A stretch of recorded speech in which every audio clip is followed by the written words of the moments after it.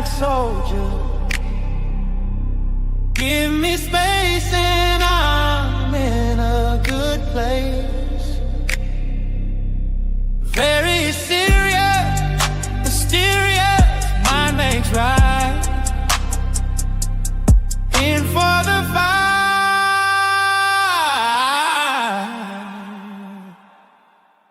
Starlight out on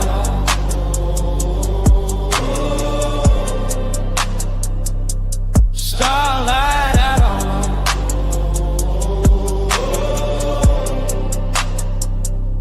starlight outlaw, cosmic soldier. Give me space and I'm in a good place. Very serious, mysterious, I makes right. In for the fight.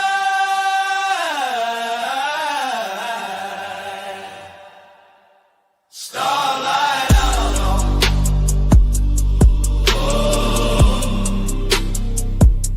Starlight outlaw.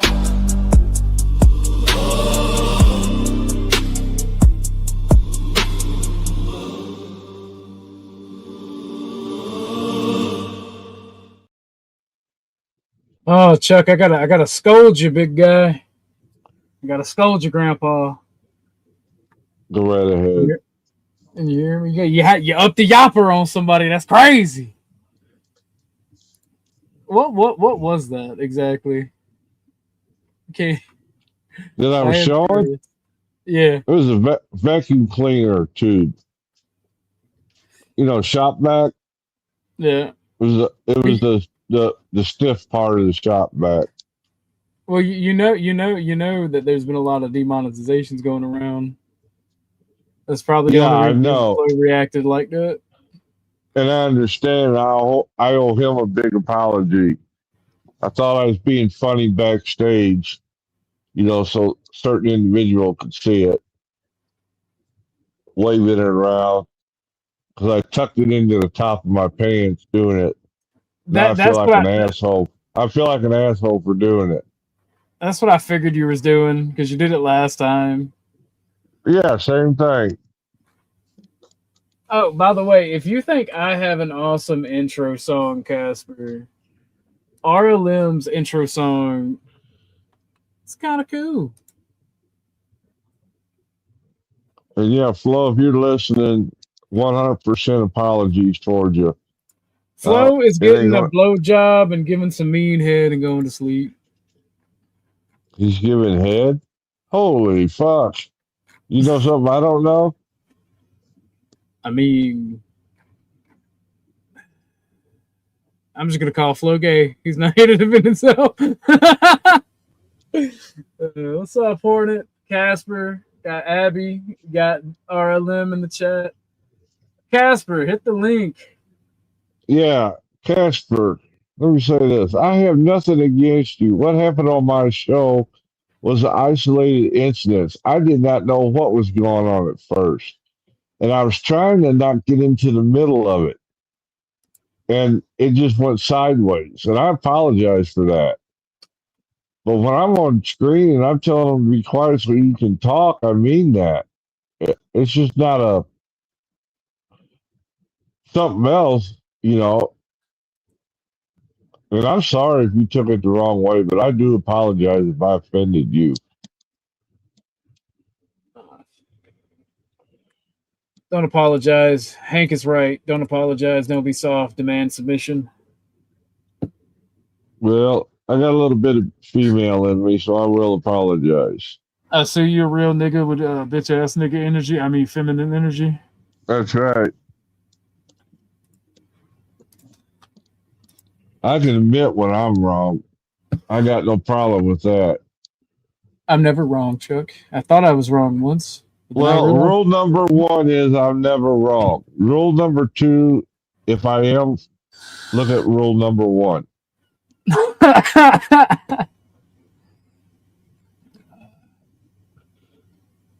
don't know, man. Shit on these YouTube streets is crazy.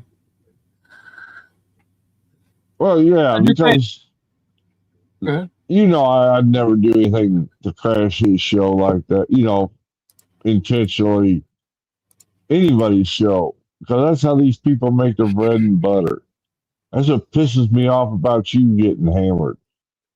You know, these stupid motherfuckers don't realize how hard life is right now, and you want to take food out of their mouth. Pisses me off.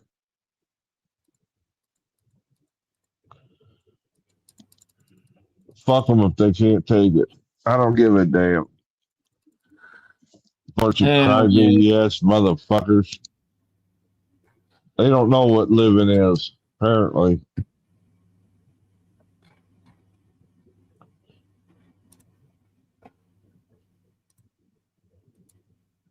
That's fine. If you don't want to talk to Jamie again, that's fine. If he doesn't want to talk to you, that's fine. And I was trying to stay out of it until Dennis got in the middle of it, and I ended up in the middle of it. And it just went sideways. That's not what I wanted, Casper, at all. Because we had a good conversation prior to the open segment. And I did not want anybody to get bashed on or hurt.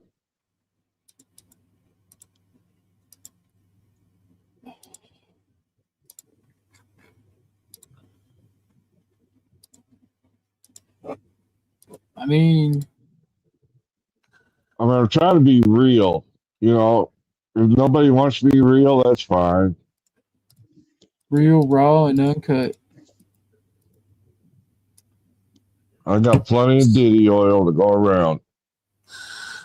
Nah, you good on that.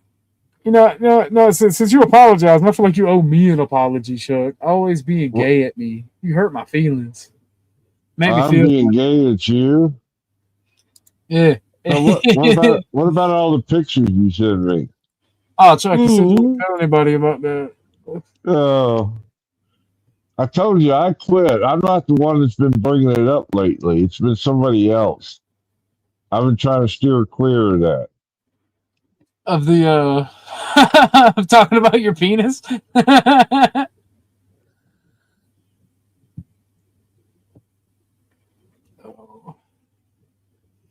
No, like I said, I don't set out to actually hurt anybody on this YouTube thing.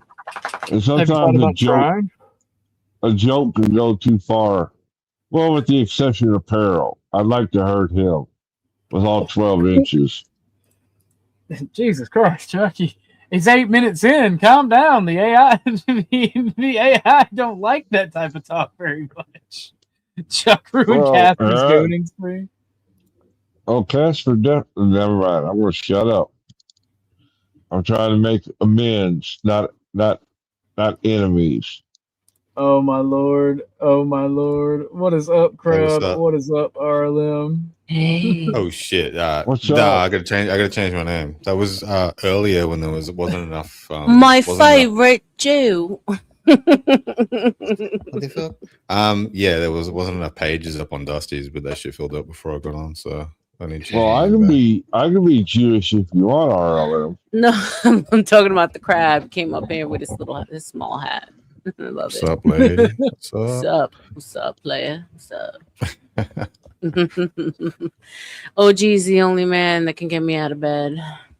Whoa! I was laying down. He's like, "Come on, battle." He's done that to me a few times too, RLM. You don't feel like the Lone Ranger. Kind of gay that you'd want to get her out of bed. That's true. Oh, see, I like to talk and cuddle afterwards. You know. Yeah. Oh, cuddle time's the best. What? Fucking gay. Come on over sometime, Cram. I'll show you how it's done. I want to do some shit. I'll kiss you on the forehead and then roll over and look at my fucking wall and pretend you're not there. Oh God! Damn. Let's go.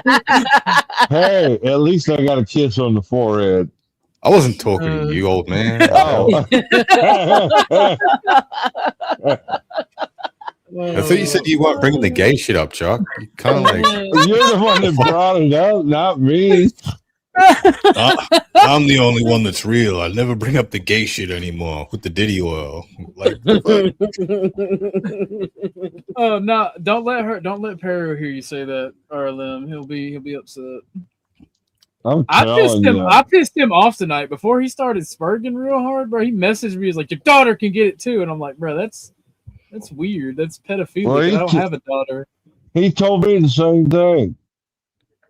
Well, no, he DM'd me that a while ago. I was trying to let it slide, but that's what pissed me off was when he did that shit.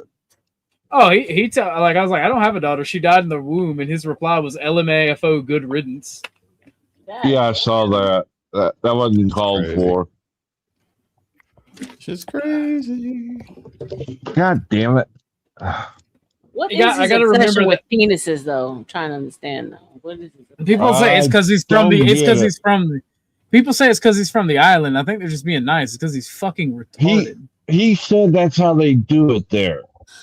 That they I have friends from better man is. I have friends from the island. That is not what they do there at all. Well, what kind of island are we talking about? Epstein. That's little St. James right there, brother. Oh, Oy vey, stop the slander. Oy, Gavalt. You guys can't do it right. I swear, you gotta act like I was holding my tongue back so bad. I wanted like Dusty to do like a AI tits on AVG since she had a problem with my tits. I was like, I wanted to troll her so bad. Well, instead of doing the blonde hair thing, I wanted to do who wants to see AVG with tits? Since she has I'm gonna make a straight AVG bikini calendar and sell that. Yeah, to Cockabooks. There you go. Oh man, nah, fuck that. That'd be mean. Too mean. And I was like, nah, let me not. I mean, I feel like 100 pounds of shit right now. You should, Chuck. You should feel really bad. Fucking asshole thing to do, motherfucker. You should know better. A man of your age and your caliber should know better. Next time it will be a shotgun. Oh Jesus Christ! Whipping out your vacuum stick, sir? How dare you? Man. I'll pull out that old N60 that's got 2 barrels. Oh Lord! Shit happens. It's all good. Yeah, it does. Fucking, I let Peril piss me off, and well, come on, Pan. I don't know what a BR is. I'm sorry. Battle Royale. No, you didn't kill my panel, Ruck, at all. I was winding down. that fatty panel Ruck is a panel killer. Yeah, don't be nice to him, RLM. Hold him accountable. Fuck you, Ruck, for killing her panel. He's a redhead. He's got no soul. Damn. Crap! What are your thoughts on that one bitch that was on the fatty panel talking about? I can't listen to the fatty panel. It kills me. Talking about the prostitute, eh? Yeah. Oh, bro. I like it. She's not adding to the gene pool. Yeah. Yeah, basically, that's the only benefit of that whole thing is that she knows better. She knows reproduction on her end. I just couldn't take it. I'm a softie. I genuinely feel bad for people that broken. Because I'm a broken motherfucker, and I feel bad for people like that. That self-hatred, having to lug that shit around. Well, that's not true, GT. Crab does fuck around. Usually with the transgender type. Jesus Christ. But you set yourself up. I mean, hold up. Chuck, because you were wearing a wig. I knew you weren't a tranny. You come up with like ramen noodle hair. Okay, you come up serving like a ton of attitude, talking about you're a goddess. Men are only good for this. I mean, what do you expect men to do? Just sit there, like, oh, you know who came up? No. LG Simon came up, and he was like, so he's like, oh, you were there. He's like, RLM, what do you think about the way that Fatty was talking to her? I'm like, she got in the ring with a dude, and she got what you get when you get in the ring. Don't buck up to a man. Oh wait, Fatty went off on her. Like, was that her? Was that all her hair? nah, he was going off on Dalen or one of the chicks for like mouthing off, and he, he was like trying to imply that men shouldn't, like respond to women like that. I'm like, no, actually, the reason why women act like this is because men believe in that shit. No, if she comes at you and she bucks up like a man, then she's gonna get a response like a man. That's why I tell women, don't mess with men. Like, it's like saying, oh, that's not, it's not manly, or just talk to a woman like, get the fuck out of here. Women need to be talking to you. I wish you would have. I wish you and Sarah would have double teamed that bitch and made her fucking head spin. She pissed me off. Like, I genuinely do think. Hold on one second. Ruck, is that you? Yes, it is me, sir. I'm genuinely a misogynist, right? But the way I view relationships, you complement one another, right? With strengths and weaknesses.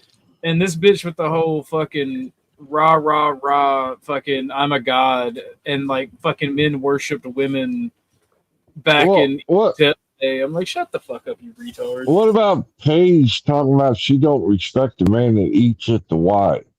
What the fuck is up with that? Yeah, I don't know.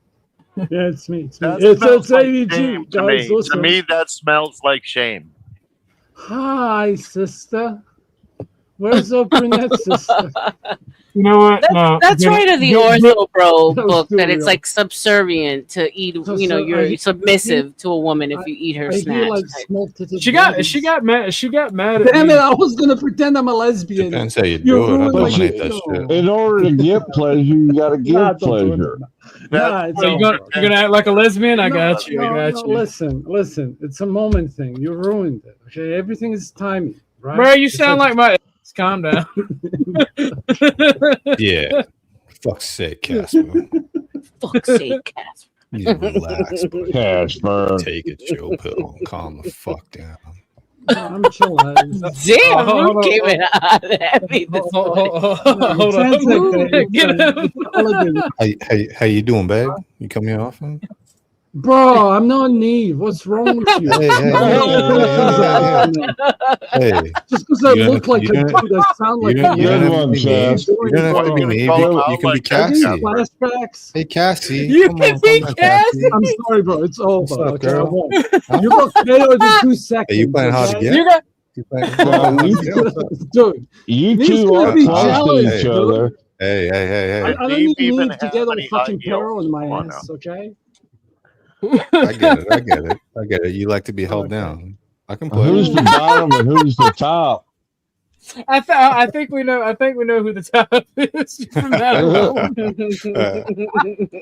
The emu against the kiwi. Bro, fuck. Casper, you do it to yourself, bro. It's okay, Cassie. It's okay. Don't blush. No, We so love I you. We learned- love I you, learned- I'm Jasper. taking L to it. It's fine. I learned Collect yourself. real. Composure.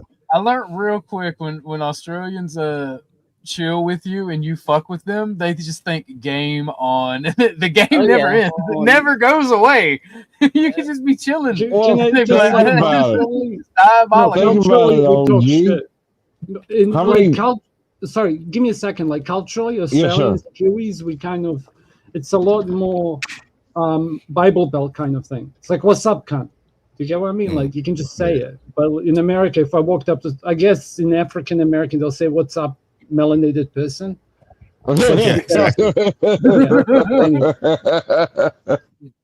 Now, let's be honest. How many American black people do you know that can even pronounce melanated person? Stop. Whoa. Damn, Ruck. Wow. You going hard in the paint, Ruck. Damn. You might as well have just said that and the end slur straight up. Like, fuck. That's crazy. That lowered and low, Ruck. Here at the I OG look channel, there. we love black people, especially women. My We love my first woman was a black person. Yeah. How much did It's she all pink cost? on the inside. Free of charge. That was all you could afford, Jesus John? On that Christ. laundry pay? That was all you could afford, right? This motherfucker's old as shit. And then he upgraded the model, right? She wanted my virginity. Is what all she wanted. Oh, That damn. wasn't what she was after, bro. I think Australian men, even though you're cucked liberal over there, from what I hear from Aztec, are the last bastion, last hope to masculinity when it comes to men. All the Australian men that come up here are all like men. they don't. And well, they all drink Foster, so that doesn't say much. Hell no. Well, there's that. You can keep that horse piss. You know, I'm Foster's telling isn't you. even good beer over there. Foster's is not even good beer over there. Chuck. It's not good here. What are you talking about? Foster's isn't good anywhere. All right. It's not I'm even just telling men. you. Have you met? You wouldn't know. There was this chick from Australia that used to stream Jess White. Mhm. Yuck. I know Jess. Yeah. I Why remember do you that say name. yuck? I remember that. Jess name. is hot. Jess is hot. I wouldn't. But like, why? It's a woman on the internet, and you've seen pictures. Come on. But she was I'm just gonna mute. Pictures. she couldn't shoot straight if her life depended on it. Yeah, but was her picture harder than crabs? Come on now. You ain't seen my pics, old Some man. of them were good. I'll admit that some of them were pretty good. Others not so much. So I could show you pics of me that have your grandma dig herself up out of the grave just so she could blush. for some reason, I don't believe so. Grandpa maybe, but not grandma. How your Brock grandpa has a did point, shit. by the way. It's crazy. It's like in Australia they play rugby, like what he's got there, and in fucking America you got pads. Like I don't understand that. Rugby's a woman's sport. Bro, It's like Oh, NRL, like Like your you grid got on. the pitch, little girl. NFL? Yeah, NFL. NFL. Without all the femininity. Yeah, They do the Chuck, same let's shit, get but you out on without the a helmet, pitch. without padding. Let's get you out on the pitch, Chuck. You little girl, stop it. bro, you Please should try. you should do an American react because they've done that. Like American reacts to rugby's greatest hits, and it'll melt your mind. Like big Samoan colliding with like a small white man. You see the white man just like disappear. And what's more, we don't have Well, an no, offensive and a rugby is defensive one. If you're gayer than football. Rugby, in the you game, guys- you're in the fucking game. Yeah, Oh, there's no, no. you just grab it. It's just runs. Chuck It's just a doesn't meat. It's a understand the meat grabbing concept. contest. Chuck just doesn't understand the concept of on rugby, you play both ways, offense and defense. I think Chuck understands playing both ways. Kapow. Yeah, 100%. Whoa! Chuck, you know the tush push in your NRL thing, the unbeatable play. Tush push? What the? Yeah, that's the actual name for the play. And I only play that in the bedroom. Nah. So what they do, Rude, what they do is they set up like a scrum in American gridiron or whatever, and then the other dudes just can't do shit because they just like get yards. Doesn't matter what you do, because the other dudes like they set the scrum up, and the other dudes without having the scrum set have to meet them, and one guy gets and one side gets to start first because they get to start the play, so they can't win. Yeah. And they want to ban the play. It's In, like, in bro. rugby, we call it the truck and trailer. The man in front has the ball, and there is a man behind him driving him from behind. The Oh, man I with the bet. ball is the truck. The man behind is the trailer, and the trailer drives the truck beyond the line of scrimmage. That That's sound like called in butt sex to but me. They do that in football now, and now they're trying to make rules against it because nobody knows how to stop it. Well, yeah, that penetration gets you in Football. trouble. Football's gotten gay as fuck anyway. Yep, it's been gay for a long time. Do you want me to find your rugby video for fun? Yeah, sure. Rugby's gay, bro. And Oh no, NRL. sorry, Rude. Can you find it, Australia? Can you find it? Because I want to see this. Do you have the other fucking Australian thing when you like literally knock each other out Punch kick Well, the ball with their in a fist. circle? That's gay, bro. Oh, OG went into the football league as a tight end, and he came out a wide receiver. Wink, wink. First off, motherfucker, I'm built like a fucking fridge and a freight train combined. I was D-line, baby. Ruth, are you you're finding the throwing video of your me? tackles like you're And like, I played high school and middle right. school football where they don't give a fuck if you get a concussion or die. You guys are Oh, playing back in those tag. days, And then concussions in the were next so- in the next county over, we had a kid die in practice from being dehydrated. And our coaches would never let us drink water. When that kid died, our coach was like, "I'm going to need everybody after every play to drink some water." Talking about fucking cramps, brother. Oh my god. Well, that's what was it? Gatorade came out of the University of Florida, didn't it? If I Yes, remember right. it did. Yes, that it did. that was the school's money. They wasn't finna buy us Gatorade. No, The for school the took all of that dehydration fucking problem. They didn't give a fuck. They just told us to drink water. Like you guys weren't smart enough to know how to drink water. No, They wouldn't let us drink water. Like before that kid, coaches did not allow us to drink water. Yeah, I was gonna say before that kid died, the coaches would not let us drink water. In fact, if you fucking snuck a sip of water and were caught, you had to run 15 fucking laps and sit out the rest of practice. And if you were if you were first string, you got put out of the fucking game for not listening to the coach. Well, that's why all the dumbasses play those sports. All right, first off, I was in Raiders ROTC, the debate club, and football. And I was the captain of the chess team. Huh. And when ROTC brought back the actual rifle team, like the actual shooting team, I was on that. I wonder if I can go back and if I can buy my Letterman. The video I shared in the back basically summarizes what NRL is. It's a new sport in Australia. It's called Run It Straight. I don't see it. Are you sharing stream or did you put it in Oh, the that's chat? fucking. Oh, dude, we used to do that in high school and after fucking football. This is We have a game. shit now. Yeah, we have a game here in New Zealand, Australia. It's called Bull Rush. It's literally this. I fucking love Australia. What the fuck is this? Run it straight, bro. That's good night, Irene! He's out cold! That's dumb as fuck. He is out cold! This is NRL, man. I cannot believe it. Both That's men have just been an old knocked out, tackling Mick. drill So for us. Stop. Yeah. That's dumb as fuck. A man with a mind will not do that. Bro, First okay, off, Chuck. Men with balls will. Exactly. some lawns, dude.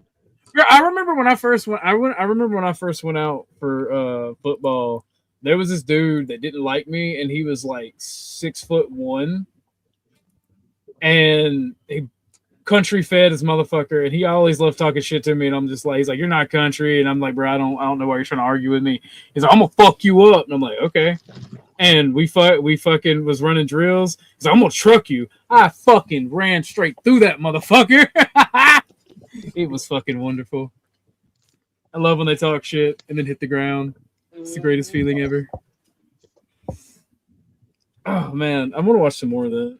Actually, Yeah, I'll give you a funny sports. Want to see what happens here, because if it ends up in a no contest, because there's been two exchanges, it will go to the judges' score.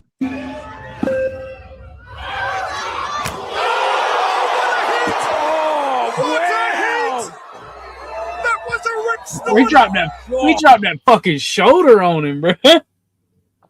You'd get in trouble for that. Gay. That was unbelievable.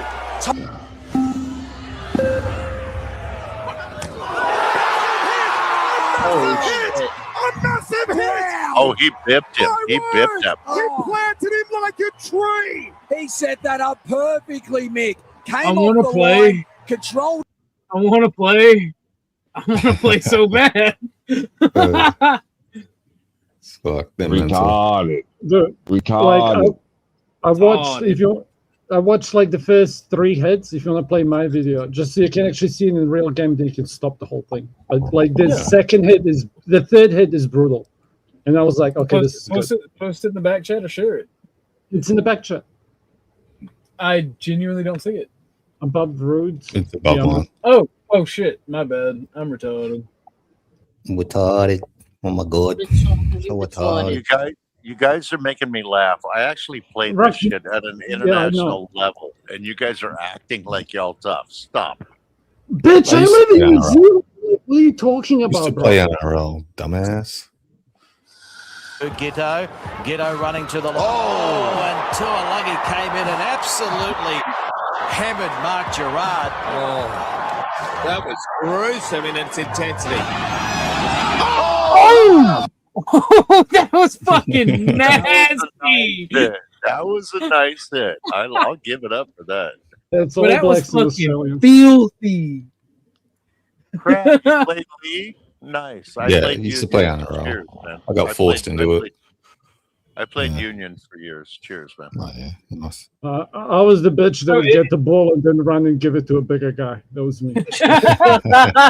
Damn, Casper. I was the bigger guy. I was a prop forward and a It's like, second row. though. So you know what those are. Anyway. Now, do you know how it happened? By the way, RLM, like when I came, we were playing the sport. Like, let me explain. When I came, pause. We were playing handball, and then they all thought I was shit with sports because they never played any. They would like whatever, but like handball is you run and then you like. There's a lot of like switching and jumping and shit. And it kind of smashed everyone, and everyone's like, "Wait, hold on, you're actually capable of doing sports? Come here." And then they were like, "Yeah, you know how to catch a ball and how to throw," because that was. Oh, handball must be different over there than it is over here. It's kind of like you run, and then everything. It's kind of like basketball, but with soccer nets. And then there's like a line in front that you can't go through, like a massive goalie line. So what you would do is you do a run up and then you jump, and then in the air you shoot, and then you fall on the ground like face plant. Which is kind of what you do in rugby when you score a try. And I just kind of did it to show the other kids, hey, I'm not actually degenerate because I don't know how to play fucking cricket, which is a whole different thing. You know. Speaking of Casper coming, you are quite the degenerate. Don't sell Oh, yourself. my Lord. yeah. Speaking of Casper coming, On behalf of the Casper, would you put your autistic dick in my mouth? only on Tuesday. Wait, what the fuck? Serving spoons? Okay. Well, since you asked like that. You know what? I really like serving spoons? They're a perfect fit. Just big enough and reach all the way back in there and cover my whole tongue. It's so nice. Oh, yeah. Oh, yeah. How's that, Dusty? Every man is one patient. Every man you got out perfect, bro. He was like one man is one blowjob away from the plantation, and YouTube censored you fucking hard. What? Every man is one. You want to put your dick in my what? My ass? God damn it. I want to hear him finish. No, it's okay. I'm going to be a good little Christian boy, and I'm going to enjoy it. I'm not. I'm gonna Too late for that shit, bro. Good little Yeah, Christian boy. whoever's mouth said that. Would you shut the fuck up, please? Shut the fuck up, please. Cancer. Hey, silence in the peanut gallery. Hey, hang on. I love those good little Christian boys. They're so much fun to Oh, yeah. Damn, I'm turning Christian. I hate it so much. Yes, man. I can't. Oh, yeah. By the way, you got it right. Yeah, that's actually what I said. But If that's all it takes, I'm turning Christian. Yeah, bro. Well, who was the guy? You better go Oh, I'm Amish not at gonna this fight him. point, Bill Chuck. Hicks. Then he's like, get the third man in the room. Like Christians are not allowed to be freaky. That's It's called like, a tuck. that's bullshit. If Beth was here, like I remember, she could cook this topic better. Like there was a whole Christian book about doing weird stuff in the bedroom, like the equivalent of Kama Sutra. But I Exactly. digress. There's nothing that keeps a married couple from the marital bed. They can do whatever they want as long as they're married. So that whole, oh no, we don't do this or that is bullshit. Yep. Yeah, I agree. Well, That's behind Catholic the doors, bullshit.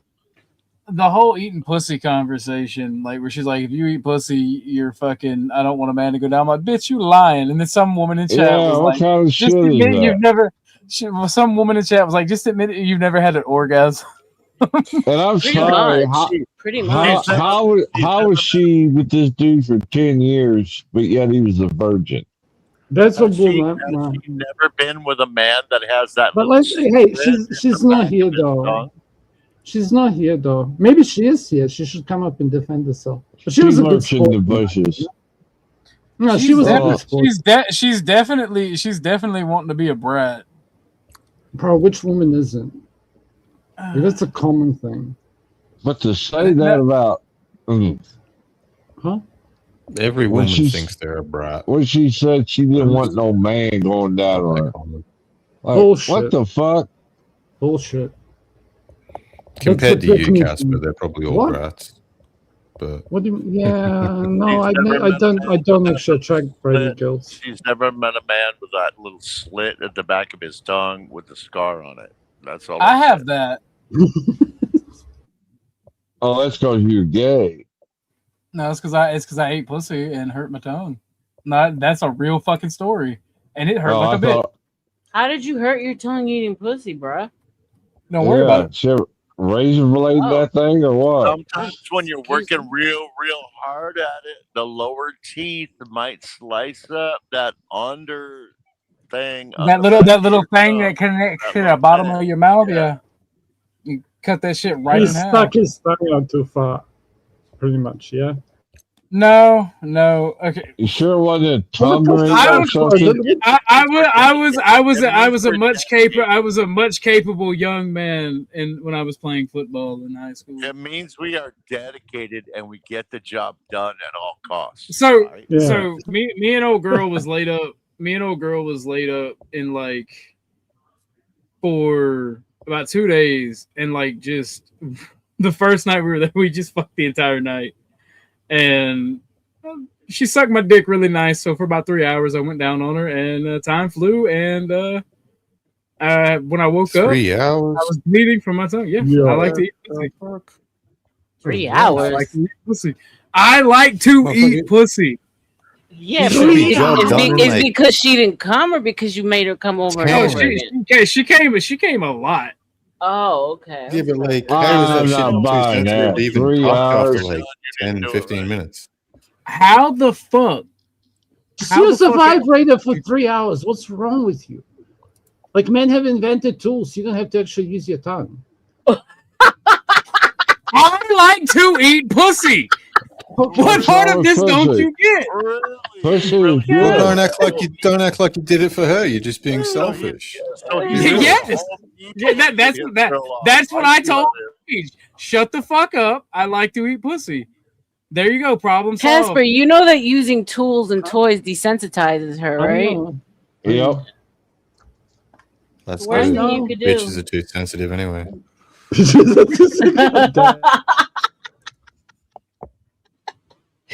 Oh, you guys crack me up. You just need to know the ABCs, man. Tell them, Chuck. That's it. Just the You need to know how to ABCs. roll. Okay. Chuck's not the one that goes, oh, why are you throwing that ball to Chuck? He don't know what to do with it. He said it before. He said the ABCs before in another stream. ABC is too repetitive. You got to tell a story. That's because those are the only 3 letters Chuck knows. Just do like a list of complaints that you have about her.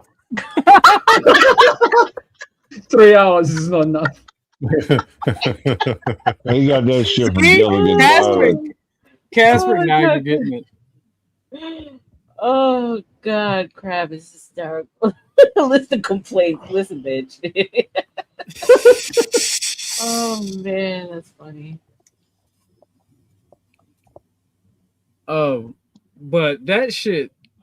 Oh, wait. That when that little thing on the bottom of your tongue connected to the floor of your mouth gets fucking ripped or swollen or damaged in any way, it fucking hurts for days and weeks. What are you straight jamming it with your tongue or some shit? Like, what the fuck are you doing? No, I'm telling you, it was about fucking 3 hours of fucking repetitive movement. God. It was. It may have not been exactly 3 hours, but it was a long ass time I was under that cover. What made me mad is every time she went to come, she'd push my head away and grab her by the leg, like, "No, bitch, get back over here." She's like, that was a really nice 3 hours, OG. Thanks for the pussy full of blood too. Not like he was watching Gilligan's Island at the time. He was on a 3-hour tour. His eyeballs glazed shut. Yeah. Nah, my beard was wet as fuck though. That's 3 hours with a beard too. That poor bitch, bro. Her box would be so chafed. No, she loved every second of it. All right, that bitch was crazy. Like the next day without washing his face, for fuck's sake. No. Right, we was fucking for so long. What started me eating the pussy is her boyfriend called. And she's like, I have to pick this up. I'm like, well, I'm not done, so I'm gonna keep this hard on going. And she's sitting there like the first time she came, she was on the phone with her boyfriend. She started slapping me on the back of the head, yanking my hair out. I was just like, nah, you signed up for this. She's like, you signed up for this. Same thing to you. Chuck did the same thing to you when the phone rang. Don't lie. I have so many problems with this. I'm not eating the pussy of a chick who has a boyfriend. I don't give a fuck. Right, like you're not thinking that like you're eating another man's juice. Oh, geez. Dude, bitches take showers and douches are a thing. That don't matter. That shit stays for at least 72 hours. That shit's leaking out slowly. I don't like it. But 3 hours long, boy. You got most of it. I will say when old boy found out, he was a punk and didn't do anything about it. But he did hit me with the fucking hardest zinger I've ever heard. And I'm not proud of it, but because I'm already this far in, I'll tell you what he said. He just looked me in my face. Like how my dick tastes. I'm like, all right, I'm about to beat your ass. That's like would be the most obvious. Yeah. Does that make you a cocksucker by proxy? That's an honest question. How did it taste? That sounds like what Resto would say to you, bro. I just replied, "Oh, she was on the phone. She should have told you about it." He didn't like that very much. He cried about that one. She was on the phone. Girls are trifling, yo. If you never been there when she was on the phone trifling with other people while you were getting busy. Yep. It's amazing how they try to disguise it when they're on the phone. She told him she was laughing. Yep. I'm like, you dirty bitch. Laughing sounded like hiccups on the other end of the phone, but all right. Y'all are crazy. Oh Lord. How young were you, OG? He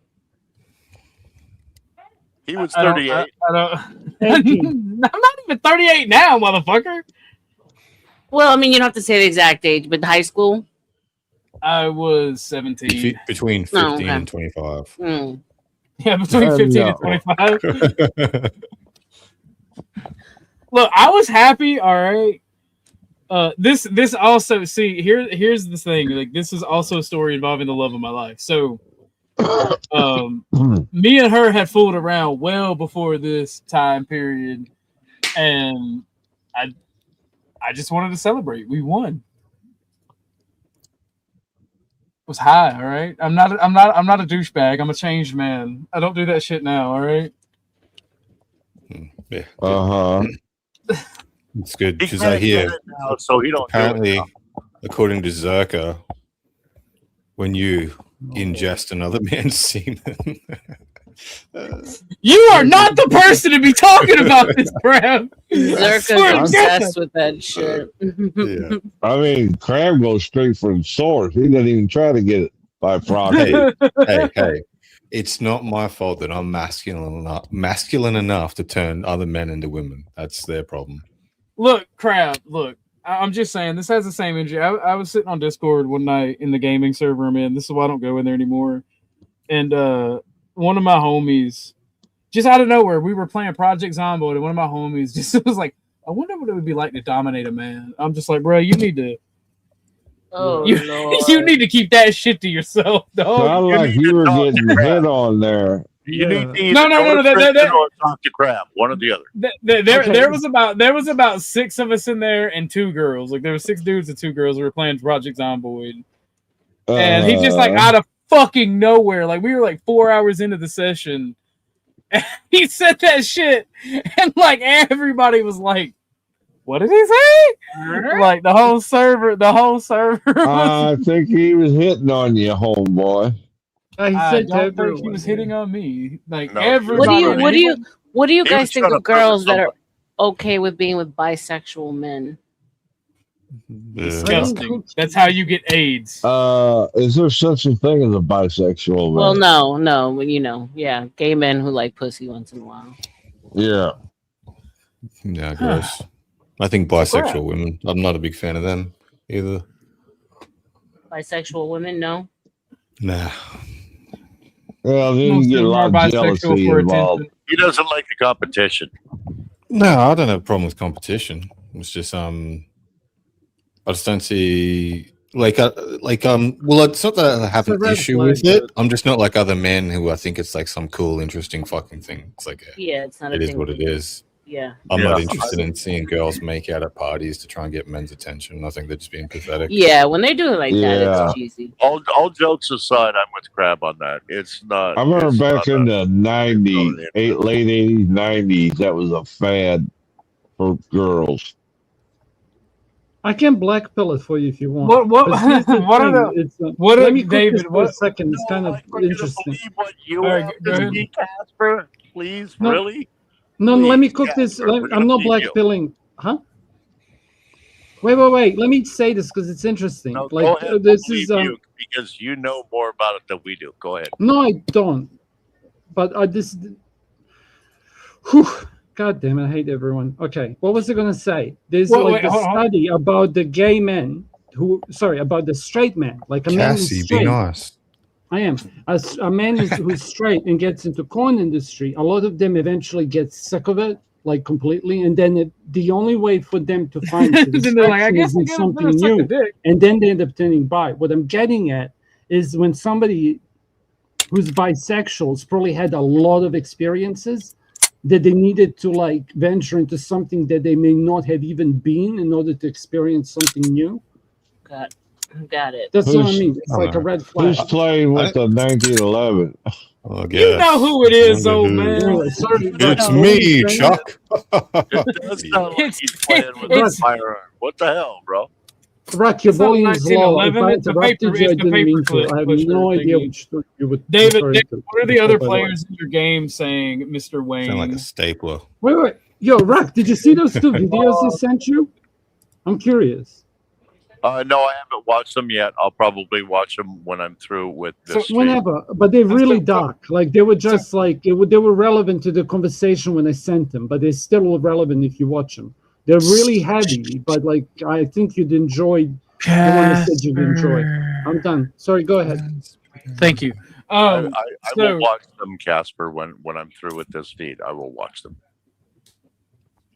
So there's something that I was going to say that is related to what Casper was saying, right?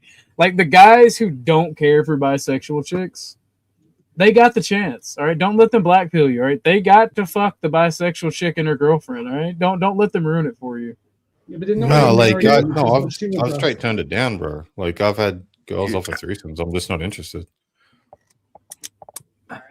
I barely like putting up with one of these cunts. Why would I want to deal with 2? Yeah, but you can fuck them and walk away. Nah. But it seems to me like the guys that bring this up the most have never actually had the experience. Because if you have, you don't talk about it much because you actually know what it's about. So stop.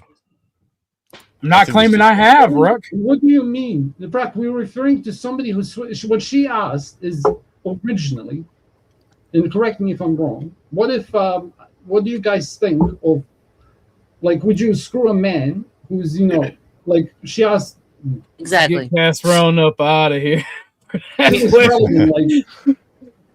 Really, Yeah, Casper, don't be asking prison questions when you haven't been there, bro. Stop it. What do you mean? Rook, have you been to prison? Maybe, maybe not. Maybe done a little bit of time. What's this got to do with anything? I said I was referencing a study, dude. Well, you got to be bisexual if you're going to prison. Okay, explain the study to me, Casper. Educate me, bro. Sure, I will. So the more experiences you have. No, we're not. Okay. Drop the soap. You'll find out. Well, I mean, it's not even men of that are like in the sex industry. It's just men of power who have had to get everything they want, and they venture off to other things because of boredom, or it becomes more of like a power thing. You know, that's why the whole ditties and all that of the world is just they get bored of women, so they move on to other weird shit. So I understand what Casper is saying. Like it's never enough. You know what I'm saying? They're not pleased anymore by the basic shit. Yeah, it can go one or two ways. Some of them become Rock freaks who want. Rock Hudson complained about that. Too many women. Fear of missing out is different. Some of them like to dominate. Some of them want to get their nuts stepped on. It can go anywhere. Like, I don't think. Right. I have a friend who she was like a head dominatrix in a club in Manhattan, and she said that the biggest request that they would get is catheters. Men asking for women to put catheters in their penises. Oh hell no! What the hell are you talking about? Bullshit. Nah, I'm good, eh? There's a Arlen, you know I love you to death, but you just caused every guy in the chat and in David Wayne's game. Like, every dude in David Wayne's game is like, ugh. That one motherfucker in the lobby is like, who is this woman? Really, RLM just caused shrivelage, and I didn't know she was capable of that. But That's a fact. It's a thing. I mean, hey, I'm not the one asking for it. How you of all people call shrinkage? That's crazy, right? Damn, I won. I don't know a dude alive that wants a There's plenty of them. Up his dick. Hey, You ever seen BDSM. You ever seen two kids in a sandbox, old man? Huh? I haven't, thank God. Yeah, no, you don't want to. Are you talking about? There's no kids involved. There's no kids involved. That's gross. No, there's no kids involved. It's like one of those, the meat spin type era of videos. Yeah, that one I missed as well. I'm real proud no one ever got me with that. See, I've heard about a lot of this shit, but I've never seen it. Like, I've had people like when I was in middle school, I was dodging 2 girls, 1 cup. Like, it would go in there, people would fuck with flip phones, and I'd be like, no, nah, bro, I was Matrix dodging that gross ass shit. And then one day, one of my homies got me with bathtub girl and fucking and one man, one jar, and I'm like, yeah, I was fucking shooketh. Yeah, when he's pulling the big shards out. Oof. Yeah, it's crazy. Yeah, that's my generation. Like all that shit. 4chan, troll videos, fucked up, watching like Faces of Death. Yep, Steak and cheese. Watching people I remember Faces of Death. Yep, Faces of Death. I remember that. We're sick fucks. Humans are sick y'all individuals. Y'all are sick. I said humans. You're looking so mean, Christine. The fuck did I just wake up to? Hey, Christine. Hi. Christine's a stupid bitch. Nah, damn. Yeah, sounding crazy. Save us, Christine, from these degenerates. Nutty. That's what you're talking about, though, sounding. What is sounding? Google that in your own time. Google that in your own time. Got it. You said before. That's a you guys want me to totally screw up my algorithm, don't you? I'm not looking up It's shit. dildoing a man's pee hole. What? That's what sounding is. That's what you're talking about. The catheter thing. It's sounding. Yeah. You're welcome, Christine, and good morning.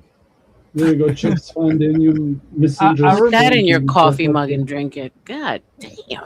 Well, what about coupling? Sip You've it. heard of coupling, Sip it. right? Don't drink it. Sip it. Exactly. We call those threesomes, old man. We call them Where they take the foreskin and put it over the other Oh, I'm good. pellets. I'm good. What? Oh No, my that- god. What the hell is that, Chuck? Coupling. Chuck. It's called Chuck. coupling. No, one is called docking, and two. Oh, docking. What the hell? I can't remember all these new age terms. Fucking hell. You fucking sick motherfuckers. That's all I know. Hey, what's wrong with bro? If the homie runs on empty, what's wrong with giving him a quick reload? I'm joking. Every It's like siphoning gas, right? That's fun. siphoning gas from the homie. Are you gonna suck on it or what? I mean, come on. Damn. Chuck be like wanting to suck on it to get it started. Well, no, he's talking about. No, never mind. Oh man, what are you saying? Hey. Where is this going? Where Struggle in the chat. That's what I'm saying. Saying crap. People be hating. Meanwhile, the struggles just wants to be part of the conversation. Come on, Nah, up he's here, a Struggle. sick You know you're playing. motherfucker. Strug. He's good. Bro, Strug, he can come up anytime. The panel's That's linked if you want to come up, brother. Actually, I won't say it. He's good. He's good people. I mean, I only go to these good Christian channels. That's why you're over here. That's right. And that's why Peril wants pictures of your dick. Obviously. Oh, I didn't say it. I didn't say it. Ruck said it, not me. Mother, I can't believe someone said it. That even think that's how men react. I think you should just send it to him. Honestly. I think everyone should inundate him with dick pics for real. Let him when- figure out whose is who. Who's is who's? There you go. No. Send a Google Doc. No. I think exclusively women should just forward their dick pics. Their unsolicited dick pics to her. And let him play who's who. This one belongs to so and so. This one belongs to so and so. Strug said if you were big dick for real, you would just send it. Yeah, I reckon. Like you take, bro. Like it's probably been a minute since someone wanted to see your dick. Take advantage of it. Like, well, that's not exactly true, there, crap. Not I exactly. think everyone wants to see Chuck's dick online. Not me. Fuck no. Why a month later are we still talking about Chuck's dick? David Wayne, hop up on Chuck panel. brings it up 15 times a day. Chuck is being a cock tease, is what you're I saying. don't know, like I said, I've never known a motherfucker to make a 7-hour stream about somebody else's cock. I can't. Oh my God. I'll be back. I'm going to grab some green. I can't make it make sense at all. No. Yeah, it He's is pretty crazy. ridiculous. Yeah, I don't get the math. I don't understand this whole game. I don't get the project. I don't. But he's so serious about it. Is it supposed to be like funny, or is it he's serious, or like? He's serious. He's serious. So that's frightening to me. He's serious. He's been doing this shit for years. Like, hang on, I'll send you. He says that's how they show their manhood where he's at. Wait a minute. He's been doing it for years. Rude says, "Wait, I'll send you pictures behind in the back seat. I'll send you proof that this guy has been doing this for years." Yeah, no, I don't understand what Peril's thing is. You know what's the challenge here? It's almost scary, to be honest with you. Dude's fucking mental. And a borderline pedo, if you ask me. Well, it seems to me. That's It seems to me that he has a certain sense of humor thing that either we don't get or No. Rook. I don't know what it Dude is. literally messaged me during Dusty's stream and said your daughter can get it too. And I'm like, I don't have a daughter. My kid died in the womb. He replied, LMAFO. He's doing that. Good shit. riddance. He's doing that shit. I'm so all right. Okay. Yeah. And I mean, if he wasn't on an island fortress somewhere, I would beat the fuck out of him. Yes, Max. Rebecca, I just sent you like a message thread that the Hurricane had sent a loaner box last year, and it's along the same lines. It's the same loaner shit. box. Yeah. Can I see my file? Do you have a file on me too? Yeah. It's okay, I'm joking. Don't worry. Yeah, I got a file on you, Casper. We all have a file on you, Casper. Hey, whoa! Yeah. Who's all of us? I'm not a federal. You're gonna turn me into a Pero. I'm gonna come here and ask for dick pics. You're gonna turn you into Pero, and you're gonna come again. No, it's a joke. And again, and again. What the fuck? Again. Your dick better be big. As why? Like what in the? Yeah, no. There's something. That sounds like the shit he was telling me. I'm like, dude, what is wrong with you? Yeah. He just wants to see it. Like, he opens up the thing with, "Yo, my nigga, how big is your dick?"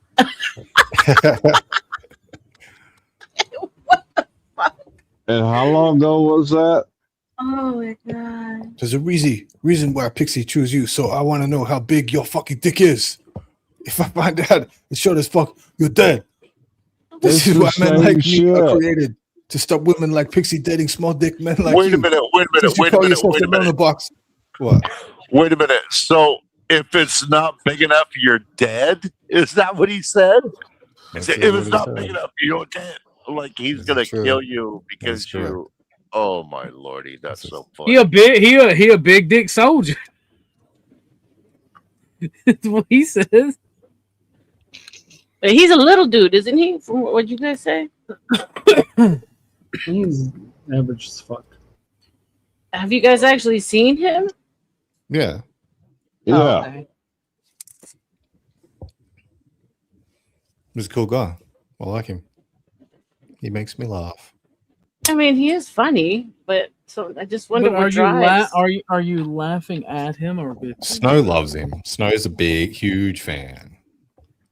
Well, that's not saying much. I honestly think that's just part of hyper isolation and extreme lack of education, because he doesn't have that many topics that he can actually interact with, and the one he's found that he can interact with people is penis for some strange reason.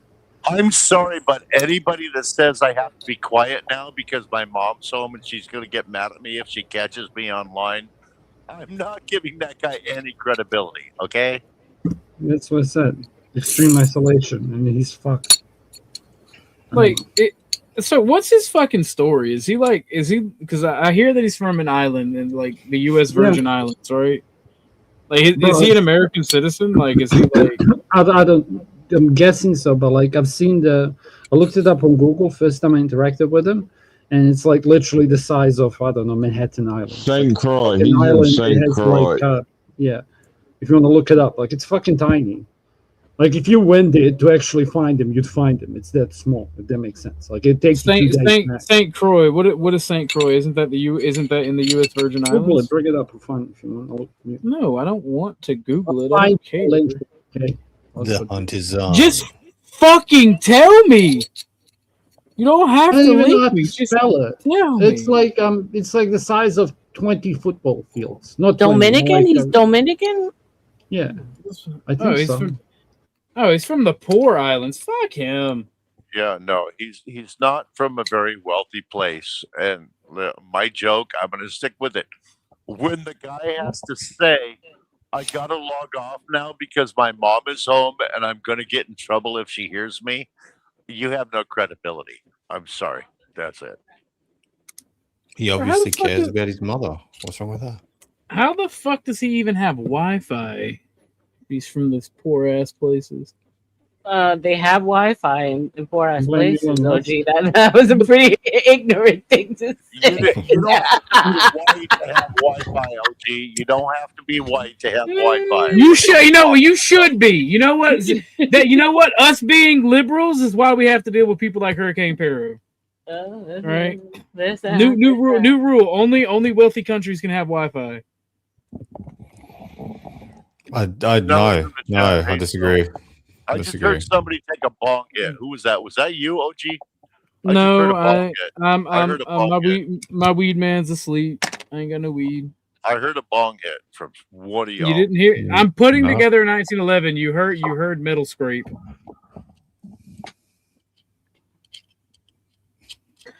Well, he's one of the characters for sure. He got blocked like ASAP on my channel because you guys already know. So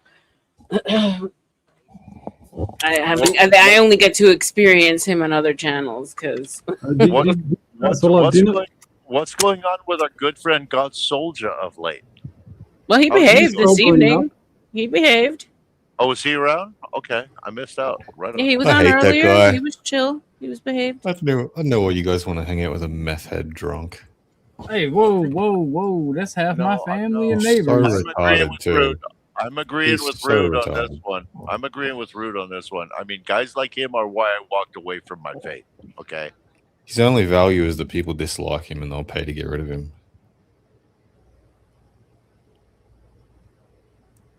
I will give him credit when he's not as high or drunk or whatever. He's a lot more like docile. Do you know the flaws when flaws? It's like, and I made a comment. You can be yourself online. Like I've been drunk less times than I've said I've been drunk on panels, and I don't turn into a monster. Like when people that get drunk and then they turn into monsters, it's like, is that you all along? I don't know. I never had a drinking problem like that. So like I drank. But I think you'd like me when I'm drunk, Casper. you'd be that loud cunt that goes around telling everyone, "I love you, man." Are you that Hell guy? no. Are you fucking serious? Are you the guy going and then around like what kind of a drunk are you? I'll just roast the fuck out of people. He's an Aussie drunk. He's a bully. Banter, full banter. Yeah, it's Aussie drunk. Loud as mothers. I'm the drunk that sits on the pool table and smashes everyone all night. That's the kind of drunk I am with the pool cue. So you are a homosexual. Nah, I just like drinking, playing pool for free, and then chicks watch guys play pool. Used to. Yeah, chicks love guys who play pool. I hear that. Well, no, really. Really? Is that how you pick up your women, Casper? By shooting No, I'm picking up a vibe. Sorry, go. In my experience, women like to ask you to teach them to play pool, so you get real close to them, and then when you flirt with them, we talk a little shit. Patrick Swayze. They beat the fuck out of you in pool. No, they beat the fuck out of you in pool. More like Patrick Swayze. Who the fuck is Patrick Swayze? You don't know who Patrick Swayze is? No, I don't. Oh my god, OG, stop it. I really don't. Dirty Dancing? The time of my life. In my experience, all right, of humiliation, crushed my soul. They like you to get close to them, teach them how to play, and then when you talk shit, joke around with them, they destroy you in pool in front of everybody, and everyone laughs at you. God damn, you're a baby. All right. He's a cannibal. I love you guys, but I am finally going to bed. Thank you for having me, OG. You're welcome. Thank you for the laughs, babies. I'll be listening in my bush. Nice. She's angry at Just you. manual labor, okay? No, I'm not angry. I'm just falling asleep. You know, he got me out of bed. Disappointed right now. I'll be in my. I was like, damn, he's really too young for me. No, just kidding. I'll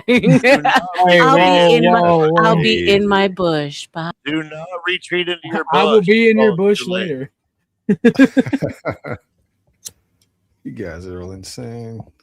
Yeah, no shit.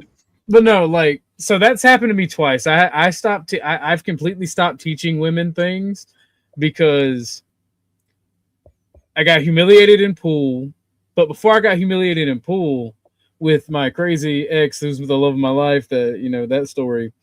I was throwing knives at a dartboard. She's like, "Oh, teach me how to do that. That's cool."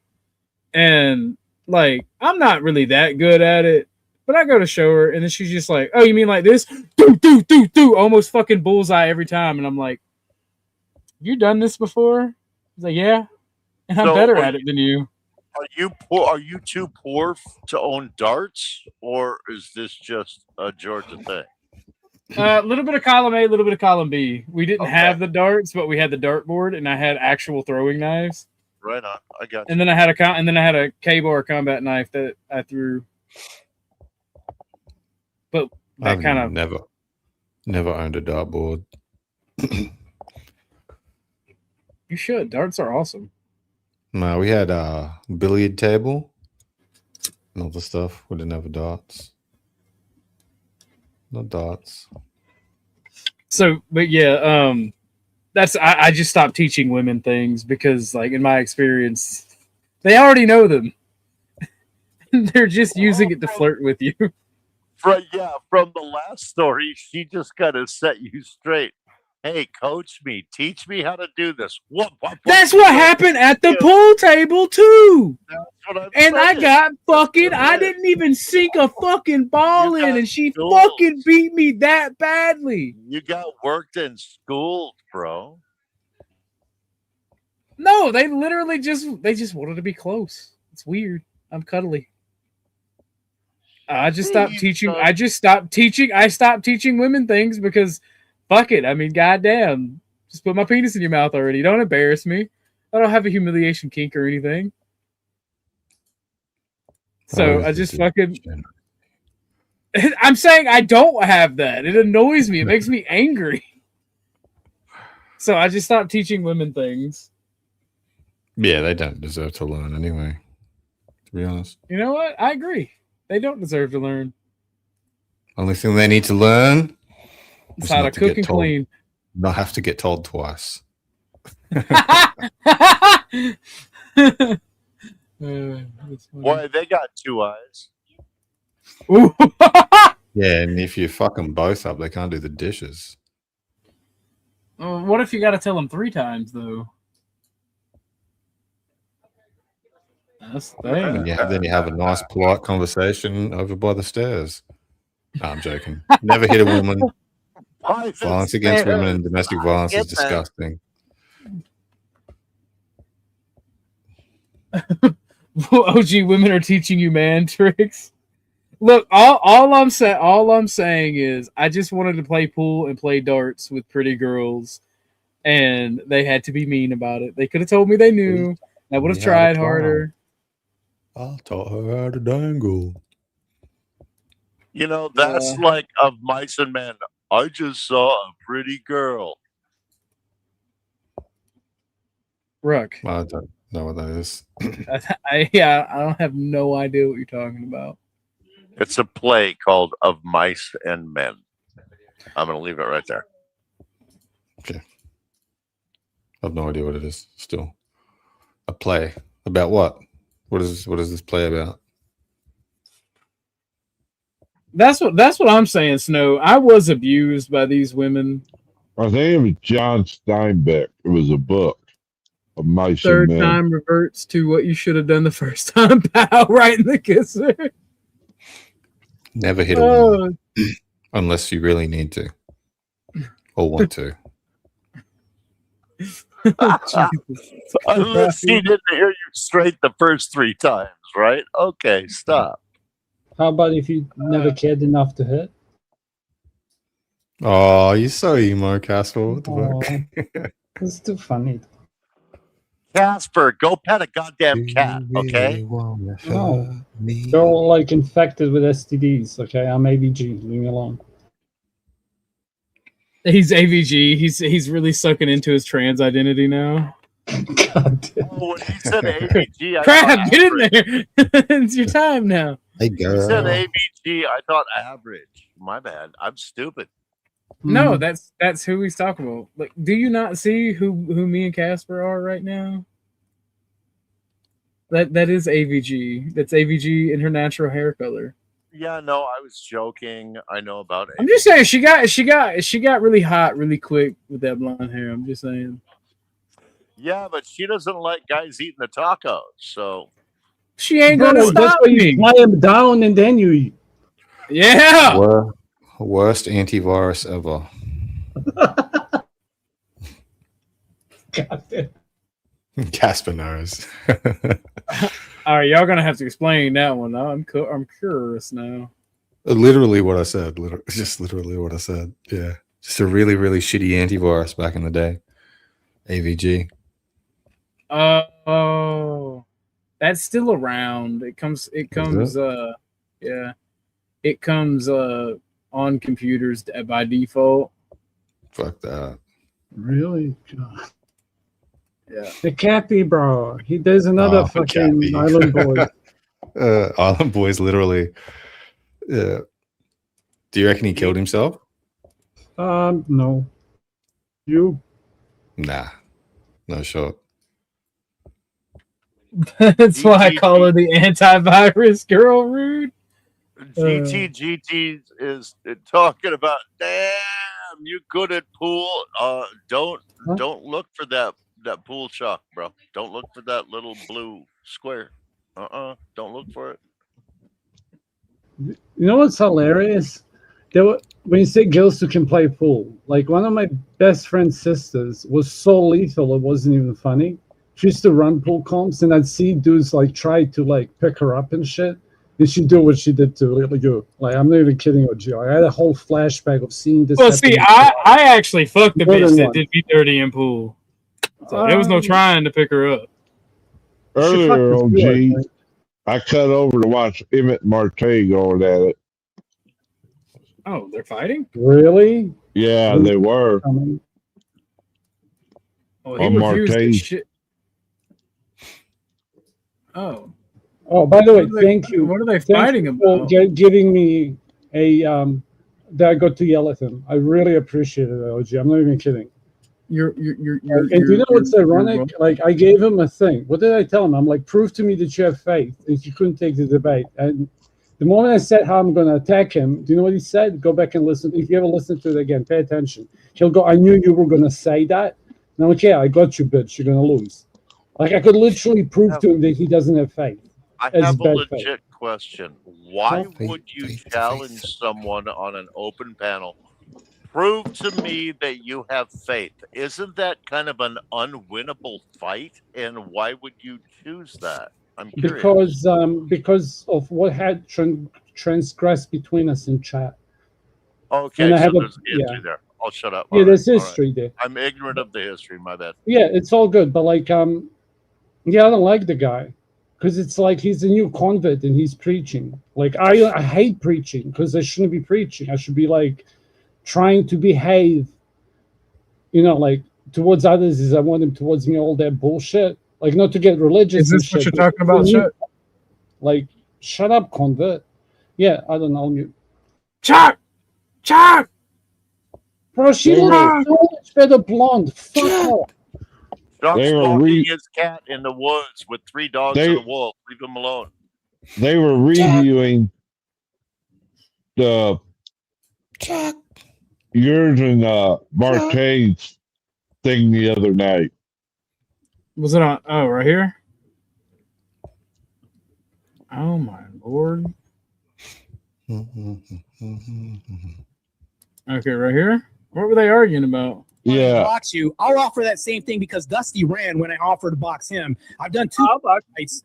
Sure. I've done 2 cage fights already. We have a coach ready to go ahead and give you. Pause already. He offered to box Dusty. Dusty is over 5'7". This man is under 5'4". I don't care how powerfully he is built.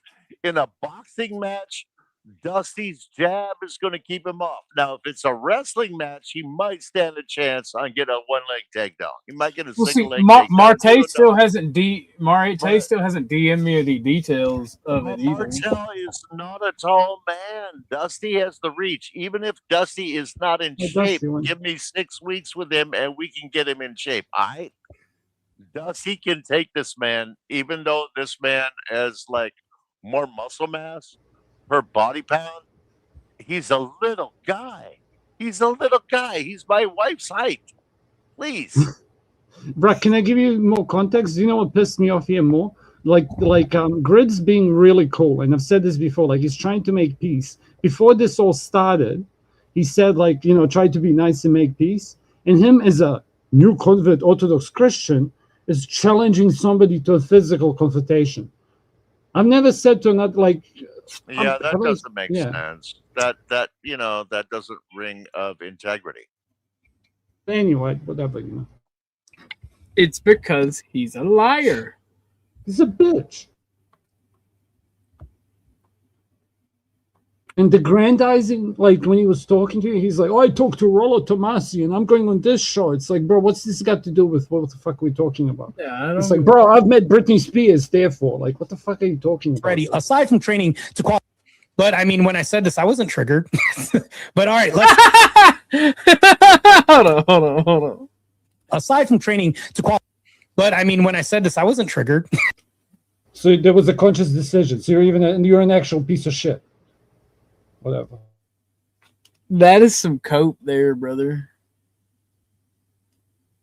I gotta get this screenshot. You were on this panel with him, OG? Yeah, I see I'm you're right. Okay. I'm right there in the top left. Yeah, Right no, there. I didn't see the live. This is my first catch up on it. Sorry. Oh, bro, you didn't miss anything. It was just two retards fighting. It was two fat bitches fighting over food.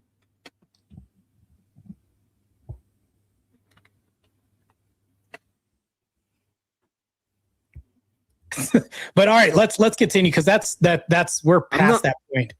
I am not saying that you're getting triggered. That it's a triggering thing. It's not about you. It's a general statement of how I see people online doing the hunka hunka fight me, bro.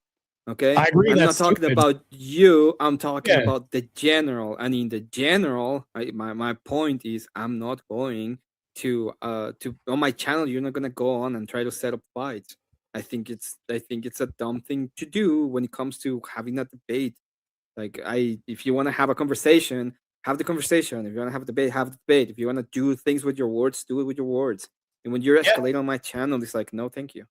I think that if I have men on my channel and they want to do things that men do, I wouldn't stop them from being men. But I get it. That's just my 2 cents. Bro, he still hasn't messaged me about the details. I'm not gonna hunt this man down to organize a fight. It's not even that. Like, he didn't hear what Emmett said. Emmett said, "Don't do it on my platform," and then he said, "Oh, I'll do it on mine." It's like, what the fuck is this conversation? Whatever. It's fucking retarded. If men want to be physically active and do something like fisticuffs, things like that, I wouldn't say that that's not like a masculine thing to do, because we got to be wary about what we say about these things. I get what you're saying though. You can if we're talking about the human nature, then there's a lot of things that human do as human nature does, and people would still stop them. Okay, so it's not about that. It's about what I don't want on my channel. Blake Thief says Emmett is talking about the general and this specific situation, but then keeps saying it's only general. Yeah, I mean, I'm talking about what is the rule on my channel. The fact that there is this woman that it's 6'8" doesn't mean that in general you have petite woman. Okay, so the point is what Chuck, I don't see any crucible on crucible violence yet. It happens. Emmett digs into his ass somewhere along here. Emmett's a feisty motherfucker. Emmett's a feisty motherfucker. He used to be chunkier when he was around, but it motherfuckers look like he's working out. I swear. When I first met Emmett, I was like, damn. All right, cool. Emmett looks like he's working out. Emmett might got them hands. All right, he don't sleep on Emmett. you can have exceptions to the rule, but the rule is still the rule because of the generality. Good morning, D. How you doing, darling?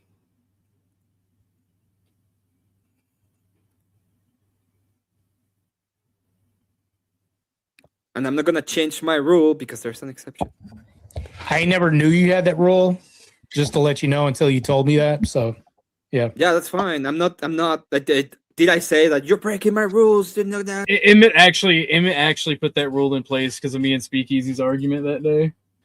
I think I remember when he said, "Don't do that shit. It's gay. Don't do that shit over here." Allowed to. I just said we're not doing this, and that is it. That was all the thing I said. It's not it's not like I'm chastising you because I have a rule. More to it than that. You said, well, I don't like this. I don't think that you guys should do this. I think it's gay. You said a lot more than that, but yeah. I didn't say you shouldn't do this. I said that I think it's very gay on the internet. I still think it's gay that you have to go on and escalate to the point of violence when you're just having words.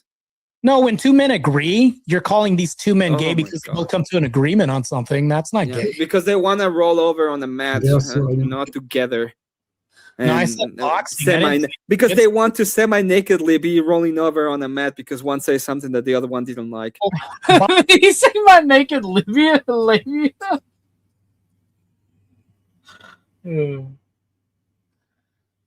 Martin looks so sad in this screenshot. Feel bad for him. Boxing isn't rolling on a mat. Jiu-jitsu is. I asked him to box. I don't think you feel bad. That's for not him, rolling on a mat. Okay, they want to be semi-naked in the middle of the ring. Wait, pause for a second. Let's not make like in the case they review this. Any Christopher watching, they're literally debating the definition of words and what transpired. Okay, I do not believe that you feel bad for him.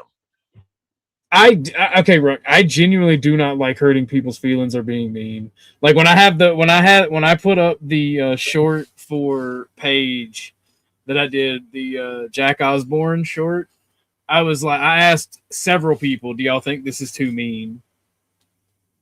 Like I am not by nature a mean person. I am literally a product of my environment. Okay, when I say it, it's the truth. When they say it, it's yeah, not. but when you say you feel sorry for him because of the mugshot he's got up right here, I disagree.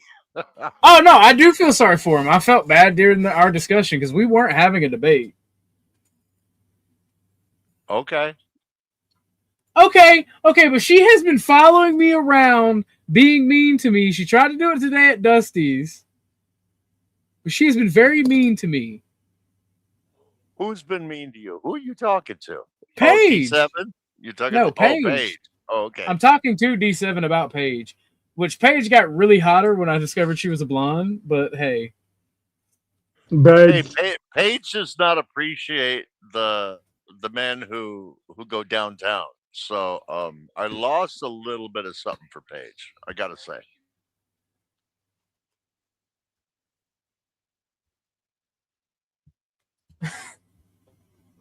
Okay, look, D, I get you. I get you. Gonna kick me in the nuts for that one. Damn. I can't. Come on, D. She was mean to me. It wouldn't leave me alone. Each other punches. You're making it gay. No, to be fair, tonight it was exposed on Dusty's that this is just foreplay. Yeah, and plus D7. Listen, don't go to D6. Equal rights, equal lefts. Getting engaged. Oh, bro, what are you gonna name your first baby? Average OG has to be OG average. OG average. I reckon your name was the best, though. Like, it's like I perfect. I said even before the Osborne short, I think Paige is cute. Blonde's +1, dude. Yes, this is Casper. Yeah. This is Casper. So okay, the two AVGs on screen. This is me and Casper. He's feminist AVG. No, I'm AVG. At least Casper is the skinny one. I'm Rude's new. Okay, I can't do this. Watch your mouth, Cassie. Skinny one, right? Watch your fucking mouth. I'm sorry. Flashbacks that he triggered.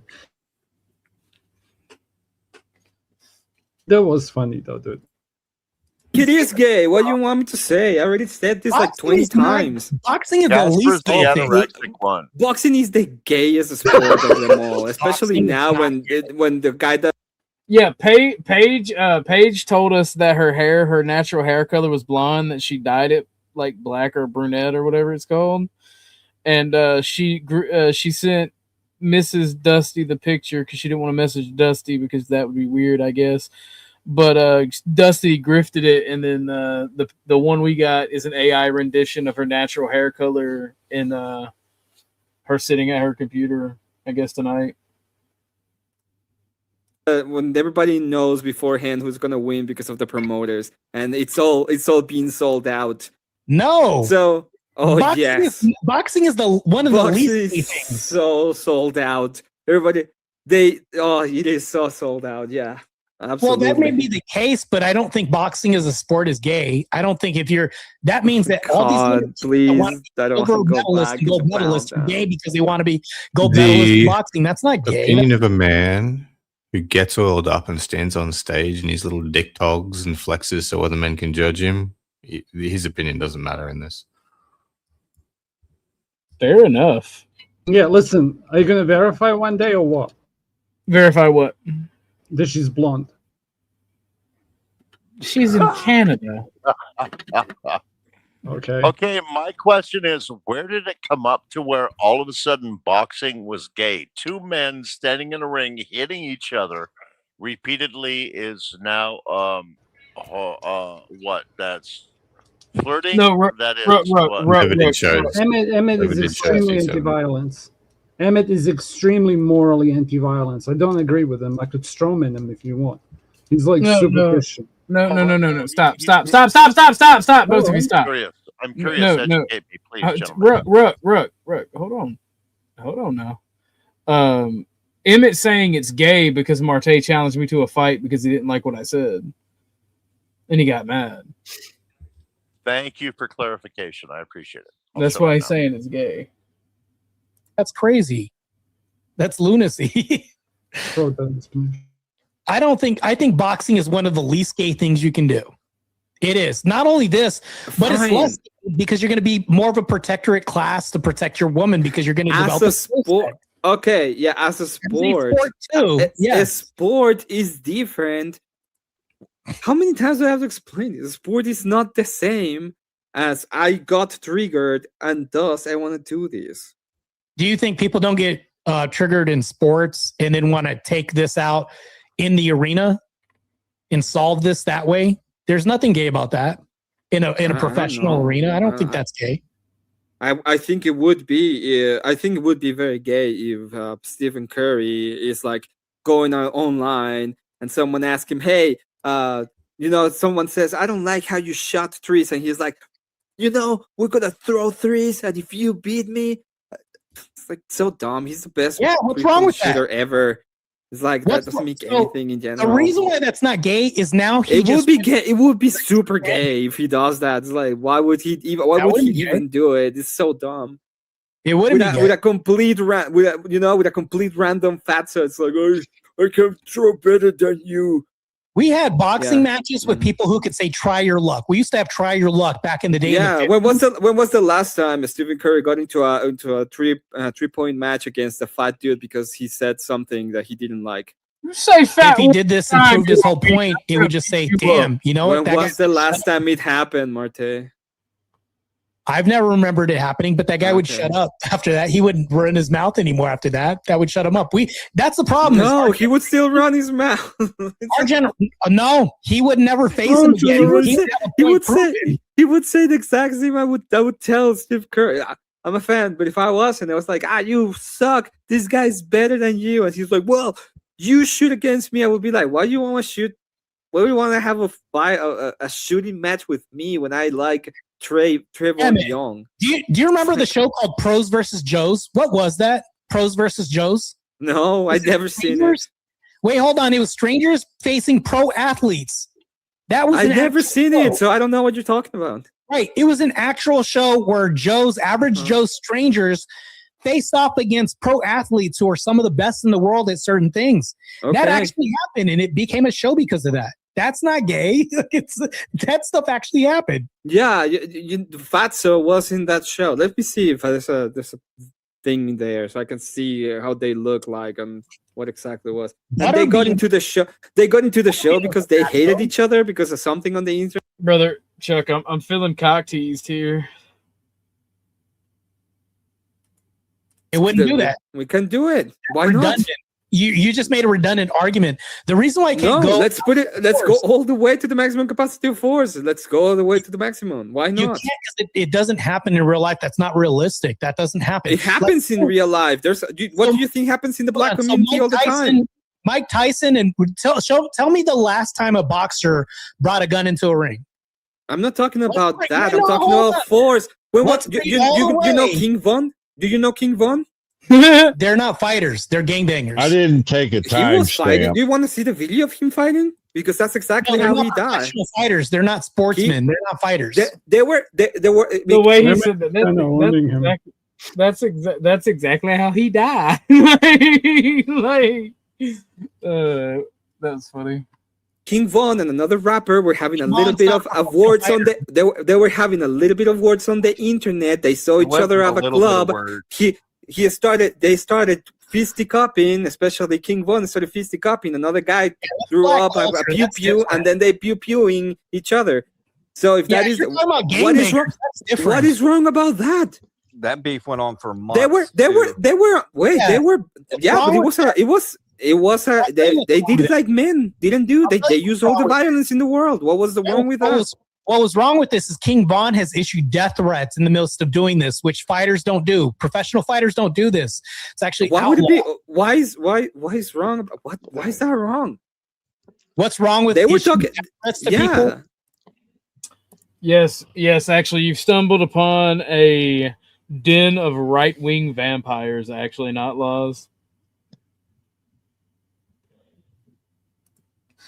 No, wait. AVG's friend called this left-wing nutters. Okay, not right-wing vampires. Okay, now we're left-wing nutters. Jesus.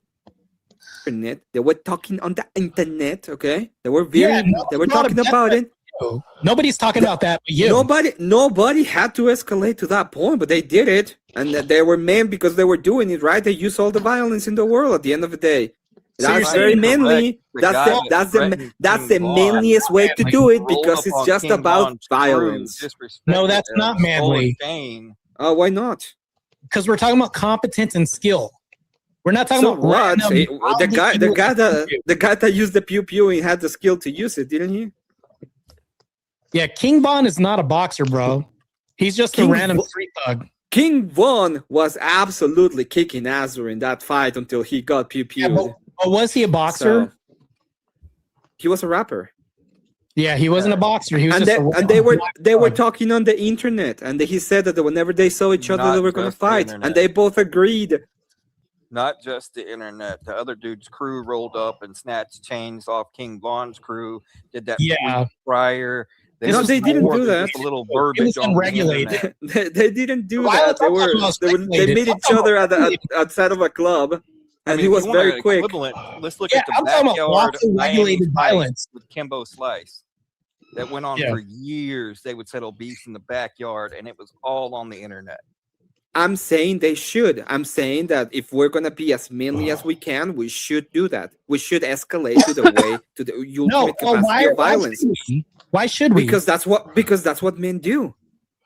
No, what men do is get together. No, so practice and train for fights, shake hands afterwards, and that's it. Yeah. Why? No. Why? They said mean things about my wife. I want to go all the way to where I can just delete them, so they can't do that anymore. No, that's death. You're talking about death. I'm talking about fighting. Yes. What's up? We're reviewing a review of a review.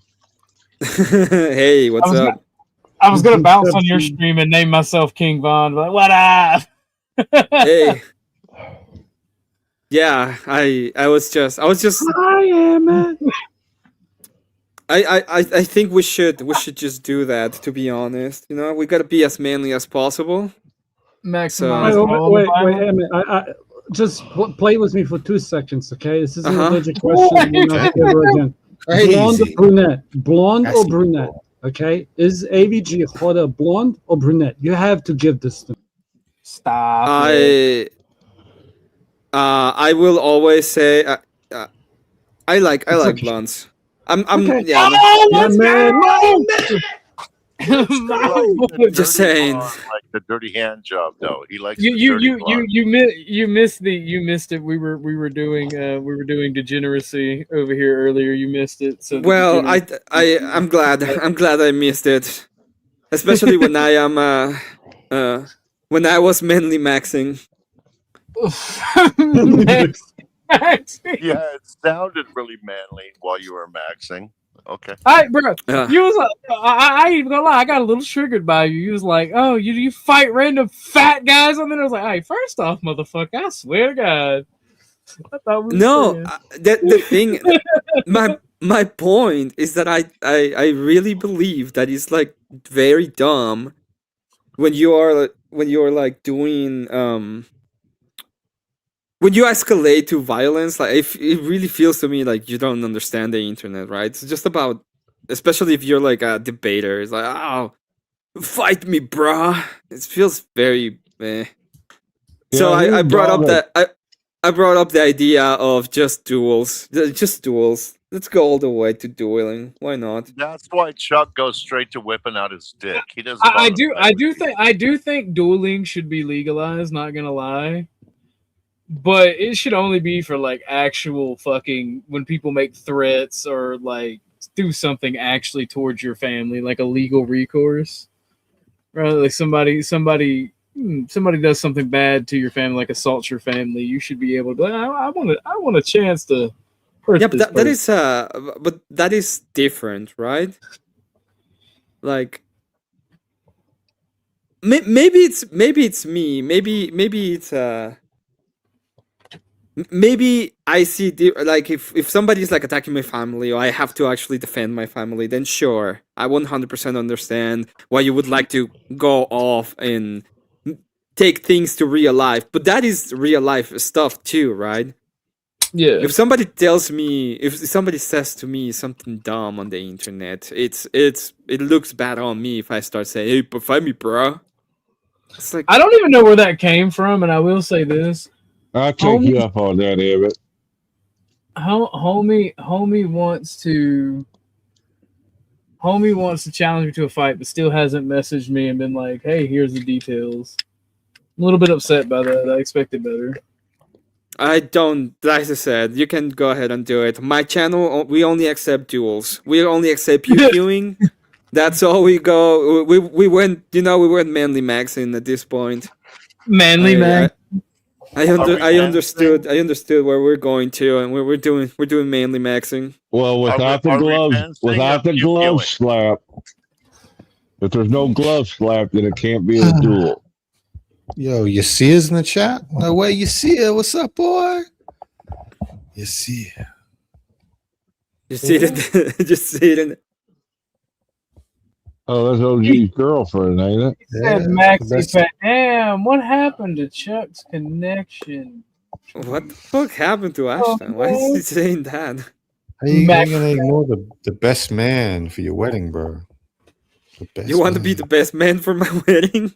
What? Yasir is gonna be the best man at OG's wedding. Apparently, me and Paige are getting married now. These guys are already shipping us. Okay. Well, it was true that people voted that you were the sub and she was the dumb. So no, that was a rigged poll. It was literally is Paige the dumb? Is OG the sub? It's like heads I win, tails you lose, face ass poll. At least she doesn't want you to go down. So at look, the end of the day, I don't agree with democracy, all right? But that was just unfair. the end result. That was not a free and fair election. Nate says, "Yeah, but Emmett, you're against Fist. You'll never man up." What's up, if you want to call, I'll do that. We're doing the King Von stuff, man. You want to go? You want to duel me? Apparently, so dumb, apparently, Paige is a natural blonde, and she just dyed her hair black. So she got hotter for some reason. Disagree. We shouldn't objectify these good Christian women. What's wrong? We should objectify them more because they fake innocence. All right, let's not do the degeneracy talk in here. She definitely fakes innocence. Well, Paige showed up at Dusty's, sent him pictures of her, tried to get him to grift to see pictures of her, and then she paid most of the bounty for everyone to see the pictures of her. Like, what the fuck? So, can you clarify this for me? I asked you to postpone the debate, not cancel it. Yes, it was a postponed debate. Yeah, okay. But it felt very canceling, to be honest. I hate you. Very runnish. So wait, Emma, can I? My feelings tell me that it was very canceling. Wait. So we're Mad Maxing, bro. We don't have feelings. King Bond. Let me shut on Mate because he defended him. Okay, so let me. Why is point your out character throwing syphilis in my I'm gonna eye? talk on top of you, Rude. I don't give a shit at this point. So what I was gonna say is, if it felt like he canceled it, it sure as hell felt like Mate called Christians non-Christians. Would you agree with me, Emma? Before you interrupt, I'm sorry. Everything, can you say hello? I can't win, bro. I can't win. Please, you guys are all cutting each other off, and Yasir hasn't even been able to say hello yet. Yasir's a local, bro. Give me a second, because I can barely understand what you're saying. Don't worry about it. Back to our argument Rude, some other time about this. Don't worry about it. Could you repeat that real quickly before? Rock, can you? Hello, Rock. Good to see you, Rock. Okay, now we said hi. Now, Casper, could you please repeat what you were saying? Never mind. Rock's speaking. Stop, Casper. Just say what you're gonna say. God damn it. The panel is that fucking it's rugby and that other Australian game we watched. All right, that's what the panel is. You gotta be a big Samoan guy and just run straight forward towards another big Samoan guy. Oh, that's motherfuckers are just a bunch of seagulls fighting over a chip. That's all the panels are. I kind of did that to Mate on Emmett's, and I just wanted to speak about it for the first time. Like, because it's the first time I had the opportunity to, but that's okay. I guess leave it some other time. But again, to my point, though, like if it felt like, and I don't think it probably did.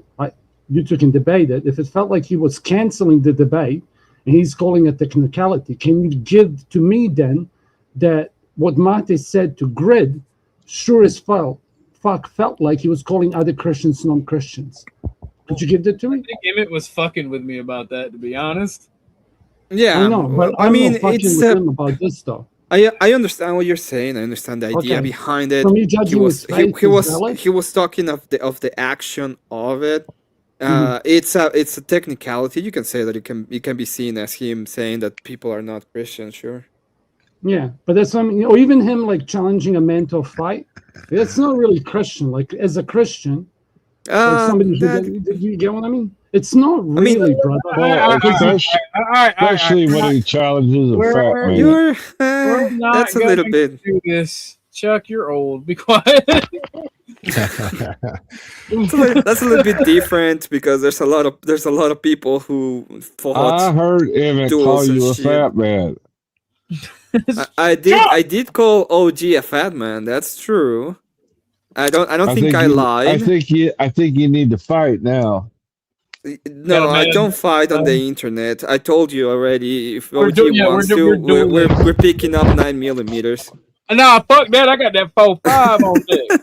Okay, we're picking the same gun, dude. So just let me know which one because that's how we do it here, baby. Caliber, we're not. Rock Island Armory, 1911 with a threaded barrel. Let's go. Let's go. That's how we doing, baby. Because we're not doing any muzzle loaders. I'm not doing any of this bullshit about fighting.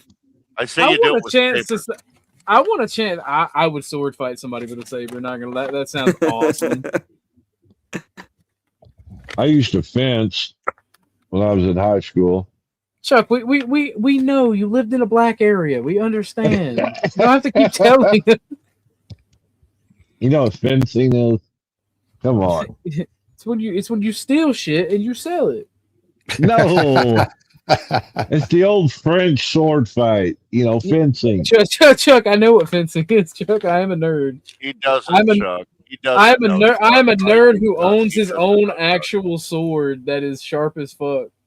I have more swords than you have toes. All right, relax. Okay, oh my god. Send me and some my sword dick money. is bigger. Oh my god. There you stop. go again. His penis is bigger than any sword anybody There has. you go. There you go. Crab is now be brave. Dum dum dum dum. Range 2. Well, it was gonna be Chuck, so now I'll delete it if it's not Chuck. Well, no, Well, yeah, I tuned in when Emmett was getting in Marte's shit. I thought it was comical. Chuck was being a messy girl, telling us about you and Marte arguing. Right, fence pole doesn't count as fencing. Jesus. Yeah, that's what I was like. Ashtray, Chuck, you know what? That's true. You better be careful. I wonder how many splinters you got. Riding fences don't count as fencing. He's actually telling that as it is, I guess. I don't know. Now, Chuck, the question is, are you going to man max and duel Ashtray over that insult? Let's be honest. We gotta know. Now we have a rude space crab. So, what? Yeah. I thought you were gonna give me a lot more shit about me trolling with the argument of going all the way. No, I thought you was talking about the political violence thing. No, why would I troll you about that? Dude, I grew up with violence. I know when meatheads threaten you, either they're not serious about it or they are angry. I love you, OG. I know when someone is going to. I know when someone is going to. I know when someone is actually serious about doing something. My dog is unhappy. I'll be right back in a second. He's humming. We're just gonna hear Emmett start blasting. I'm like, bah, bah, bah, bah, bah. Get out. I can't do Emmett's voice. If you feed the birds to the dog, they will all shut up. In the side Oh my god. Or vice versa. I want to see Chuck feed the dogs to the birds. All right? What the fuck, Chuck? It's not that hard. Interesting. Very interesting. I'm talking about. I will be fighting. I will be fighting them to death. No, fist fighting and shooting people are two different things. Stop the I know they're different. They're different. I'm saying that if Prince Marte is you like fights, I like pew-pewing. I'm clipping that, bro. I'm clipping that. Yeah, he was like, he was like, I really like a fight. So it's like, well, I like pew-pewing. What? Let's just do it. That's quite. I'm gonna do a fucking. I gotta get good at editing because I want to do an old school thug life. Yeah. You want to do a thug life of me? Yeah. Like with the gaudy gold chain and the grill and everything. You gotta teach him to speak English first, though.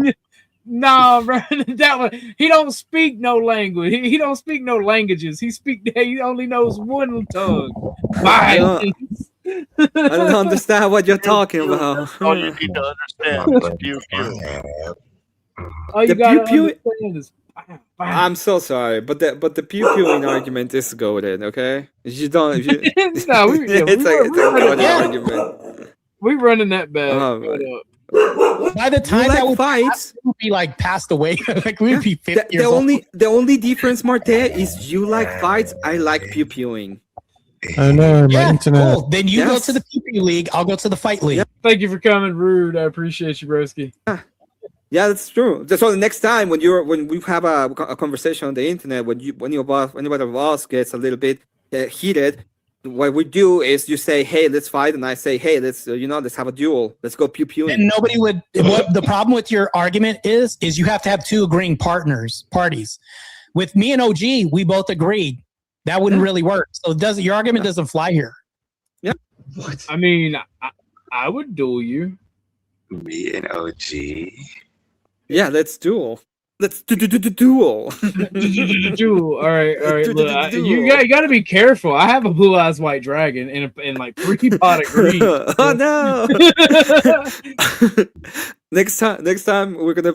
Next time we just have to bring out the Yu-Gi-Oh cards. We're gonna be so mad at each other. Just bring out the Yu-Gi-Oh. Let's do the duel. Fucking get King Bond over playing a pot of greed or a black hole. All right, cool. Wow.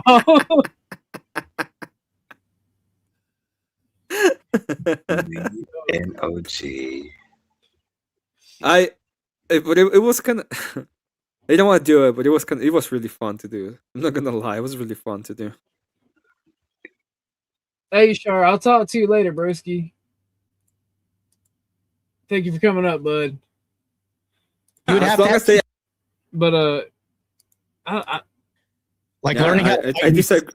That's a fan. I mean, I disagree with you. I think they should be able to. I will agree. Man. It represents the benevolence of men. You just contradicted yourself. No, it represents the benevolence of men. In fact, women are able to defend themselves against men thanks to the benevolence. Chuck, I'm taking your keys. When women are mostly disarmed. Because they want to. It's not because. Give me the keys, old man. Give me the keys. Give me the keys. And then 2 followers, and then that just happened to maybe be luck with that one short, but there was a couple other ones that generated like 800, and I don't know, man. But I want to have like the shorts, but I also want to have like long form content. Crazy. So crazy. It's really good. That was crazy. Yeah, what he was started like, I started saying that the firearms were like manly. He was like the great thing of man. We have to be as manly as possible. So instead of fighting, we should just duel each other. And he was like trying to debate me on whether or not it was actually manly to have to have pew pews. He made a way better point at the start, though, in my opinion. He says Like this fight is out of dueling malice. pornos. Sorry. Like this fight is out of malice. It's not sport. It's like sometimes you'll see like UFC fights, because I saw you watching UFC fights. Like a UFC fighter will stop mid punch because his opponent has stepped out or whatever, right? Like if the fight between 2 of them is like a beef, there's blood, bad blood. It's not sport. So him saying this is just sport is retarded. I'm just gonna make fun of him because it's funny. Yeah. The thing that I didn't understand about it was pretty much telling me that there was a moment when he said that that it was like super manly to have 2 guys fight, right? That's pretty much what he was saying. Or he likes that man-on-man contact. He was going to sell you the masculinity pill. Like, we didn't play this, okay? I bet you in the segment we didn't play, he was selling you masculinity. Am I wrong? Well, they're always, it's like, oh, I just want people to go out and, train and be healthy. And what has to do with actually fighting anybody online? Like, nothing. And then you're like an actual athlete. Like, I understand you want to fight, but you go and fight people that are athletes. It's like, oh, yeah, I'm going to fight. I'm going to go with this guy that pissed me off because of an argument. He's a fat ass. It's in the internet most of his time. I'm talking about me, OG. So I challenge if that is the case, wait, if that is the case, it's like you're actually doing something good at all. It feels completely dumb. OG, you should challenge him to a fight in Project Zomboid, okay, to death.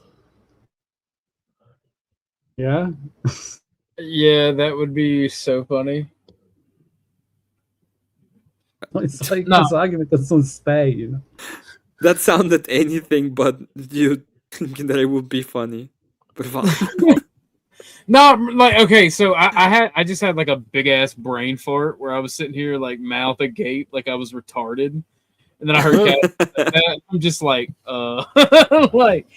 like my insomnia kicked into overdrive, so like my brain was shifting some chemicals around.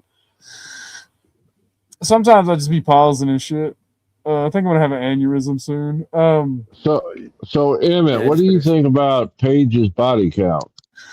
Stop! Nothing. I don't care about that at all. Jesus Christ! Much less when I'm in a panel like this one. I think Paige is hot. Personally, I would like to add to that body count. Oh Lord! Only if she's blonde, though. Well, Yeah, you do no, like to sir. be dumb, so that makes sense. Hey, I don't mind submissive. if it's a hot, angry blonde. Look. Have Wait, you? can I'm I be a dick? Can I be a dick? So there was one every 4 months. Okay, sorry, I'm done now. I'm not doing this again. This Paige blonde yelling at me would be very hot. Not gonna lie. Bro, put them side by side and then run your chat poll. Okay? I think she got heartbroken when I told her those glasses didn't do a thing for her. I told her the same shit. Oh, stop it! Negging is an art form, gentlemen. Look with Paige. We are moving into the phase of being nice. All right, backhanded compliments only. There are several. I didn't realize you were that desperate, man.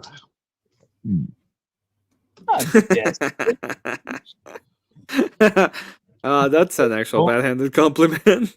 There you go. Why are you negging me? No means no, old man. I'm gonna duel you. No, we are not dueling you. We are not dueling because you are not talking about guns. We are not clashing swords, sir. Why is a married man like Ashton demanding the body count of somebody else? Come on, Ashton. What? Yeah, who Wait, asked Ashton? that? I think Ashton was joking. I asked you. Yeah, I thought it was, sorry, I'm sure he's joking. But I wanted him to be recognized. The man's been trying to ask a question for a couple minutes now. Don't worry about it. Back in the cowboy days, a cowboy would put a notch in his gun to show how many people he killed. Well, that's what a real man does nowadays, to show his body count. Yeah, you put notches in your cock? Is that how you work it? Is that Oh my god. Yes, sir. STD variations. Okay. Rude said 23. 23andMe. Rude, you're a whore.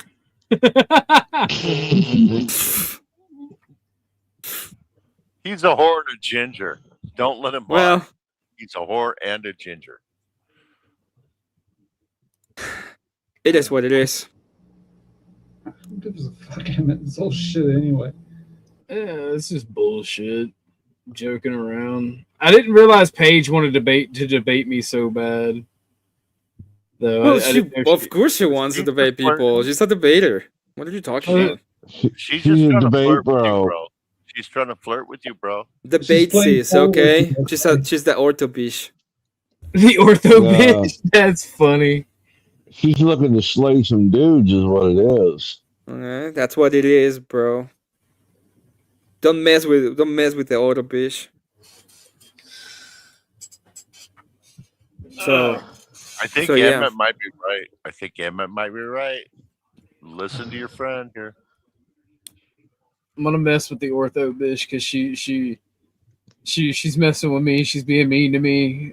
She wants you. Oh no! She's showing me she wants to be a brat. So I'm gonna mess with the ortho bitch. I'm gonna have to tame the brat. Bro, isn't it a movie, A Criminal and the Lawyer? Hey! She can't represent me though. Exactly. See? You can tell they want you by the way they breathe. They breathe in, then they breathe out, then they breathe Well, in, and they breathe out. That's how you know they want you. So And just their eyes breathing. blink, and their eyes blink, Breathing. and So their just eyes breathing. blink, Just and their eyes breathe. blink too. That's how you know. It's their eyes blink. always a good sign when they're breathing.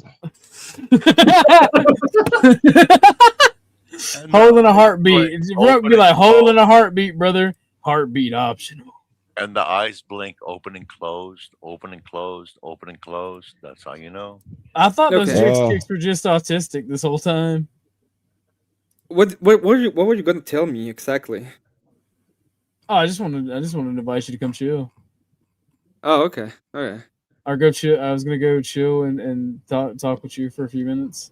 Where's the most violent part of this? Leave this old man lover alone. Won't leave me alone.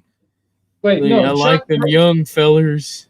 He just loves you. Chuck promised us Crucible and Crucible violence. Where was it in your stream? Like, can you like give us? I didn't Crucible violence. I Crucible didn't and Crucible timestamp it. Bro, just give me some rope to hang myself. It's fine.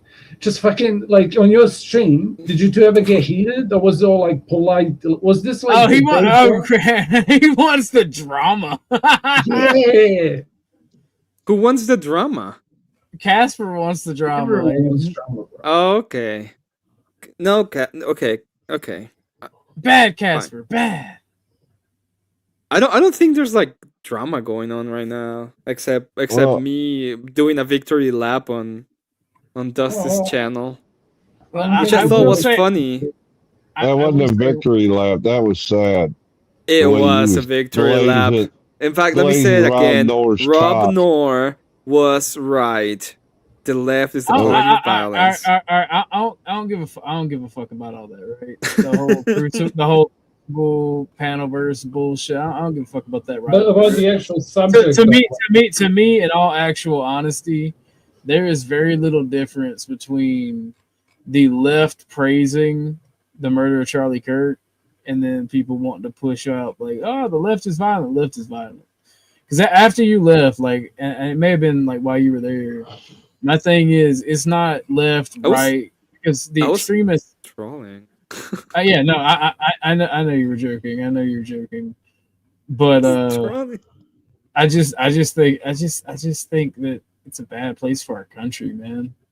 I agree. It is a bad place for the country, but when quite literally it's like playing defense for the thing that we're looking with our own two eyes, and it's like, oh, no, everybody. It's everybody. It's a little bit annoying. I understand, but acceptance is something that you ought do when you are going through the steps. I'll give you an argument for you. It's a biorhythm. Okay. Okay. It's like 3 or 4 lines that move, and then the sum of them decides who's more violent. But this is a biorhythm, and to you, if you just look at this snapshot in history of the last 5 years, you're correct. Okay. But if you look at the history as a whole, like since America was founded, or history bigger, you're not even wrong. Like, you know what the fuck you're talking about. Yeah, I will not say that. Like, I understand. I understand that there is like, listen. There's a video from Medicare that I think I don't is hear very. examples. It's not countering my argument. No. I agree with you. I'm actually agreeing. You just said that was wrong before. Okay, I'm stupid. I'm sorry. No, I didn't say you were wrong. I said I agree with you. Okay, so basically, then Rob No was wrong. Shut up. No. They're talking about the What do party you of mean? violence. We're talking about the now. I'm not Yeah, talking and about I'm the saying history Rob, of. but that makes Rob a hypocrite or wrong. You can pick either one. Like, I'm actually stupid. He was Or talking about therapy. now when all that happened. No, I'm First off, taking down the logic trees. Okay, I'm just showing you that the Trailer Park Boys have debated too. Okay, so if Rob No said, right, X party is more violent, and you agree with him, yeah, and you agree with me when they say how stupid of a statement it is when you look at the history as a whole, which part of the fence are you sitting on right now? Because I'm confused. I'm Those not two talking about contradict each other. I understand what you're saying. I'm not talking about. Okay. This is the part where we have a difference, right? I'm not talking about the history of. We're talking about the now. So in the history of, I would agree with you that there is no such thing as a party of violence, because violence is a reality of politics.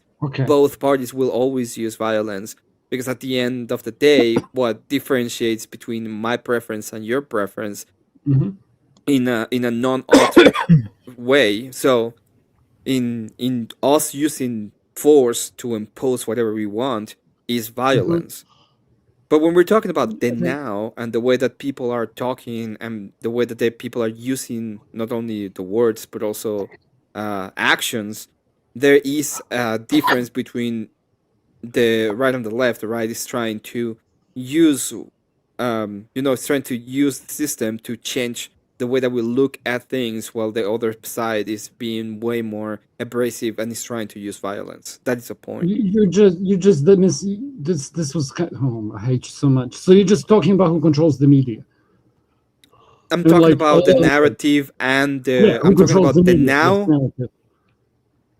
Well, no, because narratively speaking, the left is different from 10 years ago. 10 years ago, we were not talking about unaliving people. Nothing to do with my argument. And ironically, more people got shifted into the right wing, that despite all the media bullshit, the right won. If you really want to take it to the extreme, which is what I said before. It's a whole bunch of lines. One of those lines is who controls the narrative in the media. Okay? Well, now it did. Hold on. Who invited the crackhead to the conversation? Which one? What? The blonde one? You said we're doing lines. Where the fuck this shit at though? I need some. Oh my god. Oh no, that's when I was a redhead. I stopped using since I became a blonde. I was not redhead. Sorry, it was just ill-timed, but OG, I'm offended. Okay. I'm offended and disappointed in all of you. You'll be all right. You'll be all right. Do better. Yeah, it's fine. We'll be fine. You'll be all right. Okay. You'll survive, Ashton. I'll survive. In the words of the immortal Marathon Kev, it'll buff out. It'll buff out. It'll buff out. In the words of the immortal Marathon Kid, everybody gay. Somebody needs to tell the immortal kid to get his red bone ass over here. I hadn't talked to Can you highlight my comment? I just like to talk to the guy in chat. Wait, I'm grifting. I'm grifting.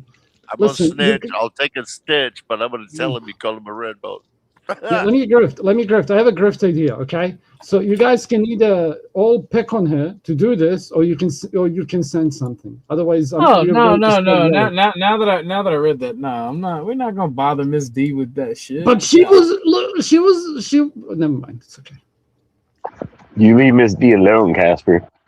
Yeah. She will spank you. Look, I do not want a rare eye to come up here. Fucking grift. Alwine's blonde. We can grift.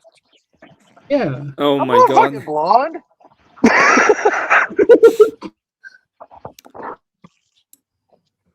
Alwine is a blonde. Priceless, Ashton. Well played, brother. Well played. Oh Lord. Okay. D is like a mom to me. Okay, D is in mom territory. Like there are women who I respect, and then there are women that I want to sleep with. All right, the women I respect are like mother figures. Okay, There's nothing wrong with MILF. Sir, I would like to disavow what you just said because your old banner used to be single mother enjoyer. I didn't say I respected all mothers. I didn't say I respected all mothers. I respect certain women who are intelligent and good people, and I don't cross that line. I'm a gentleman. Well, then there are the single mothers who make bad decisions, and I want to be one of them. Understand? You want to be a single mother that does bad decisions? Yeah, that's what he just said. Is that what you said? I heard him. Oh no, Chuck and Emmett somehow lost connection at the same time. That's crazy. I'm gonna change that name to one word: Chemmit. It's Chemmit. Chuck and Emmett. Chemmit. Oh my god. D7 got a blonde. Oh my god. Brother, highlight that. D7 changed her profile picture to the fucking APG blonde. Let's fucking go. D is a fucking boss, bro. that's He's trying to get you to look at her like a MILF instead of a mother. Stop it. We respect D around here. Stop it. Girls can be funny. I lost. Okay, minutes to lost. Oh, you Sear, L you mix Sear. up. You Sear, hit the link and come back up. You Sear, hit the link and come back up. No, you Sear. no, Come on. Ruck, no, Ruck, no. My bad. My bad. My bad. Shut up, you Sear. No, he doesn't have to shut up. He can just stay in chat for a little bit. Okay. My bad. Sorry. Oh, why is it everybody's gonna go with the okay? That makes sense. What? Even just No, saw it. Yeah, everybody. You know what? I'm gonna join. I'm gonna join the club. Let's go.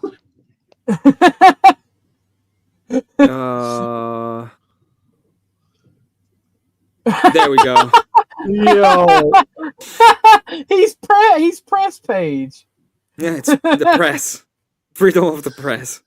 Got the right glasses, that's for sure. It is. Here, Rook. I'll DM you the screenshot so you can participate. Oh, please do. Please do. I feel so left out over here in my wrestler unicorn suit. Hey, it's hard if you want to dress in pink. We're big boys here.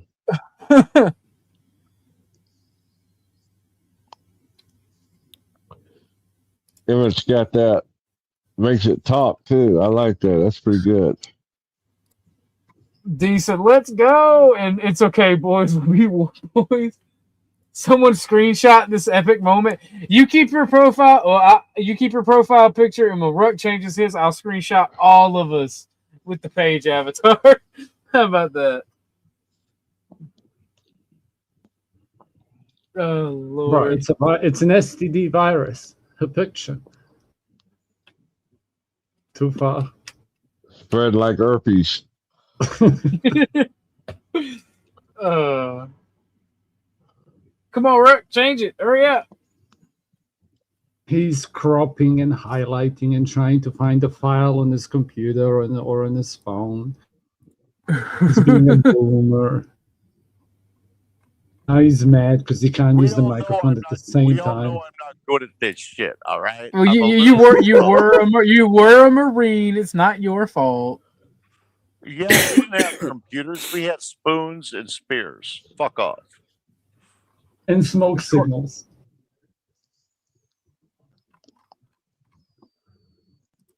Oh man, no. Shit. Do you think she was slightly tipsy? Since we were talking about her behind the back. You are such a messy bitch, Casper. What the fuck?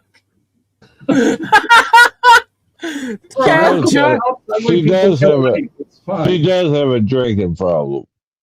Right. Oh my god! Oh my god! Stop it.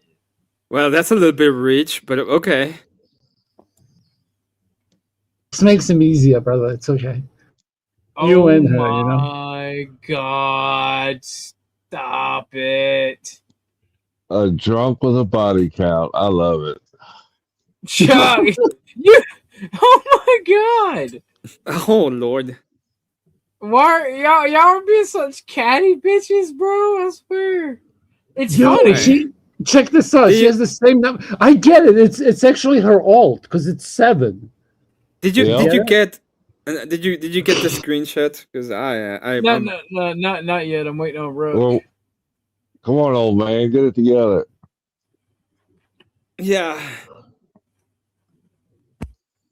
Because I think I'm gonna go to bed. Rook, you still changing that profile picture? Did you forget? Oh no! Oh, he dropped. He'll be back. Maybe if he can find the right button. Give him a few. Yeah, give him a few seconds. I don't want to hear you talk about me being old. I changed mine pretty quick. No, yeah, you did. You were quicker than me.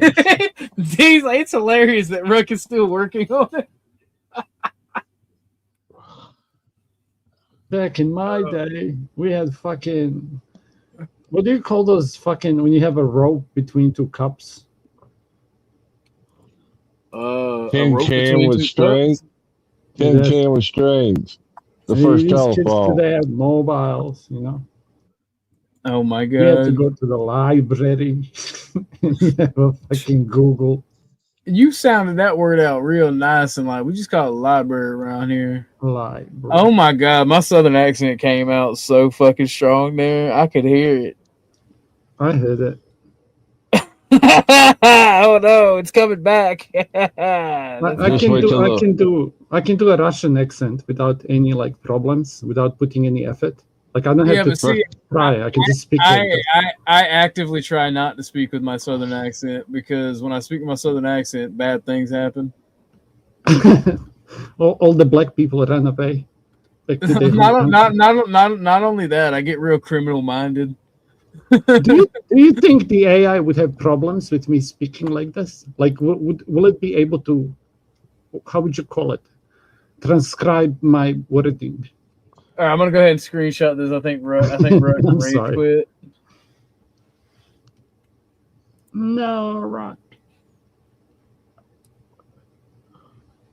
Nah. Where's the real one? I'm gonna change the hair color to blonde later on. Oh wait, no, you have to do it now.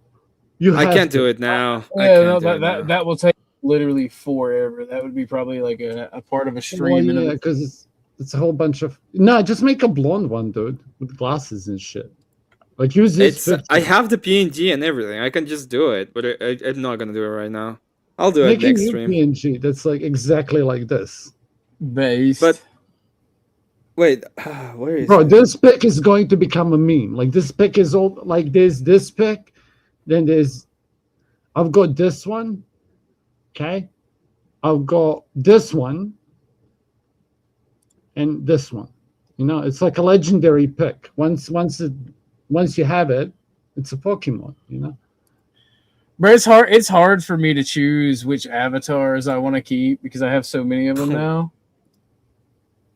Like Emmett, can you? Oh no, he won't do it. But you know what you should do? What? Okay, in order to be a chameleon in these waters, you should create a digitized one like this. Oh wait, maybe I can do something. Give me a second. Yeah. Imagine if everyone busts up plugs and busts up PNG. Not color correction.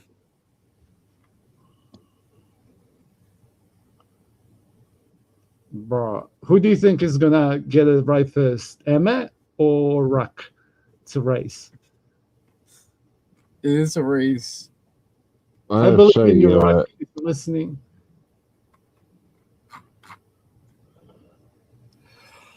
What's yellow? Ruck's still trying to use crayons to draw the picture. Emmett did the page dirty with that forehead. No, I can't.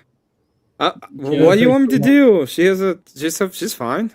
She's a smart lady. She's fine. Smart lady, big head. She's a smart lady. What do you want me to do?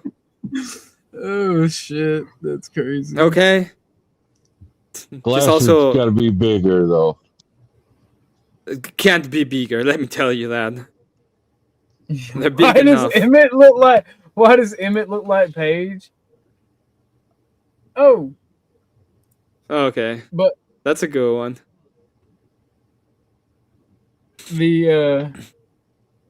Don't change the hue. It's not that. It's not. You have to change the hue and the saturation, but it's not even that. I need to change the whole because the shadows are there too. So I have to change everything, and it doesn't even. It will not even give me what I want. So Rock won. It's over.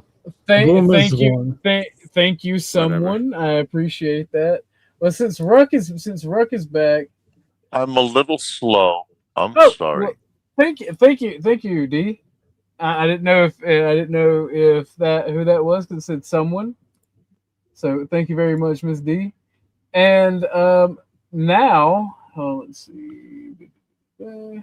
It's kind of funny that you all got so triggered that all you are doing is just getting more and more pictures of her as a blonde. Who's triggered? Dude, Bro? We're fine. I'm flirting with her. Oh, okay, my bad. $100 is $100. It's like this is $100 photo. No. You don't understand. Even when I called her a dumb bitch, that I was flirting with her. Like I can tell what she likes. There's a reason There's a reason she keeps specifically fucking with me, and I'm like I'm a brat breaker. She keeps coming in hard. That's all I'm saying. I see how you are. When you punch her in the nose and she spit blood in your face, you knew she I'd instantly marry her. I swear to God. Yeah. Fuck. Okay. You don't understand. Like I disavow this kind of violence. We're not gonna do violence. It's not violence. It's foreplay, baby. It's only violence if she wins. Keeping the lights on for Casper. That's funny. Okay. I'm gonna go to bed. So good night. Yeah. By the way, no bad blood. It's okay. I'll be dreaming about Paige all night. Okay. Yeah. No, I don't think I have any bad blood with anybody. Oh my God! Please no. Oh fuck. Jasper Smith, why is she getting all the attention? Shut up! You didn't have to read that. Yasir, don't be jealous. Don't be jealous. Jasper is very jealous too. Everybody's jealous. Oh, Crab, it's memeing her want for attention. Yes, Crab. Thank you for that awesome comment from the chat. It's memeing her want for attention, but we cannot read Jasper Smith saying why is she getting all the attention? Really makes you think. Because we're all simps. And everyone's one blowjob away from the plantation. It's the truth. It's one blowjob from a plantation. Bro, that's the line. Paradise. Oh, wrong song. That is what it is. Do you know what's my favorite? Like, welcome to the machine. Welcome, my son. Welcome. That's a good one. Who sang that? It's not. I can't. It's not. Yeah. I was gonna say your mom, but I don't think it's a good idea. No, I think welcome to the machine. I think wasn't that the Wall? Welcome. Yes. To the machine. Right. Yeah. Yeah, it was. Oh, yeah. I'll be seeing you guys later. Have a good night. Bye, Emmett. Take care, Emmett. Be well. No, this is possible that you get triplets. Okay, that's all I'm saying. It's possible to have triplets, right? Too far? No, it's not far enough, Casper. Are you too old? Because you're younger. Dude, do you know the fucking, what do you call it? Hugh Hefner fucking magazine actually had triplets? I had that copy. Playboy magazine. Yeah, as a young boy. Yeah, Playboy. Actually pulled triplets. Dude, why is the image ingrained in my mind? Okay, I'm too weird. There you go. I'll be weirder than everyone else. Casper, you're a dirty, dirty boy. Who isn't? Yeah. So what do you think to go back to the topic for the floor, the whatever had, that panels make people dumber or smarter? Audience and participants. It depends. Bullshit. Depends. It depends on the panel. There are some panels where I need to dummy down to feel comfortable, and there are some panels where I need to shut up and listen and actually dial in and respond with intelligence rather than just trying to get a funny shot in. No, you should. No, you sure. I ran out of room and had to bring Emmett up.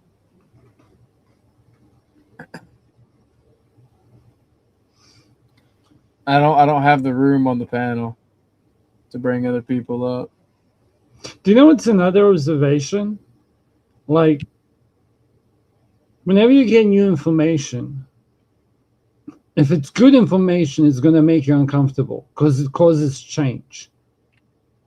And here's the thing from like Roller used to say, okay, so one of the examples, I'll use an example, not a statement.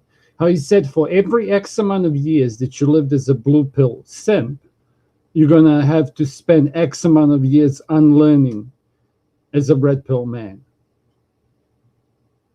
I don't know. To me, they're kind of, the older I get, it seems like one of those things that are true. Does that make sense? Or no? Oh shit! Okay, you're sure you're in the back. Okay, not bad. I didn't see you back there. Like, cause yeah, what's the saying? You can't teach old horse new tricks, old dog new tricks. It's the same shit.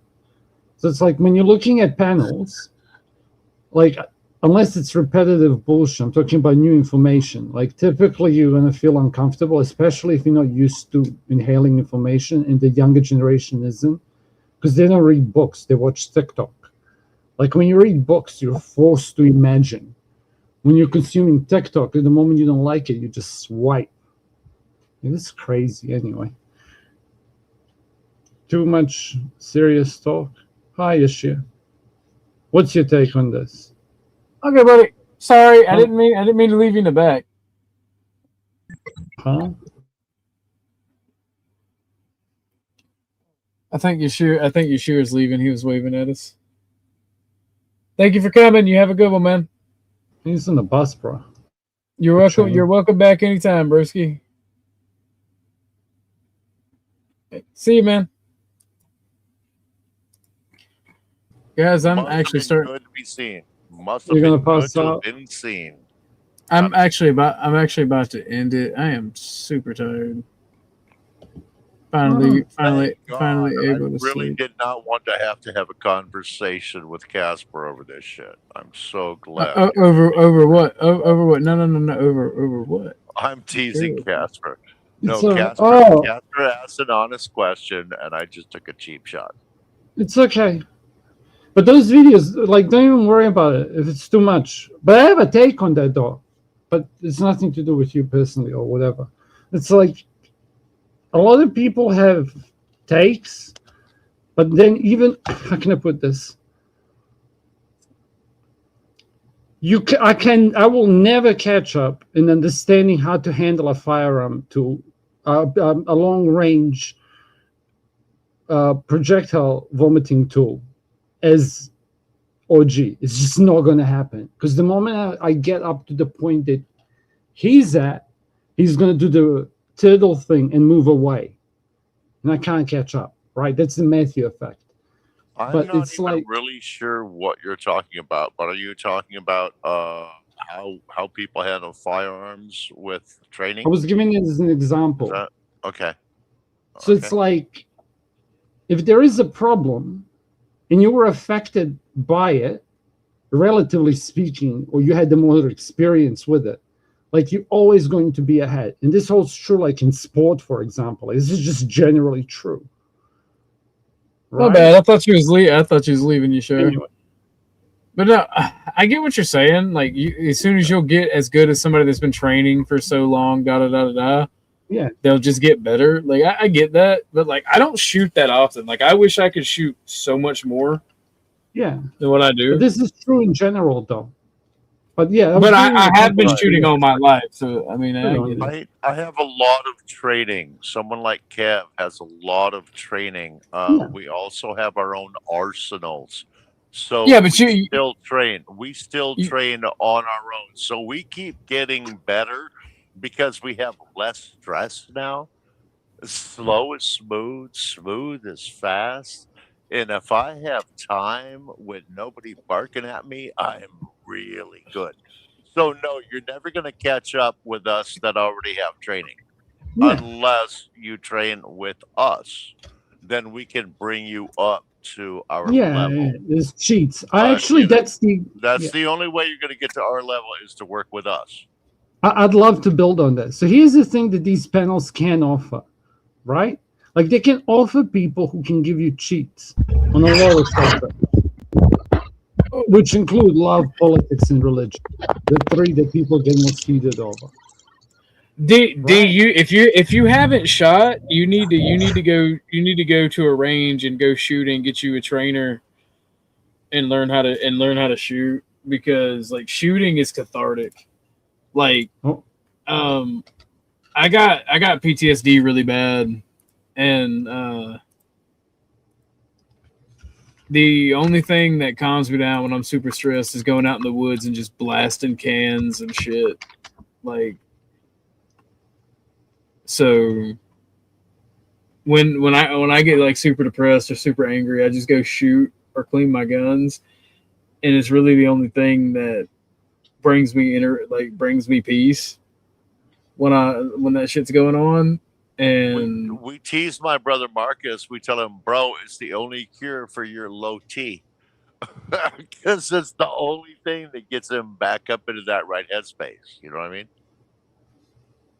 Well, the thing is, like, it's weird because, like, I've talked to people, I've talked to the professional people about it, and they're like, you just go back to the things you remember, or the things that, like, you've done a lot of. And I was like, that kind of makes sense, but you would think that, like, the loud noises and shit would make the fucking other problems worse, but it doesn't. And it's a really good hobby to get into. They're actually quite calming, to tell you the truth, for me anyway. Well, the thing is, like, the one professional person I talked to about it, because we were talking about hobbies, said that it was really bad. And she was hot, so, like, I didn't go talk to someone else. That's how you pick your therapist, by how hot they are. I love how everybody in the chat, like, has a better opinion than we do. All right, okay. I'm glad I saw you on the rifle range when I was in the Marine Corps. All right, you tell me how it goes, okay? One of my therapists in the past had told me that me shooting as a hobby for the like overstimulation and PTSD that I deal with, she told me that that's really bad. Like, there should be better outlets. But I'm like, it's only pussy and drugs that are the only other things that calm me down, and I don't feel like talking to anybody or being around anybody. Can you give me a take? This is so important because it's semi-PSA. Okay, I have to give this respect. Sorry, instead of just blab. Do you want to hear me thinking, or do? Okay. No, I don't want to hear you. Men and women need different things when they process therapy. Okay, in the most extreme cases, men will destroy things and women will self-harm. And a lot of women therapy doesn't understand that when it comes to dealing with male clients because they can't empathize. That was as short as I could do it. That's actually what the second therapist that I talked to about it said, because I told her I didn't want to talk to her about it, about my hobbies. And she eventually got it out of me, and I told her why, and she said that exact same thing. That person just didn't understand, and she's like, that's why it's difficult. That's why therapy is very difficult for men to go through, because most therapists and mental health professionals are women.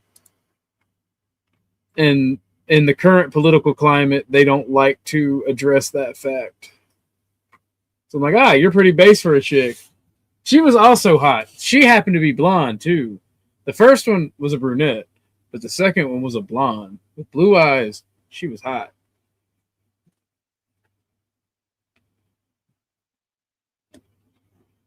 You want to hear a funny one?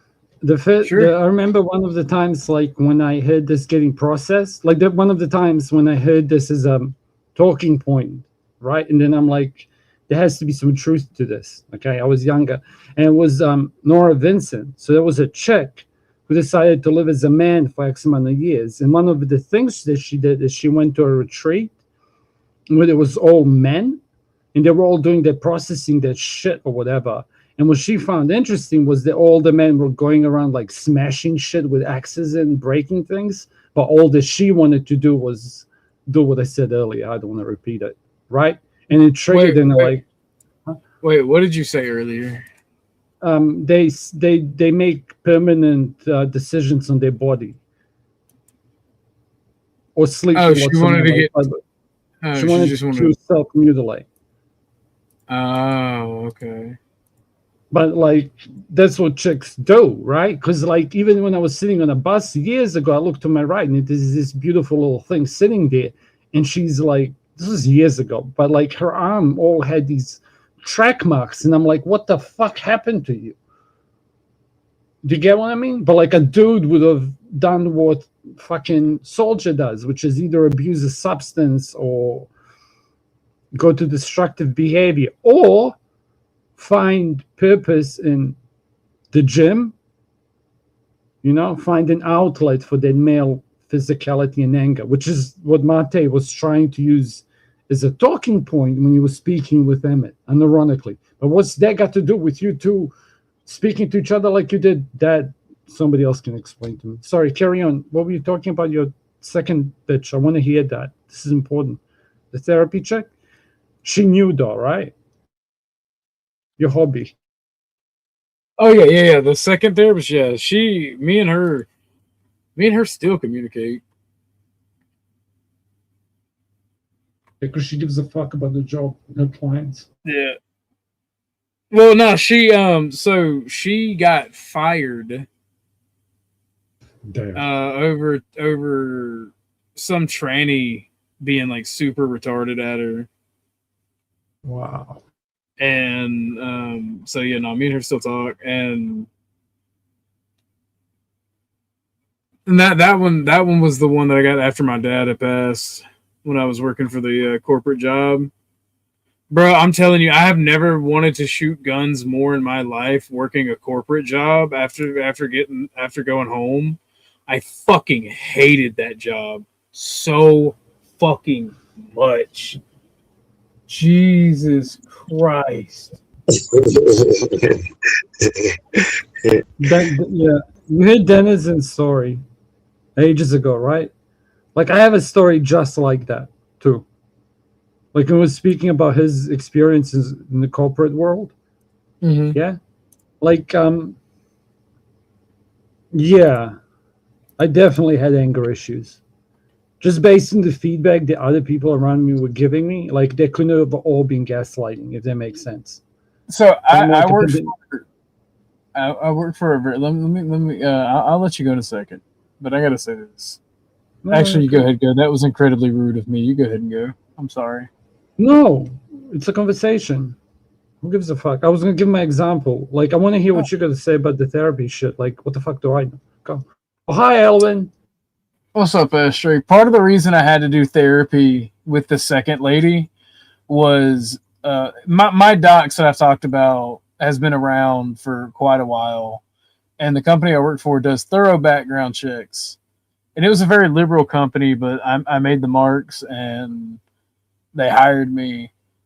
And like they hire a lot of autistic people because it was working with automation and computers, and like they want you to be really anal about the job. Yeah. So there was a Navy veteran in there, and like he bitched about everything, complained about everything, picked fights with people, and like I always try to be quiet, but he caught an attitude with me for some reason, and I guess he was just trying to sue the place, look for problems to sue the place. I don't know, but I went to get up to walk away because I have anger issues, especially when people are being little bitches, and when I stood up, he jumped up, like, tried to fight me, and I just started beating the shit out of this guy at work. And, like, I grabbed him by the throat, took him to the desk, was just wailing on him, and I was just calling him all kind of N-words and stupid fucking retard. like, I was just fucking, like, when he hit the floor, I started kicking him, and then, like, my manager, who was a good friend of mine at the time, had to grab me and restrain me and was like, let's go to the bathroom, do a little, party. And I'm like, nah, bro, fuck that. I want to hurt this motherfucker. And like, I almost lost my job for that. But because the things, it's kind of over after that. Well, they literally forced me to do a year worth of therapy and anger management to keep my job. Fuck.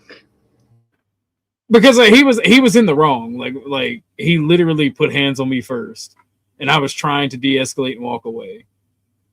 But based on the company policy of zero tolerance to violence, both of you have to do this, otherwise disciplinary act. Yeah, fuck corporate, bro. Jesus. And he wound up quitting. He wound up quitting over it because he didn't want to do therapy. Because they try to work out something where we had to also do a group thing too, and then when he quit, they still made me do it. What's up, Bashir? You got to mute, buddy.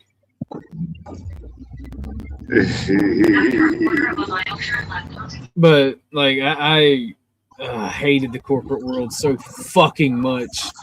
Sitting under the fucking lights. Sitting under the fucking lights is the worst. Those fucking lights give you fucking headaches. You know that like the new light. Okay, I shouldn't. You know the new lighting is bad for you because it flickers and your brain sees it. But like the old lighting, the old bulbs are better. They're healthier. The natural glow. Because whatever, like one's burning and the other one's like a chemical react. Whatever. Who gives a fuck? One's chemical reaction. You know, it goes boom, boom, boom, boom, boom, boom, boom, boom, boom, and the other one is just like constant fire. So yeah, if you wanna like, if you find you have headaches, change your light bulbs to the old ones if you can, if you know how, or where to buy it. See, I never went to therapy. I never did the really, like, never believed in the therapy thing. I always just kind of confided. My therapists were mainly Jack Daniels and good friends. I think that kind of camaraderie kind of brings out the best in us as well. If you really think about it and boil it down, you don't need to go to a therapist to talk about your issues. You have to find one or two good brothers, not sisters, brothers that you can truly confide in. And when you drink that bottle of Jack Daniels, some people can't handle the truth conversations very well. So I mean, sometimes you just gotta get a drunk on and then just let that shit go. And I think that helped a lot more than going to a therapist in my particular set, just because I don't trust people. So for me to open up about those kind of dark things, I need to be able to trust you, because I need to know that it's not going to go anywhere else. And I need to know that you're looking out for the best interest of me and you're not just looking at my wallet. It's men's mental health. Men's mental health is a real problem in the world, and there's like, a video. Oh, sorry, it kind of pisses me off that like whenever like it comes around, feminists want to be like make jokes and shit about it, because I've lost friends to bad mental health. Like, I'm not crazy. I'm just a very angry person. Like, I'm mostly put together. The problem is, because I'm autistic, is I react very, very badly to people's emotions and people's, like, the way other people react. Like, you know how people tell you all the time, you know, don't let people get you out of your element. Don't let other people control you. I really can't control that. If you act like a fucking retard around me, I get very angry. Do you want some tools for that? Also, I think a lot of times we get pushed into a box of mental health issues because some people have just been patty caked their whole life so much that they don't know how to deal with somebody that actually has an issue and wants to call someone on bullshit, because they just haven't been exposed to that, because they grew up in the time out generation and they don't know how to deal with stuff when somebody has an actual issue. So I think there's a couple things in play here that we're dealing with. There's a lot of truth there, but I would say they have more things against it. I was gonna say, Elwin, I want to send you a video because it covered what you were just speaking about. But the talking point from the whole video is that if somebody's your friend, they're not your friend because of what you provide. Okay, so it's like there's like being when you're needed, This is for simps too, right? Like there'll always be somebody who will be there to satisfy your need to be needed. Yeah, but it's like true friends are gonna choose you and want you, and it does. And men, it's easier for men to do this than women, kind of. I'm not going down how this is gendered, but it's largely the same. Does that make sense? Yeah, I can agree with you to that point, Casper. But at the same time, brothers, you know. Yeah, that's what I said. Yeah, I can buy into that to a certain extent as well. Yeah.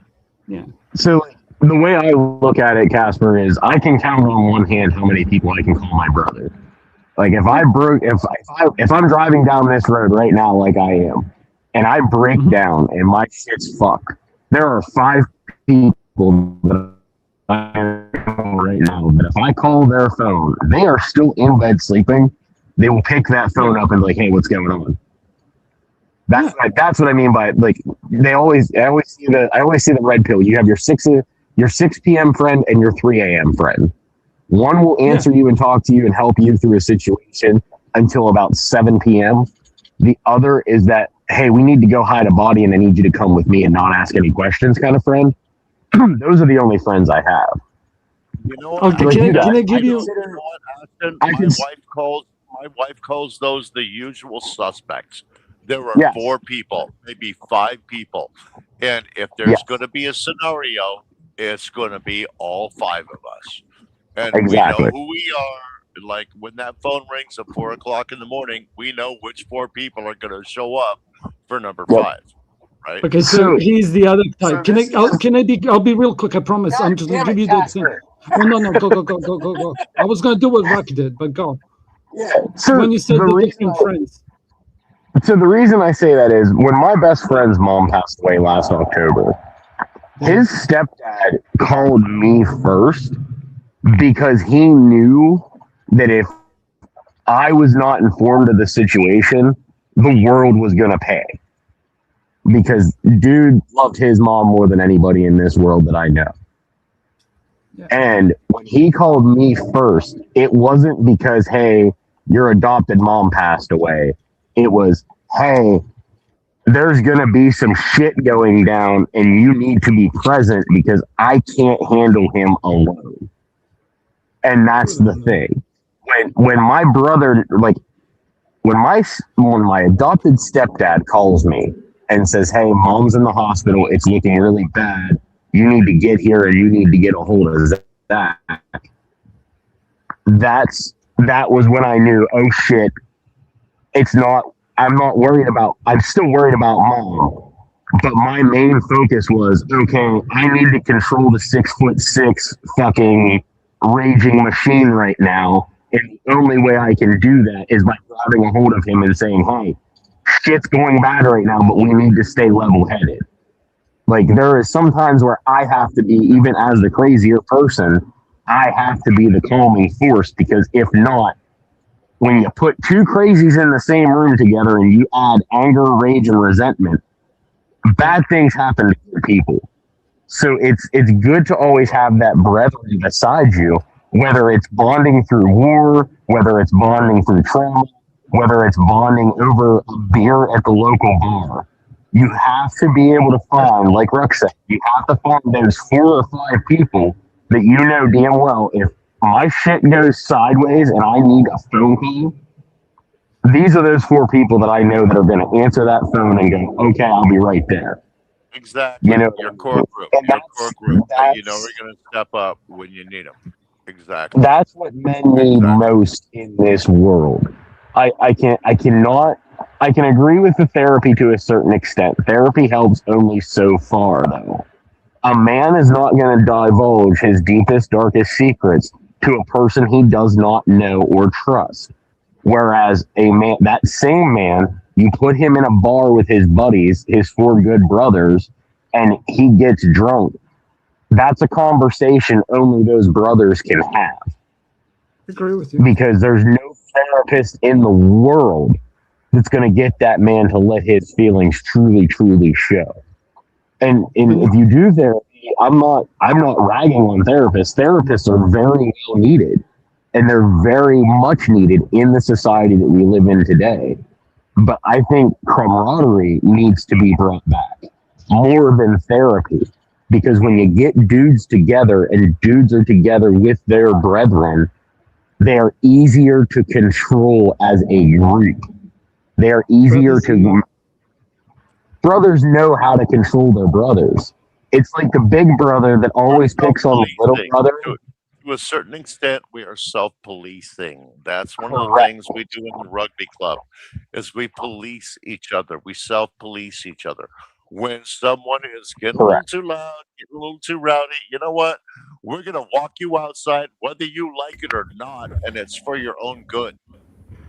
You know what? We might save you from jail tonight because we walked you outside and said, "Hey, kid, you know what? You're in a little bit over your head tonight, or maybe your attitude is a little this or a little bit that." We will self-police and try to help each other out under circumstances like that. We did that in the military. We do it in a lot of sports teams, stuff like that. Before I go any further, and I'm not trying to cut you off, Ashton, I'm glad to see you in better spirits after what you and your family have been through of late. But I want to say hi, Tootie Bug. You've been here and you've just been sitting down there in the corner being all pretty in your light blue shirt and stuff. So I want to say hi, but other than that, I'm gonna shut up for a minute. My thoughts are therapy is overrated. Some people just need to fucking be punched. Here, fucking here. When you were saying, it's like this, you need the friends to tell you the truth, and you need friends that you call that only answer with whose car are we using, right? And you tend to be more one or the other as a person, whatever. Like Emmett's going to be the fucking guy who's going to tell you the truth. That's true too. Whose car are we using? You're absolutely right. Yeah, but like you're more one or the other kind of thing, whatever. Or it's like I don't want to get into it. I can if you want me to. Who gives a fuck? But that's like my, content I kind of took. But there's this video that I was watching. It's like, yeah, and it was more talking about like the givers and takers, and you always want to make sure that the people that you're around, like when it comes to man friends, are your friends, and they don't like. Obviously, you have to bring something. Yeah, there has to be a balance, but like they don't care if you lose your job or cheat on your girlfriend, kind of thing. But not really. Like this limit, I'm done. Hi, Tootie. What's your take on that? I don't know. I think therapy is more for females because you girls can actually like divulge to strangers. All right, fuck all y'all niggas then. All right, how about that? Yeah, and where's your? Wait, we need Tootie as blonde. Whose couch do you want to lay down on and confess your sins to? Do I want to lay down on Casper's couch and talk to him while he's sitting in a chair off to the side with a notebook? Or do I want to lay down on Tootie's couch while she sits off to the side with a notebook? I think I would rather lay down on Tootie's couch while she sits down on the side with a notebook. Don't y'all? I'd never go to therapy in my life. I thought it was always a fucking joke from the first time. By the way, I agree with you, Tootie, 100%. Yeah, I think there's place for it for special All you need is a friend. All you need is a friend. But pay someone to talk to if you have a real friend. There's a counter argument. Like sometimes, like Alvin was talking, it's like combat therapy is needed. Cops might need therapy. Like firemen might need therapy. Doctors might need therapy. But then it's specialists, and you won't be afraid to tell them anything. Do you get what I mean? Because you know that they've heard it all. I guess I don't know. There's some arguments there. That's not true, though. In a real high-stress situation, if you turn to therapy, they're going to report to your officers. They're going to report to your boss, and they're going to say, yeah, this guy has this going on, or that going on, or this woman has this or that going on. So who are you going to trust? Are you going to turn to your friend? Therapy is not as private as one would think. Are you going to vent to a friend, or are you going to vent to a professional that might potentially fuck your career? I agree with you. I mean, I agree with you, but I'm saying like this is how. I'm gonna be really real with you guys. The only time I've ever done therapy is when it was court ordered or it was fucking mandated by job. Yeah, and like I said, I'm not knocking therapy. I'm not. There are certain people in this world that need therapy and need a professional to tell them what to do and how to fix themselves. But it's not for everybody. It's not. You have to be able to weigh out the pros and the cons of going to a therapist prior to going to a therapist. Now, Well, if you're I'm a gonna manic, be 100% honest with you, right? Let's see. You know, D right here. Who are you going to trust? Who are you going to trust? Nietzsche, who cannot obey himself, shall be commanded.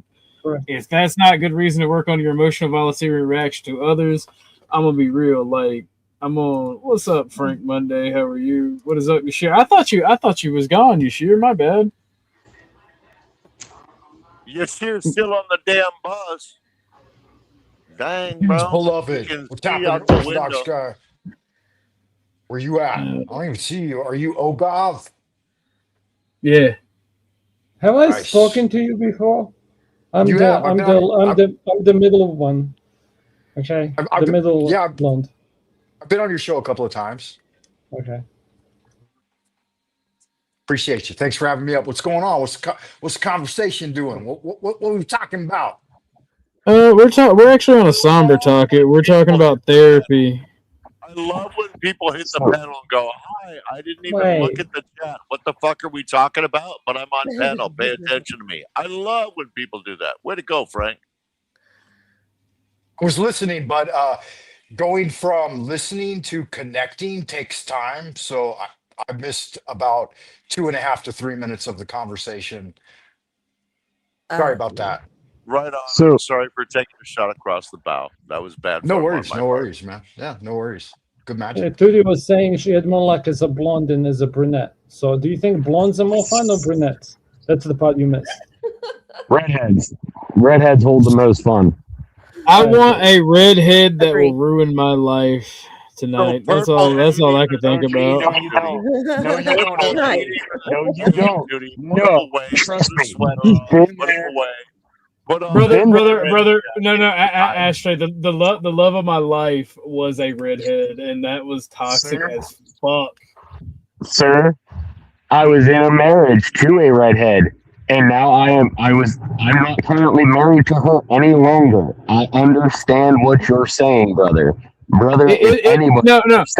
This is how devious redheads are, right? The chick that I'm talking about always kept her hair dyed blonde and would literally tell me her natural hair color was blonde. I'm like, bitch, you forget we grew up together. The fuck are you talking? You can lie to them, ho, but you ain't gonna lie to me. I'll pick you up and put you back on the goddamn street corner, all right? So you Sounds like before the Ruby. lie began. You Is knew it her Ruby a natural before blonde? she started to lie. Right on. My redhead, OG, my redhead left me homeless without. What did you say, Rook? I said you knew her before the lie began, bro. You knew who she really was before she started dyeing that hair.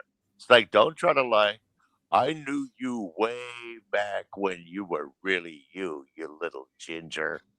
Well, no. So from so we went about 5 years without seeing each other, right? And I had a bunch of fucking brain problems that happened. And when we reconnected, like, it almost worked. And then like something clicked in my head as soon as she said it. And I'm like, no, bitch, you are not about to gaslight me like that. Like, we got in a huge argument about it. I'm like, you know what? I'm calling your mom. All right. I've been through this as a ginger and as a ginger lover and as a ginger victim. My baby mama was a ginger. Now, like, did the carpet match the drapes when she was a blonde? No, it did not. It did not. See, they can only lie so hard back in those days. Red on the head, fire in the hole. What if the drapes were non-existent? It was just an open window. How do you tell then? Like, she got a shaved head? then the only way you know is from Well, the that's carpet. how the bitch might trick me, Ashton. Now that you bring it up, You're welcome. I call no, bro. You don't understand. We got she called me a dumb son of a bitch, and I'm all right. Bet. See, that's I'm why calling I'm your mom. Floor. I don't care. No, give me the no. floor. I'll She take the lie. She got so mad at me, right? Because she's that type of chick that, or was that type of chick that, if you disagreed with her, you were against her. So Yeah. she was like, why? Like there was nobody for her to blame for me taking their side. So she's like, she's just losing her shit at me. And as soon as I said I'm calling your mom, she's like, no, don't. And I'm like, aren't all women that way? I called her mom. Hang on a second. Donna in Austin, it was just my birthday. I will take the cupcake with the candle. All right? And you better put some frosting on that shit too, girl. So, no, Donna. Happy birthday. I called her mom, and I'm like, so she's trying to tell me that she was a natural blonde, and her mom just started laughing, and she's like, are you stupid? Or are you like, no, we're literally arguing about her hair color. And her mom wouldn't fucking tell me for 15 fucking minutes to fuck with me. And I'm like, I wound up like throwing my phone, like, you fucking cunts are the same. You're just like your mom. That was a mistake. That was a very big mistake on my part. You done You're that bitch through and through. She's a fake blonde too. And she's like, oh. No chaser spitting truth out here. Look at the hairbrush. Don't. The hairbrush isn't gonna tell you jack shit if she dyes it. That makes no sense. If she dyes her hair and then brushes it, It could be no, I don't. No. I dug my heels in, right, in this fucking hill. After she's in my face. You fat motherfucker! Don't say I'm like my mom. You're just like your dad. Now I reared back my hand. I said, "Bitch, I wish I was like my dad. I'd slap the fuck out of you. Get the fuck out of my face." Yeah, And, my wife insults me. She says I'm like my mom, rather she's than like, oh, no, saying I'm like my dad. Don't hate me for this, bro. Don't hate me for this, bro. But how come all of the female insults start with "you fat"? Cause I'm a fat nigga. The fuck? Now, where have you been, bro? Where have you been? You are motherfucker saying I ain't paying attention. You're not fat. You're husky. Yeah, Frank, I think Ruck owes you an apology because Ruck evidently hasn't been paying attention for the past year. But she's like she's cussing me out. She's in my like she starts punching me. My brother fat. All right, like he's she starts doing the hand thing where she balls her fist up, starts hitting you in the chest, right? And fucking like she's like, you're an asshole. I'm like, just get away from me. She's like, no, talk to me. I'm like, no, get away from me. I'm angry. So we're doing this argument. My wife tried to pinch my eyeballs out and pinch me on the cheeks, and I laughed in her face, and that made her even madder. It's the same thing. You gotta stop her. I love you, Rook. I love the stories too, but you gotta stop interrupting because I'm trying to get this one off. So she's hitting me in the chest, calling me a bastard, and I'm like, bitch, I can tell you're a redhead because your fucking roots are red. And she likes to dye her hair. Like she likes to, and I fucked up. I did the little twirly finger thing where I touched her on the forehead. She went fucking ape shit. She tried to climb me like a tree and hit me. Hands on a woman. That fucking time, I'm like, bitch, your roots are red. And like it just basically ended up with, I'm sorry, you're right. And she didn't say that actually. She didn't say that at all. It ended up with her proving that I was right, but not having to say sorry. Because redheads are freaks, and I'm appreciative. Yeah, and we're at a disadvantage when it comes to women, right? They can fucking slug away, but motherfucker, you best never raise even a finger. A twirly finger? Damn, that's some audacity right there. Oh, she was fucking mad, bro. No, see, I disagree. I was trying to be sweet and suave with it, where I brushed her hair. No, that bitch grabbed my goddamn wrist. She was angry. Like I was gonna do a backhand. I got like an inch in, and she fucking. She was mad.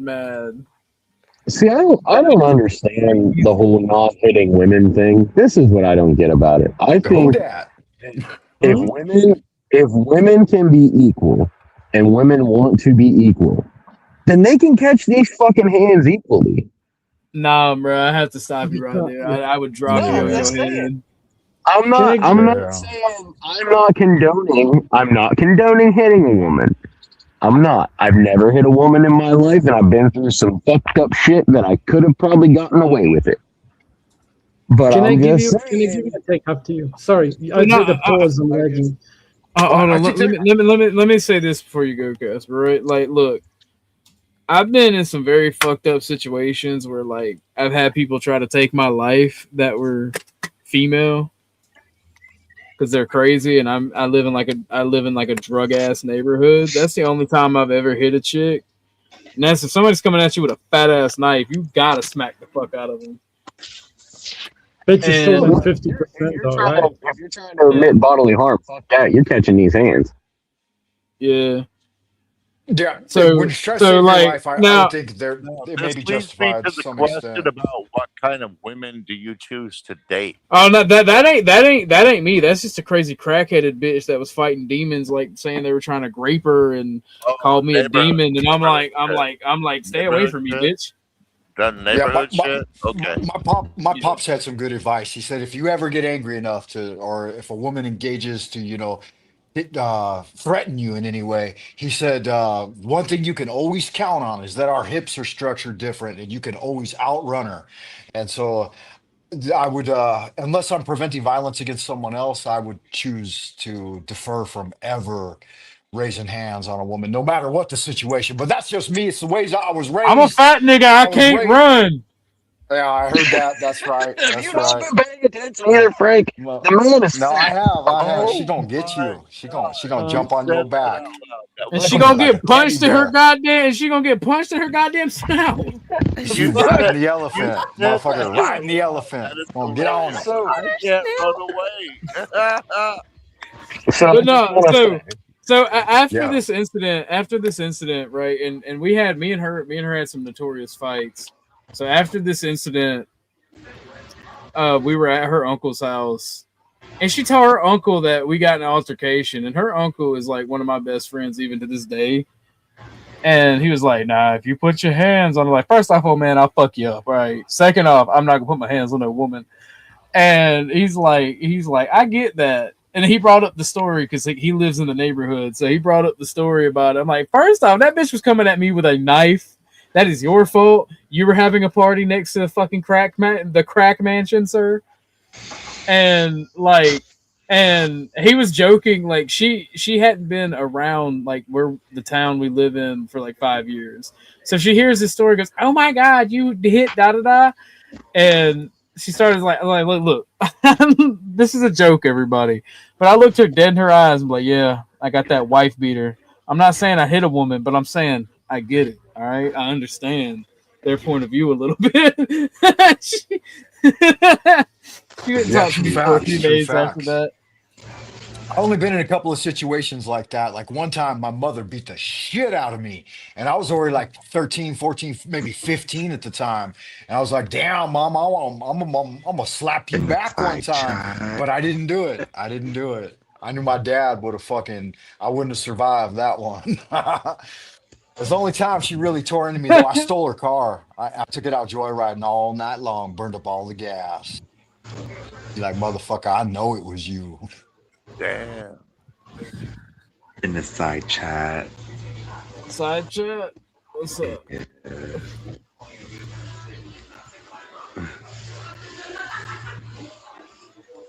What happened? What I missed? You stole your mom's car? Yeah, No, I didn't steal it. I just went for a joyride. What the fuck? No, bro, you stole it. You stole it. Have any of y'all ever had like a wrestling match with your parents? I'm bigger than my parents. I threw my dad down the stairs when I was 17. No. You've seen my mom. You've seen my mom. My mom's a big muscular woman, Tootie. See you sure.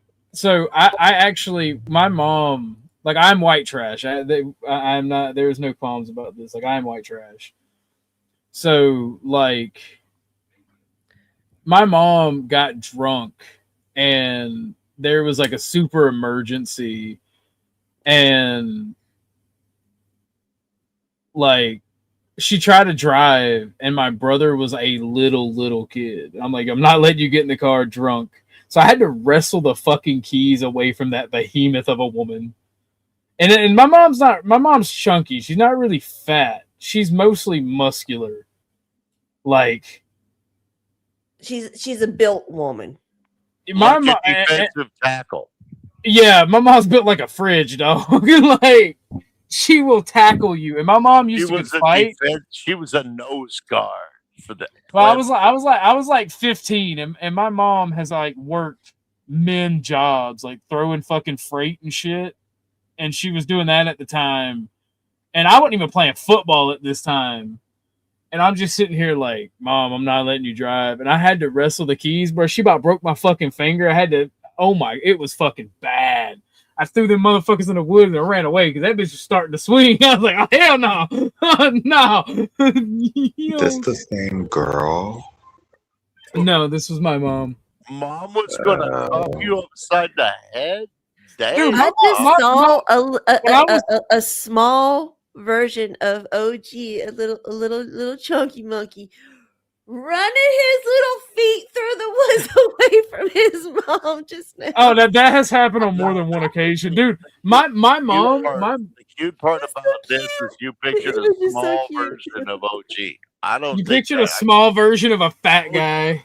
OG was born like 6'1", 250. What do you think? Oh, no. I am not 6 foot. I'm like, you know, the AI where the people are making the baby versions of the people.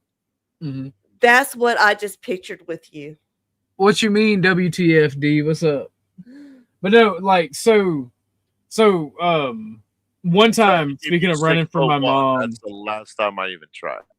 Speaking of like running from my mom, when I told the story about me locking her out, right? So that, like, this one time, thank you, Yashir. This one time.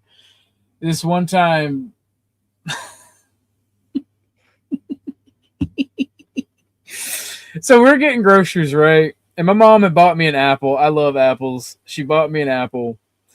And I decided to repay my mother's kindness back by going into the house first and immediately locking the door and sitting on the couch eating my apple facing the door. I forget what she said that pissed me off, but I'm eating my apple with this evil look on my face, laughing at her knocking, like getting to the door, looking at the door. I can see it on her face. She's like, I know this little bastard didn't just do this. You're about a little shithead. We make movies about fuck things like you, bro. Hence the I grew up. I'm sorry, D. I grew up in a very violent area. I don't know what to say. She started yiggling the handle. She's like, OG, let me open this motherfucking door right now. I'm gonna knock it the fuck down. Like, and I'm laughing, and she's beating on the door, and she sees me. We make eye contact. She sees me. And she's like, I'm gonna bust this motherfucking door down. She starts hitting it with her shoulder, and I just like, this is like the funniest shit to me. So tell me you looked away. Tell me you looked away. No, I did not look away. I maintained eye contact as she's beating the door, and then like I unlocked. I reached for it, and she's like, "Yeah, motherfucker, you better unlock this. I'm gonna whoop your ass." And I'm like 14 at the time. You just stared mom down while she was beating on the door? That's so based.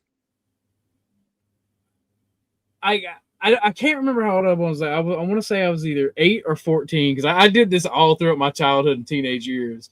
But this was the worst time because, like I said, I stared her the fuck down walked up. She's like, "Yeah, motherfucker, I'm gonna beat your ass." And I feel like I have to be older because I replied back, "Well, now I'm not gonna unlock the door. That'd be stupid of me." She started kicking the fucking door. Like, when you fall, I'm gonna laugh at you. It's the first time my mom's ever insulted me. She's like, "Open the fucking door, you fat bastard."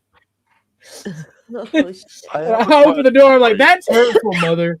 She started like slapping at me, and I just fucking hoof it to the fucking woods. This bitch grabbed the fucking broom and chunked it like a spear. Almost hit me in the back, but it went between my legs, and I went fucking face first into a fucking pine tree, bro. Oh my God. Oh, it was fucking bad. Yeah, that's gnarly. And then she beat me. And then she beat me with the broom. She just grabbed the broom and started hitting me on the ass and legs with it. I'm like, ah! I'm bleeding from my head and face. Is that not enough, woman? I have a legit question about that. Now, was there ever a point in your mind where you thought, like, if I open the door, I'm going to get like a ×8 whooping? The hell? But if I run and don't open the door and just prolong this, I'm only going to get a like ×10 whooping. So it was worth it. What is The Walking Dead, Frank? What the fuck? So I'm an asshole. I did not deserve it. I was a child. All right, I shouldn't have been struck. All right, I was bleeding from the Motherfuckers face. out there dancing. But so like. Well, the reason I ask is like, look, if I'm going to get a whooping, it's going to be the same whooping. Whether I open the door now or I lock the door and run away, it's still going to be the same whooping. So that's why I asked. I'll tell you one of the most even though she's dead, the ass whooping that I hate the most, that pisses me off, involves me and the love of my life when we were children, right? So, a small town, our families are close. That's how we grew up together. And her dad and my dad and her uncle were all friends. And like they wanted to sneak off from their families to smoke weed because they're in their late 20s. They're still kind of children, right? And I'm the only boy there. She's got 2 sisters. Her uncle has a daughter. And then like, yeah, I'm outnumbered 3-1, right? And they want to watch girly movies and play with makeup, and I don't want none of that. I'm a boy. I want to go play in the woods, skip rocks off the creek, just do anything but that. Plus, I want to be with my dad. But my dad wanted to be good at girly makeup. Yeah, and my dad wanted me to be with my dad, but my mom. It's like, that's not fair. The girls want to go outside. The girls would snitch on them. I wouldn't. In fact, I would sit ominously close to them to get a contact high. But like the girls would snitch on them, and like so they wanted to smoke weed, and my dad's like, "All right, son, you can't come with us. We're going to do adult things and work on a car."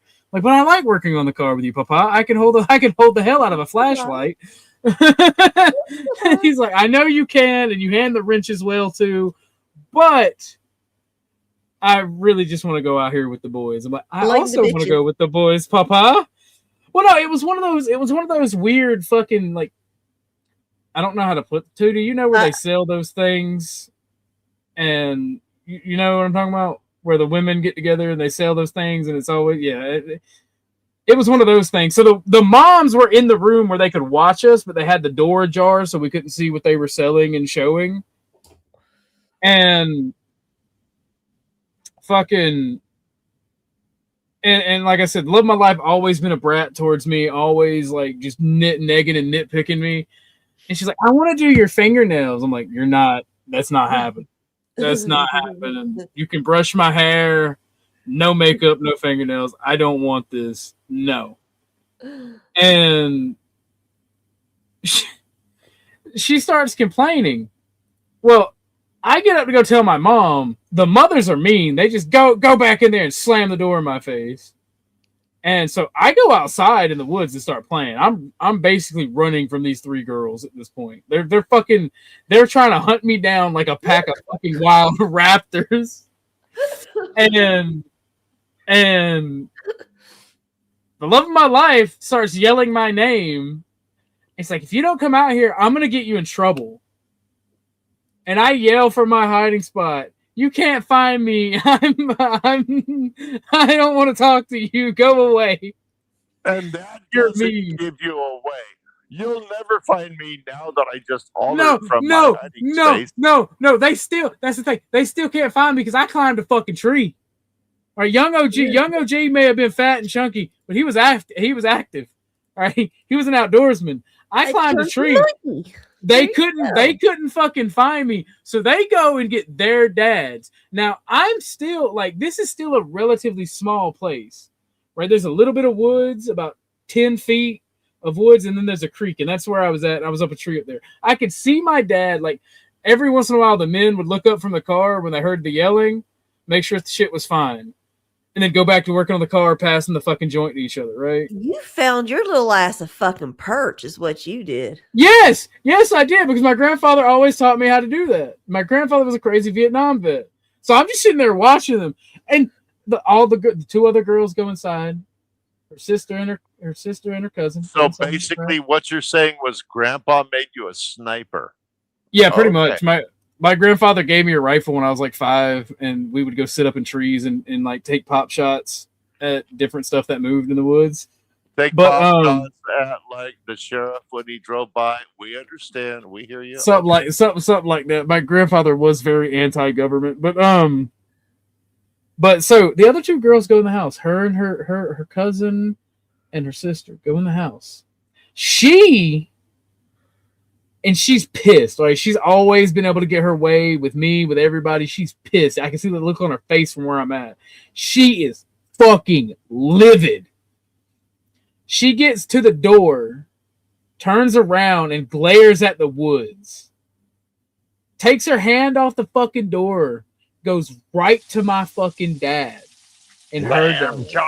And it's like, OG won't play with us. He went in outside when he wasn't supposed to, and we don't know where he's at. And my dad doesn't freak out, but her uncle and her dad were not happy that they had a child that wasn't minding and didn't do what they were told. Now, her uncle's actually kind of a chill dude, and he really didn't care. He just didn't want his weed time to get interrupted. But like, her dad was annoyed by that because he specifically told all the kids he was that guy, right? And fucking so, like, my dad's like, all right, let's get. I'll go get him. And she tells her dad, I want to help find him. And like, I'm sitting here sitting in this tree. I'm like, bruh, Dad's coming. I don't know what's about to happen. I could hear all this. And the first thing my dad does is go straight in the middle of the woods and look up. And then she looks up. She goes, that's not fair. And my dad's like, son, come on down. I'm like, I don't want to, Dad. They're mean to me. Like, quit being a bitch. Come on down. I don't want to. They're trying to make me wear makeup. It's like, just don't. You're a boy. Just don't let them put makeup on you. And like, so my dad's starting to get annoyed because I won't come down this tree. And by this time, the two sisters told all the moms that I was like not minding. So my mom comes out yelling at me, like, and basically she gets the only solace I got that she got one little pop by her mom for going outside without permission. That's the only solace I get out of the story. And she's fake crying, acting an ass. And like, so basically it's decided by the parents that I need my ass whooped because I went outside and went up a tree. So I get the ever living shit whooped out of me with a belt. And then my dad and her mom. Well, no, my dad deserved it. You You deserved it. You were ornery. Don't lie. My dad. So my dad and her mom decides that we get to play outside And the other two girls, since they mind, they can go have fucking ice cream and shit and watch a fucking movie and take a nap. But we have to play outside until all the adults are done. So we're sitting, like, I'm sitting, like, skipping rocks. She's like, I'm bored. Let's go play fucking house. And I'm like, I don't want to play house with you. Now, when we were older, playing house was very fun. But she's like, I want to play house with you. And I'm like, I don't want to play house with you. You're mean, and I don't like you. Go away. This is what clicked in her brain forever and ever and ever. Because girls are mean, all right? Figure it out, girls. Y'all are mean. Well, no. This when we're young. That's this why we like your face down in the pillow, because y'all were mean to us. Exactly. No, that's the thing. That's the thing, right? So this girl told me this years later. Like, and it was after the reconnection I was mentioning about a few years ago when she passed. Like, she's like, oh yeah, because we were talking about this story. And like, when I told her, I don't like you, you're mean to me, go away, she cried. When we were children, she cried. And she felt really bad. But then she got a really demonic look on her face. And decided she was going to get her fucking way one way or another. And she told me that's when she decided that she will always be a brat to me. Like, always. Forever and ever. And she fucking meant it. Forever. And she's like, and she had legitimate fucking rage against me for this incident. Forever. And like, so what she does is she goes, you can come play house with me or I'm going to get you in trouble again. So I begrudgingly fucking go to the little pink dollhouse thing that they have. You know, the pink little fucking houses that girls have, the toys that you actually go in. She pulls up a chair, pats the chair. Wait, what? Yeah, and I'm sitting there and she starts fucking she goes and gets glasses and goes to the fucking, and there's half stagnant fucking water in this glass. Dips it in the river to fill it up. Not river, creek. Brings it back along with a fat ass mud pie. Puts it on the table. It's like, dinner's ready. Now I think everybody knows. This still like, her acting this way is like demonic, like fucking. No, we were like, she's a keeper. She's a keeper. We were like, that's a good woman. We were right like, there, boy. We were like 4 or 5. This is just right made you before her husband. this. God damn it! Let me finish the story, Ruck. I'm trying to tell you. I will answer your question. We were about 4 or 5. This was right before school. Oh, like you right could before save we started her, dude. school. You could save her. She's dead now, so there's no saving her. Damn. So we're sitting there, and she's like, "Dinner's ready," and like she has this most like evil, psychotic look on her face. Like this bitch was mentally disturbed for real. And I'm just like, "Oh yeah, yummy." Like pretending. She goes, "No, eat your dinner," and I'm like, Why your voice? Like when I think about it now, like modern me would be like, modern me's like, why your voice sound like that? Why you drop some octaves, Hannibal? Like as a child, I was scared, but I didn't know what was going on. She was like, mommy already. Holy! She was like, eat your dinner, and I'm like, I'm not hungry right now. She's like, eat your dinner. I'm like, no. And she fucking starts screaming for my dad. And like runs back to my dad and her dad. And it's like, he won't play with me. And I'm sitting in there like scared shitless. Like, I don't know what to do. So my dad comes over there, like, he starts yelling at us, telling me to play with her. And he walks back away. And she comes back in and closes the door and shuts the little fucking curtain things. Not curtains, but the little plastic blinds, like, eat your dinner. I'm just sitting here crying, like taking a bite of a fucking mud pie and drinking dirty ass water. Like, why were you crying? I would have been in love. Why were you crying? Because I was an innocent boy that was not ruined by the world at the time. Got robbed. His innocence was taken that day. I had an older stepsister. I like, oh, this would have been a better day. This would have been a good day. Nah, bro. Nah. And it was taken by a 5-year-old redhead. Damn, OG. You never had a chance, sir. You never had a chance. The bitch was psychotic, bro. Honestly, OG, this is like between my stepsister and your stepsister. We got a movie here, okay? That is not my stepsister. My penis was inside of that woman. That is not my stepsister. See, I would always tell her, like, I don't know why I love you, and then afterwards she'd be like, so do you? I'm like, I remember now. You say, I don't know why I love you, and she looks you in the eye, and she said, "Yes, you do." No, it was more of a psychotic. Yes, you do. And I'm like, I don't like.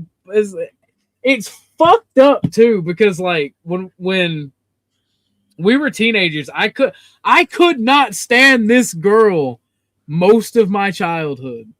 And when we were teenagers, the first time we messed around, she was like, so do you still hate me? I'm like, no. This was worth all of the troubles. If Frank's got problems. You know, I kind of miss my stepsister. I'm not gonna lie. No, I'm telling you, like, I hated this chick, and the payoff was worth it. The payoff was worth it. I was trying to be funny. She ended up beating the shit out of me, to tell you the truth. But yeah. Anyway, that's a different story. Not talking about that. Frank, you see Frank over here eating raw salmon. Hey, anybody notice me biting into raw fish yet? Hello? Hi, Frank. Yeah, I saw that. It's sushi, basically. I mean, shit. Oh, but it's delicious. Sup, Grid? Yeah, because y'all missed me cooking pork chops. You're like, damn. I saw that. I saw, but we were blabbing. Yeah, I know. But I saw it. It looked delicious, bro. It looked delicious. It looked kind of like lamb chops. It was lamb chops. Damn, you got an eye, girl. Oh, You've been making mud pies and river water. Like lamb chops. No, bro. I'm going through PTSD right now, brother.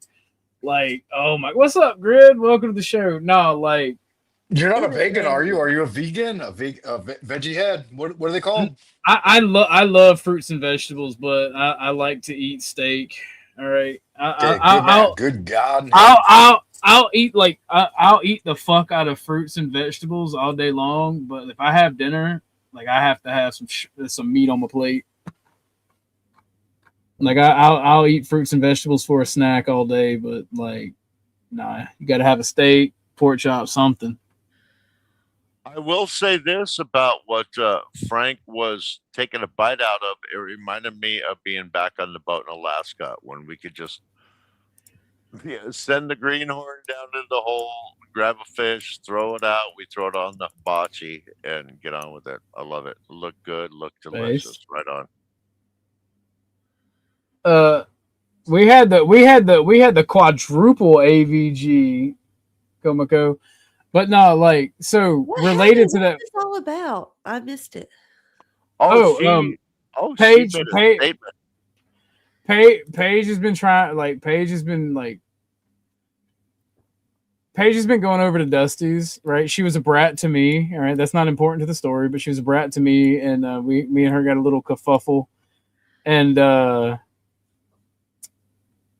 so because that happened, she stuck around, and she wound up telling everybody in chat that she was a natural blonde. And she didn't like her blonde hair, and then we got her to Dusty grifted her to show the picture of her as a blonde. Well, then she made an AI rendition of her sitting at her computer as a blonde to see what it looked like now.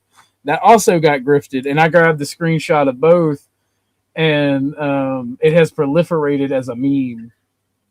So now everybody's AVG. If you want it, I can send it to you. I don't think she cares. She's pretty funny. But no, like, so what brought that story up is me and her we're chilling at the house one day. This is fast forward to just a few years ago. And we're arguing. And she's like, I'm going to cook you dinner. I'm like, no. I am a grown-ass man. No. And she's like, no, I mean actual food. Now, keep in mind, we've been arguing all day. So I'm chilling at my computer, which back before the house fire, my computer was in the kitchen. So we're talking, listening to music, and I start playing a game. And she calls me a nerd and starts like throwing shit at me because she wants my attention. We've been arguing all day, so I'm like, I'm not going to pay this bitch any attention. So I got up, went to go to my room, and she fucking followed me in there. It was like, no, come out here and hang out with me. And I'm like, no, I'm mad at you. Cook dinner and I'll eat. I'm going to bed. I got to work in the morning. She gets fucking pissed. Pause. You just pulled the biggest moment that you're talking about. You just pulled the biggest bitch. No, I'm not going to talk to you. Yeah. I have anger issues, Rook. I walk away from these problems. But anyway, I'm like, I'm not going to talk to you. So she starts throwing my shit, like just fucking throwing my chairs out of the way, like throwing shit around. So I go in there, I'm like, calm the fuck down. Like completely prepared for another argument. She grabs the fucking pork chops out of the freezer, grabs the bag of broccoli, and like grabs the cheese. Like, well, thank you for the raid, Emmett. I appreciate it, brother. And no, Sean, you're not cooking me dinner. Stop. And so she gets a fork and starts glaring at me and picks up the bag of broccoli, just starts fucking stabbing the bag of broccoli with a fork like 80 fucking thousand times. Like, I look at her like, why are you staring at me while doing this? She's like, what are you talking about? I thought you didn't want to talk to me. Go back to your room. I'll tell you when dinner's ready. And I'm like, why are you throwing my things? What things? She takes the fucking fork and just hurls it at me. And I'm like, why are you so abusive? Dinner was really great though. Boiled broccoli. And what she didn't want me to talk. What she wanted me to do was make the cheese because only I know how to melt the cheese without it burning. Wasn't that twice stabbed broccoli? No, that broccoli was like infinity stabbed. Like that bitch was fucking taking that fork, that packaging, like she missed. Let me get this straight. You either make the cheese the way she wants it, or she stabs you. Is that how we boil it? That's pretty much with redheads, yeah. Grid, you missed my whole story of how psychotic this chick was. I grew up with this chick. She did me dirty when we was kids. Yeah. So I don't hang out with crazy, right? You know what I'm saying? Like I love crazy. She did him dirty when they were kids, and he didn't learn it the first time. He had to learn it again. When we were teenagers and adults, she let me put it in her butt. So of course I'm not gonna learn my lesson. Right? Yeah. See, again, don't stick dick in crazy. That's rule. No, always put dick in crazy. No, do not do that. We don't talk about that. It's an adventure. It's an adventure. It's how you end up in prison. Look. Love it. Rough seas never made for strong sailors. All right, grippy socks equals grippy box. Give that crazy bitch a try. Have mercy. Yeah, I got to agree. I'll send you cookies when you're in the big house, okay? only crazy girl's gonna raise chillins, right? I mean, ain't no woman with a sane mind gonna give birth and raise chillins. That's all there is to it. Actually, I won't send you cookies because with the stab wounds you're gonna have, you're probably gonna be off of sugar and everything else. So true. I'll put $5 a month on his books. Let me tell you a story about crazy, OG, because you like crazy, right? Yeah. So I had a friend of mine out in the Reno area. yeah, he was a pretty good friend. We did a lot of business together here and there, and I was over at his house for his kid's birthday party. I don't know why. I don't normally get invited to those kind of things. I think maybe I had like to meet him up for something, and then the party just happened to be happening. He's like, "Hey, hang out. You know, you're cool. Have some food, whatever." And I'm like, "All right, that's fine. I got nothing better to do." I was younger then, by a lot, and then I didn't realize that his ex-wife was going to be there. I should have, because it's kid's birthday party. They're trying to keep appearances up. They're trying not to show, that they hate each other in front of the little girl and all that, And so I'm in the kitchen and we're just bullshitting about something, probably car stuff, So I don't know. I don't know what we're talking about. And she's in there like helping make the food. She's trying to put on this like, Betty Crocker image, like, hey, I'm a normal housewife. I'm not a psycho bitch. And so they get into an argument about something stupid. I'm not even sure what over, but they start yelling at each other in that quiet way of yelling, right? Because they don't want the kid to hear, right? You guys understand this? You guys know that? You've seen this before? Yeah, Right. I know where this is going. And so she has a knife. And she threatens him with this knife. And he's like, you're not going to do anything with that knife. And he takes it away from her and puts it on the counter or something like that. And he's like, you need to calm down, or whatever the hell he said to her. Next thing I know, she's got the knife back. She like cuts at him, but ends up like kind of cutting herself. Calls 911, tells the cops that this fucker and attacked her with the knife, and motherfucker went to jail that night at his kid's birthday party. She put her, and I told the cop, I'm like, I'm going to tell you right now, everything she just said is a lie. I was standing there, I was watching. We got like 3 people that are gonna tell you the same story, and he's like, yeah, I know, but in an instant like this, he's got to go to jail. I mean, he just has to. There's no point. There's nothing else that can be done. I'm like, it's his house. Why don't you take her out of here? No, she's the one that's got the injury. And I'm like, this is fucked up. Like, this is fucked up. But dude went to jail for the night. And he didn't do anything. Like, he was just like standing there. So don't stick dick in crazy. Just no. See, I don't like that type of crazy. All right, that type of crazy is annoying. The type of crazy I like is the one that will literally fight you, and even if she fucking loses, not do that. That is like where I'm from. The chicks would like drag that type of bitch for snitching. Right. Easy answer is never call the cops for no goddamn reason. Yeah, there's too much meth and guns in my neighborhood for people to be calling the cops. Like, and that's fair. That's fair, right? Like, that's the kind of neighborhood that you never see the cops because nobody ever calls the cops. Yeah, like for real. Like when we see the cops here, it's like when the cops are in this neighborhood, it's a fucking adventure, bro. Like people on their porches watching popcorn because it's some serious shit. Have you guys ever like been out like you guys probably haven't, but have you ever been out like house shopping and comparing homes and looking at the crime stats per neighborhood, and like you have like all of these obviously low crime, white bread, well-to-do areas, and all of a sudden in the hood you'll have like 2 or 3 neighborhoods where there's like no police action whatsoever, and you're like, huh, where's that happen? You know why that happened? Because ain't nobody calling the cops. Ain't nobody calling.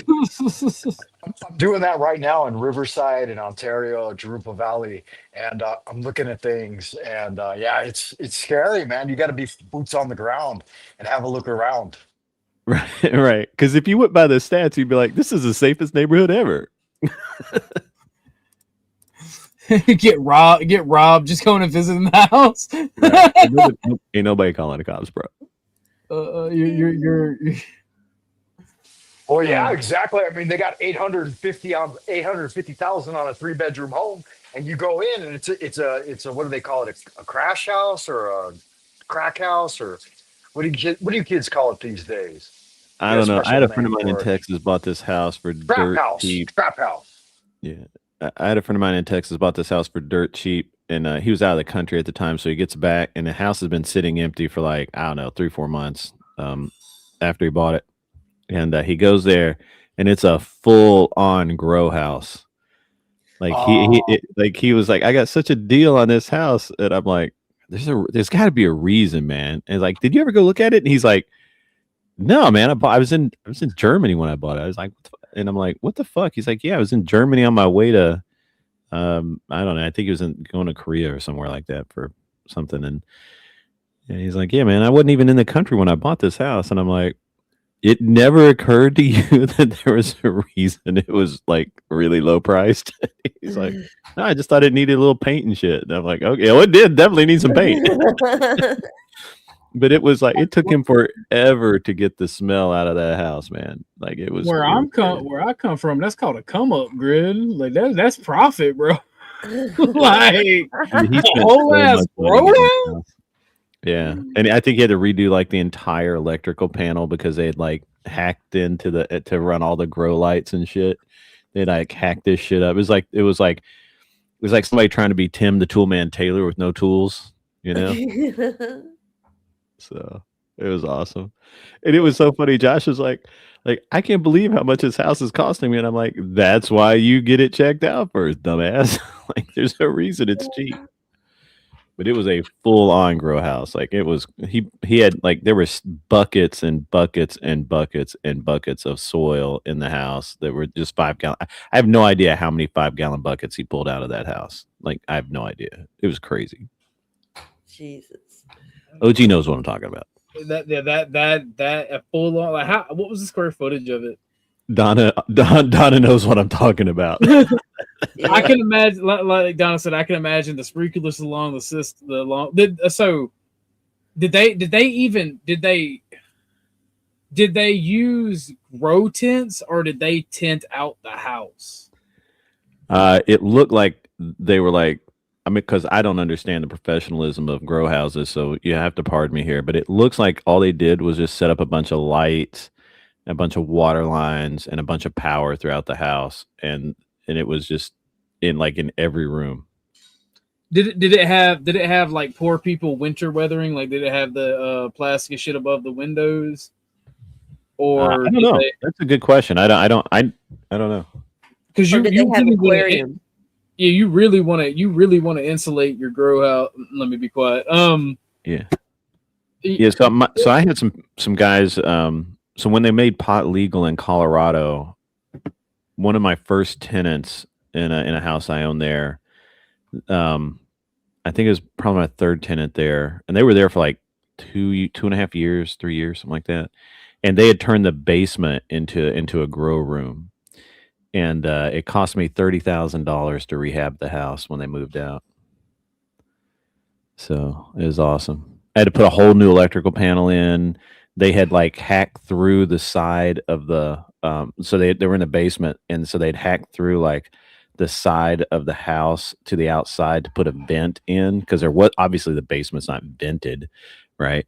And it's below ground, and so they had hacked through the side of the not the foundation, but the side of the house to put a vent in somehow.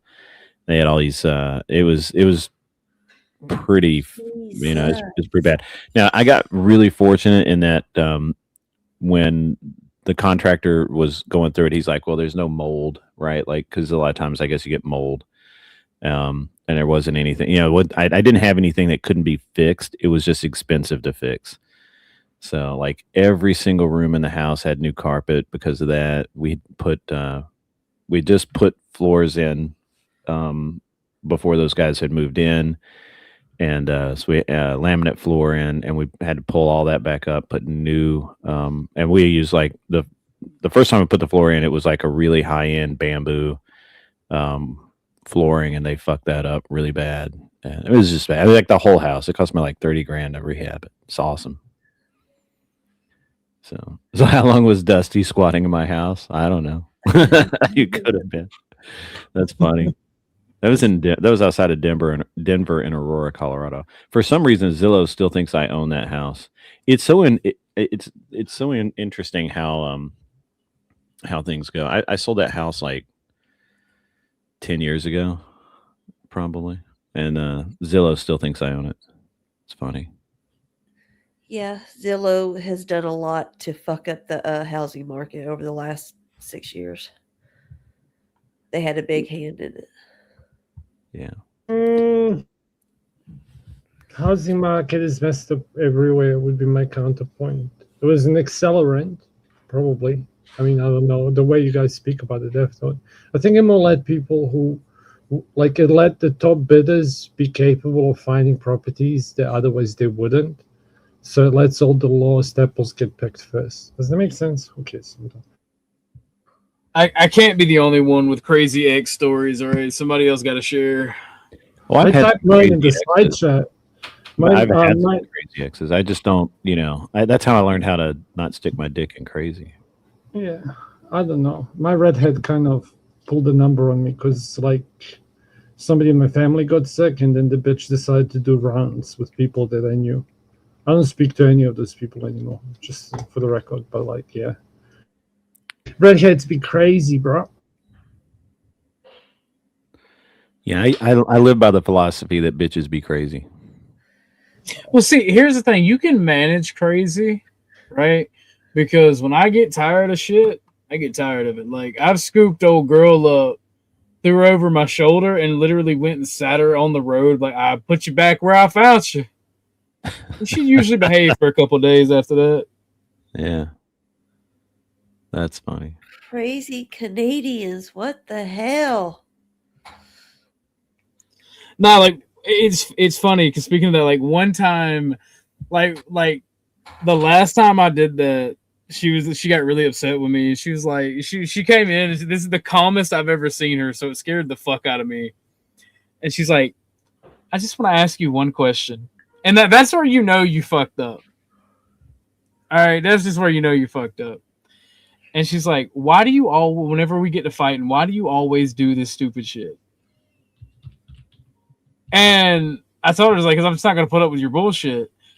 And she's like, yeah, but you always say I'll put you where I found you. We literally grew up together. And I'm like, yeah, but like, and it was literally just like this. I was trying to figure out how to explain it without, like, I was walking a really thin line, right? Because we all know what would come out of my fucking big mouth and how crazy this bitch is. So I'm just like, and she's like, are you calling me a hoe? And I'm like,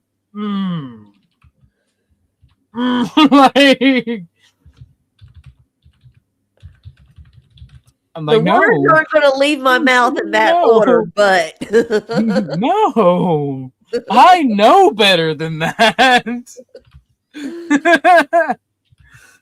Oh man, I knew that. That is like the one fucking time that I just was not a smart ass, because, like, I don't know, that I feel like that day I would have died. I feel like that day in particular, like, I would have just kind of knifed in the chest. That's right. Fucking around with that old gal. Gonna get you, boy. OG be bro, like, I'll be careful, right? And the lightsaber comes out, you'll be dead. Well, where I learned my, there was another chick I talked to when I was younger. And this is where I learned the trick that redheads and blondes hate each other. And I'm not dissatisfied that I know this information, because, like, and every redhead I've ever talked to since, and every blonde I've ever talked to since does this. Like, I can't help myself. I see an attractive woman, I'm like, God dang. And, like, when you do that, barking like a dog. When you do that and you're talking to a redhead and it's a blonde, they're like, oh, it's because they're blonde, and vice versa, right? If it's a blonde, oh, it's because they're a redhead. Like, they are in competition with each other, like, naturally.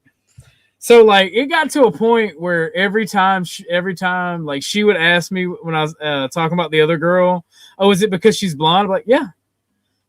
And, like, the other girl would be like, oh, you talk to her? Is it because she's a redhead? Yeah. And like it always worked in my benefit because they competed against one another. And I realize now the damage that it can cause you in the future being a dickhead like that. And that's all I'll say from there. And like I have to bite my tongue to keep from doing it now when I talk to redheads or blondes. Like I try not to be an asshole, but man, sometimes they make it too easy. Good night, Crab. Tootie, you know you got some weird ex stories. Yeah, but it's hard for me to tell some of my stories because, you know, my kids and everything, and you know, being their dad, and I don't want to embarrass my children with things. Fair enough. You know. I'm going to be honest. You know, when I was a younger man, and by younger I mean like much younger, I really actually tried to be friends with all of my exes. I always wanted to part on good terms. I tried really hard to date like really reasonably, you know, sane, because we know they're all insane, but reasonably sane girls. I really, you know, had standards, all that kind of thing. And for a long time, I kind of succeeded into that until I got into college. And then, see, I think college is where, for a lot of females, the crazy hits max overdrive. And it's just, yeah, I can't even explain it. It's just like the most. For sure. It seems like we saw our wild oats a little more in high school, and it kind of hits for them in college. Well, I think in like when they're high school age, you know, they're still trying to figure out, you know, should they go full crazy? Should they hide the crazy? You know, well, most are still under daddy's protection. And, right. And you know, daddy's still they're kind of limited and whatnot. Yeah, true that. And dad's picking them up. Little degenerates like I was sneaking out, but you know. So, yeah, I don't know. I mean, I don't know that I can actually say that, you know, like crazy exes. Like I had, I tell you how, I'll give you an example, right? So I dated this girl for a while. We were going to get married. And she, we had bought a Mazda Miata brand new off the transporter. Like they had, like the dealership hadn't even unwrapped all the plastic off of it and shit yet. And we bought it right off the transporter. And I didn't actually really have a lot of money back then, but I had just sold a car and I had a little bit. And I was like, well, you know, we're in this together. We'll do this. We'll do this thing. And and kind of a convoluted deal, but it was all right. It's fine. Did you put it in your name or her name? I ended up putting it in her name because realistically, I had a car, and she was going to be the one paying all the payments and everything. So I was like, I'm going to help you buy this, and I'm going to, you know, it wasn't a bad thing, right? It wasn't like I was paying for her car completely or anything. Right. I just fair enough. And so she kind of started going a little bit batshit crazy. One night I remember we were just driving along and we were having a little bit of an argument about, I don't even remember. It was not a big argument. And she just we stopped in a parking lot for something. And she just slammed the door open, got out and started walking away. And I'm like, what the fuck? And, you know, of course, then you're like, hey, come on, get back in the car. Don't be that way, blah, blah, blah. Anyway, so I started noticing the crazy, ramping up, right? And of course, at the time, I'm turning a complete blind eye to this. So finally, well, it was kind of, and then the crazy got the crazy kind of went away. And I think she was just going maybe through a time. Yeah. Maybe she had something she was going through, something like that. Crazy kind of went away. Everything's great. And then, she just fucking goes off the deep end because, well, she flipped the car. She was headed to, she had to go pay a ticket. She was super pissed. She was driving in the rain. After she went to go fight the ticket, and she lost the argument on for fighting his ticket. I told her the whole time, like, look, you're not going to get out of it. Just send the money in. No, I'm going to drive over, and it's like an hour and a half, 2 hour drive to go pay this ticket. And she gets there. The judge is like, nope, you did it. Pay the ticket. And she's pissed. And so she's driving angry in the rain and flips the car, flips it upside down, freaks the fuck out. And then she just went off the total deep end, man. Like, it was crazy. Like, she started, she dropped out of school. She decided to go into like do mission work, which wasn't really mission work. And she was just fucking insane, man. Like, just crazy. And I was like, all right, that's I guess that's cool, right? Like, whatever. Was the car covered? Was it like total? Oh yeah, the car was totaled, but she ended up we actually made money on the car, and she paid me back my part of it and all that. Because the car was worth more when she wrecked it than when we bought it, which is weird. Just how my luck works, right? And but she was like, she throws stuff, yell, scream, all of those things. I just never could get into it. And I was like, and even back then, my nature was like, I don't want to fight with you. So I actually moved across country at that point. I was like, there was so much going on there that I'm like, I'm out of this. So I moved from I had an opportunity, and I moved from Nashville to Lake Tahoe, California. Actually, Lake Tahoe, Nevada, but it's on the line, right? And you kind of really downgraded there a little bit. right. In the long run, yeah. Yeah. I mean, Tahoe's nice, but it's like it's a really transient town. It's really like nobody's from there. Everybody's there for ski season, and it's a lot of like, you can't make any friends there, because if you make a friend with somebody and like 3 months later they're in like fucking Hawaii surfing or some shit, because that's just the kind of people that are there that were there in my age group. And anyway, so I moved out to Tahoe. I get a call one day from this stupid chick. Hold on, she wasn't stupid. This crazy chick that she had locked herself out of the car. Now I want you to understand that I'm in Tahoe in Nevada. Well over 1,000 miles away. I'd have to see exactly how many, but well far away. It's it's closer to 2,000, right? It's a 2-day drive if I like drive. Like, it's 30 hours of driving. And she calls me to tell me that she's locked her keys out of the car, or in the car. And I'm like, okay, well, call locksmith. I can't call locksmith. I'm like, okay, you don't have any money. Okay, I get that. It's normal for college age chicks.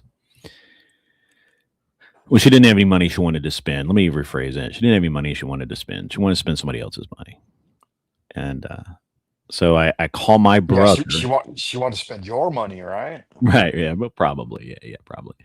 Yeah. So I call my brother, and I'm like, hey, Lee locked herself out of the car. Can you go help her? He's like, yeah, I'll go take a look at it. So he gets her in her car.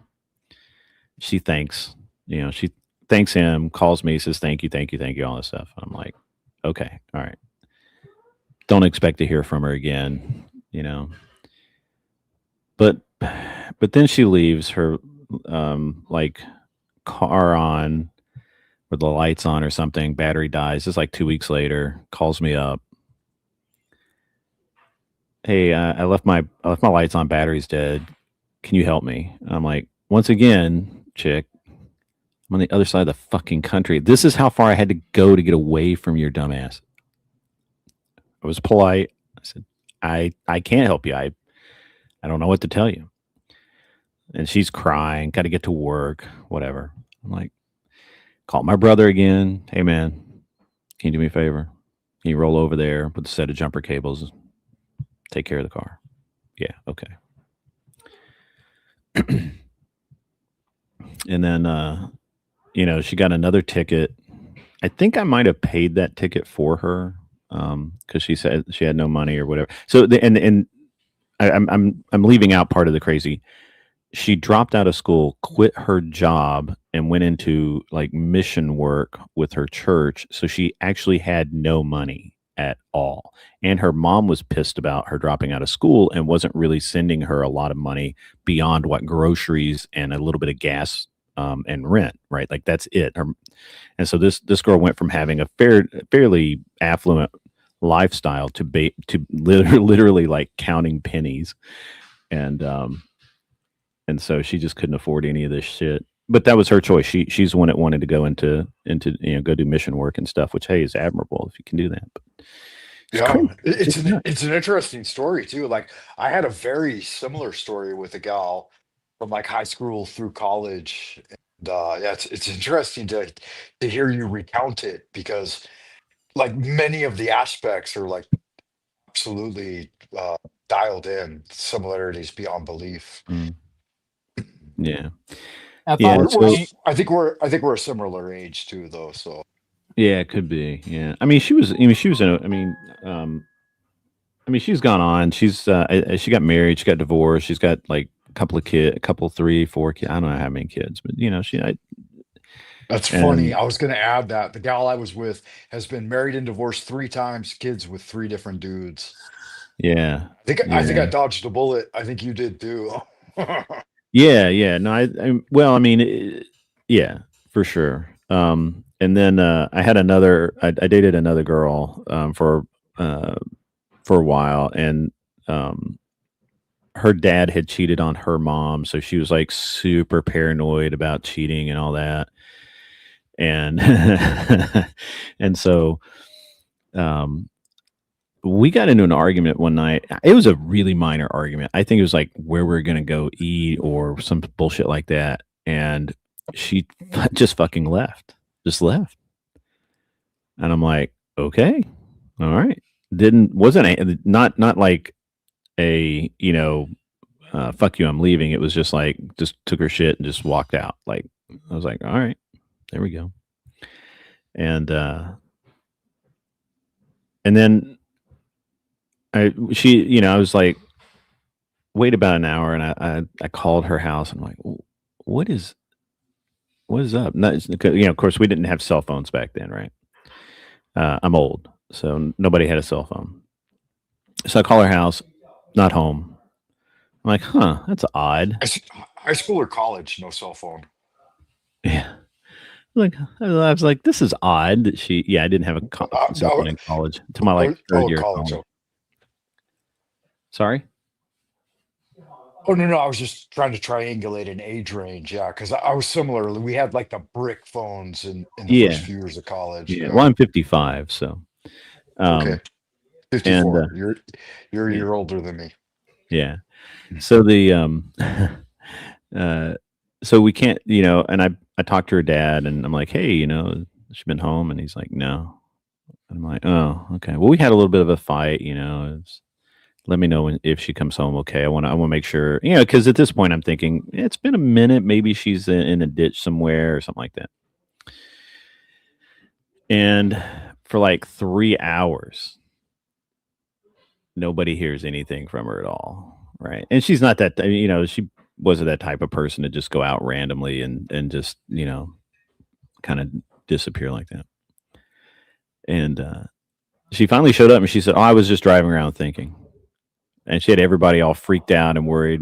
Oh, it was really crazy. And yeah, she turned out to be kind of psycho in a bunch of different ways, but it was always this really passive aggressive. She would just fucking leave, just get up and just walk out. And I think she had like some real attachment issues because of her dad getting divorced from her mom and that sort of thing. And cheating. Love you, Grit. I'm just gonna leave and be in chat because I'm kind of semi-dozing off. Okay, keep going. Okay, bye. Okay. Okay. Who Thank you for was coming that? up, Casper. What was That was our buddy. Relax, Casper. He had to bounce. Yeah, Okay. Yeah, Yeah. So Casper. Grid One Motorsports. I've seen you on what is that called? The Slow State or Chowder Dusty a few times. Chowder Crusty. Yeah, I've been on there a few times. I don't go on there very much, but I've been on there a few times. Yeah, we're kind of polar opposites. Like, if I'm correct in assuming you went from the Tennessee Valley to the West Coast, and I Mm. went from like the West Coast to the Tennessee Valley, and I actually did university in Alabama, and Okay. so yeah, I learned about it kind of in reverse direction of you, which is it's interesting because I had a fella just on my show recently that was talking about like the convergence of opposites or like how Taijis seek each other out somehow. I'm sure you're Mm. familiar with the idea of like the yin yang symbol in Yeah, Chinese yeah. mysticism. Yeah. hmm Yeah, So, and listening to you talk and like us being like a year apart in age, it's kind of yeah, it's a bit baffling. It's very Mhm. Jungian yeah, indeed. yeah. I kind of left out a little bit of the last story. So one of the reasons why everybody was so worried is that we're really getting concerned that she was becoming kind of suicidal because she was living with her dad. Her mom had Alzheimer's, and her dad was living with the woman that he cheated on her mom with and her kid. And they were and basically she was having to leave, she viewed this as like hell, right? Like having to live in this situation. And so we were actually like when we didn't hear from her for several hours, I was like, uh-oh, like this could be a big deal, and really, really bad. So at any rate, I've never had I've never had a girlfriend try and stab me on purpose that I'm aware of, that I remember. I also tend to treat that kind of stuff kind of, that's the cost of doing business. But I've watched it happen with friends of mine. My wife's come at me a couple of times. She came at me with Really? like a carving knife and got me in the ribs. And she came at me Wow. with a pair of she came at me with a pair of scissors one time. Mm-mm. And the only time that she Mm-mm. actually like did some serious damage, she hit me in the face with a spatula, and that was Mhm. like temple region, and that was somewhat dangerous. Mm. Yeah, would never raise hands against a woman because women just gonna do women things. And ain't nothing you can do about that. Yeah, it's interesting. I think that there's a lot of people out there that have this history of women throwing things at them. I mean, I probably have had something thrown at me by a woman other than the few times that I remember, but for the most part, I just kind of like, whatever. It's not a big deal. I have had it's only when they get truly aggressive. Are you a married man? Yes or no? I am. I've been married 20 years. Have you guys ever had Okay. that? Ever Less than me dated then. that? Yeah, you're getting close. I've been 25 years. Yeah. You got married a little later than me. I did. Have you ever had that? Have you ever dated that girl that like always wants to hit you and like it doesn't hurt at all, but yet she thinks that she's like really throwing hands? It's always been my experience is like, some girl would get mad and like hit me, and I'd be like, what are you doing? Like that's not how this is going to work. But if they start picking up baseball bats and shit, that's when you gotta stop. You gotta stop that stuff.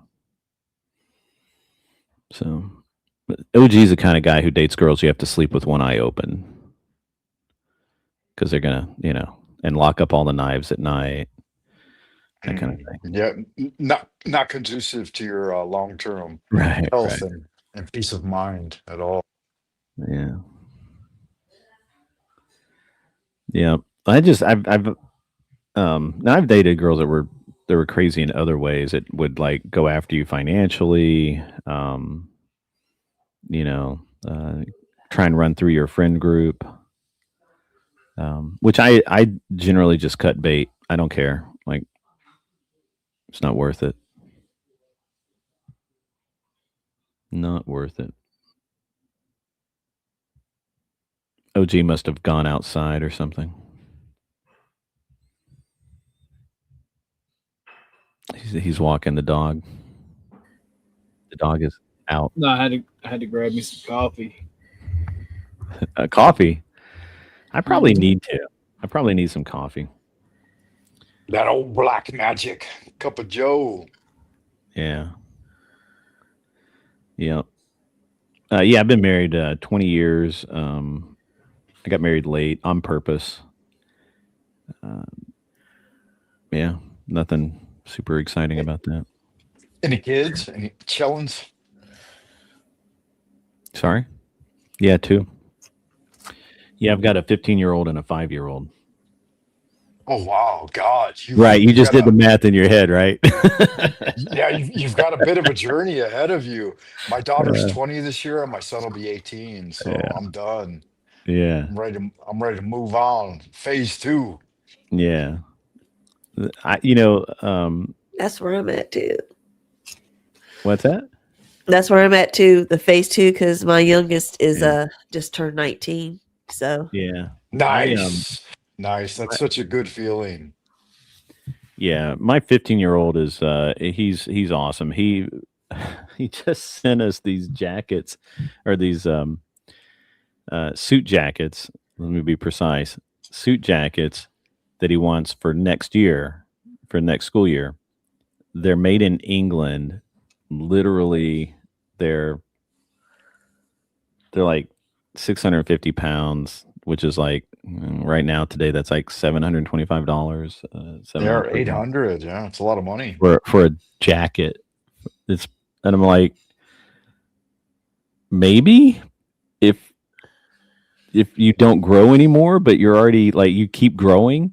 And he's tall. Is London Fog still around? Do they still make those? Oh, I have no idea. I haven't heard of London Fog. No, he like, we went to London 2 years ago, and he bought we went to some of they've got some really great like vintage stores, and he bought there's actually a Burberry store that seems to be semi-supported by Burberry that is all older vintage style clothes, and he bought a vintage Burberry rain jacket.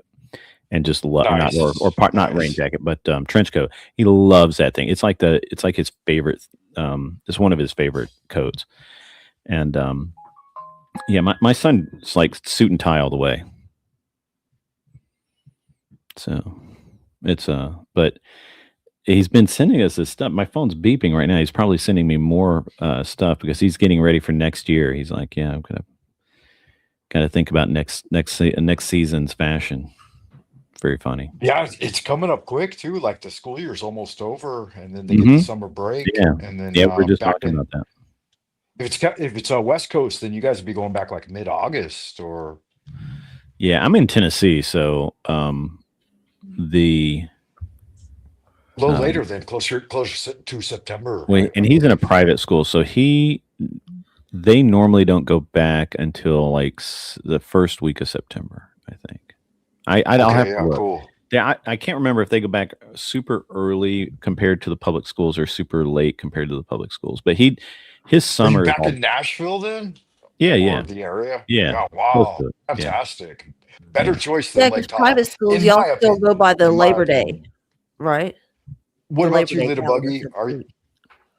Are you a Southerner? Or? Is that you, Josh? Yeah. Giuseppe. Are you still getting porn bombed? OG? No, I just am very cautious over it because the first time. Because I got you. No, I get it. Yeah, better to be careful. I hate gay shit. Safe It's than to be gross. sorry. Mm. Anybody know Josh? OG, I got a weird question here. So Emmett popped in and did his like little, I guess his little victory lap kind of concept. Do you think that's kind of a dangerous stance to have, to where you want the other side to appear more violent? Wouldn't it be the case that if you have a political stance, that you would actually want the other side to believe, whether it's true or not, to believe that you're the more dangerous one? Isn't this just like a gigantic tactical error? All right, so me and Emmett talked about that, right? And I know he was just joking, right? Fucking around. But I don't see doing shit like that any different than when the leftists cheer on fucking Charlie Kirk's death, right? 'Cause cheering on the political violence is retarded. But no, I don't see how. So Sun Tzu said you gotta, appear weak when you're strong, appear strong when you're weak. But as far as it being like actual organized political violence, I don't see that yet. I don't see any inkling of it right now. It's just insane people that are associated or may have the same beliefs as some of these radical groups that are doing the shit. And it's literally just crazy people being manipulated by either these radical groups or the state into doing stupid shit. Well, let me see if I can add a little weight to this. So about a year ago, within the black community, I was doing one of these black panels, right? We're having a conversation about having an effect like on a town meeting or a school board meeting, right? And it came across, my prescription was kind of weird. I said, look, you take 10 of your biggest, blackest dudes, right? And everybody's like rolling their eyes like, oh, here comes the racist stuff, right? And I was like, you just basically walk into the town hall meeting. You stand in the back. You do not sit down. You don't talk. You don't smile. You don't laugh. And you just stand there, mean mugging. People are going to become very uncomfortable with it, right? And it usually is that concept of if people believe that you're violent or even willing to, enact violence in some form, that it's highly beneficial. So I can't understand the concept of. Go ahead. We're both feds, right? So like the issue with this is it does not equate when it comes to the right wing, because the left already thinks the right is ultra violent, right?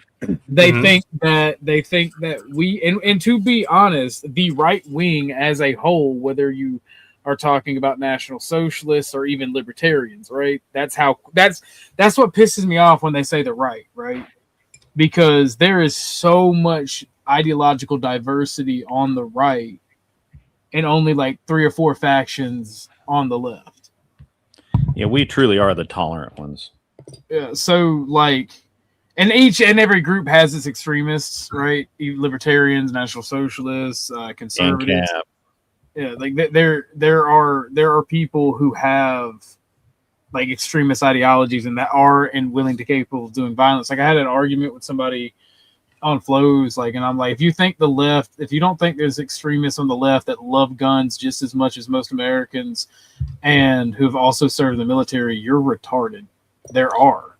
So I'll throw something in there, OG. When we actually look at who brings guns to political rallies and whatnot, and Crowder documented this a while back, where you have these leftists who bring knives, who hide guns in their cars and all of that, with the intent to use them to cause harm should it become necessary. And that's their out, right? Like they're saying, well, we're not actually planning to do anything. We're just, if it becomes necessary. Then you start asking, well, when does it become necessary? And it's almost always, well, if anybody talks back to us or anybody disagrees with us too vehemently or whatever, and then all of that comes out. And we've seen that. I mean, just look at the Rittenhauser deal, right?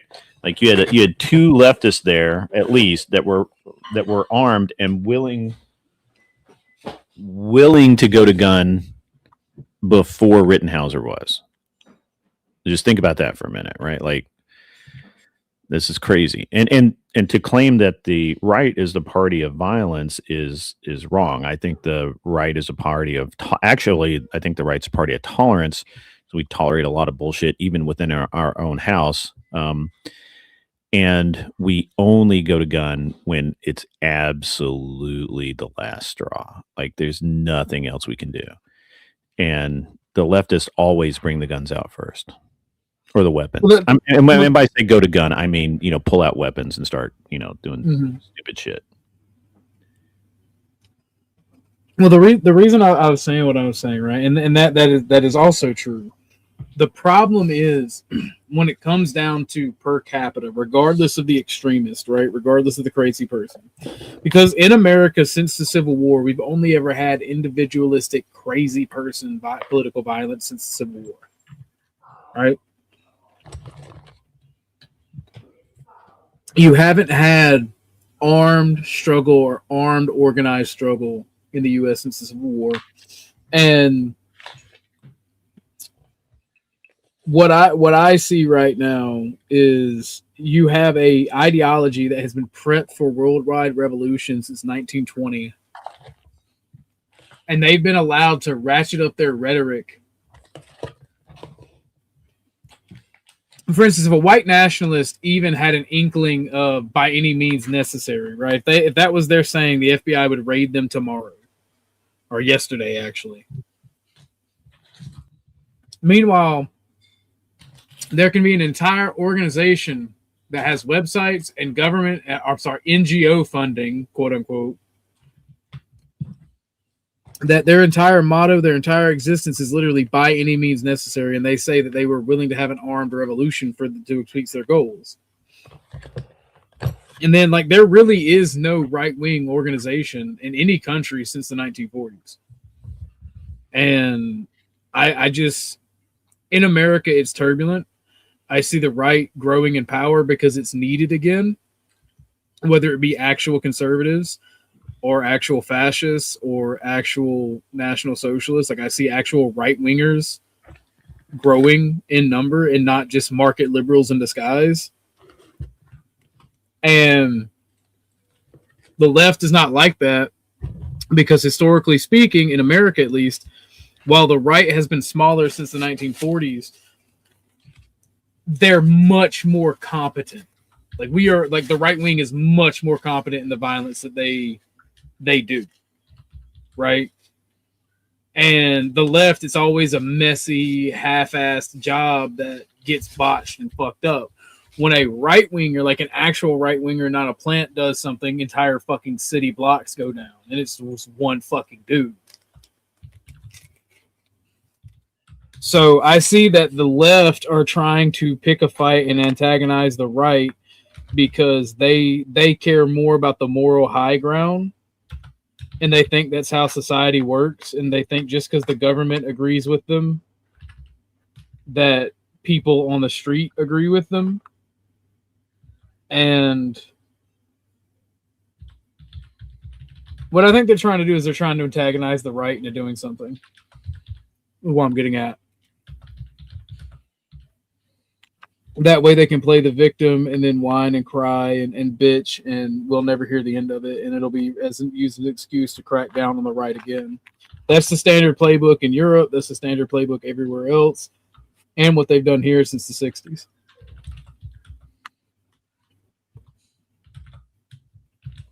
If there is a fall to communism or leftism in America, we have no one to blame but ourselves, because we as citizens have sat back and allowed our entire system to be manipulated and warped by these people.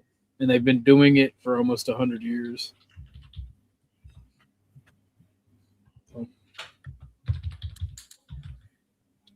Did I answer your question, Josh?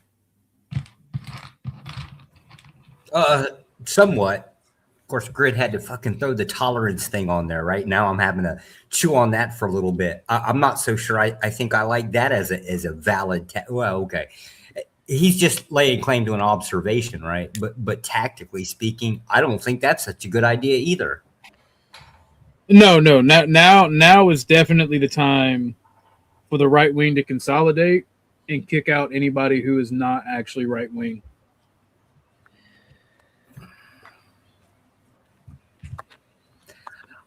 You know what? I almost tend to agree with that if we had larger numbers. I don't think we have the numbers that we think we do. Really? Yeah, like there's political shifts that say, okay, so there's like political shifts. There's a reason I said like begin to organize and centralize. There's a reason I said that begin. I agree with the organization part. I'm just a little bit concerned on tanking our own numbers. So like the DNC has always kind of outnumbered us as a voting bloc, right? It is the case it is. Well, it's And yes, literally them. It's literally them versus anybody who's white or who owns a business.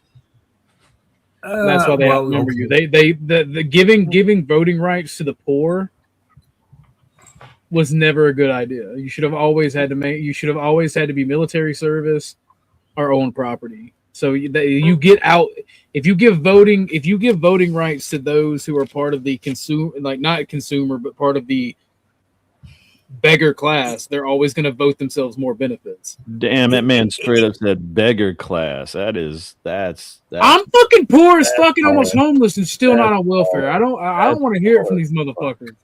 I ain't even gonna lie. So I don't disagree with OG here. I'm gonna say this though.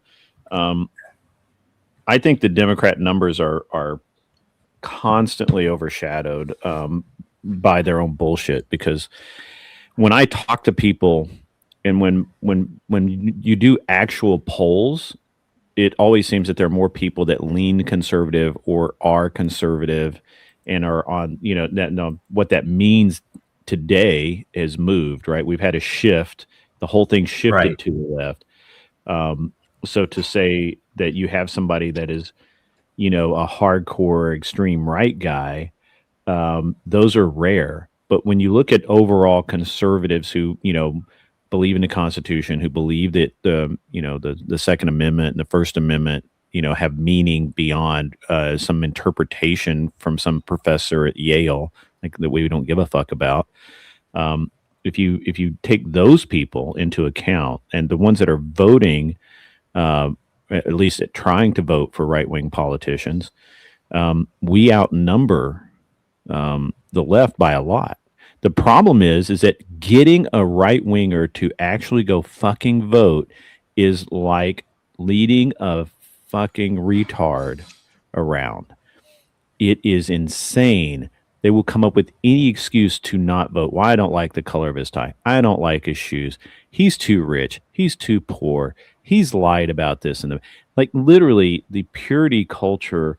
And really it's because these people don't want to take a stand because they're afraid of being labeled conservative, being labeled right-wing, being labeled. And they're afraid of the labels because that's what the Democrats have been able to do. The leftists in this country have been able to label you and me and everyone else as something that is offensive, right? And wrong. Just look at Notlo's too. He's out there raging right now. I don't have it up. I actually don't even have this stream in visual mode right now, but I bet he's raging. I bet his nuts are just hurting. He's raging so hard. But I digress. But at the end of the day, I think that you just really have to understand that we are, the conservatives, there are more conservatives than liberals. You just can't get the fuckers to vote. And we see this when you have somebody that actually gets some support. You'll see massive losses on the Democrat side because they just don't actually have the real numbers. Now, the other thing that we see, or I see at least, the other thing that I'm going to kind of push here is when you look at, like, in New York, for example, the RNC raised, I think, 3 to 4 times the cash that the DNC did, which has not happened in like 30 years. That's the shift that we're seeing right now. And a lot of it is because, businessmen are businessmen and they vote in the direction it makes the most sense. And when you have a literal communist in office who's trying to tank the economy, who's literally saying, we are going to go, even if a billionaire moves out of New York, we're still going to go after them for money for New York, just like California does. And those states are cratering right now because they are insane, and they're proving to be insane. And I think OG has has a very fair point that we do seem smaller because, and the other thing is we're way more fractured than the left. The left will always vote together no matter how much they disagree with each other. What? The right will not. The right, we are more principled, and therefore we have a lot more people who will stand on their principles, and we will not vote for I mean, you can have a really good candidate and the right way, and you'll have somebody on the right go, I don't like the cut of his jib. I don't like that guy. He did this back in 1985 or some shit like that, and I'm not voting for that guy.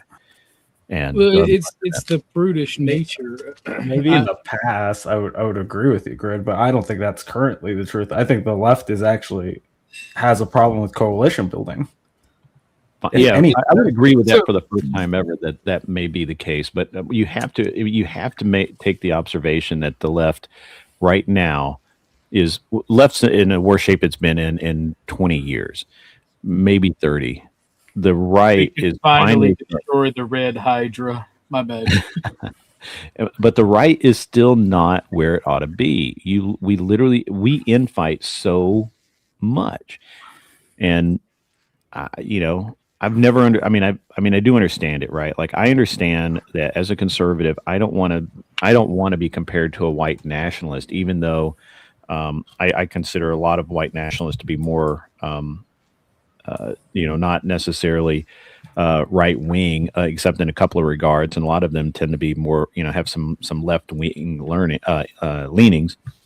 I don't like to be compared to that, and so OG's right. And the left is very effective at taking these groups that lean right or are full right and pointing out the very worst of their members, so that the other right wing voters don't want to vote for that guy. Right. He's right. It's a very effective technique. That's the point of the. I would disagree. Let me say this. I know you want to get in here, Hornet, and I'm glad you came up. You're the homie. Let me say this. What's up? How you doing? And I'll give you the floor, Hornet. So Hornet's absolutely correct. The left wing infights and is almost as shattered as the right wing at this point, because it doesn't matter what political organization you look at. None of them are achieving their goals for their members. For sure. Everybody's in free fall, even the extremists. And of course, I'm going to disagree with you about the white nationalism thing, but you are ultimately correct. While I will disagree that most white nationalists don't have left-leaning tendencies, they are mainly conservatives, or even beyond conservatives, traditionalists, which is what I am. There are several key points to the issue why the DNC seems larger. That is, there is a ethnic component to it. We have the statistics for this. I'm not going to dive into it. The accusations of racism, I'm never going to beat them already, and I'm just not going to dig the hole deeper. But there's also if somebody is in your country as a guest or as a refugee, they may be more conservative than you, but they are, at the end of the day, a parasite, and it is beneficial for them to vote in leftist policies like open borders, more and more welfare, more and more assistance for refugees. So that coalition exists for the left, even though most of the immigrant population, legal or illegal, most of the foreigners probably do not identify or even outright hate leftism. It's in their best interest to vote for it. And they'll deal with that when they have the numbers. Look at Dearborn, Michigan as an example. And there was one other point I wanted to make. The left... I mean, that lane's conservative as well, so... What now? Well, I'll go ahead and let you, because I forgot that second part. Yeah, the Dearborn stuff. Here's the thing. I understand the mentality, but the honest truth is that most immigrants that come in do typically end up voting for Republicans. It's just an unfortunate truth. Democrats do try to get a more comprehensive immigration bill passed, but apparently that is to the detriment of themselves, right? I don't think that's necessarily beneficial for them. Whether some people agree or not, we just look at the numbers on the voting block. But the actual issue behind all these things is not whether there are more liberals or there are more Republicans, right? Because ultimately there's going to be a lot of people in this country that are going to be apolitical that are still voting. because they are single ticket voters or they're independent voters, and that is like a large margin of like what you're like grabbing for. A lot of people like to say the independents don't really exist. They exist all over the fucking place. Like most people do not have like an actual party member that they support to a high degree or even support to like a low degree. Like most people just don't care. Like if my wallet is hurting, then I'll typically vote for the guy that's saying my wallet's going to be better off. That's why people run on that's why we had the running on eggs thing. So there's these things are always just going to be like the talking points that people are going to be using. But I don't think this is a left-right paradigm that we're facing at the moment. Like I understand that the Republicans currently, like when you're looking at like conservative circles, within themselves, yes, there is infighting, but when we look at like how government works, they're lockstep. Like most of them will all agree on the same shit, even if it's to the detriment of their party. Because what the guy at the top says so, which I think is not beneficial. And I don't think that the Democrat Party should even attempt to go through that manner. Like if we're looking at like stuff like gerrymandering, right? I don't think that the Democrats should be gerrymandering. I just don't know if there's a solution other than gerrymandering available at the moment. Like if one side's going to play at a certain level, like I don't know if it's your moral responsibility to uphold your thing and just let them get away with everything. So it's always just like, how much are you willing to give the other side? So let me address not laws real quick because I can say this better than I can type it. So not laws, I agree with you. By and large, and I'm not talking about people like you, Grid, but by and large, the super wealthy are parasites. They feed off the system. They feed off the labor of the people. They feed off this, that, and the third. And obviously, not all immigrants are part of this voting bloc or part of this coalition because some of them are highly skilled. Some of them are very beneficial to our society and benefit us. Those people should not be messed with at all. But we're talking in generalities, and I do want to saying that I want to move on to this. So this is just a quick overview, Hornet. I'm gonna give you some of these sources: Brookings.edu, Cambridge.org, KFF.org, PowerSearch.org, and obviously, funny enough, Reddit, PPIC.org, VoterStudyGroup.org. Right, it's because this is just an AI overview, so I wanted to give you some of the sources. It says immigrants in the United States vote predominantly for Democratic Party, although recent data indicates a noticeable shift towards the Republican Party among certain groups in the 2024 elections. Historical dominance, naturalized citizen, and immigrant voters have traditionally leaned heavily Democrat. For instance, in California, 56% of registered immigrant voters are Democrats compared to 14% Republican.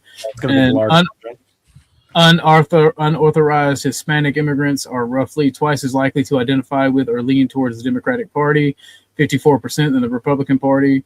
The 2024 shift, despite this general trend, foreign-born voters showed higher engagement in 2024 election, with about 97% intending to vote, while still favoring Kamala Harris over Donald Trump by approximately 55% to 41% among those who. Here's the thing, they're like I want to make a comment on this because like the data is kind of a little like misleading there. Where yes, they'll favor Democratic policies, right? But most people that get like the thing is you can't look at immigrants as just like all immigrants, right? Because we're looking at the voting base. The voting base is going to be people that are naturalized through like actually the citizen process, which when we look at that, when we're looking at states like Florida, Texas, any big red state that has like a large Hispanic demographic, you're seeing large numbers of Republicans coming out of there.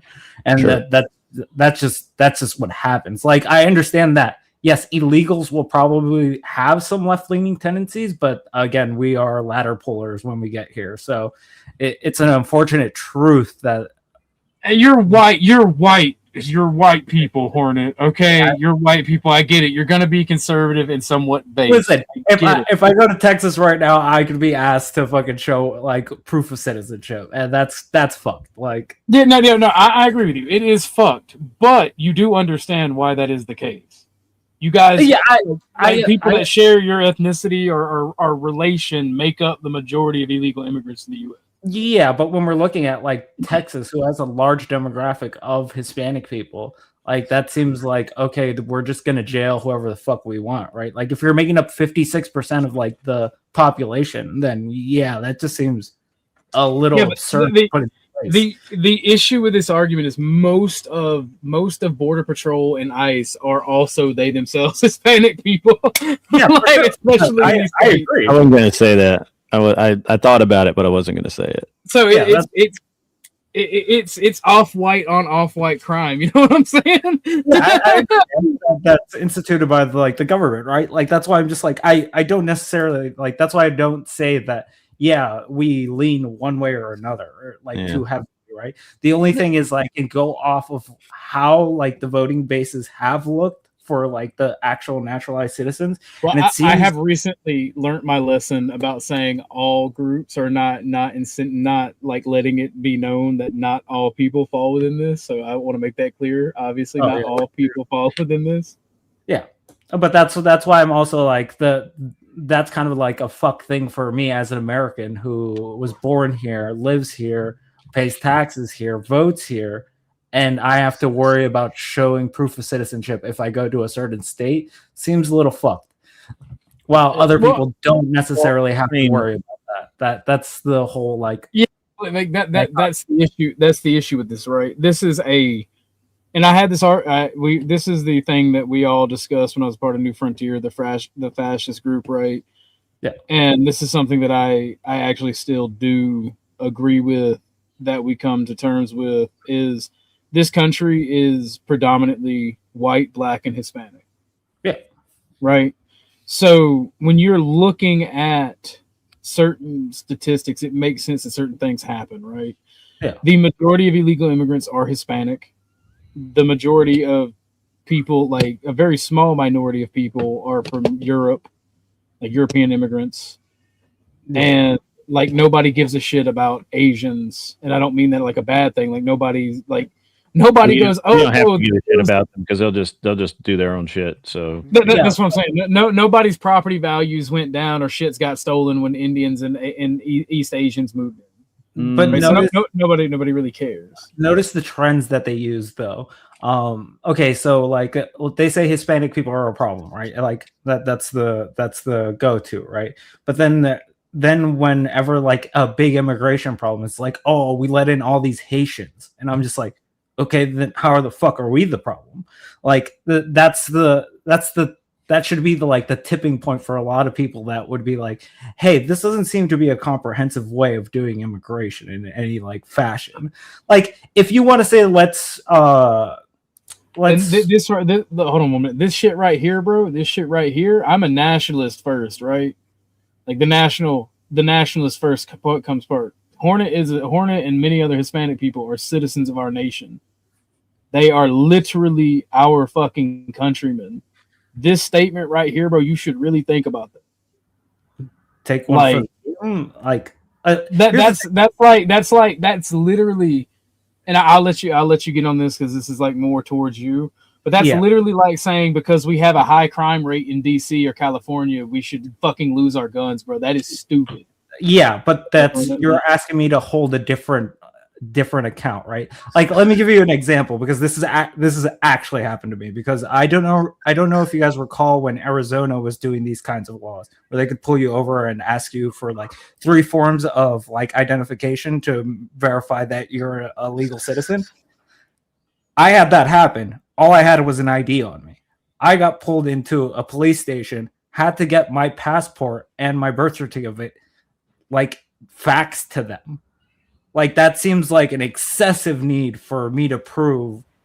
Like that is an extreme excessive need. Yeah, that's what I'm saying. If I was white, they would have just let me go on my. You know what? I think that's. I mean, I don't disagree with anything you're saying. What do you think is the answer then For Border Patrol specifically, I have said that there are issues on the border. Like if 1/3 of the cameras are working, then I obviously want to spend the money at the border, right? Stop as many people at the border as you possibly can.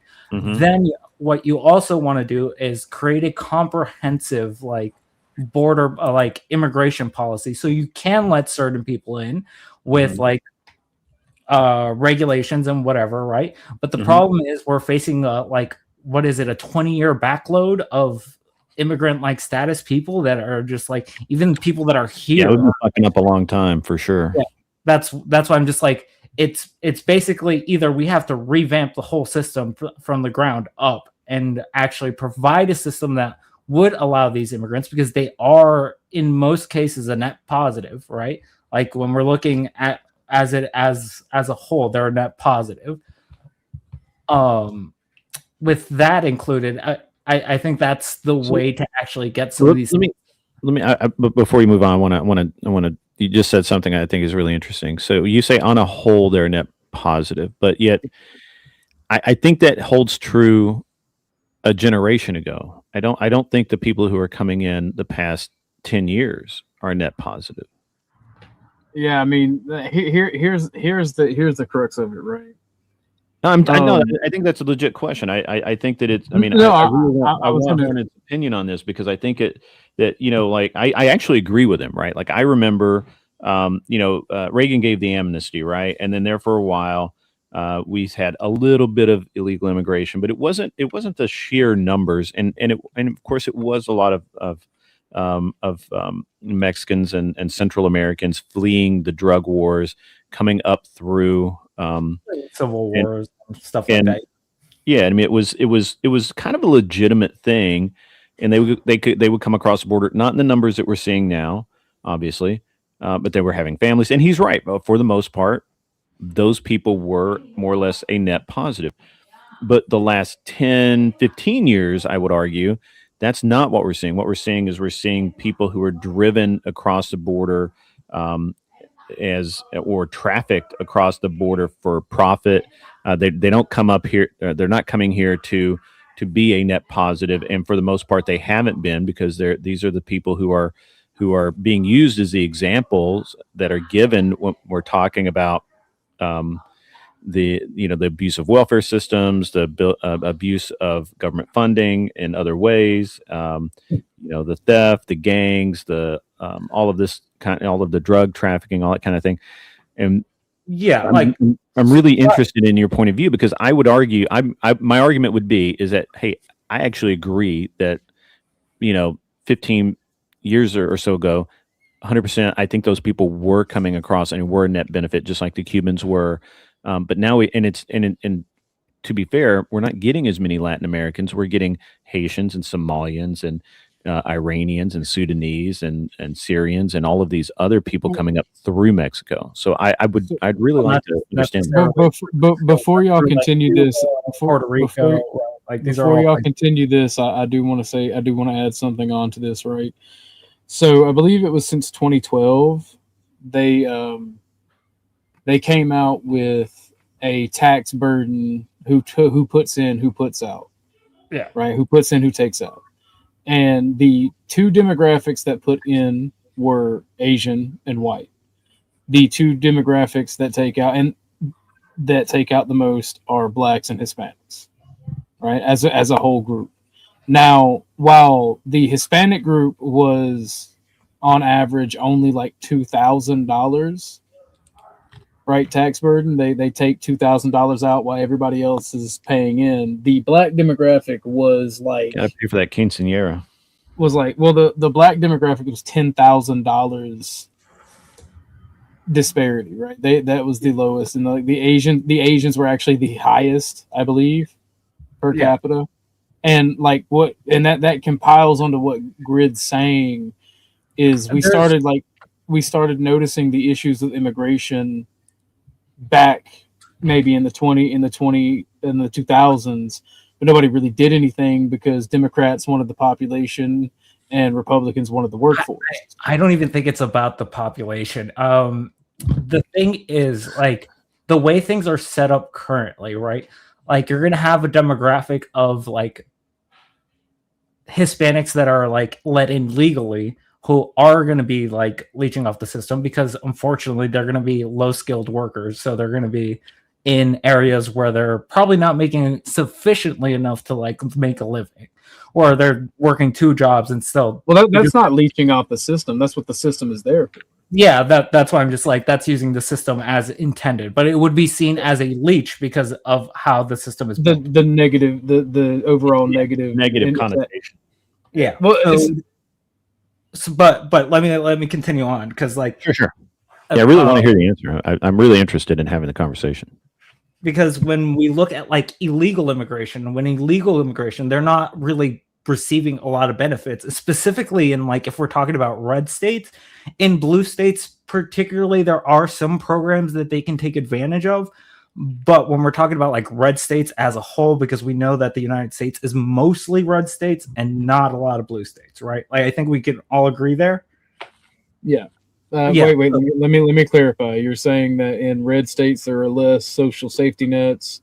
There are less state programs that are available to them, right? Because because they can't access federal programs because they're illegal, right? Like so by definition you have to have some sort of social security number, and even those like that cheat the system through using other social security numbers typically get found out pretty quickly. That's why the social security like scams, like I don't know if you guys remember those from the 90s. Those kind of like disappeared in the 2000s because people caught on to those pretty easily. Just trying to cheat the system like that just isn't a feasible thing that a large demographic like that could do. So when they're paying into the system, like it's never going to be recorded that they're not really taking anything out. So like when we're looking at the demographic, right, it is super weird because we'll look at the naturalized people, but we won't look at how the illegal immigrants, who I would argue that some of them should be granted amnesty, right? In a lot of like situations, if you're here for like over like 2 years and you cause no fucking issues and all you do is work and pay into like your state taxes, then I don't see the issue with having them be granted amnesty, right? Like I think you have shown that you are the character that we want in the US. We also that's why we have the amnesty program. I want to stick a pin in that to come back to, but keep going. Okay, yeah, that's I was just gonna comment on that's why the amnesty program was created, right? Where there are consequences for entering the U.S. illegally, right? But there are the benefits that they provided was also weighed into account. So you want to weigh like, okay, how much of a drain are you, or how much of like a consequence do I give you here versus how much do I need like the workforce or the stability in certain like sections in like cities, right? Because I think when we look at like the Hispanic demographics, we can see like the expansion of like smaller towns into like bigger and bigger places, and then people start moving into them, and then we see the gentrification where we see opportunity zones and all these things like start to happen, right? So it's like a system that plays into itself, and like they're always going to like get fucked at the end of the day because poor people are always going to get fucked. Like there's just nothing that there's not a lot of room for I don't know what I would call it necessarily, but there's just not a lot of room for like maneuverability as much as there was like, let's say 40 years ago. But like overall, I do think that it like illegal immigrants are like a major benefit to the United States. Just when we're like talking tax dollars. Great, to answer another point to a way to solve these like issues is if you do not want these people coming in, then the incentives have to be taken away. So the only way to do that would be going after these like big companies and actually punishing them, not being like, oh, we're going to charge you with like a fine of $250,000. Like we should be locking up their CEOs and business owners, right? Yes. They're allowing this to happen. Yeah, we should do that. We should do that tomorrow. Yeah, like if that's to do that yesterday. if that's like the response that I would see from like because that's the reason I have a problem with ICE raids, because they're largely ineffective. They cost the taxpayer way more money than we're actually getting the benefits from. If that was the policy that was being moved forward, then I would not necessarily have an issue with it. Like, I think during the Obama years, like if we look back to that, Obama was being sued by multiple blue states that because he wasn't letting people in through the border, right? Like he was doing the hold that border thing. Yeah. But before we get too far afield, I want to come back to a couple of things, if it's okay. Oh, yeah, go for it. Yeah, man. All right. So a couple of things. First of all, I disagree with a blanket amnesty of any kind. I do think that there could be a path to citizenship where you have to learn English. You have to be able to understand the laws of the community, the actual laws of the community, and not just some, what your understanding of them are. Basically, the same thing that everyone else that comes to this country and becomes a citizen. I don't think it should be waived for people who cross the border illegally. Now, I do believe. Just to be clear, that is what it is now. Currently, the law, they need to know the laws as they are and that they violated the law. Right? Like I think they should be aware of that. Right, and I agree with the way it is. I agree with most of the way it is now, except I do think that in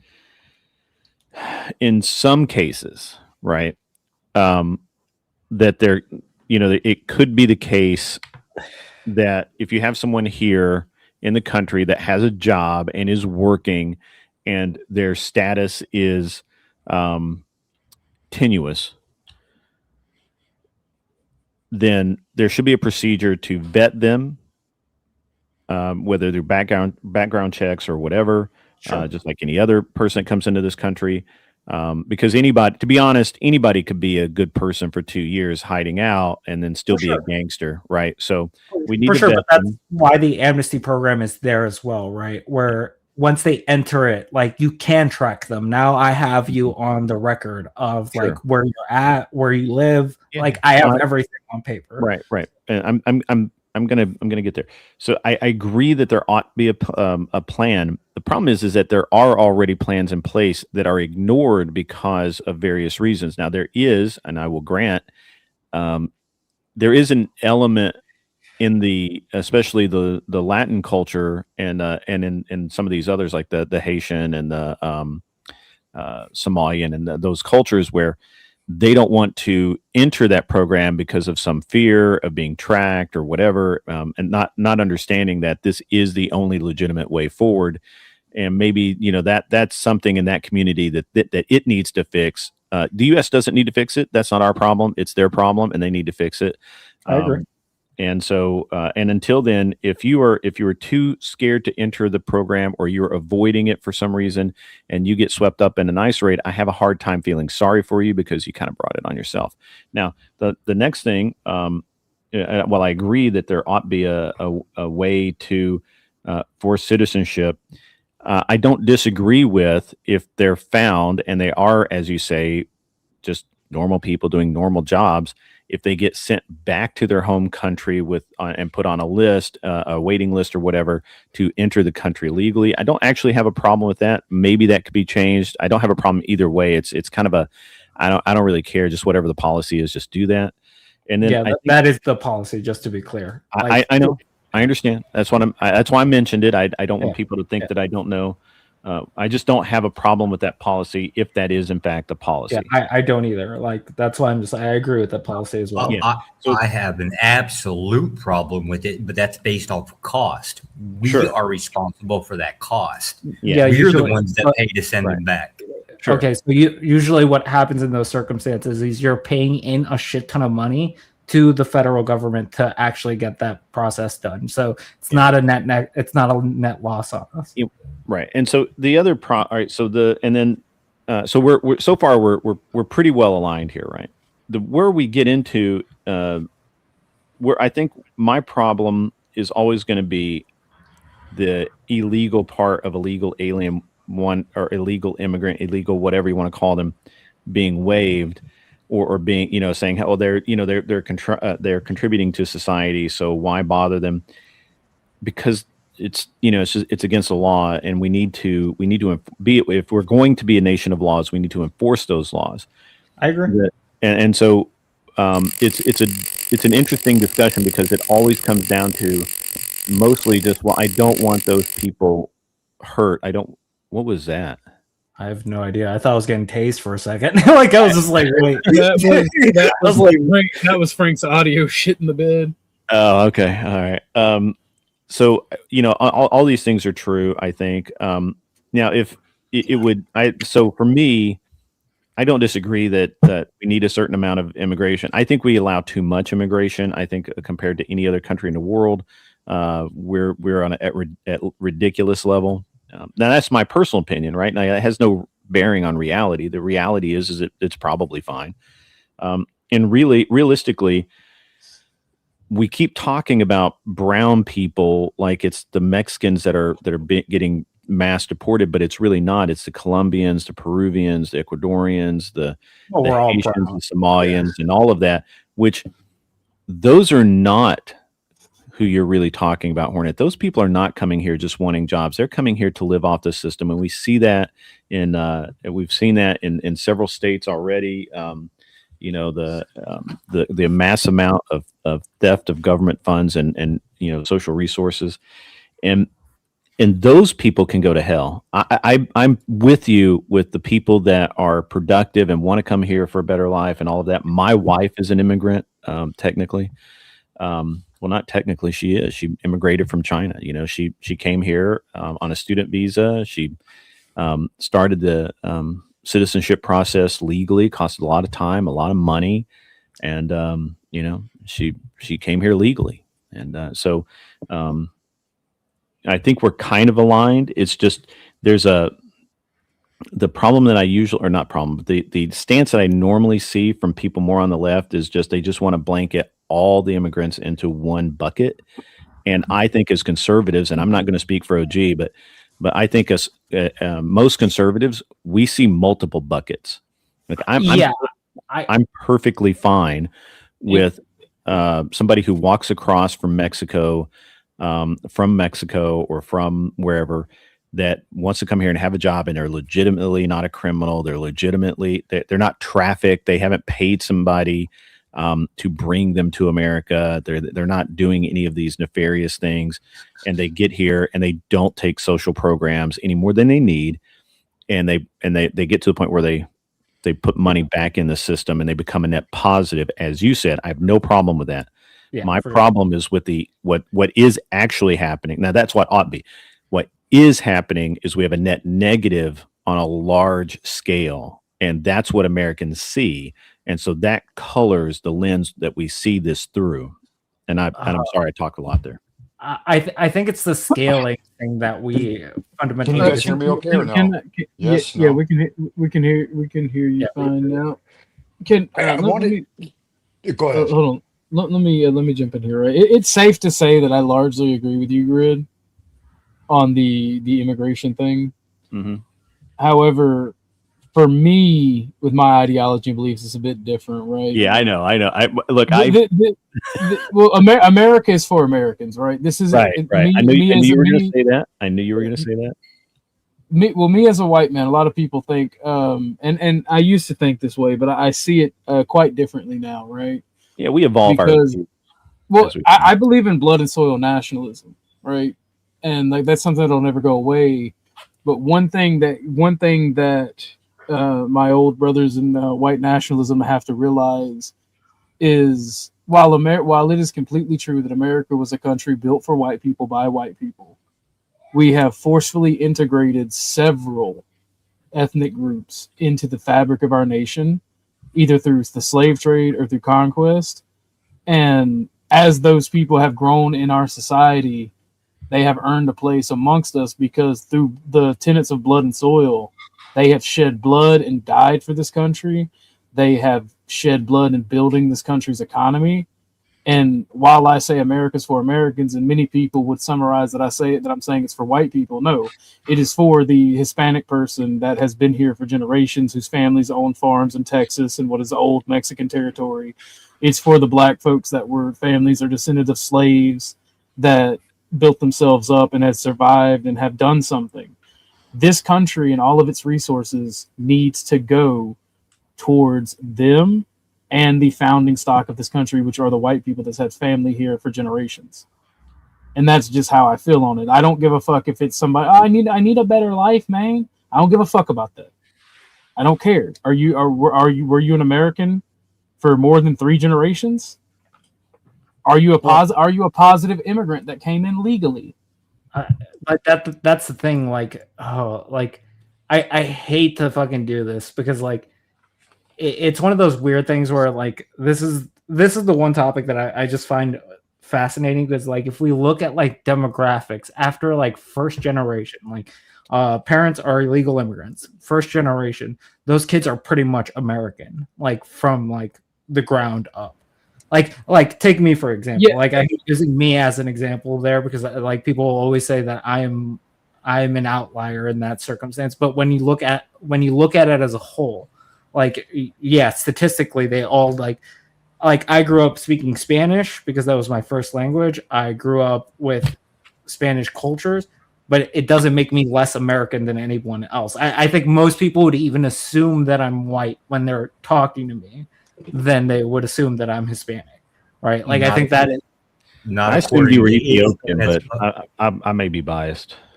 Well, yeah, that's not according to anything that's ever been published from the Fed or State Department. You can look at. No, Hornet. Here's what my research says. Right, you are an outlier. You are a patriot and a lover of this country. You are my countryman, right?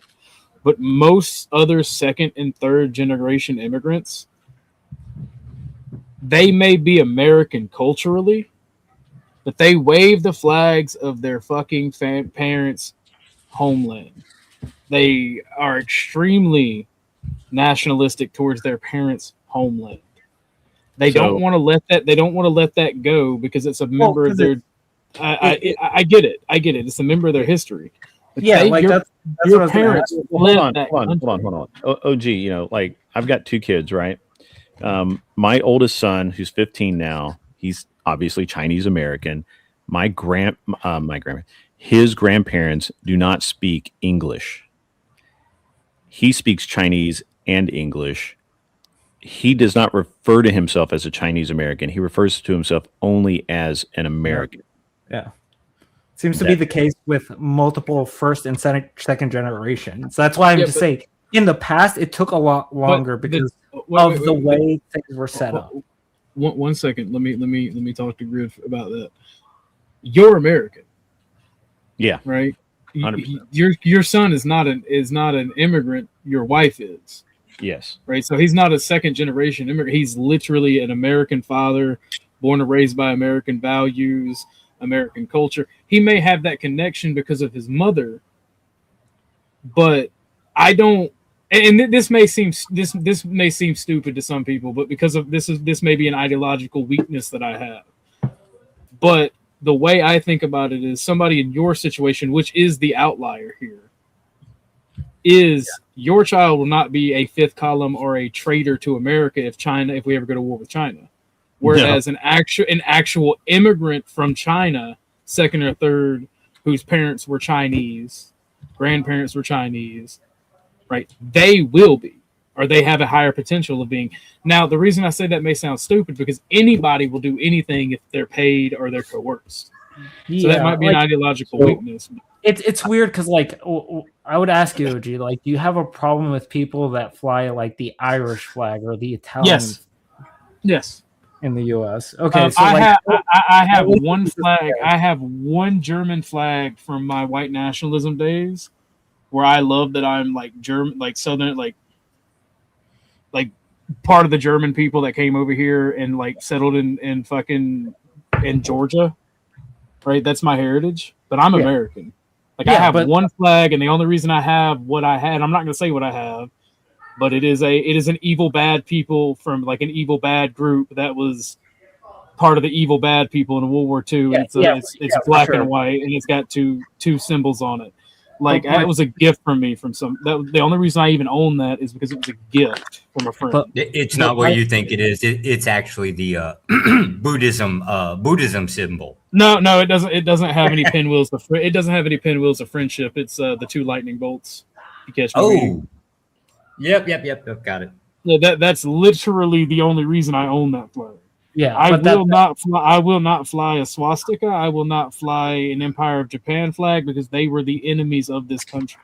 Yeah. Now, do I think the ideology is okay to have in the country? Sure, because it is a ideology, is an idea that transcends people and is adapted per the country.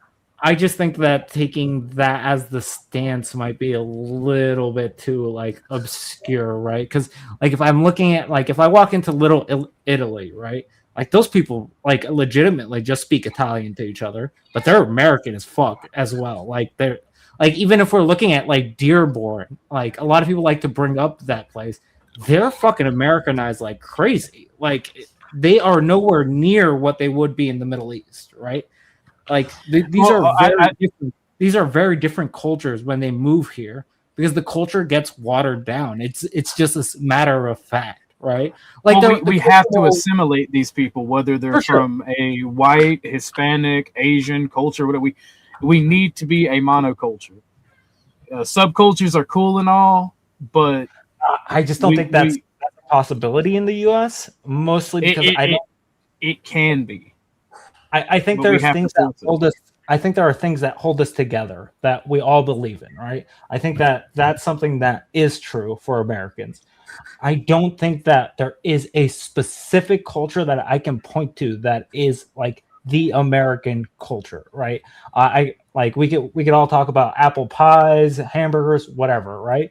But when we're looking at like the states like separated, like someone from Louisiana and someone from New York are going to have very different views and very different cultures, like to large extremes, right? Like I would say it's more of a divide between rural and urban than it is. No, because like I'm not even talking about New York City because like everyone focused. New York is a big ass place. Yeah, no. I'm familiar. Upstate is radically different than New for sure. That's what I'm saying. Like those New Yorkers are very different comparatively. Like those are like mobster New Yorkers versus like Cajun Louisianans. Like you're gonna have very different like cultures that are bred into. That's because we're such a massive nation, and that's where we failed as a country is to homogenize the culture in society. Well, it was the founding idea was like give us like all right. Like it was everyone came here through looking for a better life, like the Irish, the Italians, everyone, right? I don't see it that way. I think that, and I wish Not Lost was here because I want to get his opinion on it. No, you just want him to spurg out. I see my security's shown up. What's up, Anson? How are you? So, but I, like the same issue that we're having with Hispanic people, Somalians, all these people, we had the same issue out of the Irish and the Italians. Yeah, and it was literally cracking down on them and forcing assimilation. That we don't have those problems anymore with those people. I have a question for you, Hornet. Do you think that what do you think about racism? What do you mean? Like in general? Like it's okay for people just not like a different race of people? I don't think that's necessarily like a like bad thing. It's just how it presents itself, really. That like if I don't like, let's say, Indian people, and that's where I'm just like, okay, I won't eat Indian food or interact with Indian people. That's not a problem, right? The problem occurs when I'm like seeking out Indian people for malicious intents, right? Like that's where the issue would occur. Okay, so let me. So if you are, for example, are you I'm not going to ask me a question, but let's assume that you're from your ancestry's from Mexico, which means that your ancestry is technically Spanish.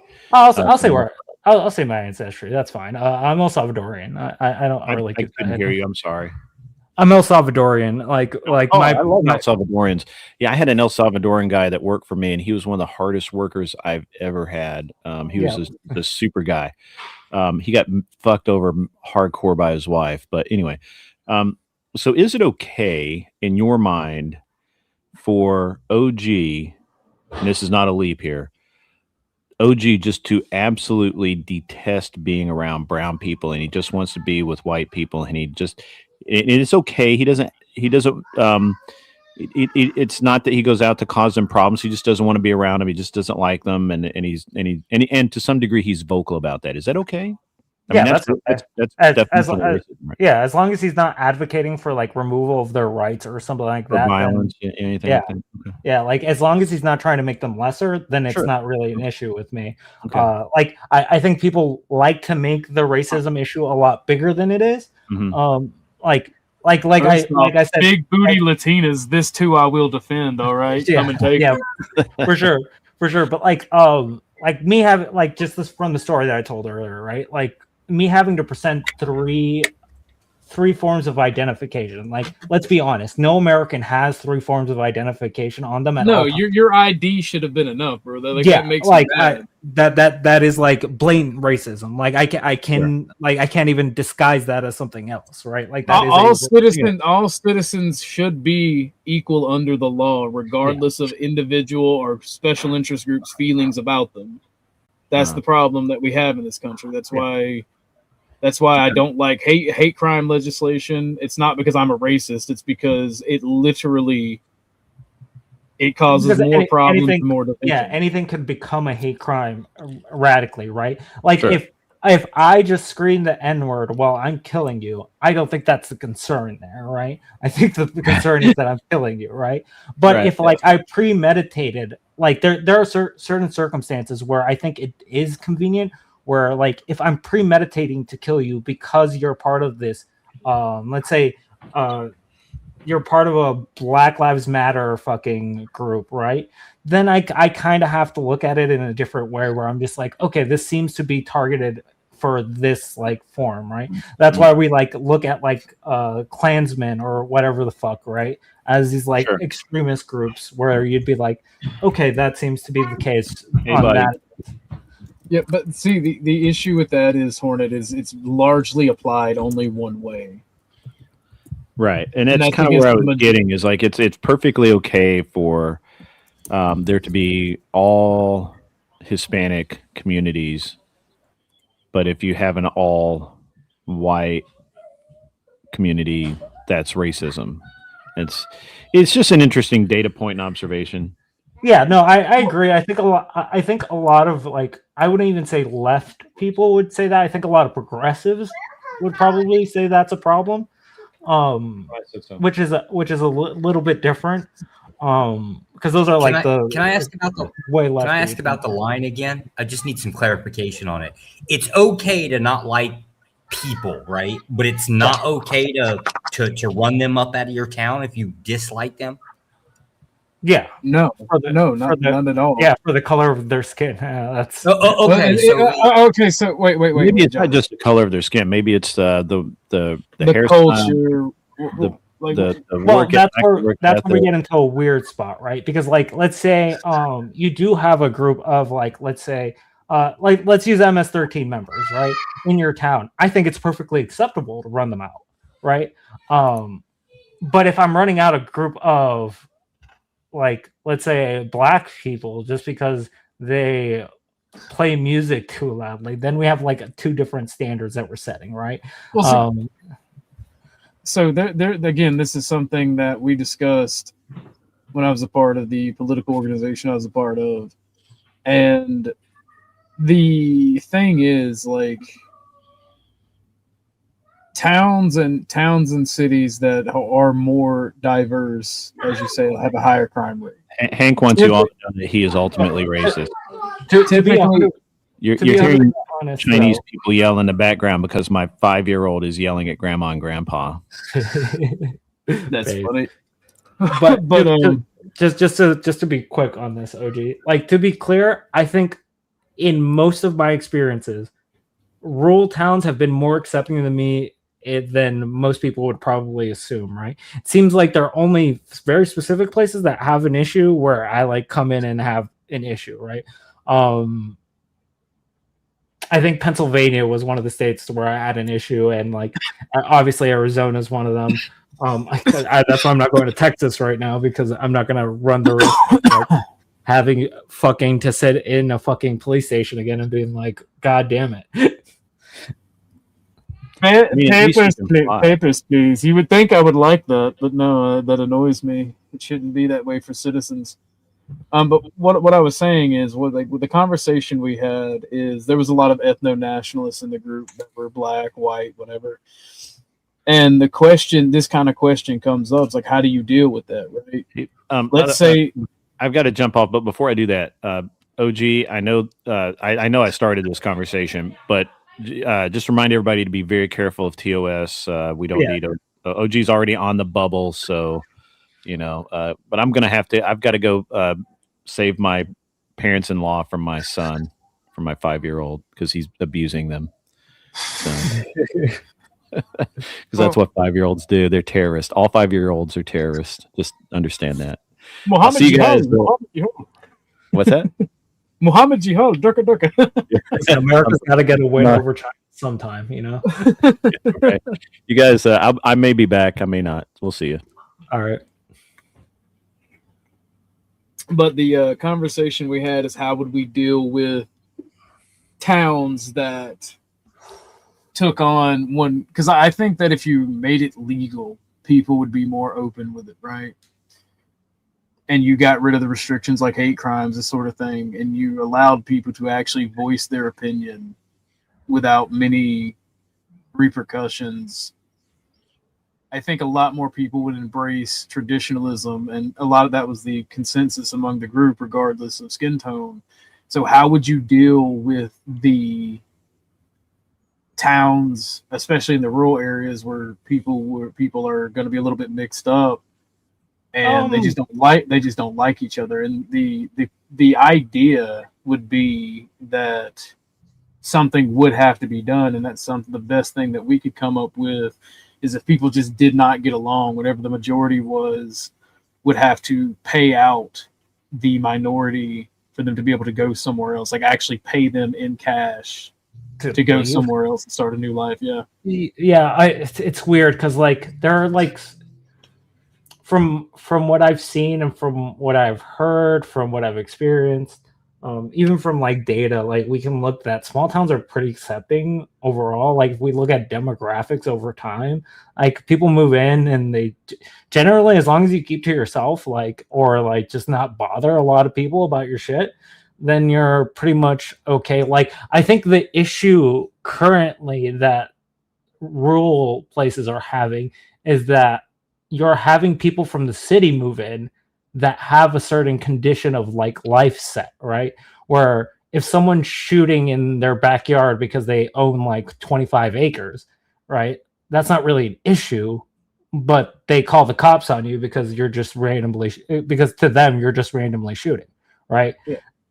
So like, I don't know if that's necessarily a racial issue. I think that's more of like a cultural issue between like the divide between like the cities and the rural areas that we're going to be seeing. Because like if you go into small towns, they're pretty much like open to a lot of things. There are some places obviously that are going to be like extremely heavy on the race issue, and typically that's not like the overall country, right? Because like we have a lot more rural areas than I think people would expect in the US, because a lot of people that come here think that the US is just a bunch of cities put together, and it's just like, no, like there's a lot of like open land, and a lot of that open land is like being mixed up with like a bunch of people, and doesn't seem to be an issue.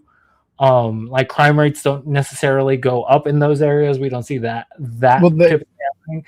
The issues that we are facing now are that crime rates are starting to go up in rural towns when we see like city people moving towards those areas, which I would say that's probably something that should be addressed. That if you're moving into a rural area, you should understand like the rules of living in a rural area. The drugs in the rural areas are not coming from Mexico or China. Oh, for sure not. They're coming from the larger cities within those states. For sure. And that means drug dealers and gangbangers are running drugs to smaller towns, which increase crime. For sure. But they're not like staying in those towns, right? Like if you want to run off a drug dealer for being a drug dealer, that's not an issue. The issue becomes if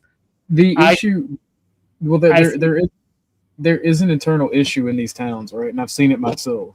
Yeah. And of course, not all, and this is typically Black and Hispanics, but there are white people that have families that are associated with criminal organizations in the big cities that do it too. It's not even really typically Hispanics. It's typically Black folks.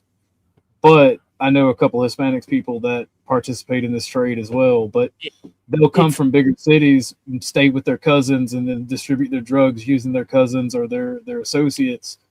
I would slightly disagree with you just because of like how I saw it back in the day. Like what seemed to happen was that some white kids would roll into the city, buy something, then basically roll back and then sell it at a profit, right? Like that seems to be the case for a lot of drug running, that the people go seeking those things out in the city because the city people don't really necessarily have to move around that much, right? Because their market's there. Yeah, they're expanding their market in a larger form. That we're talking about like criminal organizations at that point, which is a little bit. That's not the case. Like these are criminal organizations I'm talking about. Yeah, that's what I'm saying. That's a little bit different than we're talking about. Like some Hispanic guy is like going from the city to the like thing, right? Like those are just criminal organizations that we should have a problem with just in general, right? Like that's what I'm saying. They're using their ethnic ties or their familial ties to spread this crime into the rural areas, and I've seen it. I've seen it with meth and white adjacent gangs, right? Using familial ties to get. I think we can both agree that like these criminal organizations and like gangs are pretty much built on tribalism, right? Like the foundation thing for them is tribalism. Otherwise, you wouldn't be in a gang or in these organizations. So that's where I was just trying to give you some of the thought pattern for what we were talking about, because that leads to like most of the crime in my small town is because of these. Well, I'm gonna be real with you. There's white nationalists, Mexican cartels, and Black gangs that are operating in my small town using their familial connections, and it's causing an increase in crime, murder, death, and rape and theft because of the addiction. And it's causing a lot of problems because like the Black folks are the largest that are doing it. So they catch a lot of heat from local politics, right? Local people and local police. Hispanics are the ones with the best drugs, I'm gonna be honest. So they get a lot of heat. The ones that are flying under the radar are the Aryan Brotherhood and whatnot. I know the Aryan Brotherhood's prison, but I don't know what they're called outside. Well, like they are pro-white. Your skinheads, your Klansmen, your motorcycle bikers, right? Like these are all things that are like pretty much moving under the radar. I think the criminality is just too easy to go after anyways, right? There's always going to be a database of whether you got convicted of something, right? Running them people out of town. It is what it is, right? That's always been the case. I'm the concept of if in my town you have a different ideology well, no, I wanted to put a little bit more spin on it, right? Something that's a little bit more difficult to tend with, right? The idea would be if somebody else has a different ideology that has moved to my town versus our ideology. Let's just hypothetically say we're staunch conservatives, whatever the hell that means, right? And then a liberal moves into town, or a progressive moves into town, right? Why can't we run them out of town? Because there's no legal framework, and that's why we were talking in the organization I was a part of, like what could be done legally that would guarantee those people because the thing is, like, I'm not a fucking communist. I don't believe that we should just seize people's fucking property without proper payment for it, right? I forget the fancy words for it. Why would we ask the government to do our job? Well, would be here's the thing, like you can't just remove somebody from a property they own or rent. Exactly. Without you absolutely can. You can make people's lives so miserable they don't want to live there. Yeah, but Josh, all citizens are equal under the law, and that's something I firmly believe in. We do that already, to be fair. Like it's what an HOA is. Like it's specifically meant to get like any like riffraff out. Yeah, but we've all seen how draconian the HOAs are. Yeah, that's what I'm saying. Like the problem occurs like we can see how HOAs run, right? And see that even that idea doesn't really work out in theory. Because you need some type of legal frameworks that would be akin to eminent domain. I would disagree on the legal framework. I think the issue is, like, let's say someone like, are you guys familiar with the old money, new money like concept? Yeah, old money hates new money. Yeah. So if you are new money, I don't know what should stop you from moving into these like McMansion level like communities, because you're able to afford it. You follow all the rules. Like, I don't know what the are you wanted there by the community though, and that's the problem, right? And without that communal, in your favorite word, cooperation, without that there, you don't have a community. So if you're but I think that's more on like the community, right? Like the community should be able to handle that person coming in and like fester them in. That's the whole point of community, right? Well, if they don't want them there for whatever reason, they shouldn't be forced to have to deal with them. And like I know this borderlines the whole right to property, and I do believe that people have the right to own property. But if people don't want you there, they should have the right to be like, look, we're the majority. We don't want you here for whatever reason. It doesn't even have to be race. It could be if you're fucking white trash and you just hit the fucking lottery and these hoity-toity rich white folks don't want you around. They should be able to petition and eminent domain your ass right the fuck out of there. They should have to pay you market value for your property so you can go somewhere else.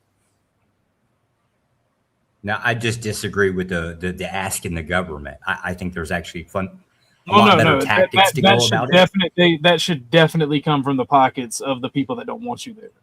Yeah, that's the whole thing. Yeah. It doesn't come from taxes. Like they have to pull the money together. I think I could somewhat agree to that. Like, I don't agree with the concept, right? But if like it's coming out of their pocket, then I guess like they can make the attempt, and that would be perfectly fine. I don't think that you can compel them to do that, though. I think Jamie, join. Go ahead. I didn't mean to interrupt you. Go ahead. I think that's one of the things that is really strange about this country, that we provide all of these freedoms, yet we want to restrict freedoms on ourselves when we're within like our small community. It just seems weird. Like I think it's antithetical to like being an American.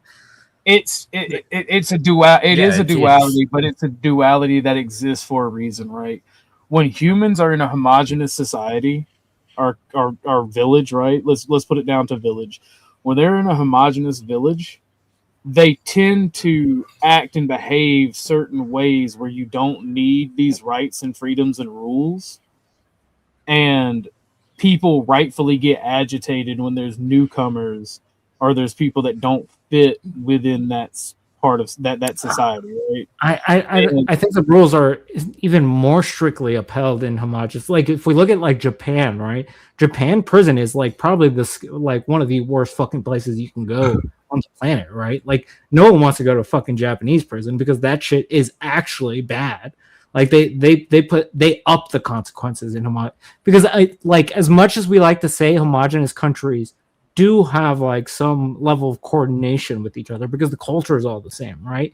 When we're looking at all scales, it seems like the US has been a pretty good experiment at seeing that multiple civilizations can come together and basically create one nation that is ruled by multiple different cultures without an actual like while excelling from like the rest of the world, right? Like when we're looking at like I don't think you would disagree that America in the 300 years of its inception has pretty much taken over the world.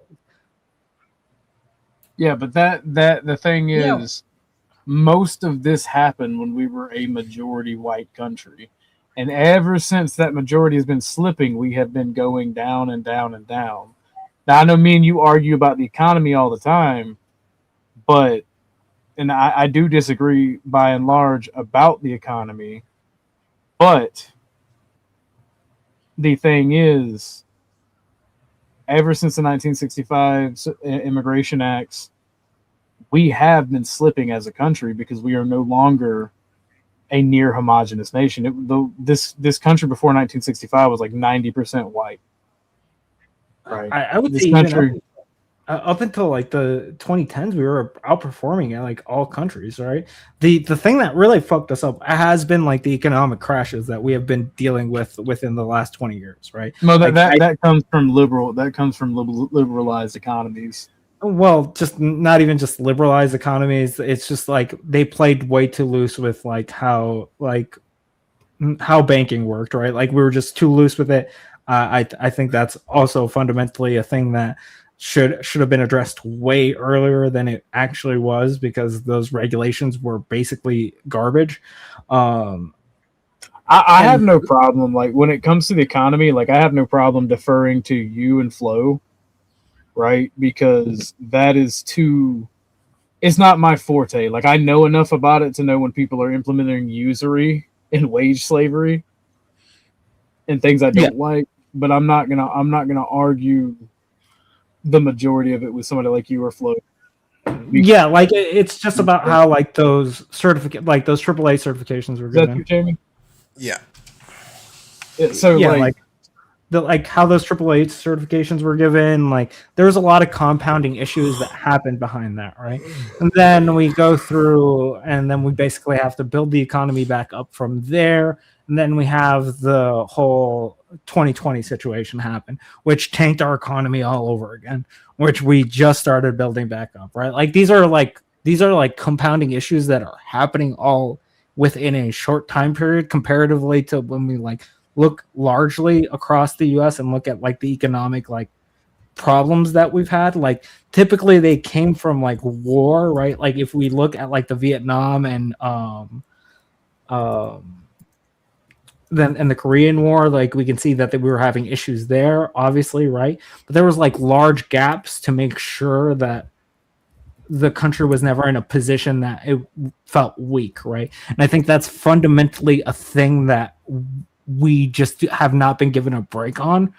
And obviously when we have another nation like China trying to compete at the same level as us, we have fundamentally a different problem there, right? So like there's a lot of issues there, but I don't think it's really a cultural issue. I don't think that seems to be the case. I think the culture issues seem to be the thing that people try to drive us towards because they're a lot easier to answer than they would be for like explaining like the economy to me, or explaining to me why specifically like that you're voting in this particular fashion in foreign policy, right? Like those are things that are going to be difficult to explain to the American public.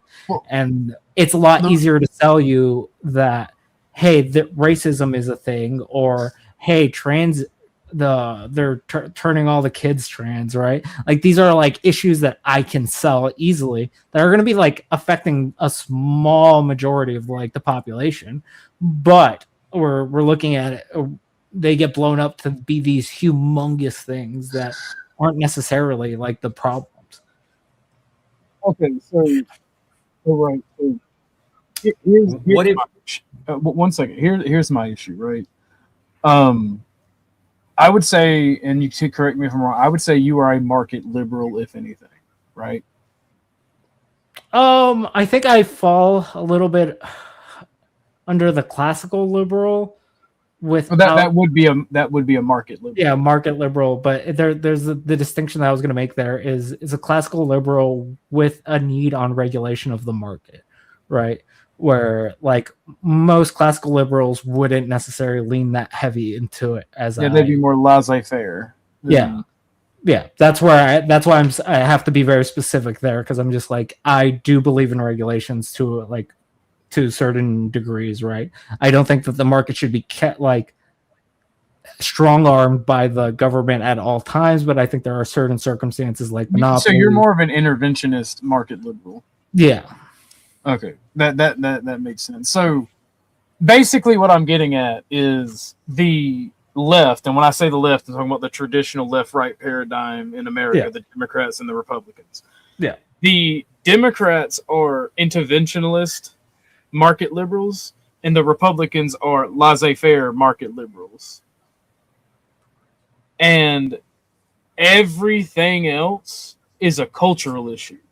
Yeah. That is the one, and that's where I disagree with you about the economy, because our leaders, again, are still market liberals.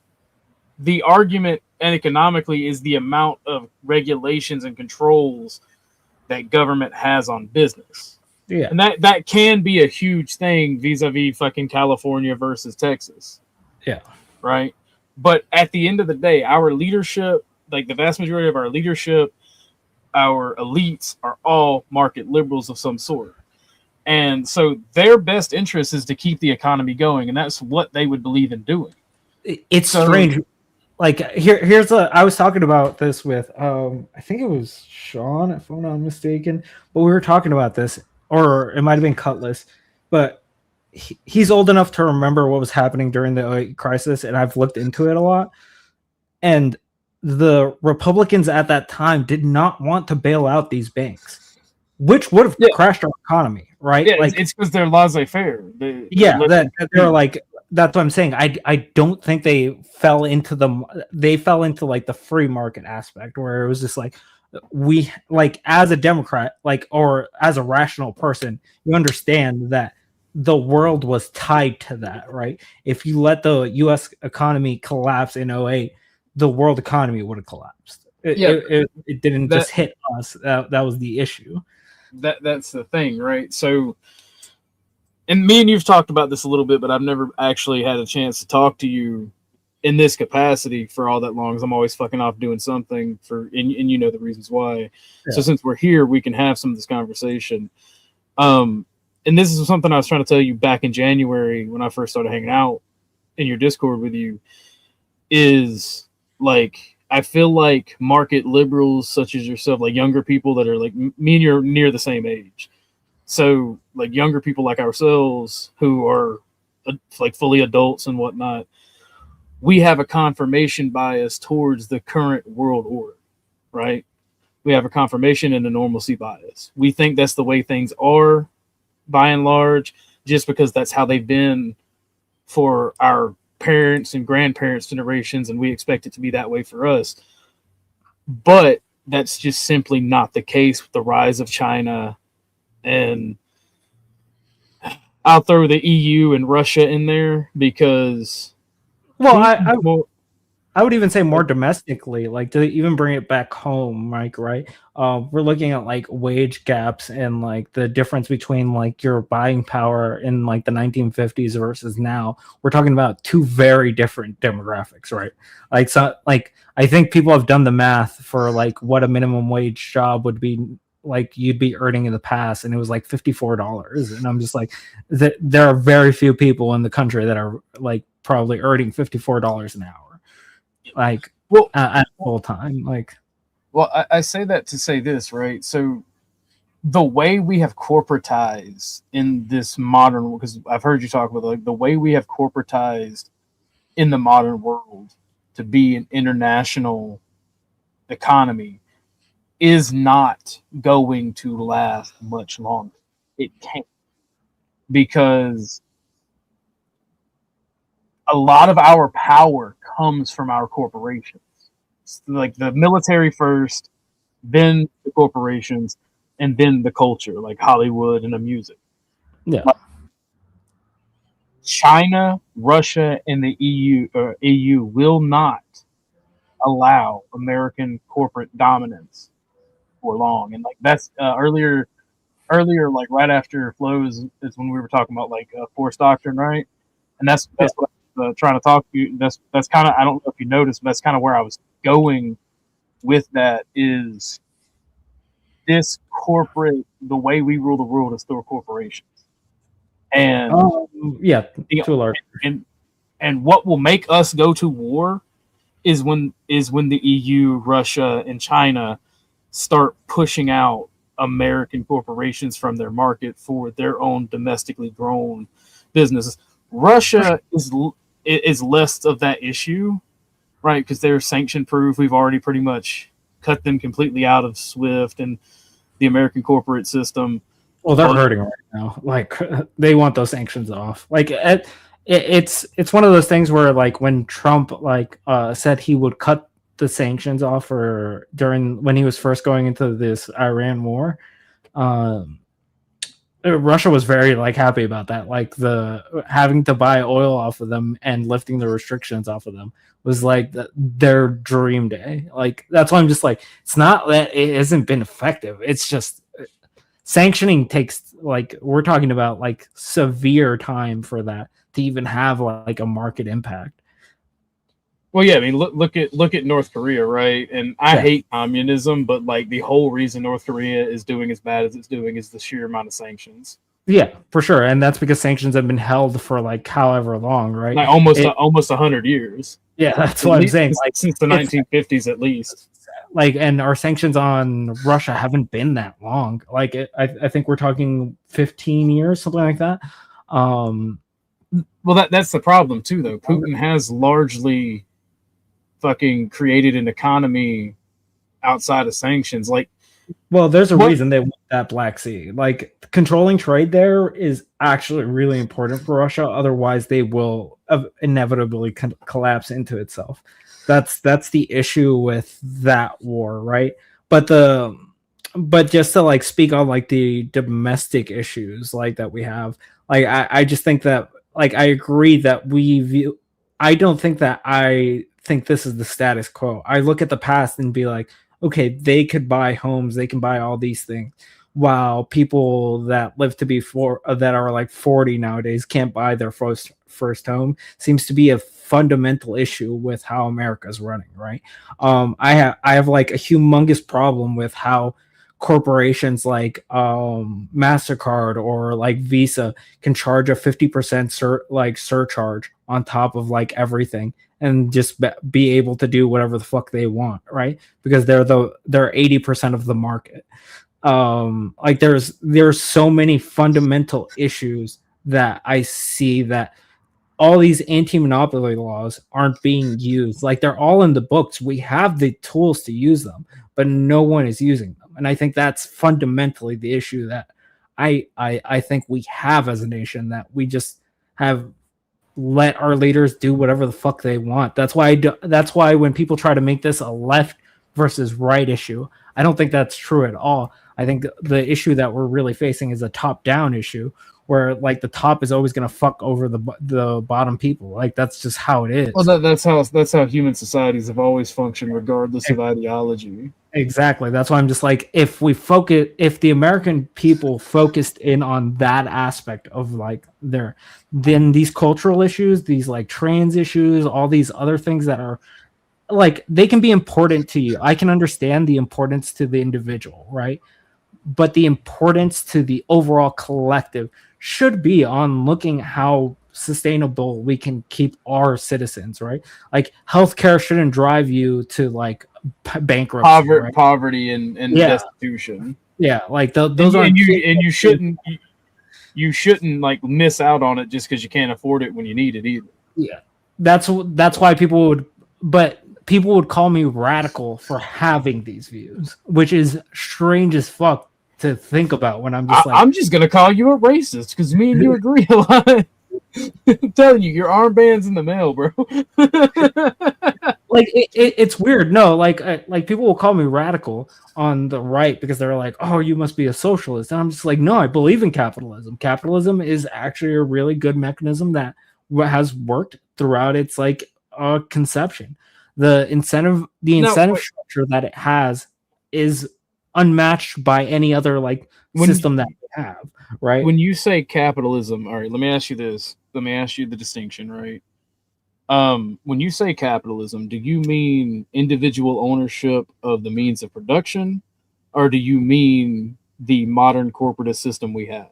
All stocks and bonds. It's a little bit of one. It's a little bit of both, right? Like so, like the Gilded Era, where it really started to meld, where individual ownership was a thing, but like they only own 51% of their corporation. And well, I think ownership isn't really the issue there for me. I think it's about how it's distributed out, right? Like I don't think that mega conglomerates should be like 80 different big ass companies that all have like a humongous market share, right? That shouldn't be a thing. Like I think conglomerates should be like individualized out, and those 80 companies should be run by 80 different individuals, right? I don't think that should be a thing. So yeah, me and you're pretty much on the same page on that. And then that answers the question that I have, because I mean, obviously, if you have a corporation of any significant size, you're going to go public and you're going to share stock. Yeah, I think that's important. That's why I'm just like, I think the stock market, and specifically our bond market, has been important to how the U.S. has run, right? And why, absolutely. Yeah, like why we have been able to position, because a lot of people like to think that America positioned itself as the world leader because of our military, and that's probably true. Military not march on its own. It needs food and guns and gold. Like I was gonna say, like that's probably true in war times, but largely this has been a large era of peace, right? There obviously have been wars that we would call wars, but there's nothing as big as the global wars that we had. So when you have like when we had dismantle your corporate system, you fucking fascist. Like I swear, night of the long dick. You're getting night of the long dick. We don't have night of the long knives, Josh. You're getting night of the long dick around here. Damn. But like I was saying, the bond markets, like the petrodollar, right? People talk about that. Like the petrodollar was just the introduction to how we introduce debt to the rest of the world, so we can sell off our debt. We don't really run off the petrodollar anymore. We run off our debt, right? Like we sell our debt. We've run off our debt since the 90s. Yeah, that the petrodollar has largely been like moved out of like the existence for a while, because it wasn't. A lot of people are like, "Oh, the petrodollar is disappearing because of these oil barrels."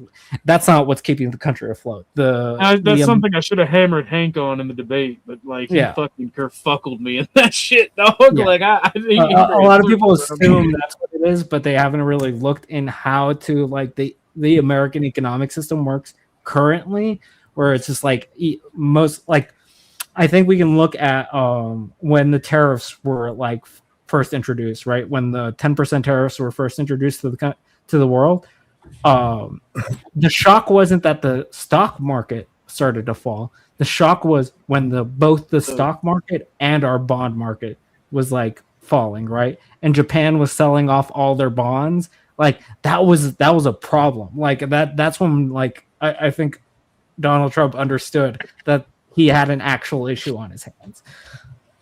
Well, that's my issue, and me and you've talked a little bit about this. When I say half-assed measures, I mean he did nothing. He did nothing to stop them, to like diplomatically to stop them from selling off bonds. He did nothing to really subsidize certain. The only thing you can do there is like freeze assets, and if you're starting freezing assets, then you're pretty much introducing like global conflict. Well, that's the thing. Like but like don't click this out of context. When I say conflict, let me be clear that I'm not talking about like a physical conflict. It could also be a monetary conflict, right? Where now, since you've locked that place down, you have an issue in the market as well. So, well, that ultimately will lead to conflict, and that's it. In the modern world, since we had these, even the rudimentary systems in the 1800s, that was always the precursor to armed conflict. Yeah. Doing things like that, nationalizing foreign investments, freezing assets, this sort of thing has always led to actual armed conflict. And like, I get why poor people in the beggar class think that every war is a rich man's war, but one thing that Hank got right in our debate was the government interest and the economic interest is definitely beneficial for the citizens. Most wars in human history have been fought over money and resources to further strengthen the homeland. Yeah, for sure. That is always done in the citizens' best interest. Yeah. So I am and just like I don't want people to clip me calling Josh a fascist pig just because I'm a national socialist and we made Italians are bitches, doesn't mean like I'm still you know already the Italians clipped, are bro. It's already clipped. I love peace. I don't want American lives thrown away, but I am a war hawk when it comes to economics. We literally the only power we have at the end of the day is what comes out of the barrel of a gun. Yeah, but the problem we have there currently is maybe back in the day we could have taken on a good portion of the world. I don't think we have the military might to actually take on the whole world currently. I just don't think that's feasible. I think we do. I think the whole world knows it too. Let me ask you something, OG. Let me ask, your line of reasoning actually is intriguing, and it kind of, I want to put something out there. If I were to tell you that what Trump has done, especially using Venezuela as an example, to change the way money and wealth flows throughout the entire world, if I told you that he's done something that should have been done 30 years ago and is just now getting done and it benefits America greatly, what would you say to that? I would say that I absolutely agree with one caveat. It is a half-assed measure that will ultimately fail. He has not gone strong enough. He has not gone hard enough. America needs to implement national autarky as soon as possible, regardless of the price. So we might be talking past each other a little bit here. So what Trump has done, whether you see this or not, using Venezuela as the example, is he went in to a country that had nationalized and seized the oil fields, the farms, and all of this, all of the wealth, and run the country into the ground, literally. And what he did is instead of seizing those resources and saying these are America's now, which is something we would have done in the past, and then, or simply thrown out the government and then given those resources to the citizenry, what he actually did is he, for the most part, he tried to restore ownership of those resources to the people the corporations who owned them originally, which is a good plan. It checked a lot of boxes that needed to be checked, but more importantly, He said, I don't actually care who owns the oil fields. I don't need to control those. But you're not shipping it anywhere in the world without our approval. And all of the money, all of the financial transactions has to go through, worldwide sanctioned banks and other things. And he did this for a couple of reasons. The best reason he did it for was to prevent the flow of dollars, and not just dollars, Deutschmarks, all of the things.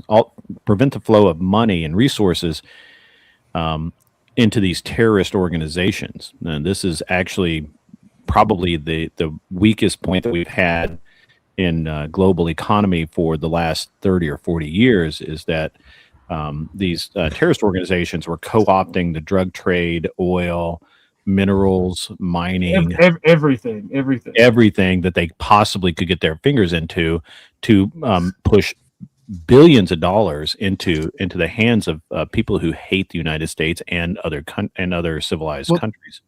So there is. So what you're talking about, and if I cut you off, I'm sorry. What you're talking about is sphere of influence politics, right? And the U.S. being that's exactly what it is, because in the pre-World War I, because the World War I is what ended the great powers doing this by and large, and World War II is what stripped them of their colonies.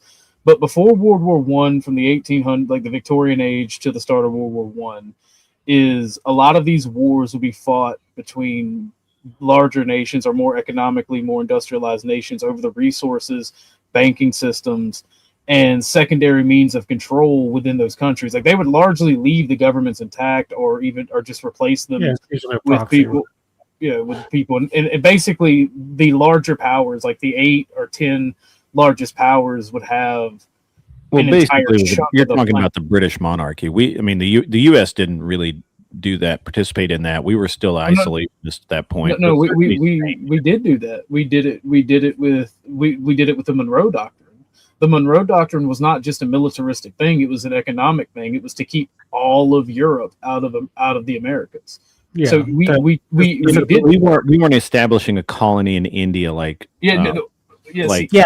they had colonies. Colonies are different than what I'm talking about, right? Yeah, but they had established places here that were benefiting off the trade that we had. So we basically wanted to get them out of the. That's the whole theory behind the Monroe Doctrine. That there was the economic value behind it was because of the resources were limited at that time. You needed to basically find a way to zone everybody out and be like, okay, sure. We're going to control this aspect. And we're going back to it with what Trump did with Venezuela. That is the new form of it. Yeah, but what he's doing is he's controlling, or he's attempting to control the flow of wealth, and he's doing it in Iran right now. He's basically saying that we don't need to attack you, Iran. We can just sit in the Strait of Hormuz and not let anything through, and now you have no recourse. You have no money flowing in. You have oil built up. All of this. The issue with that is I think that we're falling into China's trap. The issue with hold on. The issue with that is, because again, this is neosphere of influences, right? The problem with that is America is the world hegemon. So whenever there's a problem region that we need to do some influencing actions in, propping up our corporations that are we're not putting corporations in over there. That's the thing. That's the whole thing.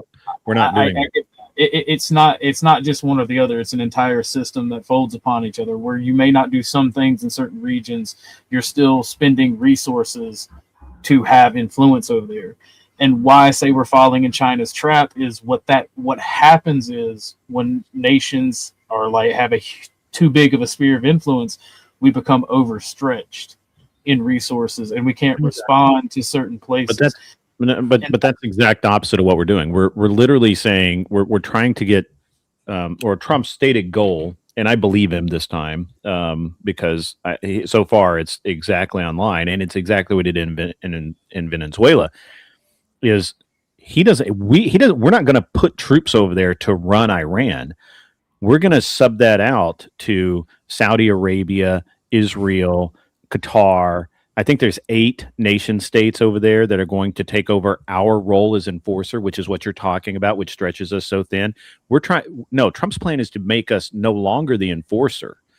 But with the understanding that we have the ability at any time to cut off the flow of oil, to cut off the flow of shipping to any place on the planet that we so deem. Now, China, interestingly enough, is placing a lot of pressure on Iran to stay at the peace table and to do the right things with regards to their dealings with the U.S. because China needs the oil too. And truthfully, they don't actually need the oil. They just simply don't want to use, just like us, they don't want to mine their own oil. They don't want to drill for their own oil. They know, look, China's got tons of resources. It's a massive country. They don't need oil or anything else from anybody. But just like the U.S., they would rather buy it from somebody else and let them pollute their country and drill holes in their country and mine their country. They'd rather do that than do it in their own country, which is what we do, right? That's why we can't do fracking anymore because we'd rather buy 2 questions, Grid. Yeah, man. What's up? One, I like what you said about like handing the reins over to people to be their own enforcer and us stopping having like a power hold over the entire world since like World War II gets old and it gets expensive.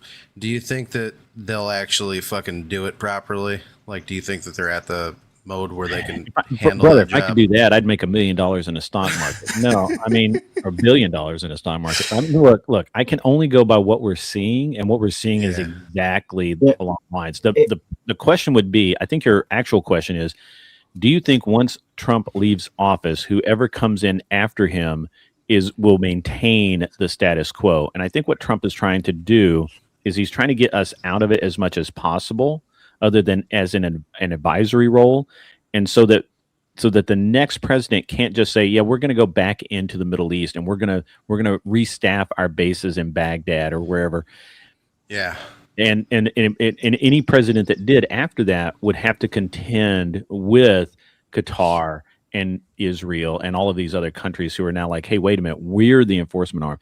And this is actually the way it should have been in 1970. We should not have taken down the Shah of Iran. We should have let the UAE do that, which I don't know that it was the UAE at that point. But at the time, they weren't strong enough to do it.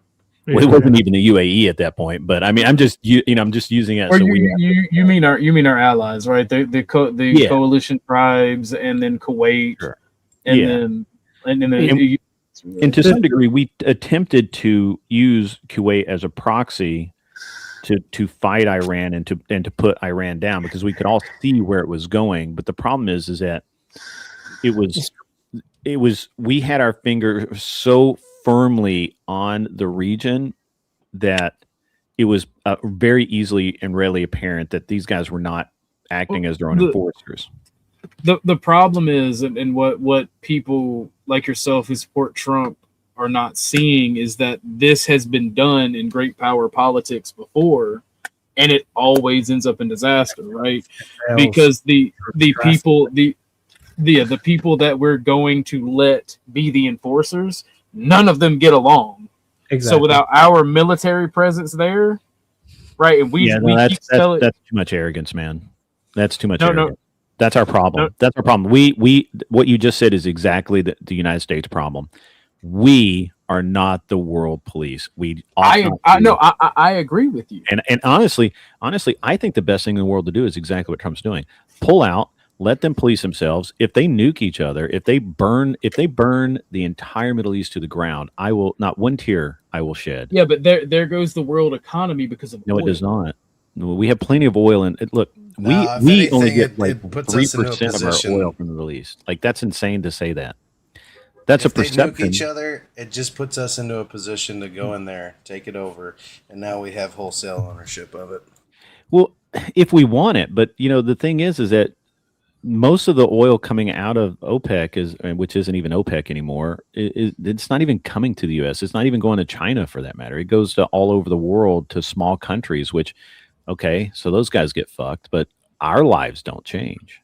Well, No our matter lives, what politicians say. our, our No matter lives, what politicians say. our lives do change. But like the problem is How? like we're okay because like I think I heard you talk about this the other day where you say 3% of what we get out of the Strait of Hormuz is coming to us, right? 3% of our Well, oil 3% of the oil that flows through the Strait of Hormuz comes Is- to us, but is it's comes a to us, very, very right. small percentage of our for sure. oil. For sure, it's very small percentage, right? Probably But when we under look 0.5%. yeah, but when, 0.1%, something like that. yeah, but when we look at it holistically, when we're looking at the 20% that the world is starting to buy from, unfortunately, that becomes a limited resource at that point.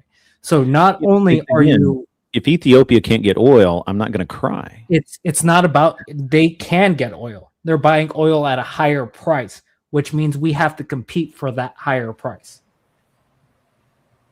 Yeah, Again, it raises the prices on us. Again, this is an interesting way of looking at it, but I'm going to reject it because if I this is like saying I can only go to this tailor over here because right now I buy a suit from him for $20, and if he goes out of business now, I have to go buy a suit from somebody else for $30 because everybody else is going to go to that tailor too. Because the fabric. When I have my own tailor and I can just go down the block and do it no problem. It's a very interesting. Fuck! I just hit my mic. I'm sorry, guys. Grid. I want to say this. I agree with you. When I said starting a national autarky, this is what you're talking about, right? Because autarky just means nationally self-sufficient in resources and manufacturing, right? The problem is our current. It will take 20 years for America to be self-sufficient.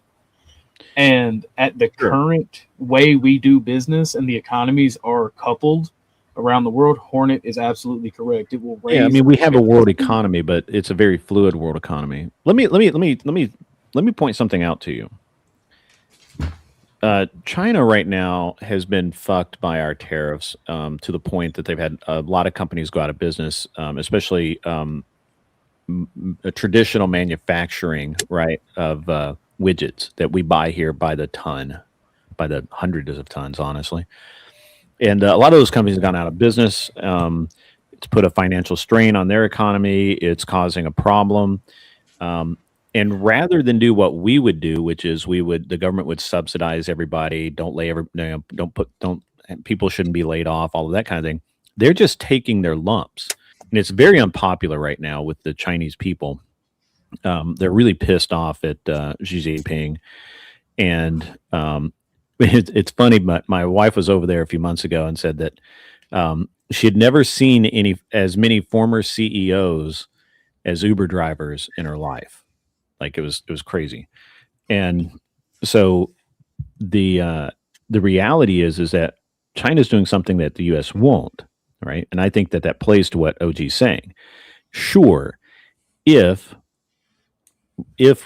we were to basically turn over the Middle East and somehow in the future, there was a conflict and, those 8 countries decided to implode upon themselves and we weren't able to get all of the oil that we wanted at the price we wanted it. Sure, that would be a problem, but what we can do that most other countries can't do is we could simply spin up our own oil industry again, pay Americans the money instead of sending that money offshore, and we would be better off for it. But there would be temporary pain. I'm not saying that there wouldn't. It's not about temporary. Okay. Hold on, wait. I'll give the floor to you a second. I just want to point this out. Grid, when you say that China's taking their lumps, right? Mm-hmm. What they're doing is starting the process to be an autarkic nation, right? Because they have the access. Yeah, I mean you're not wrong. I mean, but you have to understand that China's an interesting thing because you guys don't remember this probably, but I do because I was alive when from 70 to 82 or 83, nobody went into China, nobody came out. It was a closed off nation. And honestly, that's the more scary part. The more scary part is not that China tries to increase its exports and increase its world footprint. the scary part is that they go back to what they did in the 70s, and they've done it like 3 times in modern history, where they just shut it down. They just shut it the fuck down, and nobody comes in, nobody goes out, and overnight, all of the cheap ass widgets that we get gone. Like would go up in price. Yeah, for sure. Like that's also like a factor in it, right? Like the Chinese, like that's why it can't be untangled as well. But that's why I would say that the American, like the problem that I'm having with the way you're describing this is, I think you understand that manufacturing to a certain degree is good, right? But the problem is the cost of manufacturing for lower end items, or like crude oil and like lower end tier stuff, it's usually offset to other countries because there is no money to make in it. It is a net loss. So when you're trying to do refinery and crude oil and everything, you're just stretching yourself to the thinnest. Your economy will not last. That's why isolationism hasn't typically worked in the past. That's why, I mean, I'm going to disagree there. I'm going to disagree. I don't. I would disagree if we were France. I mean, I would agree with you if we were France, 100%, or Great Britain, 100%. They can't do it. We can do it. We have. First of all, we have the workforce, we have the technology, we have the equipment, we have the oil fields already. We have everything in place. We just have to hit the switch. We have manufacturing. We're still, even with all of the automation and everything, and offshoring all of the widgets that we don't want to make for 10 cents, we're still the largest manufacturing nation in the world, planet. right? Like I agree with that. I agree with you, but what I'm disagreeing is bringing all the manufacturing back here, because the problem occurs that yes, we don't like, a lot of people mistake that we are pulling oil. We don't pull crude oil. We refine oil here, because we do pull a lot of oil out of the ground. We pull not nearly as much as we used to. I'll agree with that, but I'm saying, like, I've lived out in Texas and in Oklahoma. The oil fields still be pumping. Yeah, but that usually goes to the National Reserve, which then gets refined. It all falls into the refinery aspect. Like, I don't think it's a matter of do we or any of that. It's have to ask yourself. The real questions we ought to be asking ourselves is, if it is the case that we do, of course, it doesn't bother us if we lose the Middle East oil, but it would certainly bother France, right? Because they get a lot. Bother the rest of the world, the rest of the world. Right? So hold on. Let me finish the line of thought. So if it's the case that we're not, it doesn't really bother us that much. Our lives go on pretty much as normal. Those countries get hit pretty hard, and let's just say that we do go back into kind of isolationism mode, and by isolationism, what I mean is that we're still trading on a world scale, but it's only trade. We're not providing security. We're not sending troops over. We're not securing the world oceans in the same way, that sort of thing, right? Because we just don't, because we need to reduce our budget, whatever excuse you want to use. If that is the case, who becomes the next China? No, China becomes the next U.S. That's what I don't think. I think China goes back. I think China goes back to being on lockdown or isolationist state sort of deal. I think that we, as Americans, we're going to look for somewhere to offshore production of widgets that we don't want to make, which, I personally would prefer to bring them back in. I don't see any reason why. We have some of the best injection molding technology in the world. Why are we not doing it? Look, I look at buying businesses all the time. I'm going to tell you that what you think about American production and what the reality is are two entirely different things. But let's just say that we don't want to do that, and we're looking for the next China. We're looking for the next country that has the low cost workforce that will produce the widgets that we want. We don't want to put. We don't want to fire up the old Murray bicycle factory down in Lawrenceburg, Tennessee. We don't want to make bicycles in Lawrenceburg, Tennessee anymore. We want to make bicycles. So are we now becoming buddies with Mexico and using their cheap labor instead of importing it across the border? We just go down and clean up the cartels and reestablish the government in a But then meaningful way. you're doing the same thing that we would just be doing in the Middle East. Like It's it the would be thing we would do in China, right? Yeah, So- but the problem is at that point, like China, China's effective at actually. I think China can hold its borders at this point. I don't think there is. Yeah, no, China, nobody will go into China. Again, the scary thing is take- not that China decides to like invade other countries. I just don't think they're interested in that. But I think the scary thing is that they just shut down and nobody in, nobody out, nothing in. But nothing I think the Americans back in the day had the right idea that the way to the world was through the economic faction, right? That's how you actually manage the world, right? I agree with global trade. I don't agree with the not necessarily just global trade, with how we conduct our trade as well, right? Like because we didn't focus in on just trade. We were like, we're gonna set ourselves as the central currency. We're gonna be involved as many deals as we possibly can, so that when people are trading, they're trading with US dollars, which makes us richer, right? Like I think because a lot and we made a mistake, right? We tied it to the we created this thing called the petrodollar. We established the IMF, which basically that's a bank that is literally the petrodollar came beforehand. That's what I'm trying to get at. That the petrodollar was before that concept. The concept of trading into bonds didn't really come about until like around the 90s, where we started seeing a large amount of because we started like basically isolating farms in like Southern America and a bunch of other shit that we were doing at the time to basically hold the market down as much as we can and be like, okay, we're going to control the market moving forward. And that has largely led to America being as enriched as it's ever been, right? I think a lot of people look at the petrodollar and assume that most of our money is tied into that, where oil isn't necessarily our biggest like contributor anymore. Like, like we can, I think me and you can both agree that the bond market seems to be the way that the world moves. Well, but the bond market can be shut down, and look, we've looked at. I mean, remember back. Well, what I'm saying is, like, my point is being that China, is starting to try and negotiate themselves into these deals, right? They're trying to trade in their currency. They're trying to actually become that power. I know that they try that, but the problem is the world doesn't trust the Chinese economy because the Chinese the government just will set whatever the value of their. Is that you, Nikki? For sure. But I think that's largely been changing over time, especially with the trust in the U.S. breaking. It doesn't seem to be, but I'll grant you that it could over a long period of time. But I mean, I've been looking at this for 30 years, and I'm for sure. telling you Like, the Chinese. Before y'all get too far off the topic, let me jump in and make a point here, right?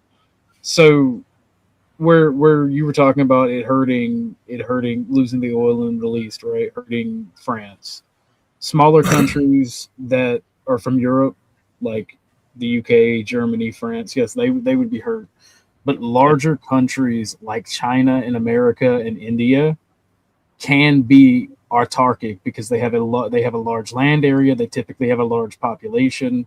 I'd even include Russia into this. Can largely be autarkic and self-sufficient because of that population without trade. Sure. I mean, you're right. We need to be intellectually honest about it and just acknowledge that the UK has always been been a victim or at the mercy of what they can buy things for. I mean, they invented the spice trade because they couldn't grow spices in Britain, right? So they invented that whole deal, right? The whole reason they allied with France is because they didn't have enough square footage to grow enough food for their own people. And so through marriage, they allied with France for many years. And the whole a large chunk of the reason that they went to war so often with France and Germany was over simple resources like wood to build ships and anything else, right? So, I mean, no, you're right. You're 100% right. I agree with you. But, the shift with this, the shift that we're seeing with the way Trump is handling Venezuela and is going to handle Iran he doesn't care about the, I don't say he doesn't care about it, but it's not about owning those sources of production, or putting that in the hands of American corporations, or even protecting American corporate interest, it's being able to be able to control where the oil goes and where the money changes hands. So they can't be these backroom deals. You've got billions of dollars siphoned off into terrorism and drug deals and things like that. And as long as they're applying that framework globally, which they are, you're going to see the stock market index is going to climb. Back through mid-March, it went from multi-quarter lows through March, and of course, we had an energy issue there.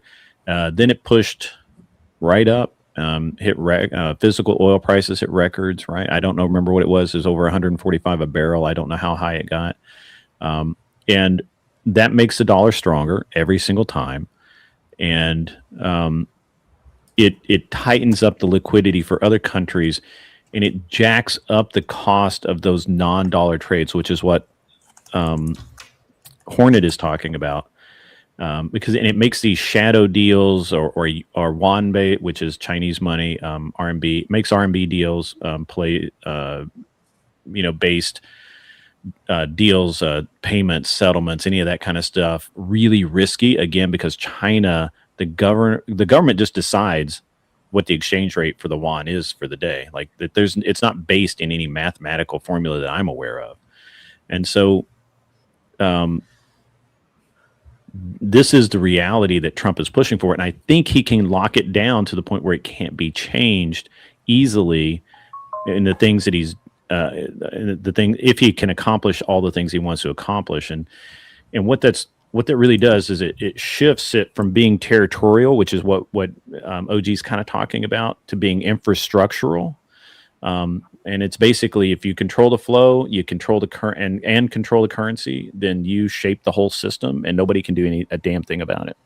Yeah, but it's access of denial, but for economies and finances. The problem is America cannot reach that status, at least on the material end, for like global trade. We just cannot become that super giant. Unfortunately, China. Unfortunately, we don't have Chinese slave labor. Yeah, China's always going to have. They're going to be more willing to break the rules than we are, right? And unless we're okay with having, we're already doing it with Venezuela. I mean, we literally did this with Venezuela when we seized the oil field. Well, actually, we didn't seize it. We seized that oil tanker, three tankers. Yeah. Anyway, so we seized the tankers and we said, no, you can't sell it. You can't do anything with it. That you didn't go through the right process. You don't have the right paperwork. It's ours now. Then when we went in and took out Maduro and put in his whatever she was, secretary or whatever, and gave the oil fields back to the companies that owned them prior, instead of nationalizing them or taking them as a U.S. asset. And all we've really done down in Venezuela is say that every single drop of oil that leaves that country has to be accounted for, and it has to go through specific banking systems, legitimate banking systems. I shouldn't say specific, but legitimate banking systems. That's how you really control that without having to have boots on the ground, without having to do what you guys are talking about as far as being, in charge of these other countries. We just regulate where the money goes and where the ships can load and unload. And obviously, I'm sure that one or two can slip by, but the reality of this is that we're really trying to control these billions of dollars that are off-market deals that prop up terrorism, prop up even nations do it, right? Like, I'm pretty sure that Somalia and Syria do backdoor deals with Russia all the time for billions of dollars in oil. And by controlling that global market and not actually owning any of the production, we don't care about the production. They can produce all the oil they want, but they can't move it to market without it going through an official chain. And when we do that, we put those billions back in, or trillions, or however fucking much it is, back into the system where it belongs, and that helps everybody. But mostly it helps us. Well, we get a cut from it, right? Yeah. Like it's not like let's be honest. Like the bond system is beneficial for us. Mm-hmm. It's not beneficial for the rest of the world. I like anyone who tries to argue that has been largely beneficial for anyone but the U.S. is like they're reaping off the value that we make, right? Because the reason we can do all the R&D we do, the reason we can do all these things, is because of the amount of money that has been able to flow in through like how we typically shaped our market. Now, this is a great discussion. I really like it. I'm sorry, Witchy. I saw you come up, but I haven't even said hi yet. I apologize. Hello, everyone. May I join the conversation for a moment? Oh, yeah. Absolutely. No girls allowed. Yes, you may. Oh, hold on. Did you pay the female tax to OG? Well, I mean, considering I had I'm kidding. I'm kidding. I'm kidding. Wait. Considering I had a hysterectomy, he is in am I fact even a not female kidding. anymore? I am kidding. Well, I'm He's not. in fact Considering not I had a kidding. hysterectomy, Witchy. am I even a female anymore? Witchy, you have to say the magical words first, and then you can do whatever you want. I will never call you the D word again. You got talked out of it. That's horrible. No. What's the D word? I decided it myself after what you did to Zato. What? Told them the truth? I'm not going to get into that. Anyway, what I wanted to come up about was you guys are all talking about how this has to go through our banking system. Do you understand why it has to go through our banking system? Do you understand how fractional reserve banking works? Yeah. So the fact of the matter is when they take those billions out of the banks and move it next to the banks, they're actually taking trillions out of the economy. Yeah, that's right. Of fractional reserve banking. Mm-hmm. And so the only thing that America has control over the world with, and we do, is fractional reserve banking, and we've implemented it everywhere. Yeah. Even China has fractional reserve banking. Russia has. The only people holding out on fractional reserve banking, which is leading to a global economy and therefore soon a global government. And by soon, I mean geologically speaking, not probably in our lifetime. The only country holding out is North Korea. Everybody else is in fractional reserve banking. So we already have an essentially global economy. So it doesn't really matter who produces what. It just has to go through the banks. Yeah, for sure. But that's the problem with like removing ourselves from like that's why we have to talk about like what currency we're trading in. And that's why Grid's point on if we're doing that in Venezuela, then the reasoning behind that would be to basically bolster that. We always have to be in charge of how we like. As much as people want to say we want to be non-interventionist or we want to be isolationist, we have to be involved, right? I think everyone understands that the moment we move ourselves out of like the like trying to control these markets, then America falls. Like we are no longer the hegemony of like the world. So I think everyone understands that. But the problem is that America has positioned itself in a very weird spot where now we have another country on the rise that's trying to do the same thing that we did. And because of the way because of the distrust that they have with us, are starting to look over at that place and be like, if I start doing trades with them in their currency, it might be more beneficial for me in the long run. And that's the issue that I have with like how things have been conducted recently. In the near future, you guys talk about isolationism. In the near future, it's way more likely that we'll get rid of the borders than any country will become isolationist. Besides, of course, like I said, North Korea, the one outlier. No. Yeah, that's hilarious to say that. But I want to kind of piggyback off of something that Hornet said, and it is actually a really interesting thing when we look at this world economy and all of that. But he's right, but he's missing something, and that is not only are we we instituted although we didn't actually institute the fractional reserve system, we just adopted it and pushed it on everybody else because everybody wants to do business with us. That's why we were saying earlier that we also cornered the market and right.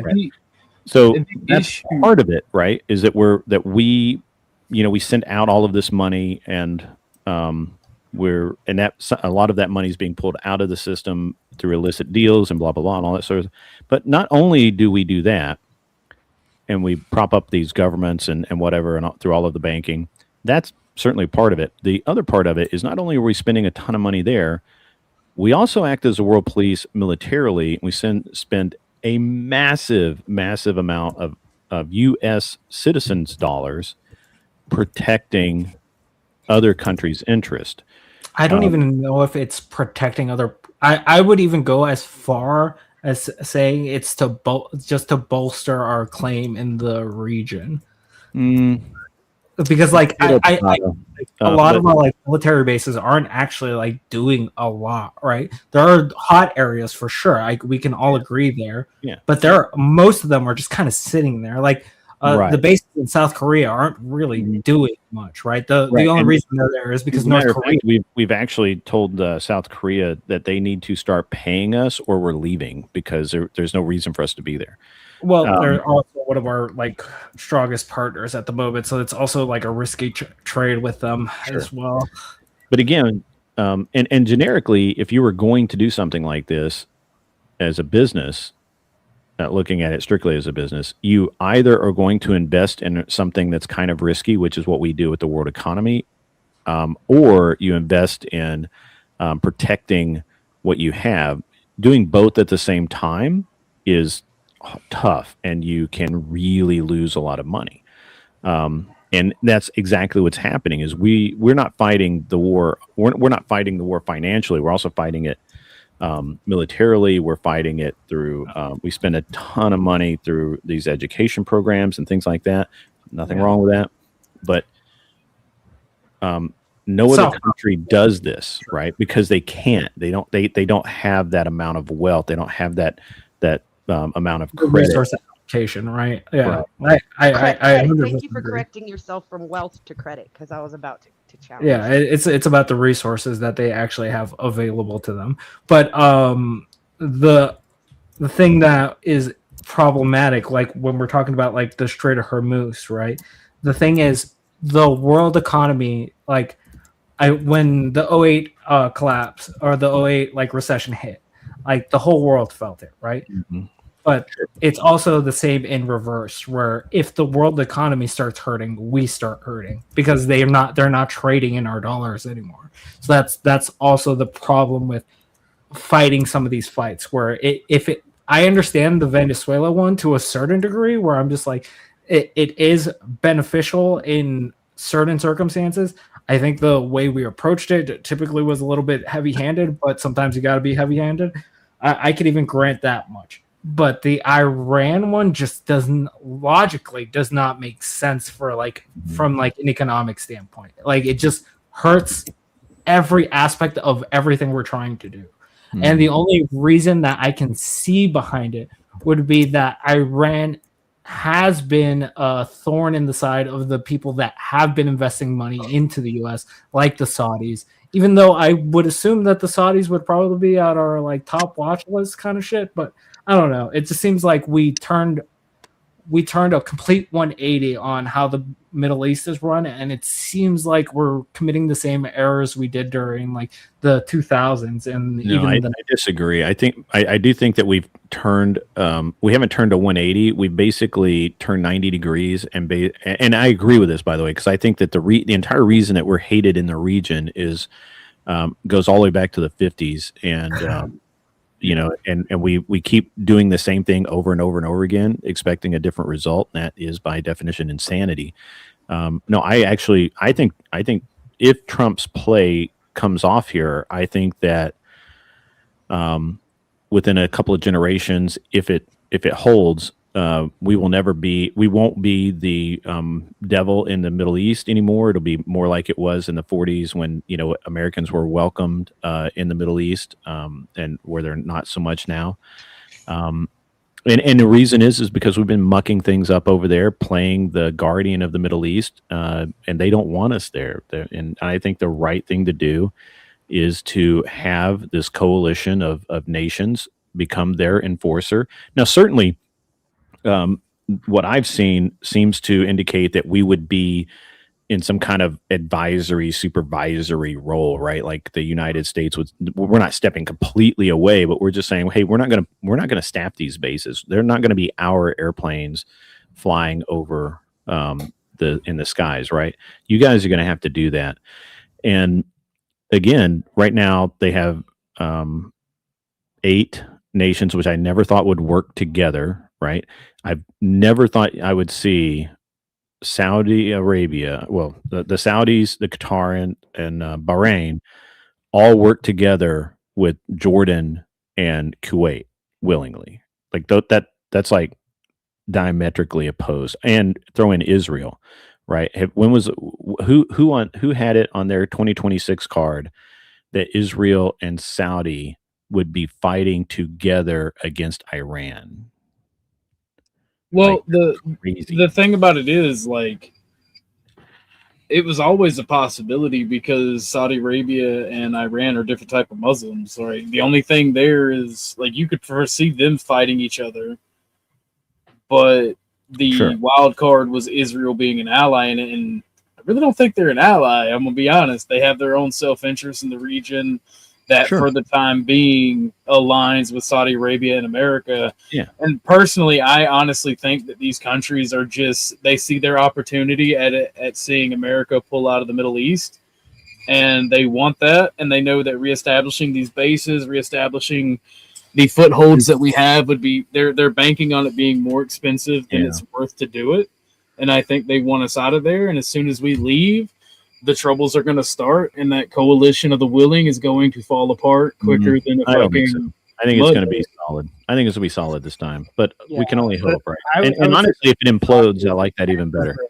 I would say that Saudi and Israel have been fairly like friendly for at least the last 30 years. Yeah, at least. So that was very much on my Hornet. I think you. What the fuck is that noise? Sorry, I was about to head out because my ups machine is acting up, so that's why I was like. Let's say you got a lathe machine going crazy. It does sound like a CNC alarming you that it's out of coolant. So you wanna hop out, and then hop back in, Hornet? Or are you heading out for good? That's what I was gonna do. I'll be back in a little bit. All right. Jamie, are you Douglas in the chat? No, that's Josh. Josh, okay, gotcha. He actually, did you trade Forex by chance, Josh? No. Hey, y'all hold the conversation down. I gotta go take Tucker out. Okay. Forex is a big no.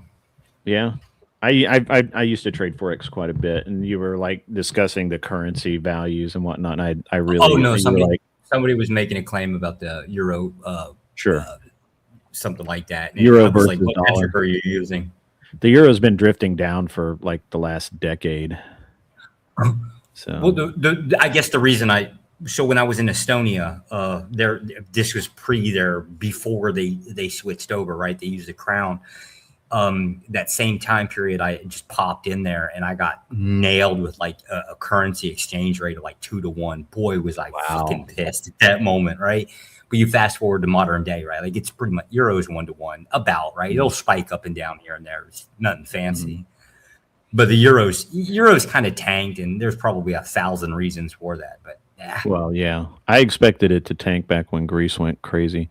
Lindo Wicker. I don't know that Josh actually made I may have said claim. I don't know if he said claim. Yeah, I understand you didn't actually make a claim. It's just it kind of did when you said that. The euro is beating up on the dollar, which is not really. No, the euro failing. Or I'm sorry, what was it? Go back up. Yeah, the euro. I think it was like the euro was beating up on the dollar or something like that. Yep, and he was wrong. And that is a claim. He literally said the euro is beating the dollar, which, I mean, if you think about the difference in the exchange rate from a decade ago to now, the euro is definitely making strides on the dollar. Strides, but not supersede. Right. Wait, hold on. So when the euro was released, it was like €2 per dollar, or something. Somewhere in there, yeah. Yeah. And now it goes back and forth 1 to 1. There's a small percentage over one for either side every day, but it stays pretty close to 1 for Is that about right? 6 Am months I now. do I have that backwards? Was it $2 per euro? Like the dollar was weak to the euro Yeah, initially. no, two euros Two to euros one, per I'm sorry. dollar. Was that right? Okay, yeah. Right, $2 to €1, right? Yeah, that's what I don't know why I reversed that in my head. I did too. Because that's what was written. And so the dollar was weak originally when the euro was given out, but at that point, it included basically most of Europe, and it's been trending down because you just look at Germany's economy, look at France's economy, look at all of these countries' I mean, Spain. Do you remember Spain back in like 2005, 2006? Literally had companies like shuttering overnight because they had no money. Like the banks were failing in Spain, and they're still, I believe, on the euro. So it's insanity to say that there's a currency in Europe that is in any way comparable to the U.S. dollar. It's just not stable. It's not a good place to put your money, which is why nobody puts their money in the euro. I lay this claim down. If you go to vast majority of the countries out there, right, you look at how the house, just the house itself, and how they store their own currency. They usually they're either going to buy gold, like China, Vietnam, most of Southeast Asia does this. They'll either buy gold and store it in a safe, or they'll buy another currency that's more stable. And in Southeast Asia, South America, they're usually holding on to U.S. dollar. Well, they have, I mean, like Southeast Asia has experience with this, right? I mean, India went through about 20 years ago, 18 years ago, something like that, where they literally overnight changed their currency. And if you didn't turn in your currency, and it was like a ridiculous, like 5 to 1. If you didn't turn it in by the cutoff date, that currency was worthless. Yeah, you lost it.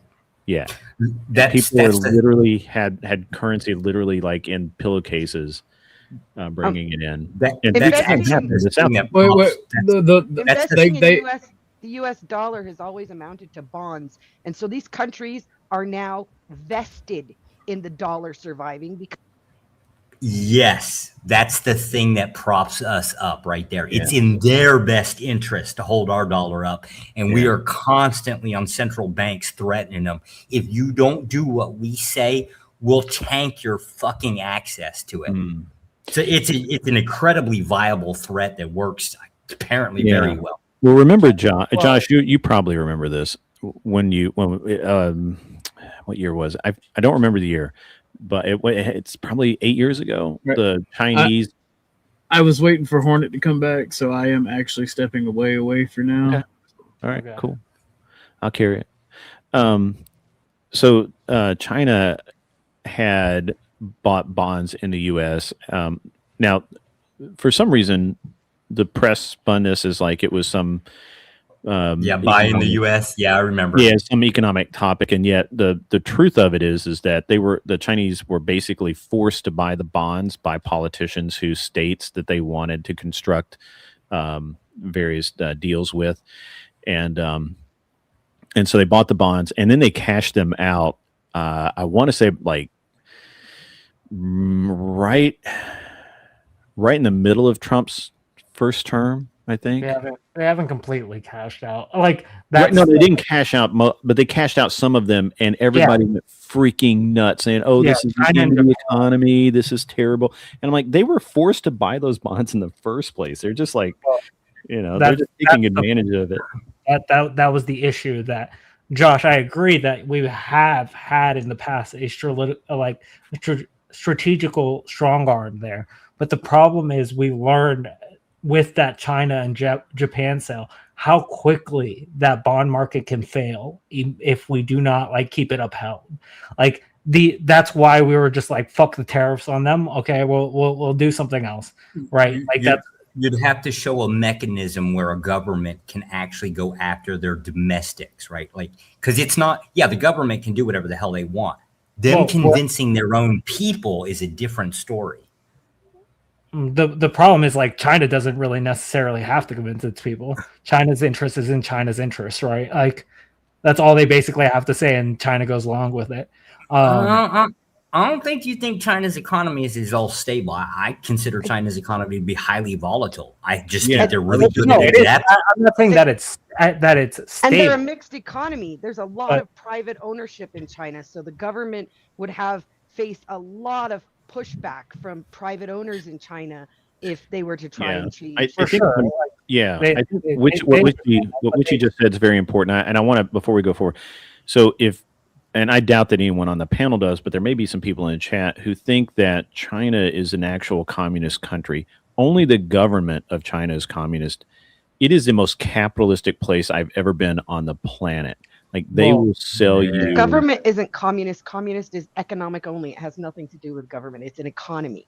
And they are not communist. They're a mixed economy just like us.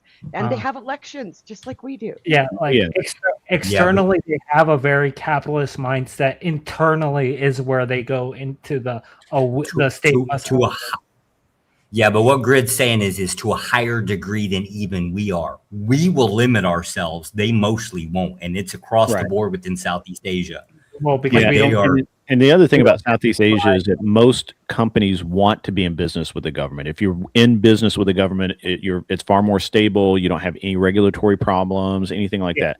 If you ask somebody if they want to be in business with the government in the U.S., they're like, "Well, I mean, if I'm doing a military contract or something, but other than that, no, I don't want to be in business." It used to be that way in the U.S. though. Like my partner, his whole family worked for the state, and they tried to encourage him to get a state job. And when he did, he was like, "This is a joke," because it wasn't. Okay, I think you guys are confusing.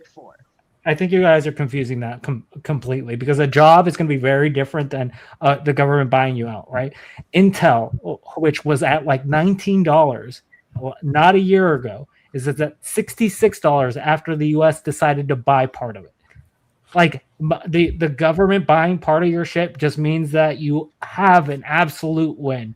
But the problem is here, we don't believe that the market should be ran by the government, which I 100% agree with. I don't think it should be owned by the government. I would not want to see my market regulated that way, because that is, by definition, goes against the capitalistic mindset that we are American. With the way that we subsidize the market is already highly controlled by the government. Subsidizing and ownership are two very different things.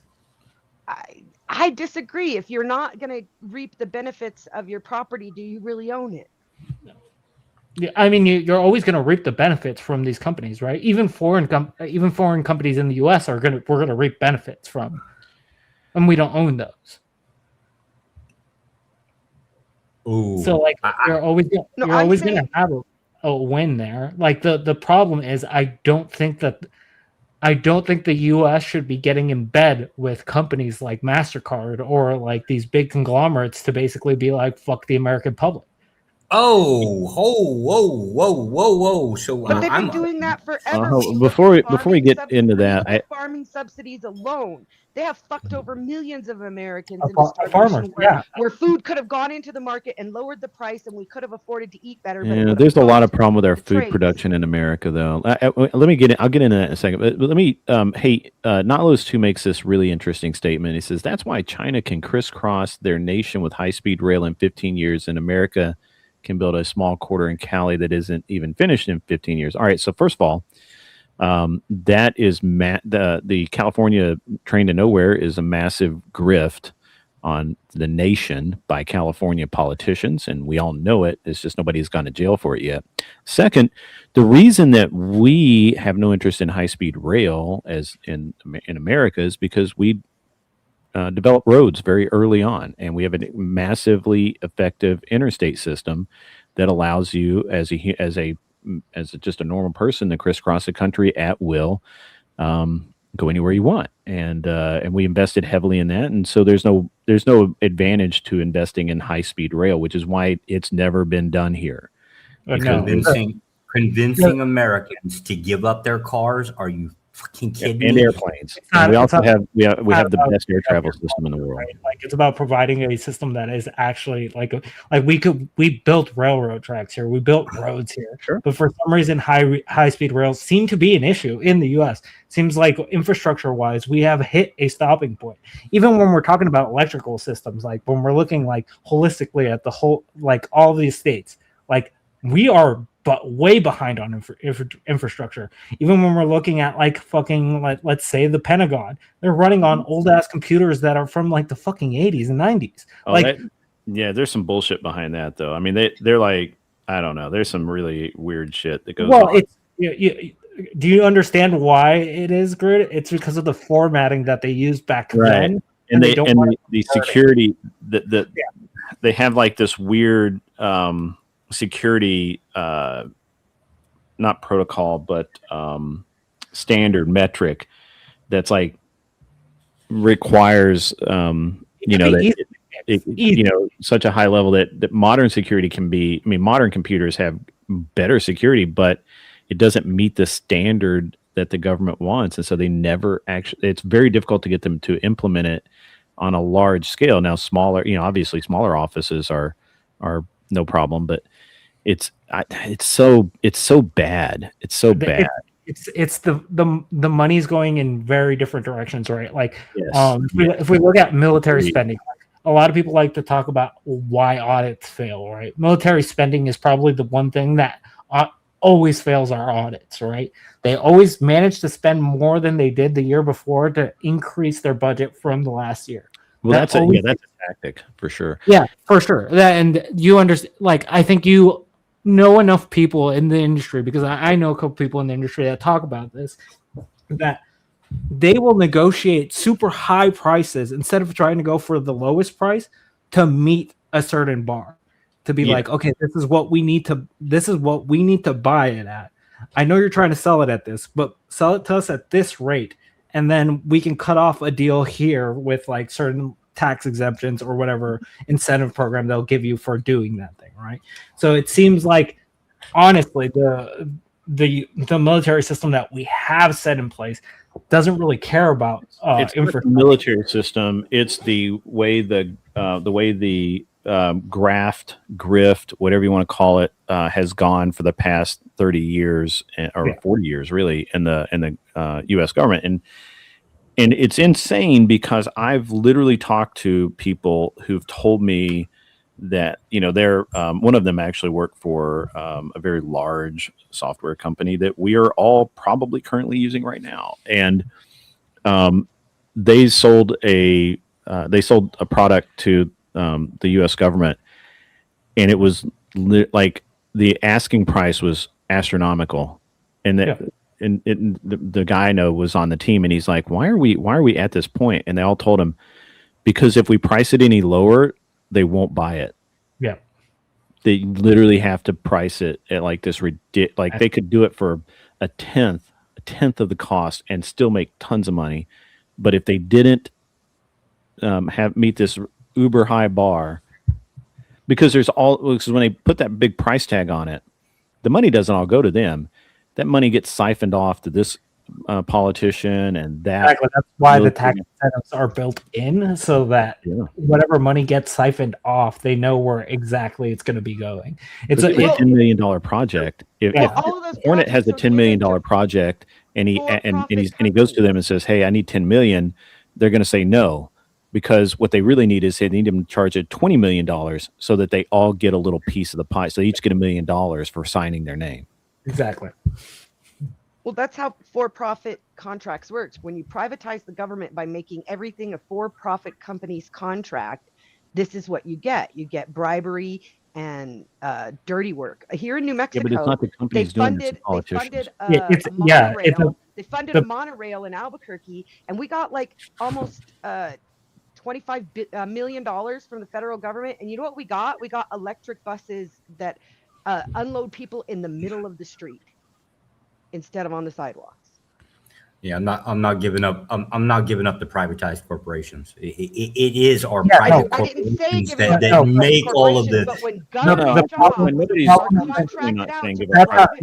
You guys don't understand what we're saying. Loud noises. sense. You guys aren't can- understanding what me and Grit are saying. No, We're- you can lay the fault at the politicians if you'd like. That system's never going away. You're not going to find a better alternative simply because you can't erase the privatized corporations because they make all of the nice, big, fancy toys that we like. No one's talking about that, Josh. Yeah, you're on the wrong side of that, Josh. So what I'm saying, I'll tell you specifically what I'm saying. I'm saying that all military contracts, all government contracts should be open bid, not sealed bid.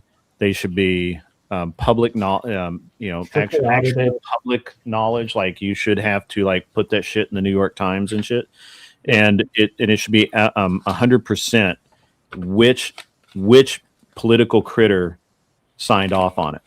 And that way we have accountability and we can see where the money goes. Right now, for example, Kamala Harris had something like $60 billion worth of construction projects when she was a politician in California. Something like 10 billion of that went to her husband, who was a contractor. And he should never have been allowed to even bid for those because she was part of the decision-making process, and that's called corruption and graft. How was and she we- part of we the don't want that. decision-making process as a district attorney? She wasn't a district attorney at that point, I don't believe. I'm not going to argue the dates on that because that's he had that business before she went into politics, so that's a whole nother thing. That's the point is, as long as you are allowing private for-profit businesses to take government contracts, that literally means just the profit alone is something being siphoned off the top. That's to start with. Yeah, but I missed that. I missed that part. You faded out there. I'm sorry. Could you repeat that? So profit is something off the top. It's after all expenses, including labor, paying yourself out, everything. Then you get profit. So profit is something off the top already. So if you're allowing for-profit business to handle government contracts, they're siphoning.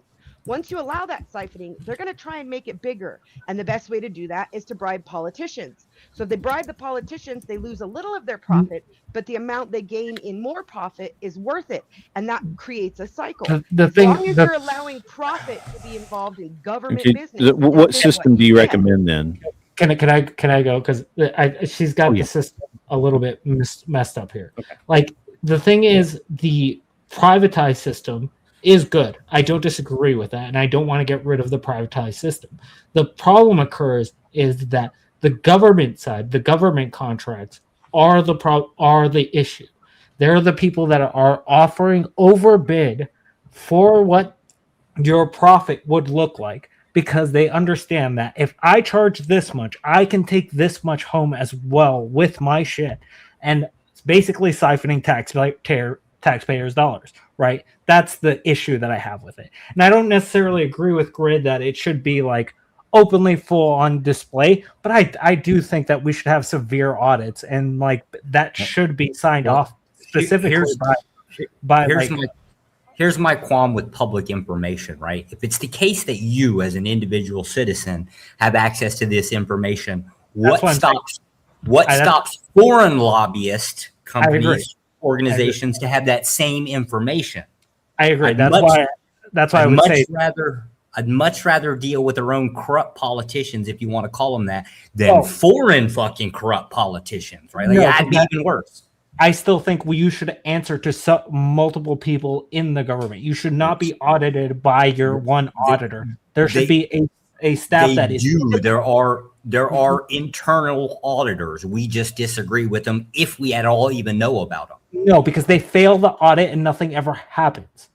How do you know? Well, I mean, how do you know? To Hornet's point, hold on, Josh. To Hornet's point, the Department of Education for the past 8 or 9 years has had about 10 billion of their $800 billion budget unaccounted for.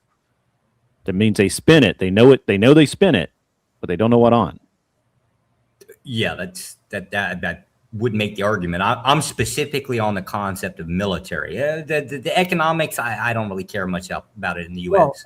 Well, I disagree with the number that you stated there, Grid, but I understand what you're trying to say. Like there are factions that fail like auditing shit, and they get investigated highly, right?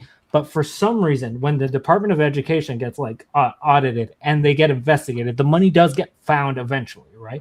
So as the only person here who has an accounting degree, 10 billion out of 800 billion is considered a nominal amount and would not cause you to fail an audit. That's true. Yeah, it's literally a variance that's tolerable. It depending on like where that's coming from. If the money's unaccounted for, you also have to consider there's going to be especially how the money gets transferred, because It's that's literally called leakage because that's how important it is. Yeah, It's a negligible with that amount, amount. it's not even No, worried. Jamie's right. no, because then the SPLC shit wouldn't be a thing, because that's only like The $11 million. SPLC didn't hit fucking leakage. They literally are committing a crime by incentivizing and doing job security at the most fucking reprehensible level. Those are two totally different things. Apples and fucking oranges. Committing felonies by spreading fucking hate speech and hate crime to ensure that you have a job is a very fucking big felony. And some might even call it treason. That's not what the indictments were. The indictments were for wire fraud. Yeah. And where's the money going? Because there's only Yeah, one step. There's the first step that you're watching right now. Okay. Wire fraud really doesn't mean anything. It just means that you use the digital transfer. You can use your ATM. They were also using shell-like accounts as well. There's Do like you a think lot that of. there's going to be more fucking coming down the pipeline? Jamie, did for you that? actually read the indictment? Do you think? Yes, I did. Do you think that there's going Okay, to be so more charges that come down? who was that Could money you going? stop and let me fucking ask a question? Or are you was just the going to money fucking going to? berate me? Who was the money going to? Are you going to let me ask a question, or are you just going to continue to berate me because you disagree with my fucking talking points? Ask your question. Do you think that there's going to be more charges down the line once they prove the money being transferred in the to and fro section of what they're doing? No. Okay, that just tells me everything I need to know. Okay, can you answer my question? I didn't hear your question because you were screaming over me when you were talking. Okay. Can you tell me who the money was going to?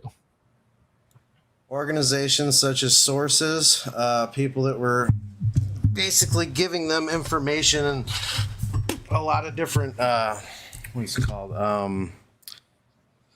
For lack of a better turn of phrase, bad actors that were giving them the information needed to do their job and to give them job security. Well, bad actors that were giving them information on these groups, right? They weren't giving them information on these groups, though. That was the misrepresentation. They were actually giving them bad information. They were paying to do these things and creating the opportunity in the first place. Stealing 25 boxes of documents from I think it was the Klansmen specifically, to get printed out, given to them, and paid for by them for about $6,000. That was in the indictment. Okay. That's what I'm saying. Like, they weren't being given a broken clock fucking argument me? I mean, a broken clock is right twice a day. No, it's in the indictment how the money was spread out. They specifically I highlight don't think you're how hearing what I'm saying, because you're kind of in a mode where you have your mind made up and you're not thinking like outside and being open-minded, which is okay. That's fine. Well, I'm not no, gonna try I and read. convince you. It's that I read the thing, so I understand. That's fine. You can read it, but perception and reality are two totally different things. I understand that. You can have your mind made up, but I'm not going to argue the point with you. Okay, so your perception is what's different. How you perceive the facts matter. You can read the facts, and how you perceive them is going to matter. What you just said to me. This guy hasn't heard is no that my they're getting truth him on wire in the fraud. last 10 years. You think of Al Capone, they got him on tax fraud. Like, it's not sure. about the charges; it's about what really underlies the issue. Yeah, but that they in the highlighting of those documents, they specifically highlight who the informants are, right? They highlight that these are informants that are feeding them information through these process, why they're getting paid. They highlight that specifically. So, like, if it is that they want job security and we're giving them money to make sure that these Klansmen were spreading as much hate as possible, then yes, if that was in the indictment, I would agree with you. But what the indictment reads is that they were getting information from informants, which is almost every fucking government entity has done that through the past. I don't know why this is such a strange concept to people, but yes, we send people in to fucking get information on these groups. Okay, when you have a situation like this specifically, these informants, they're just trying to prove the initial. Okay, they're trying to get their foot in the door with the first indictment. So once you get your foot in the door with the first indictment, then you go after the validity of what the actual corruption was within the fucking informants themselves. Then you start to issue charges that you were actually paying. Okay, we proved that you paid. That's the first step. Now we're gonna prove what the fuck you paid for. Now we're gonna issue some other fucking charges and different shit like that. It's gonna be a step. Well, it's not gonna be wholesale, because when you do it wholesale, you set yourself up for failure. I If you set agree. yourself up for 3 shots versus 1, and you miss the 1, well, you just fucked yourself, and now you can't fucking prosecute them. I agree, but the problem is this is where the money was going and how the money was transferred. That's the first step. No, that's the first step. That's where the money was going and how is it being spent. Yes, That's it's the first step. Now, once that gets proven that it was fucking fraudulent and that it was basically sent in a certain way that it wasn't really being represented for what it was being spent for, and they prove the fraudulence of it, now you can take it to the next step. Now you can take it to the step where, okay, now you're just paying people to actually be antagonists. Now you're paying people to fucking go out and hit shit. Now you're paying people to go out and create these situations that are media hype so that you have job security, so it seems like you're reporting on valid data. No, they weren't reporting on valid data. They were creating areas of opportunity that they could say, we have the necessity to exist because this type of evil exists in our fucking society. They're nothing but a fucking problem. Okay, and most of us looking at the situations that they created, we seen right through it. We seen that the fucking situations that they were creating were bullshit because Can I get a didn't make timeout for like 1 sense. second? Can I get a timeout for just 1 second? OG, are you back? Yeah, I just got back. What's up? Okay, I got it. I was hanging out until you got back, so I got to go do stuff. And I go live at noon, so got to get a bunch of shit done. Hey man, good show today, man. It's been really cool. Wishy bitchy, or however you say that.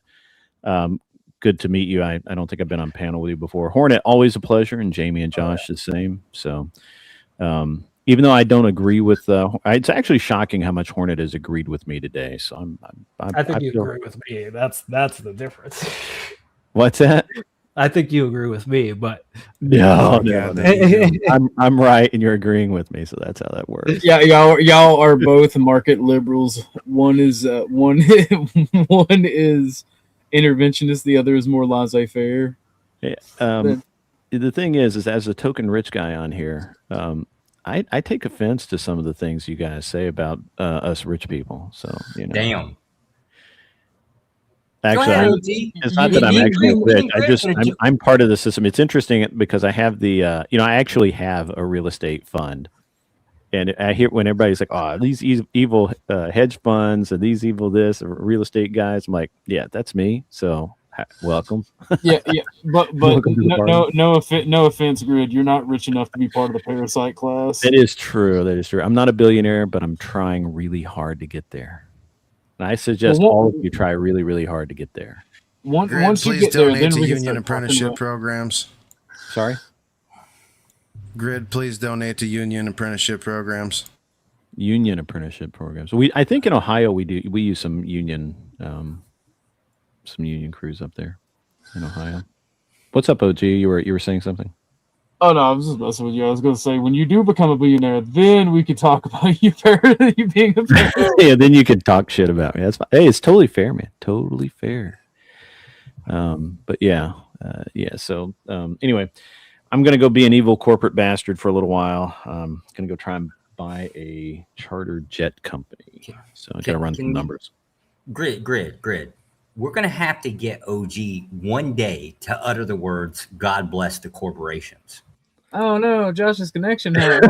What happened, Josh? I don't know where Josh went. He was right here. You know, he's not. Like I said, night of the long dick. You keep on, night of the long dick. All right. Thanks everybody for having me up, and it was nice seeing you, Grid. And I just want to throw out, and just like that, I found a new daddy. I've been married 20 years, got 2 kids. I don't need more. Thank it you, was though. purely a joke, Grid. I know. I'm just saying. I get this. Because that's what guys around here say about women is they're sack chasers. Oh yeah. Well, there are actually women like that out there. Anyway, gotta go. See you. Now for the drama portion of this program, Witchy, what are you so mad that I did to fucking Zatoichi? I told you I'm not gonna. Well, you're the one that brought it up, so you just No, fucking you brought did. it up. You wanted me to say something. I told you. No. Right, You're the one that brought up the situation.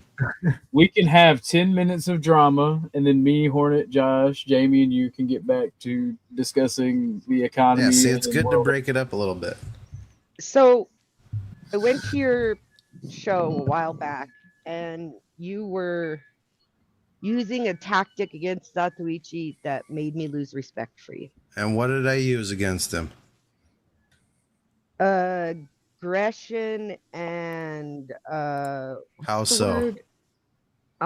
Wait, I'm looking for the word. Give me a second. My brain hasn't been functioning right. I've got some neurological issues going on, baby. So just give me a second to find the word.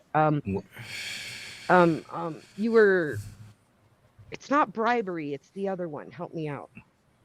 Extortion? Yes, you were extorting him to go to AA with your friendship. I didn't extort him. I said you could either fucking get sober or I can't be around you. I don't give a fuck if he goes to AA. I said get sober. What the fuck is wrong with extortion? I was there. You told him repeatedly he had to go to a meeting and start working the steps, or you were going to cut him off as your friend. One second. I got a cash app from Hank. I saw who it said. I saw who it's from, and I already know what the message is going to be before I even open Cash App. I already know he's gonna get. It's literally what Josh said. It's loading now. Okay, but Witchy, like. Yeah. Hold on, wait. Hank Flamenco. This is the grift, Jamie. Hold on. Pause for the grift. For his Cash App says, "For God bless the corporations. Hail corporate." Damn, they got you to say it. Shout out to Hank. I love you, bro. $2 too, bro. That's crazy. They got you to say it. All right, go ahead with you, Jamie. Somebody clip that. Okay, Jamie, go ahead. Dude, I already have the French. I already have me calling the French based being clipped. I don't care what else is clipped after that. So, Witchy, regardless of the delivery system of recovery, I don't really care where he goes or what he does to get sober. I just said he either gets sober or get the fuck away from me. Like, that's the basis. Right, but you played the game of, if you want to be my friend, you have to go do this instead of just walking away. I don't go on Sato's panel. If he's drinking, I don't go on Sato's panel. If he has other people up there who are drunk, you just remove yourself. I know, you have to get to work. That's your decision. Like, you're trying to fucking to my stomach. You're trying to say that I did something wrong. That's a you decision. Like how I handle people and how you handle people are two total. Hold on, let me finish. They're two totally different things, first and foremost. Second of all, if I care about someone enough, I'm going to give them an option. And whether you see it as extortion or however you want to fucking framework it, negatively, that's total bullshit. I cared about him. I wanted him to get sober. But if he doesn't want it, I can't be around him. So for me to clearly define what the expectation is, there's something wrong with that? How the fuck do you figure that? I watched the whole panel. It was awful. It was just awful. I got so sick to my stomach listening to you. And where Zatoichi or someone like him, I would have been totally turned off to the idea of even considering getting sober at that point, because it became a demand and not a request. Well, I don't demand anything. Wait, hold on. Let me jump in here. I don't know the situation. I just know the parameters, and I've gone through similar things like that with people. This is no different than you setting a boundary and being 100% honest with your friend, and that I don't see anything wrong. So you don't believe in interventions, like a family sitting a family member down and saying, if you don't get sober, we can't be a part of your life? I mean, that's a pretty fucking basic thing. I know a lot of homeless people, not sober people, who have had interventions. I don't think you're hearing the question. They made a decision, and other people make decisions too. The same decision that keeps Zatoichi drunk is the same decision that keeps him out of my life. Yeah, you did it publicly, and it made me very uncomfortable. I tried to do it personally. Listen, before that conversation even started, I tried to do it behind the scenes. He didn't want to do it behind the scenes. He came up to my fucking panel. He said, and I quote, "Let's do it here." And I said, "Are you sure that you want to do it publicly?" And he fucking said yes. So therefore, I did it publicly.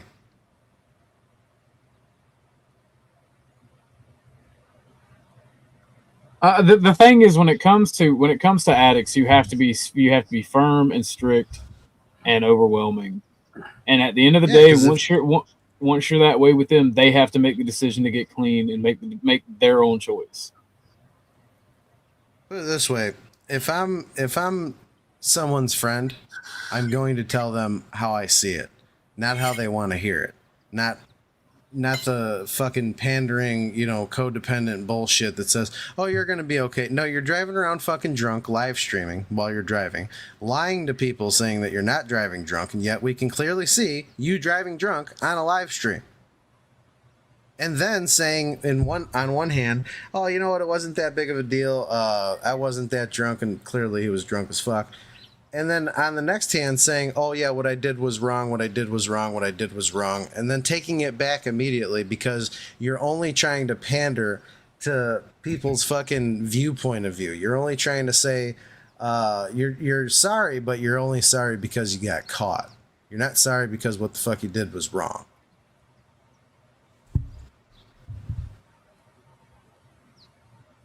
Sorry, I had to wait for the water truck to pass. You guys can barely hear me as it is. The issue I had was your demeanor. It made me lose respect for you. And like I said, I've told Zato privately about his drinking, and so have other people. If he chooses to keep drinking, that's his choice. I'm not investing in him anymore. But I didn't try to humiliate him, and that's what it felt like you were doing to me. As you were trying. Sorry, how did I humiliate him? Go back and watch that stream, James. No, you're fucking making the accusation. How did I humiliate him? I put my own fucking shit out there for other people. My own fucking deep, dark secrets for people. I don't try and humiliate people. If the truth is humiliating, then I guess that's kind of not my fucking fault because that's what took place. I don't fucking guide the truth. The truth is what it is. I'm not the one that made the situation. Therefore, I don't have any fucking skin in it when it comes to creating something that doesn't exist. I didn't fucking create his truth. He did. And as far as like putting him down for driving drunk, I'm sorry, but I'll put anybody fucking down for driving drunk. I'll put anybody down for putting other people in jeopardy with their fucking addiction. Yeah, I mean, at this point, if driving drunk is the issue, like we may joke around about it on the channel, and it may be ha ha he he. But when somebody driving starts drunk putting isn't the issue, or OG. He was harassing Zato for months about driving drunk, and I didn't lose respect for him. Jamie and I have been friends for a very long time. In fact, he wants me to use the D words and say I forgive him and I'm over this, or he wouldn't be arguing with me right now. Well, I give a fuck less if you fucking forgive me. I don't need or require your fucking forgiveness, and whether you respect me or not, I really don't care. People make their own decisions, and I'm not going to fucking make a ploy to try and get you to call me daddy. That was more of a fucking joke than anything. So if you take that seriously, you really need to reconsider the reality of who I am as a person. Well, then why are you arguing it with me if you don't care? Because you brought it up and said that I fucking did something wrong to Zatoichi, and that's why you're not doing something. Like, I want to know the underlying causes and conditions of why our relationship has changed online. Fair enough. Well, that's why. And to me, it felt wrong. It didn't seem supportive. It seemed degrading, and like you were. What was there to be supportive about? Do you not support people in recovery, or do you berate them into it? When people are trying to gaslight other people into thinking that their addiction isn't that bad or it isn't affecting those around people, I have no respect for that person past that, and I don't wish to speak with them. And I draw the line when it comes to people fucking downplaying their own addiction and their own alcoholism when it is clearly affecting those around them. And if they continue to feed into it, I can't be around them.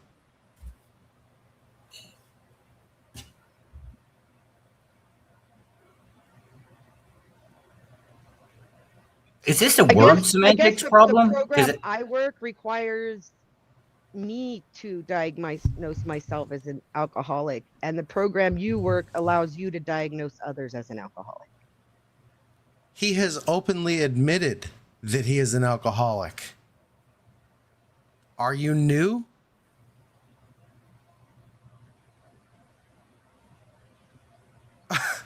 What the fuck?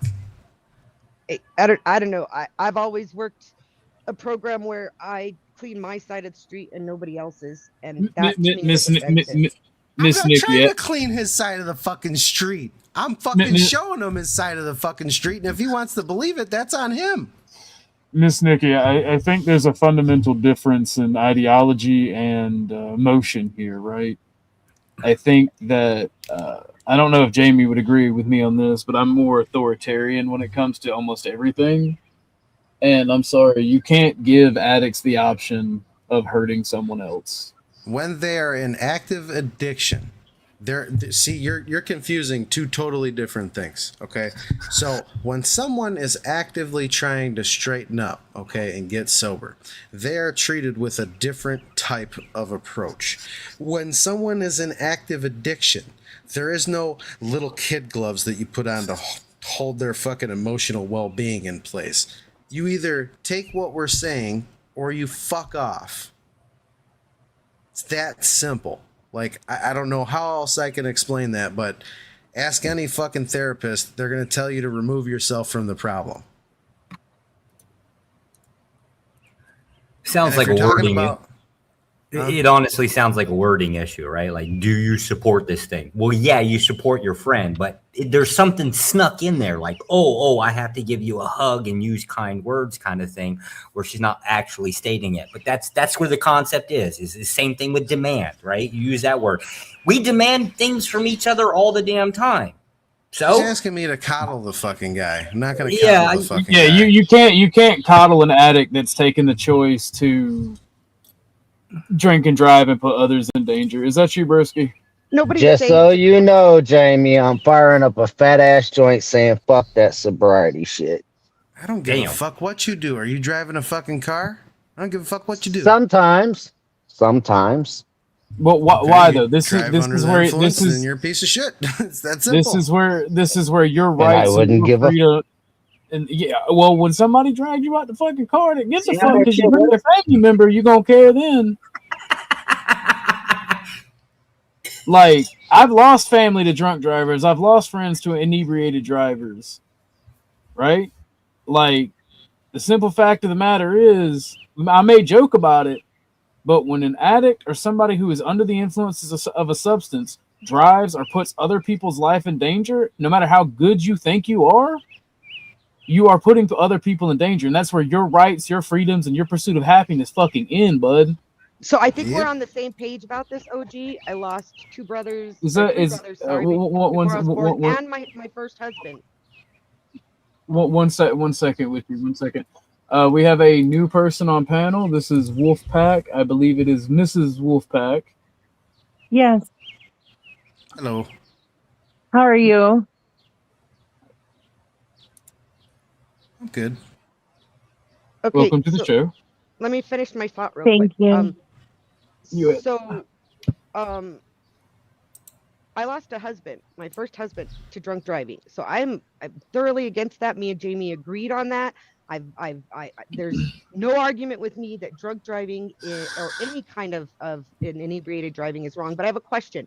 If someone takes, say, Adderall that's prescribed to them and they take it as prescribed, or they take, say, some sort of serotonin inhibitor or those sort of things that are mental health professionally diagnosed and prescribed to them on a daily basis, are they under the influence when they drive? Yeah, does it impair their driving? Fucking goalpost. No, not even about a fucking stimulant. Yeah, not even moving the goalpost. Does it impair their driving? Almost all of those prescriptions in the side effects show that it can cause dizziness, lightheadedness, blurred vision, double vision. There's a lot of side effects. If it says on your pill bottle, if it says prescribed drugs that people take, if it says on your pill bottle, do not operate motor vehicles, and you do so after doing even your prescribed medication, there's one solution. Plain and simple. So you think they're just is that guilty? You, broski? Yeah, absolutely. If they drive inebriated, is that you, Exile? You dropped out. Hello? I brought you back up. You dropped out. Yeah, that's me. Okay. Yes, they are just as guilty if they crash and kill somebody as they are a drunk driver or somebody smoking pot. And as much as I like alcohol and pot, I'm not gonna drink. I'm not gonna be inebriated and drive.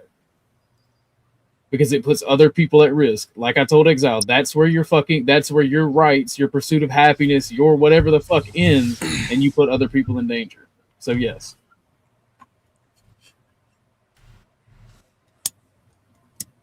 What if you drive inebriated on whatever substance and you don't harm? Why are we looking for loopholes within the conversation?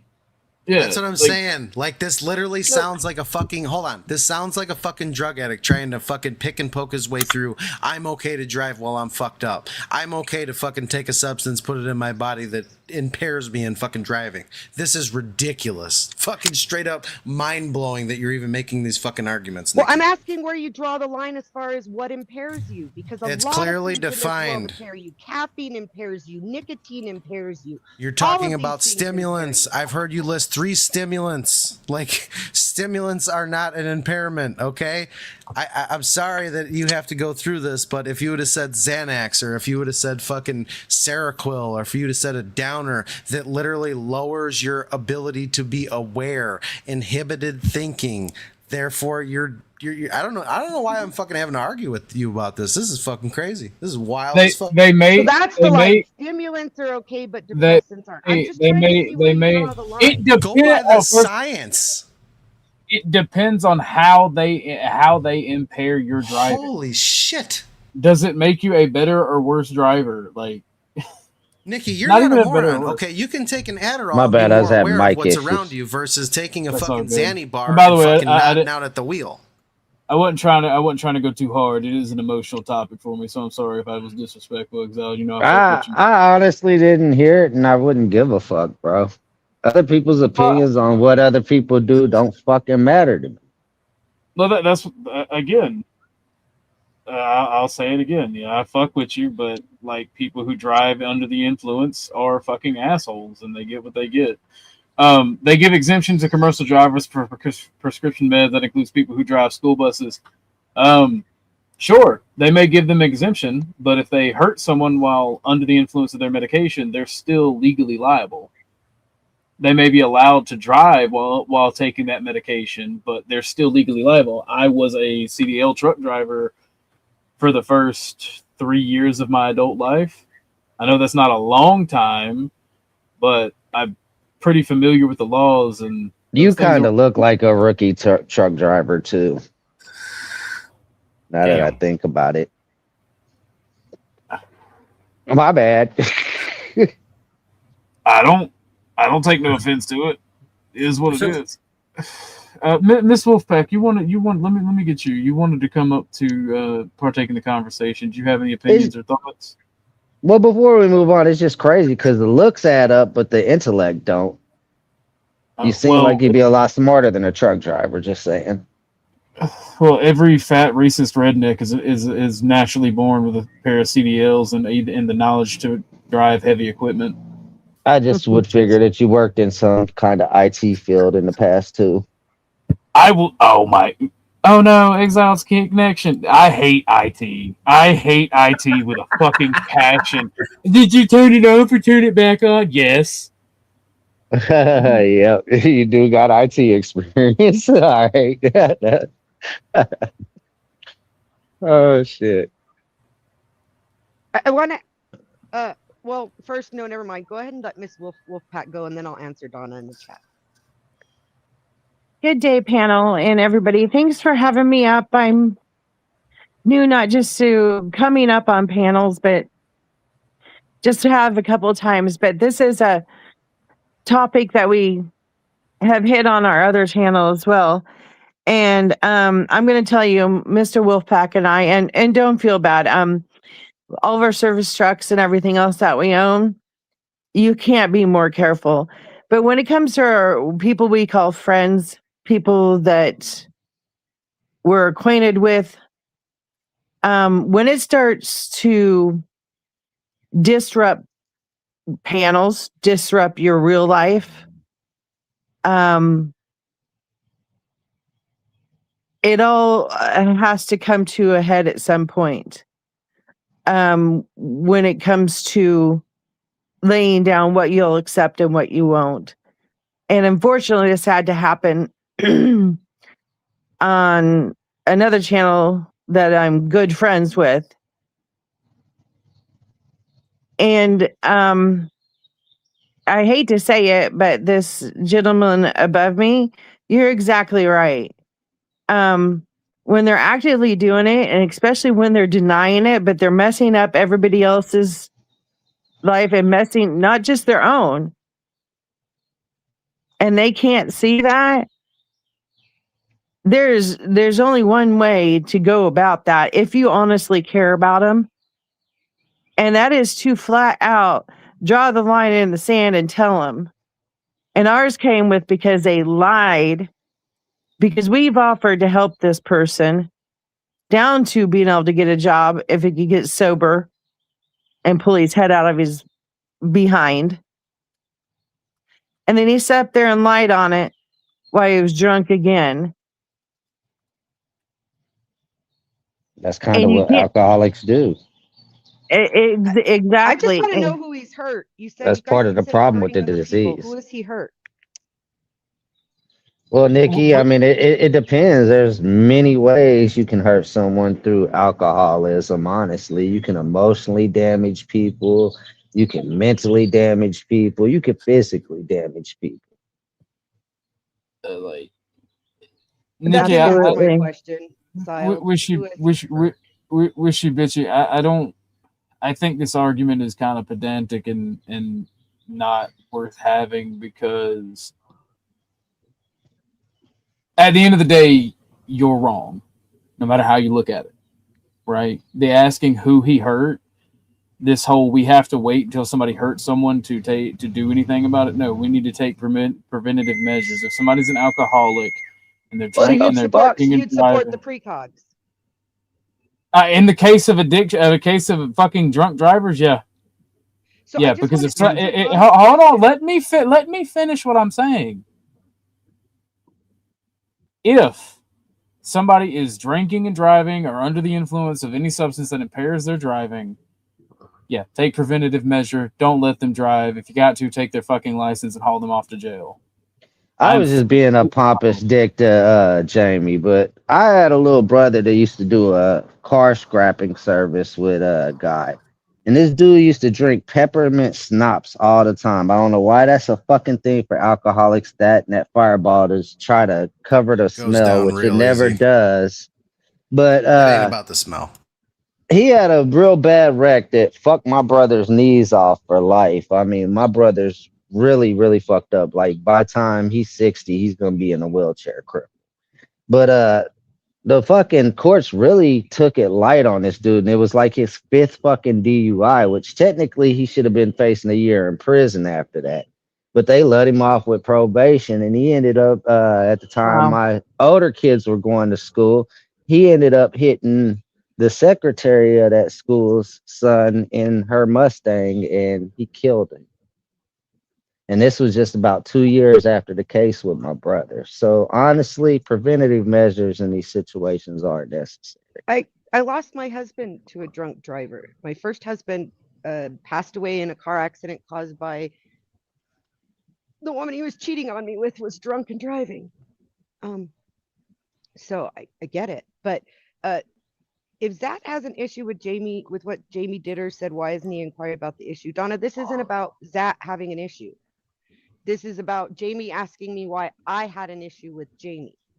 And that it swerved off into this direction about drunk driving because Jamie mentioned that, but that was not the conversation. The conversation was I didn't approve of what he was doing as far as representing a program that has Jamie's issue, Nikki, Jamie's issue is his one-way approach.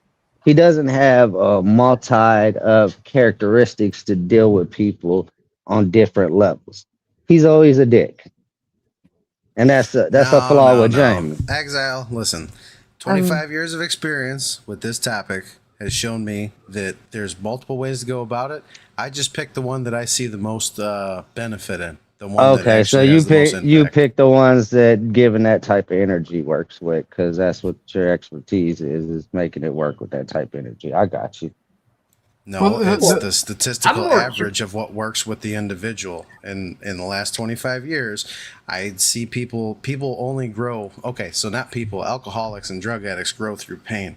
They don't change unless there's pain or unless there's loss. So once the loss occurs, they start to take it a little bit more seriously. Some people go on to the bitter end, drinking themselves to death, and that's fine too. But unless they incur loss, they will not change the aspect of what they're doing. Unless the family leaves, unless the car is taken, unless the job is taken. Loss. Okay, and there's a problem. I would say, no. I'm going to push back on that. I would say that comes to the dichotomy of their psychology, bro.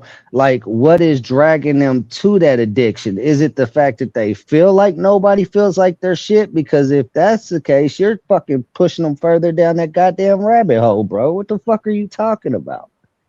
You have to first know the reasoning for the addiction. Said, dude. What you just said is bullshit. All addiction is through some psychological fucking trauma, bro. You have to find what that fucking trauma is that led them to that addiction first. No, so you're saying bullshit. I don't have to do shit. They have to if they want to get sober. If you're the one helping them, if you're the one, no, dude, if you're the one helping, quote unquote, trying to help that person, you're helping them because they can't take themselves down that road. So you're the one steering them down that proper pathway. But I practice a program of attraction, not promotion. That's why there's a fucking program, because you're trying to teach them to get to somewhere they can't get on their own.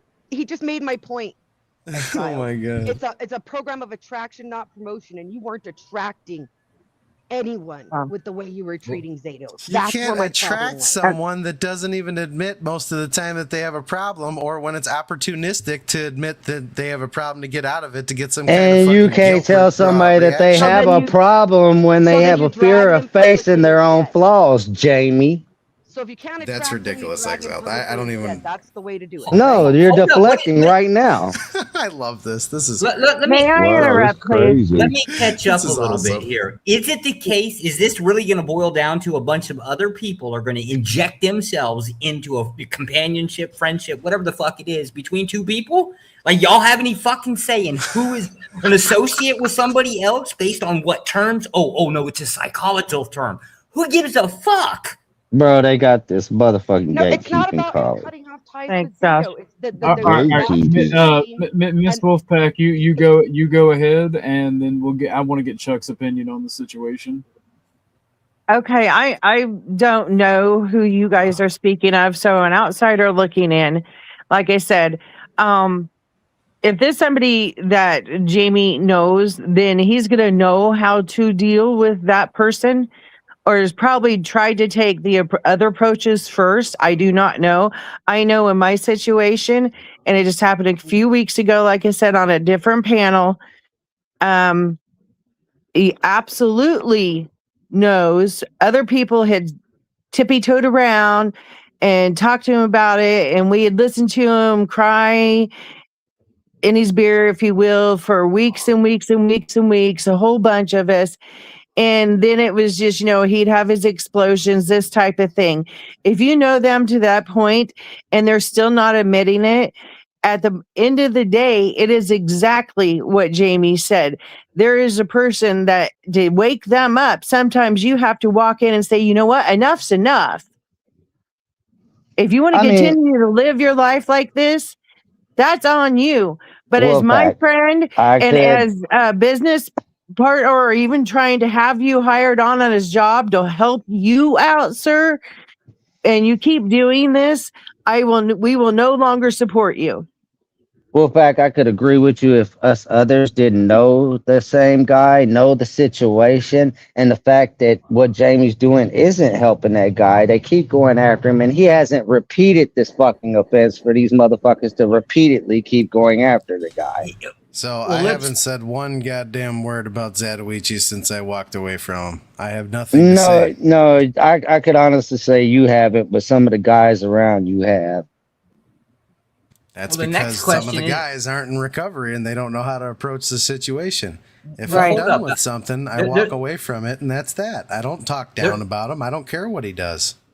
There's also another Right. premise in here that I'm having a hard time with it. Is it Jamie's obligation to do anything for anybody else?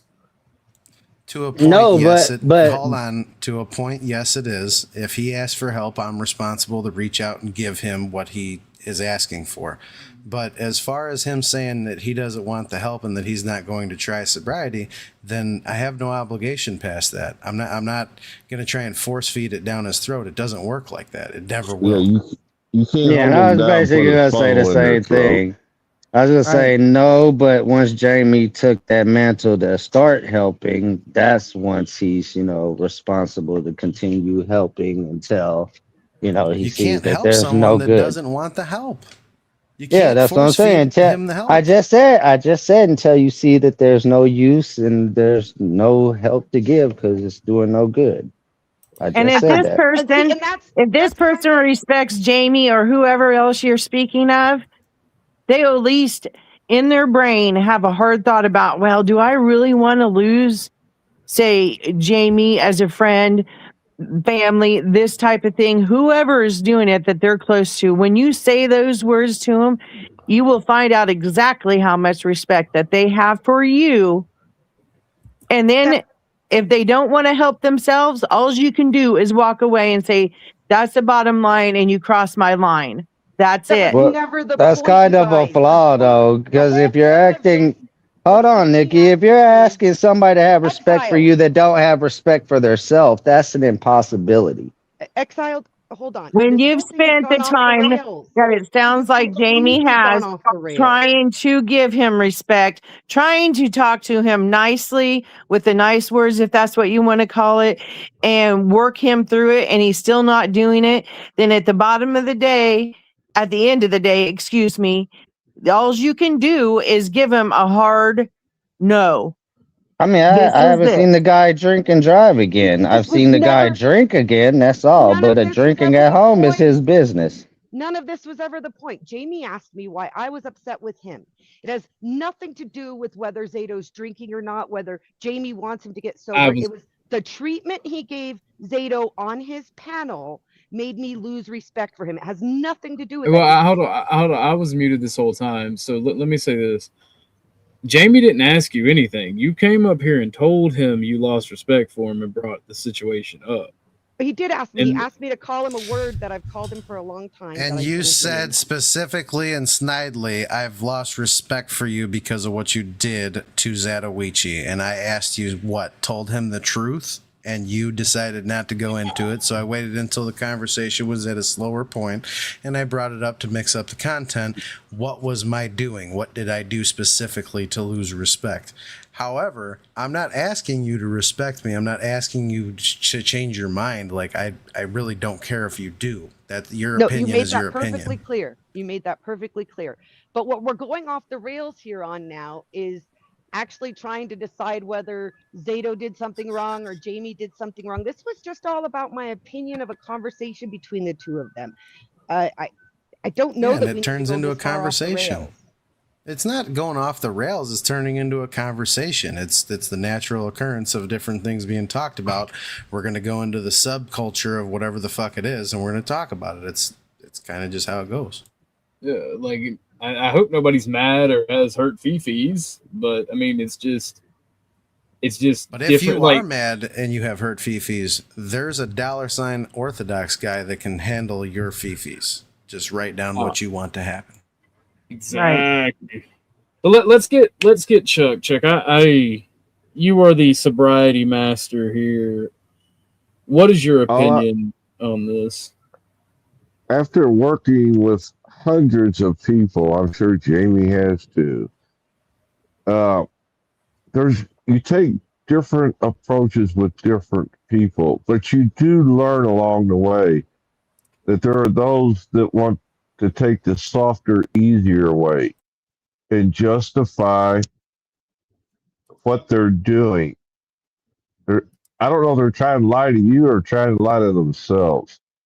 Both. But each person isn't the same. There's not a strict down the middle of the road guidebook how to treat people. You take them on a case by case basis.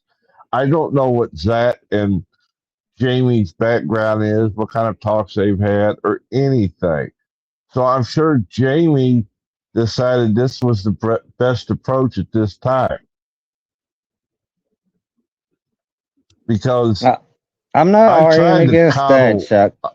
I mean, Zach used to be his co-host. It doesn't work.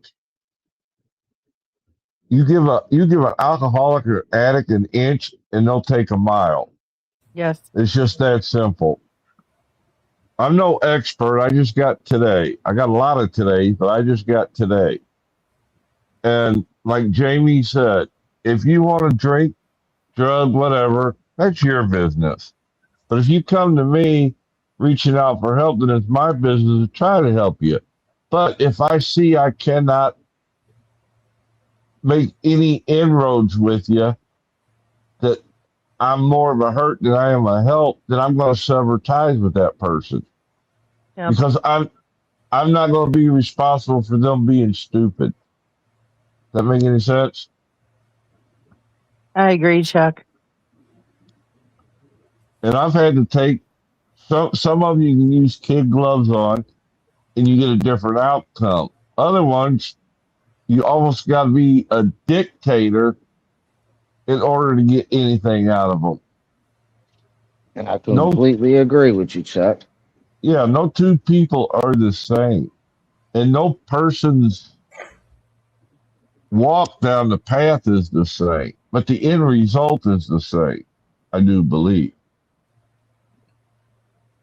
If you I would hope so. I mean, yeah, one or the other out of the end results. And yeah, I can be a judgmental bastard about people that want to feed me this line. I can smoke dope all day long and I'm not impaired. I'll argue with them till the sun comes up about that. What do you consider dope? Anything and everything. Well, if we're talking about or not. If you're talking about marijuana, me and you can have that argument one day. But I will give you part of the argument. Some people, yeah, they will become impaired. Others that have been smoking for 33 years straight, no days off. No. No, sir. Well, that's a functional. that would be a functional addict or alcoholic you're describing. I was a functional alcoholic. Yeah, I was about to say I'm a functioning weed head. I could smoke a joint. I could smoke a joint, go into work, and do my work to a T with no motherfucking failures. Well, I've seen 3 people killed at work from the operator of equipment smoking joints.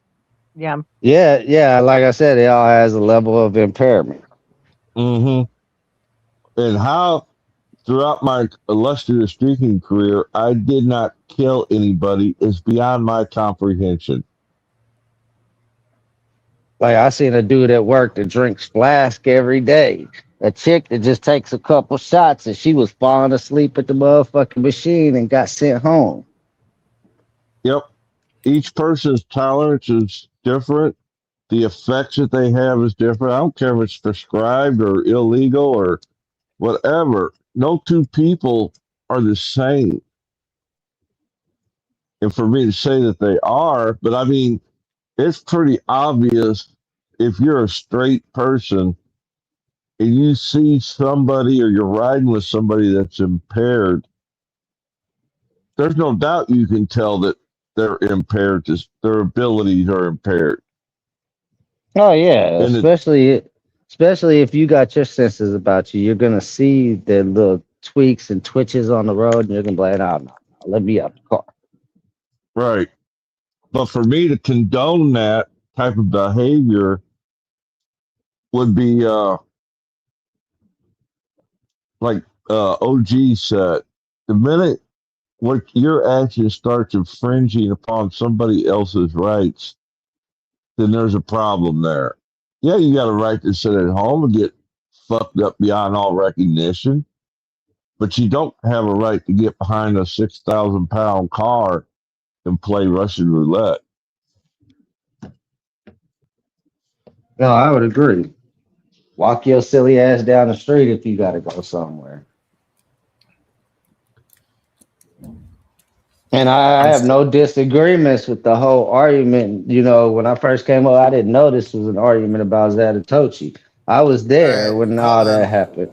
I had no arguments with Jamie about that situation. Richie, I want you to go ask fucking... No, hold on. I want you to go ask Zatoichi to read you and mine and his DMs. No, thank you. Chuck, I have a question for you. Okay, no, you made a fucking statement that's a lie. So go ask him to fucking read the goddamn... Go fucking ask him to read the fucking DMs between me and him, and don't go around here fucking lying.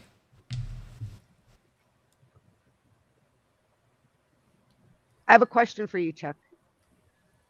Okay. You say you sponsor, so do you go looking for sponsees at the bar, or do you let sponsees come to you and ask for help? It's like Jamie said, it's a program of attraction, not promotion. If I'm out seeking, for lack of a better word, I'll call it clients. Because there's a, okay, that doesn't wash in my book. Now, if a person comes to me asking for help, then I become involved. But for me to try to interject myself into somebody else's life that doesn't want my goddamn opinion, I don't give it to them. But if they ask my opinion, I'll give them my opinion. That's for the attraction. You're like a magnet. It's through your deeds and actions that you attract people to your way of living now. It's a lot like rehabilitating a criminal. You're not going to rehabilitate a criminal that doesn't want to be rehabilitated. Right. I just can't walk into a bar and say, "Hey, you, come here. I can fix you. I can help you."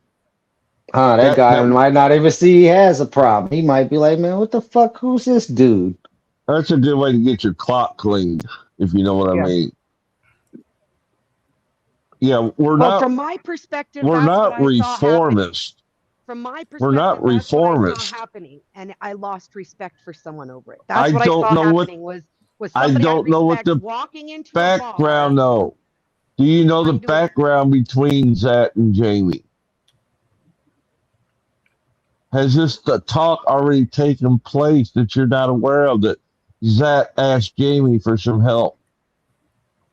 Yes, there was a talk, and that talk happened. That talk happened publicly. Based on conversations I had with Zatoichi, he felt highly pressured in a public situation to consider quitting drinking, and the very next day he wasn't interested. No, Nikki, there was a conversation well before that Jamie and Zat had before. That's why. Hold on, OG, hold on, because I know the backstory to this. And this is why Zat and Jamie were doing streams together originally, Nikki.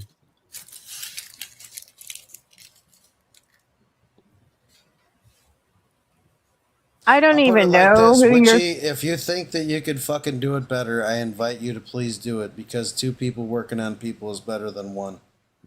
Well, all I'm gonna say is this, right?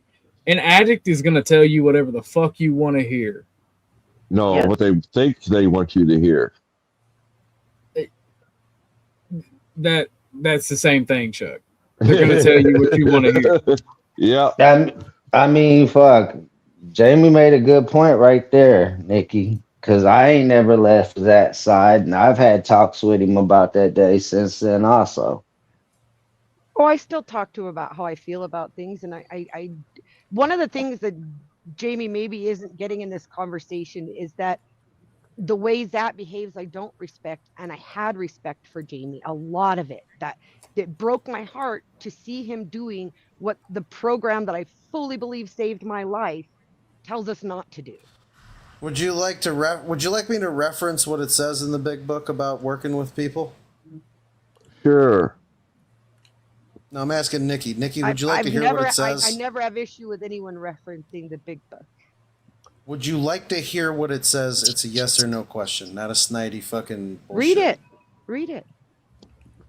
It says when someone doesn't seem, basically I'm paraphrasing right now, it's approximately page 90 or page 87 to 93, somewhere in there. It gives direct direction in how to treat someone that asks you for help or someone that might need help and that you're talking to about recovery.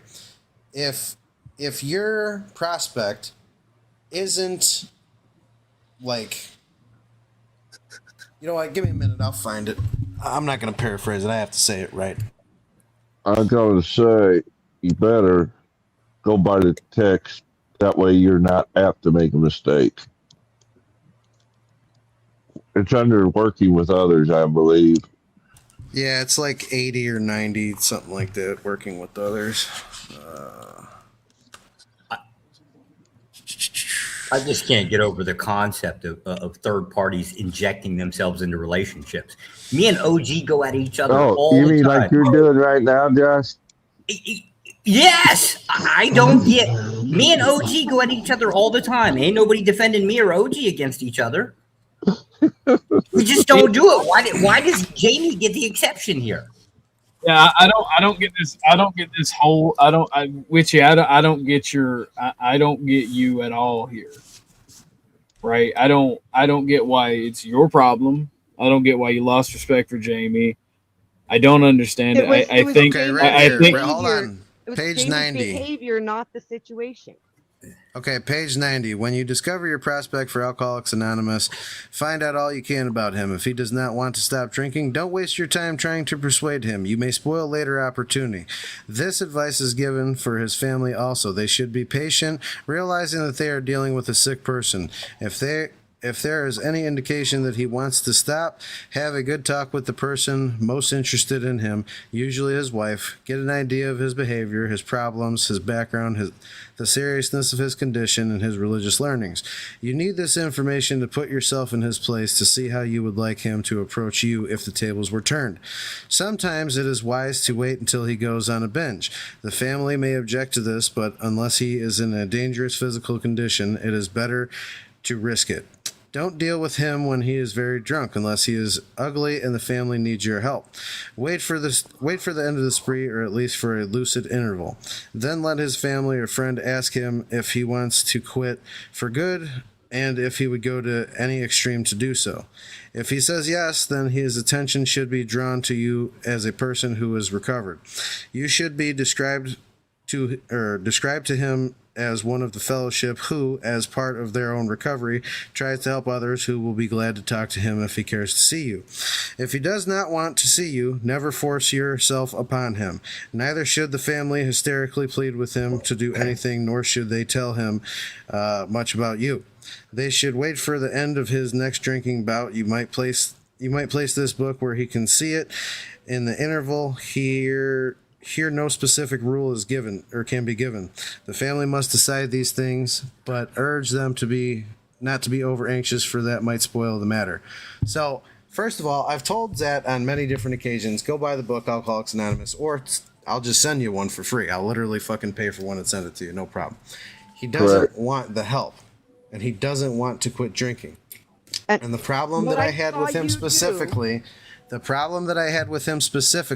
is that he hit a core issue of mine. So when I seen him drunk driving, and he admitted that he was fucking drunk and driving, and that he was sorry about it, he did it because he felt the pressure, as you so explained earlier.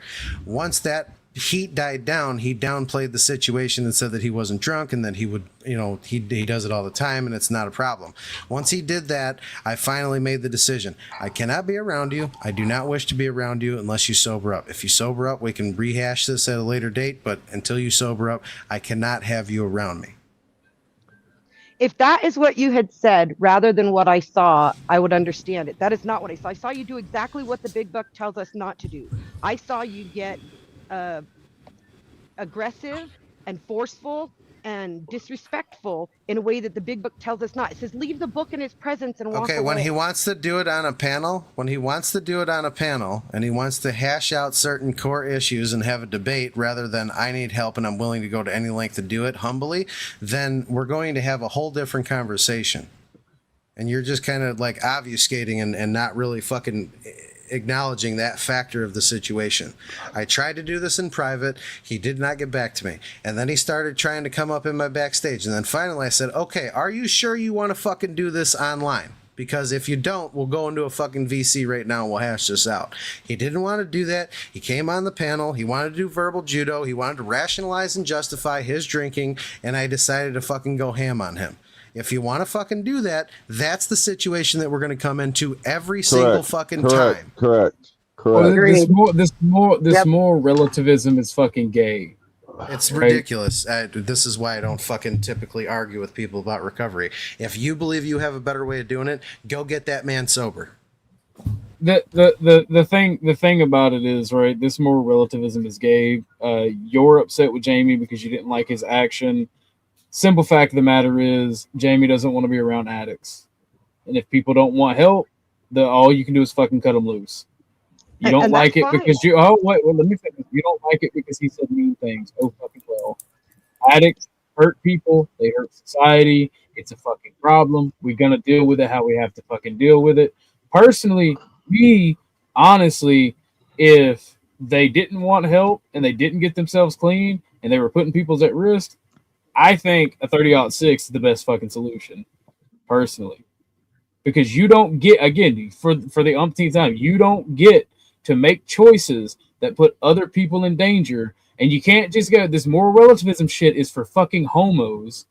No offense to any homos out there, but it's fucking gay when you go, oh, well, you believe in precognizant or pre-crime. Yeah, when you take a choice to go and drink and drive under the influence or operate machinery or interact in the world, when you put other people at risk, just the risk alone is worth doing something about it.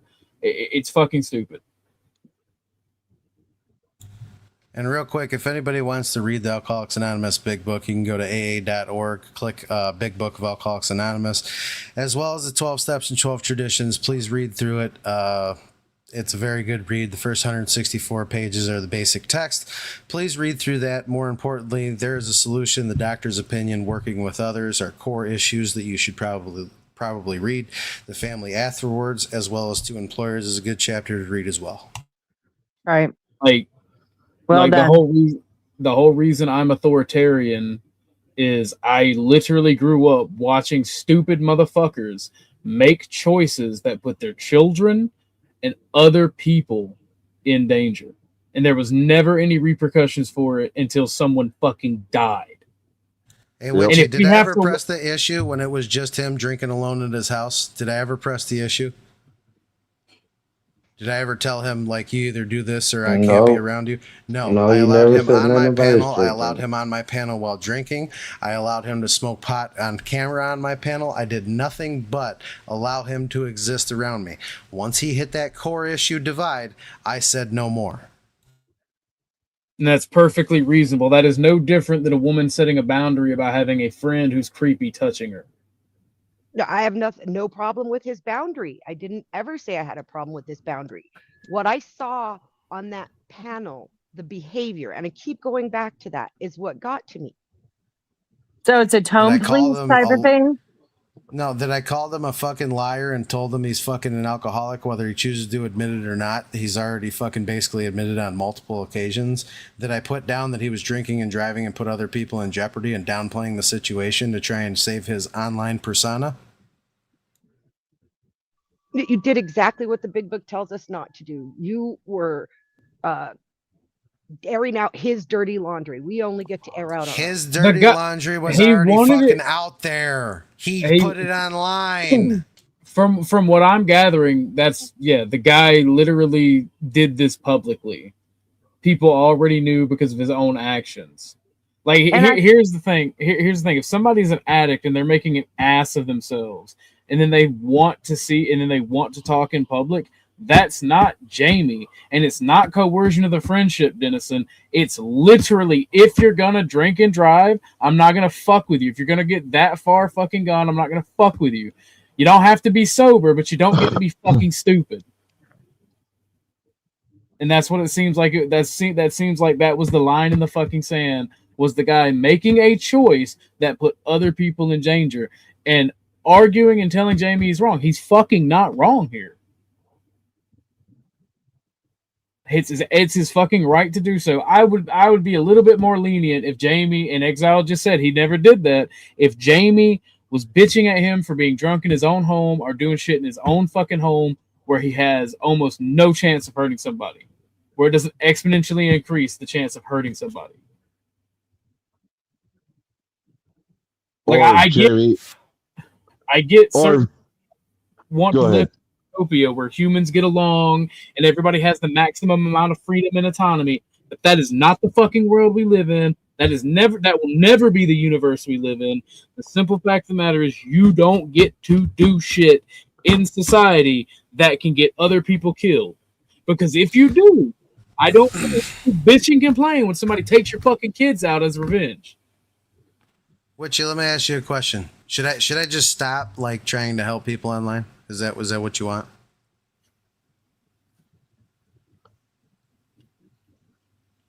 Are you asking me that? That's when I said witchy. Do you think that I should stop? You started talking and he was still talking. All I heard was, should I stop helping people online? If you're asking me that, no, I don't think you should ever stop helping people at whatever venue is available, but only people who ask you for help. So do it your way. And motherfucker, no, that's the AA what the way. fuck? Hold the fuck on. What the fuck do you not understand? Do you not understand that I didn't just try and fucking interject myself into his fucking life and force recovery down his fucking throat? You and others pressured him into it before he. No. Don't bring up others. Don't bring up others. I'm talking about mine and his relationship. Do you think that he never asked me specifically for help? Are you fucking confused? Do you think that I did this honestly of my own free will and volition to inject myself and inject recovery into his life? Is that what you think? That was my perspective of it in that. You are shit the bed crazy.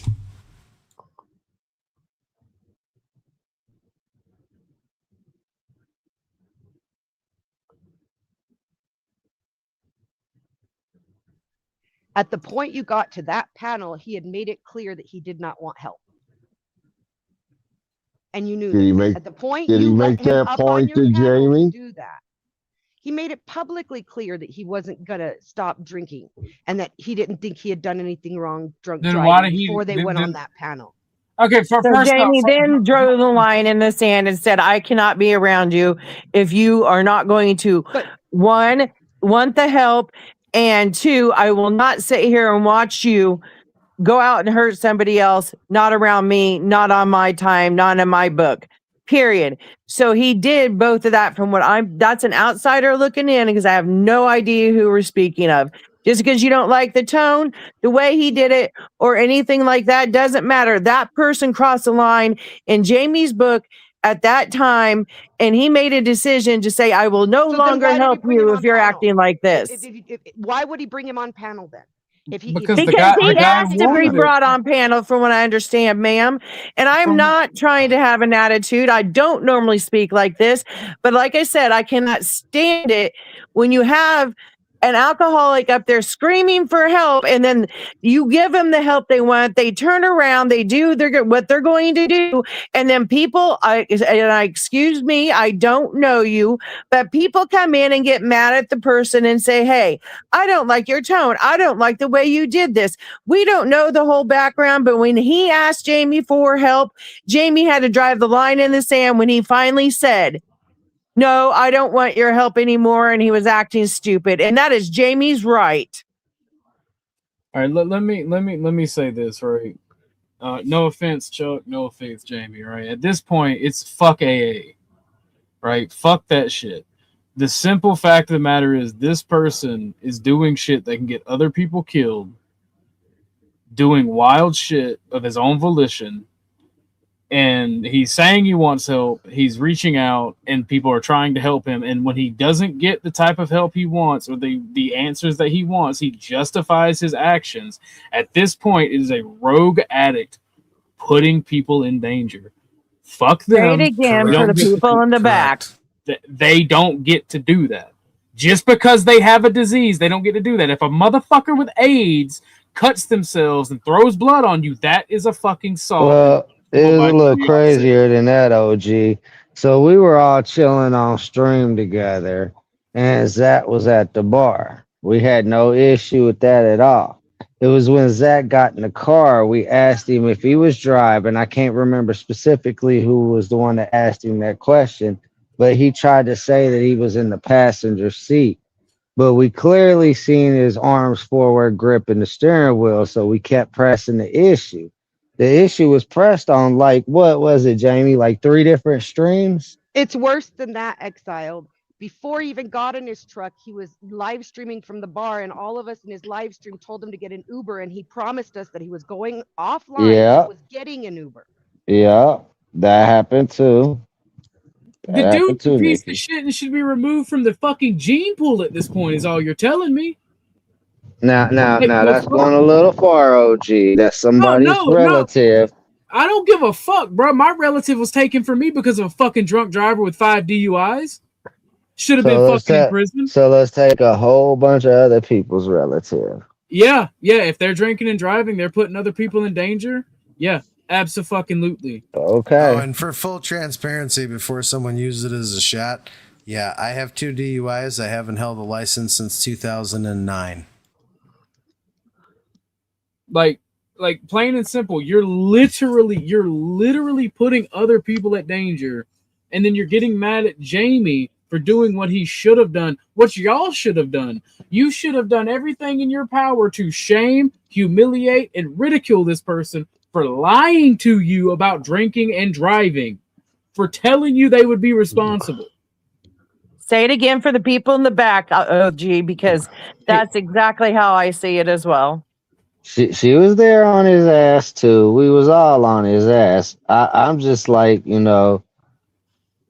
trying to figure out which part of what Jamie did in that interaction was like more like an altercation to her, because that's what she's obviously feeling.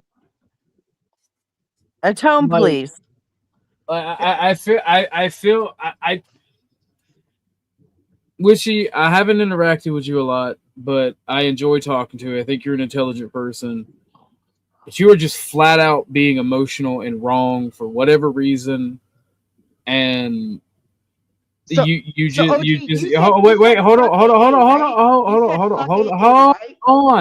on. And I don't know why you're doing this, but this person put other people's lives in danger. And it doesn't matter. Like, yes, fuck AA, fuck everything else. So to be perfectly clear, other people's lives. To be perfectly clear, I have more than 7 years off of alcohol through the grace of God and working the steps through AA. I sponsor people. I've had a couple of good sponsors and a couple of not so great sponsors, but I've made it through, and I don't drink to this day because I work the program. And when I see people do something, people I respect, especially people in the program I respect, to do something that, to me, even just bringing Zato up that day, because Zato had been drinking and he knew it, bringing him up to have that How the fuck did I know he was drinking that day? Don't fucking sit here and fucking no, you're not fucking hearing me. Let me finish. You're pitching it as that he was no, not when you're fucking lying. You can't fucking finish. Go fuck yourself. You're not gonna sit up here and tell me I knew he was fucking drunk before he hit the panel and fucking lie to these people. Fuck you. Prove it, motherfucker. He drinks every day. No shit, so I can never have him on my fucking panel? Fuck you. You just said you were cutting ties and you. you brought him up and you used him as content I didn't use. Did you think I made fucking money? Hold on. Let me let you look at my fucking face. Do you think I made fucking money off that fucking bullshit? No, I don't make money off of shit like that. I make money off of making fucking fun of pieces of shit, real pieces of shit, who are totally removed from our fucking little construct. You're fucking like painting me as this predatorial motherfucker that's making money off of some fucking poor alcoholic. I'm not. So if you want to continue to fucking lie about me and talk shit about me, please fucking do. But I beg you, go do it yourself. Go fucking talk to these people yourself. Go fucking work these programs with these people yourself. No, I don't go looking for people. People come to me and ask me, and I work with them. But people who are out there in the world making mistakes, You're it's not my job. Oh my God. Oh my fucking God. You are still on the premise of he didn't ask me for help. How many fucking times do I have to say that that's not the case?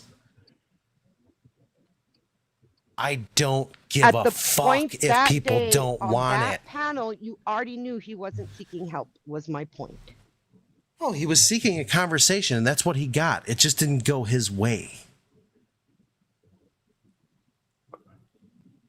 I've been fighting, trying not to say this as the outsider looking in, because it brings it to a different level. But I just have to. Ma'am, congratulations on your sobriety, by the way. That's a wonderful step. But when I say tone police, this type of thing, women are just softer in these areas as it is.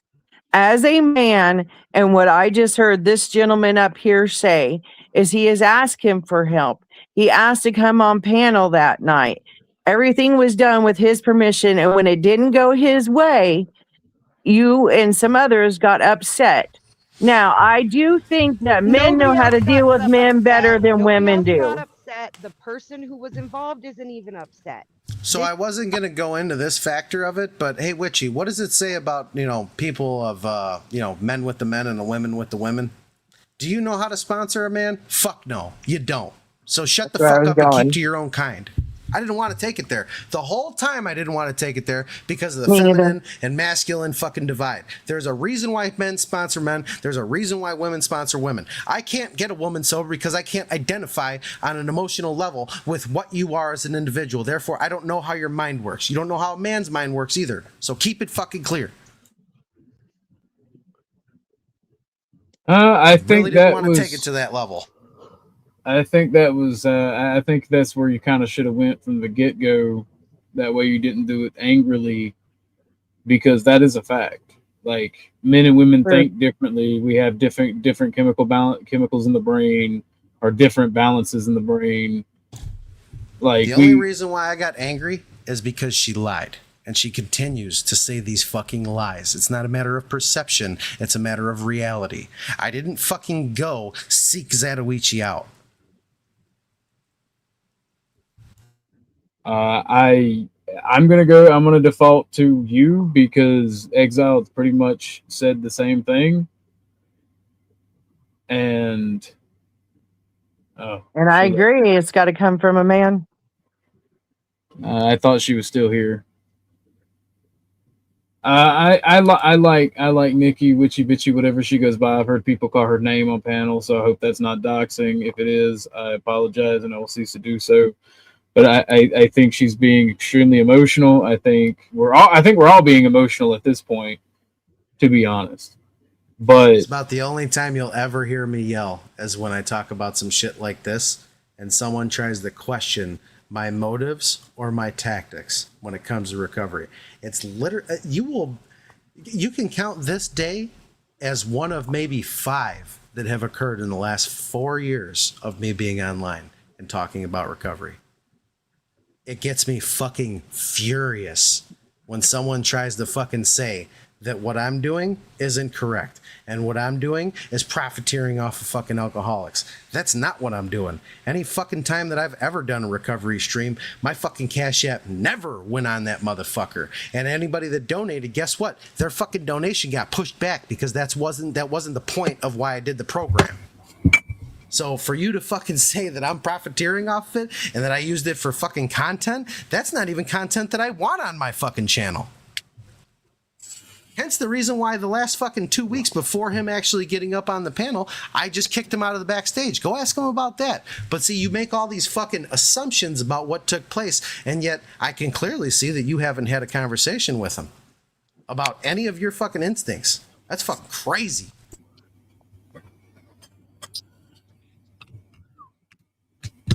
So I will say this. Is there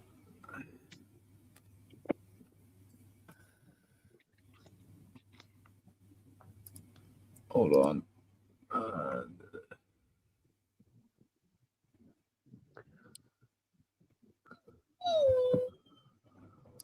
Go ahead, Ashtray. Welcome to the show. What's up, brother?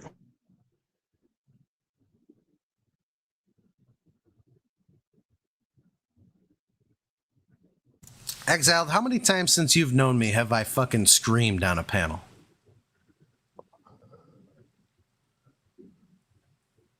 Stoner. Yeah. He's probably rolling up. I'll give him a minute. Fuck, I was muted. I say he looks like he's muted.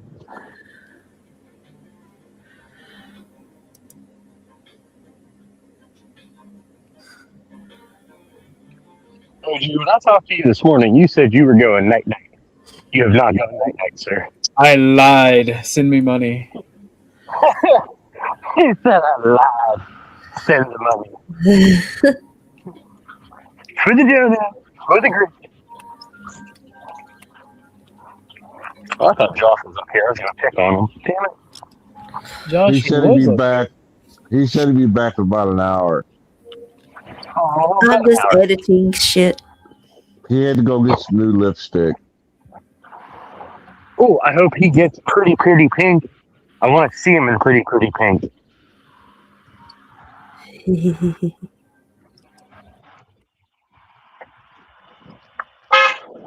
But all right, well, I'm gonna get back to work. I thought we were up here yelling at people, so I was gonna come out and yell at people, but nobody's yelling at people, so that's no fun for me. Loud noises. You can get mad at me too. It's okay. Loud noises.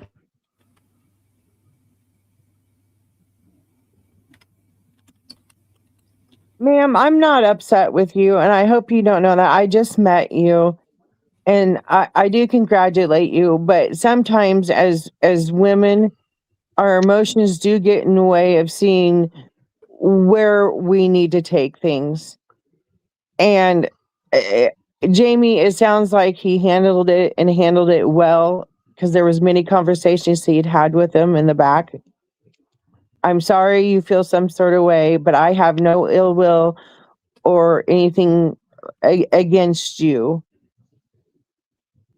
I just wanted to come up here and say this because I honestly had this conversation on another panel with somebody that is close to our little group. And it finally did take, unfortunately, me coming up instead of my husband, because they were lying about it and lying about us. And it makes everything very convoluted for the whole group. And I did not want that happening here for OG and everybody else. My apologies if you took anything I said as hateful. It was not meant that way. Just to be clear for the record, Zato had nothing to do with this. I haven't talked to Zato about this. It's not like I went and I don't even have a single DM with Zatoichi. I don't have any of them that exist. I don't talk to him behind the scenes. Something I saw that day just turned a switch in me. And that's just where I'm at with it. And that's all I was saying. It really, to me, has nothing to do with Zato himself. So I just want to make that clear to people watching. He didn't, like, him and I have this conversation and he's mad at Jamie, so I'm mad at Jamie. It's nothing like that. I don't even think he's mad at Jamie. If he is, I don't know. I want to be very clear. I want to be very clear about something. Like, when it comes to addiction, the reason I'm such a hardliner on it, right, is my grandfather was a historian, right? And me and him would talk about drugs, and he was like Chuck when it come to all drugs, even weed. Like he would talk about the opium wars and be like, "No, we need to do what the Chinese did and just start shooting like addicts, right? Just deal with these fucking people." Because I realized that he went through a lot of the same things I have, but I lost my great grandmother to a 5-time DUI holder, and then the love of my life. Yes, she passed away in a fire, but she was there because of addiction reasons. Right? She was at the place where she was at because of addiction. And I don't like addicts. I don't like drug dealers. I don't like the alcohol industry. I don't like any vices that do that shit to you. And I completely understand somebody cutting somebody off for being addicted to a substance and doing stupid shit. I get it more than most. And no, I get that too. The only way to deal with this shit is to fucking reach it head on, help those who want help those who need help, make sure there's resources available, but those who don't, my solutions are extreme and final. And it's because of that pain that I hold, and I don't regret it, and I don't feel bad about it. Well, then you and I probably agree that they should take Narcan off of the streets. They shouldn't be giving it out to everybody. 100% agree. They should not. They should not give people a parachute for a hopeless state of existence. They're incentivizing getting high. Fucking saying they've been Narcaned 11 times. What the fuck? That shit's expensive. Let's stop giving it away for free.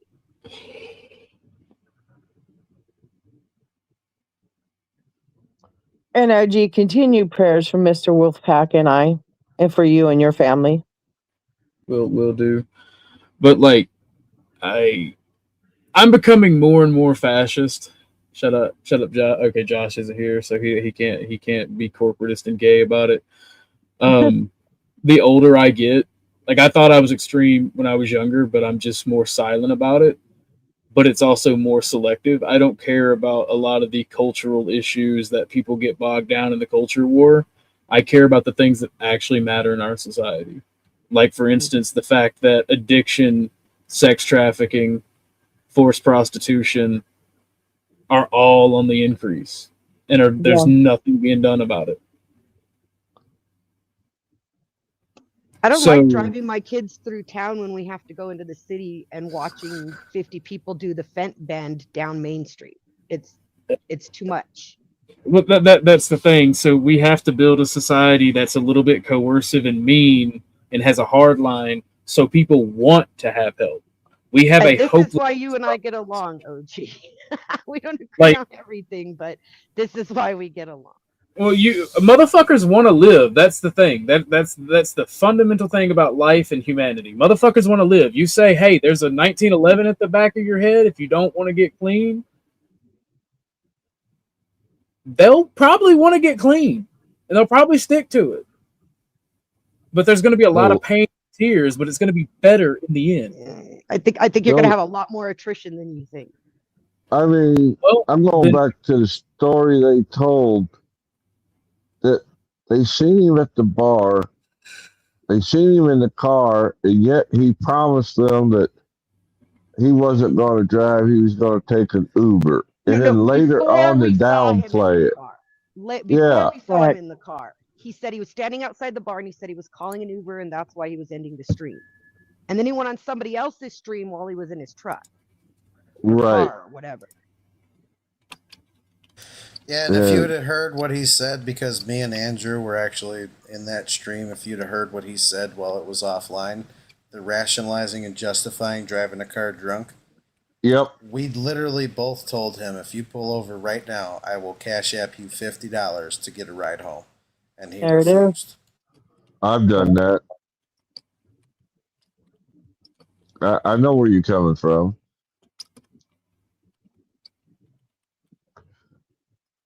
But like you said, then he came back and trying to justify and minimize what happened, even though you've seen the truth in front of you.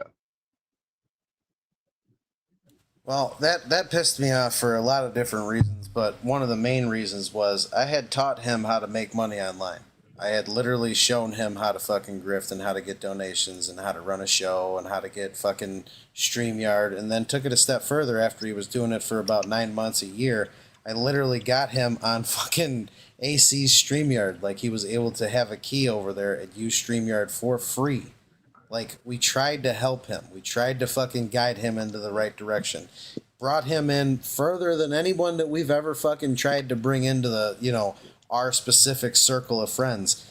And when he did that and downplayed it because he was in fear of getting donations and he was in fear of losing his notoriety within the community and being painted as a drunk driver, then he immediately walked it back. But then 3 days later, he presented it as a totally different thing, that it wasn't that big of a deal and that the heat was off and, all this other shit.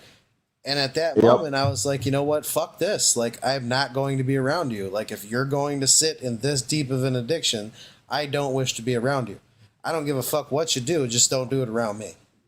Yeah, that's the thing. And I understand you guys AA books tells y'all not to like force people into things, because in our current society of free dumbs, it doesn't work.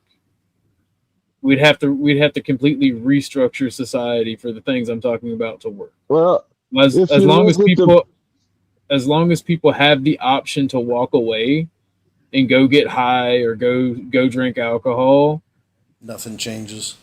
Yeah, like, look at all the forced recovery that is mandated, and look at the failure rate.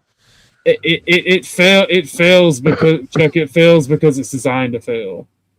They don't want the system does not want the addicts to not be addicts. They want to be able to put them in prison. Well, and they use them for an example, OG. They use them for an example to the working class. This is what could happen to you. I'm talking about rehabilitation places do not want them to fail. A good one does not want them to fail. Actually, most rehabilitation places want you to fail because you keep coming back. They want their money. Yeah. Like, the whole system is designed. This is the downside to capitalism. When you have issues like this, for profit doesn't work. When it comes to a disease or a medical issue, for profit does not work because it is not profitable to cure the disease. The prison system has an incentive, or I'm sorry, the legal system has a incentive.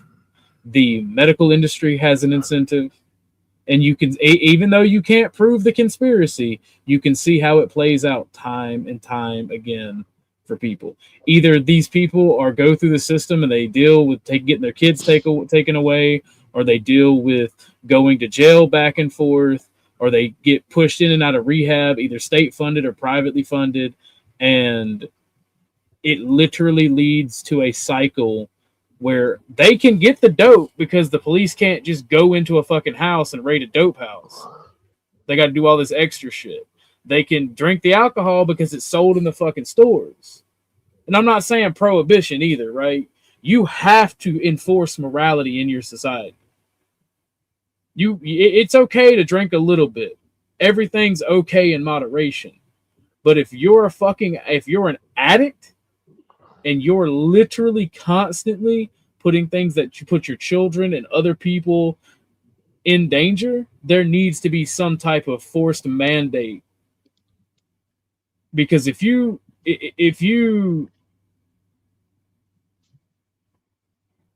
in the society we have, like I said, in the society we have, it creates a circular battle, because other than them doing the rehab, all they have to do is do it and stay clean while they're doing the rehab and for their drug tests. And when it comes to most of the tests, really the only thing you're going to get popped for, unless you do it that fucking day, is weed. It takes 3 days for meth to get out of your system, at least for a piss test. Hair follicle can go back months, but most of the time, all you gotta do is dye your hair, and that throws off the test. Blood tests, they don't really do blood tests. They can, but they don't. And I think that takes 5 days for it to work its way out of your system in the blood. And most addicts are either tested weekly or monthly. So the whole fucking system is just set up for people to fail for profit. Like, there are no incentives to get off drugs. There are no incentives to get off alcohol. And in all honesty, and I'm not trying to insult AA, there's not a lot of fucking resources either.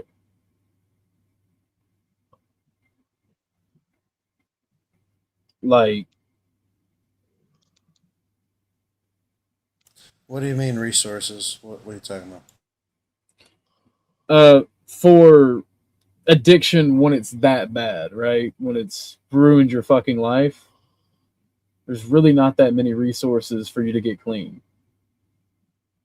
that are actually there for you to get clean.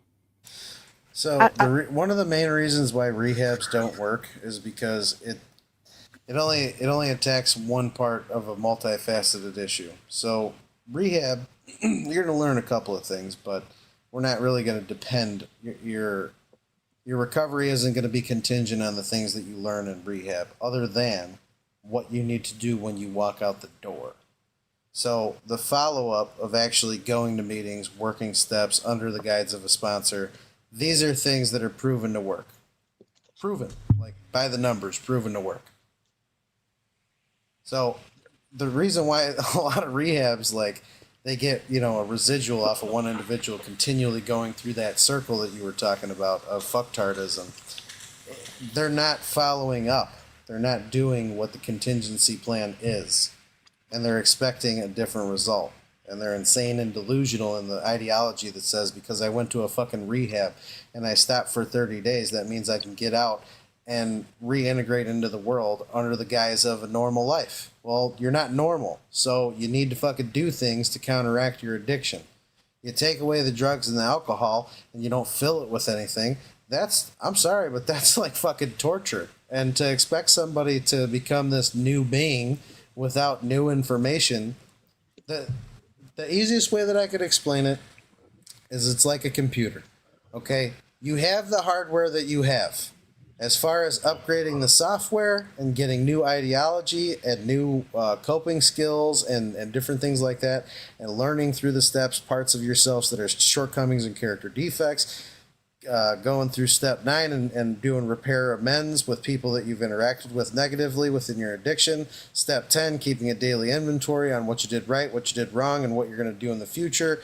There's a lot of multifacets in that people leave to the wayside and don't understand that it is an equation. And if you change the variables, the equation doesn't equal out to sobriety. Well, he's agreeing with you on that, Jamie. What he's saying is that because these places are for profit, they're doing that intentionally. They know this. They're not crazy. They're money hungry. They know this, and they're intentionally setting you up to fail so that they can keep making that money. They're not setting you up to fail, though. To get sober people. And I'm not going to say all rehabs because I've been to quite a fucking few of them. I'm not going to say all rehabs issue the same guidance and the same teaching curriculum and the same business model of actual interaction within the addiction, but most of them do. Like, most counselors will tell you, this is a small part of a very big thing. The rehab is just a stutter step. It's a stepping stone onto something else. So and if they're honest with the people, they'll tell them you have to do certain things, otherwise you can't have the expectation of a changed life. Whose hat is? Hold on. It's thunder outside. Okay. I didn't know if that was you or because we're in for some storms. I didn't know if that was a screen playing, if that was me outside, or if that's somebody on panel. I can't wait for the storm. I like storms. I hope it's a slow rumble like that. That would be awesome. But that's why I slept so good this weekend, OG. we're finally getting it. So I might go for 12 hours today, and then when I get done, I'm gonna do my assignment and work because I've been researching it for the past 2 days. So I'm gonna get that done and turned in, and I'm gonna take my happy fat ass to bed after that. But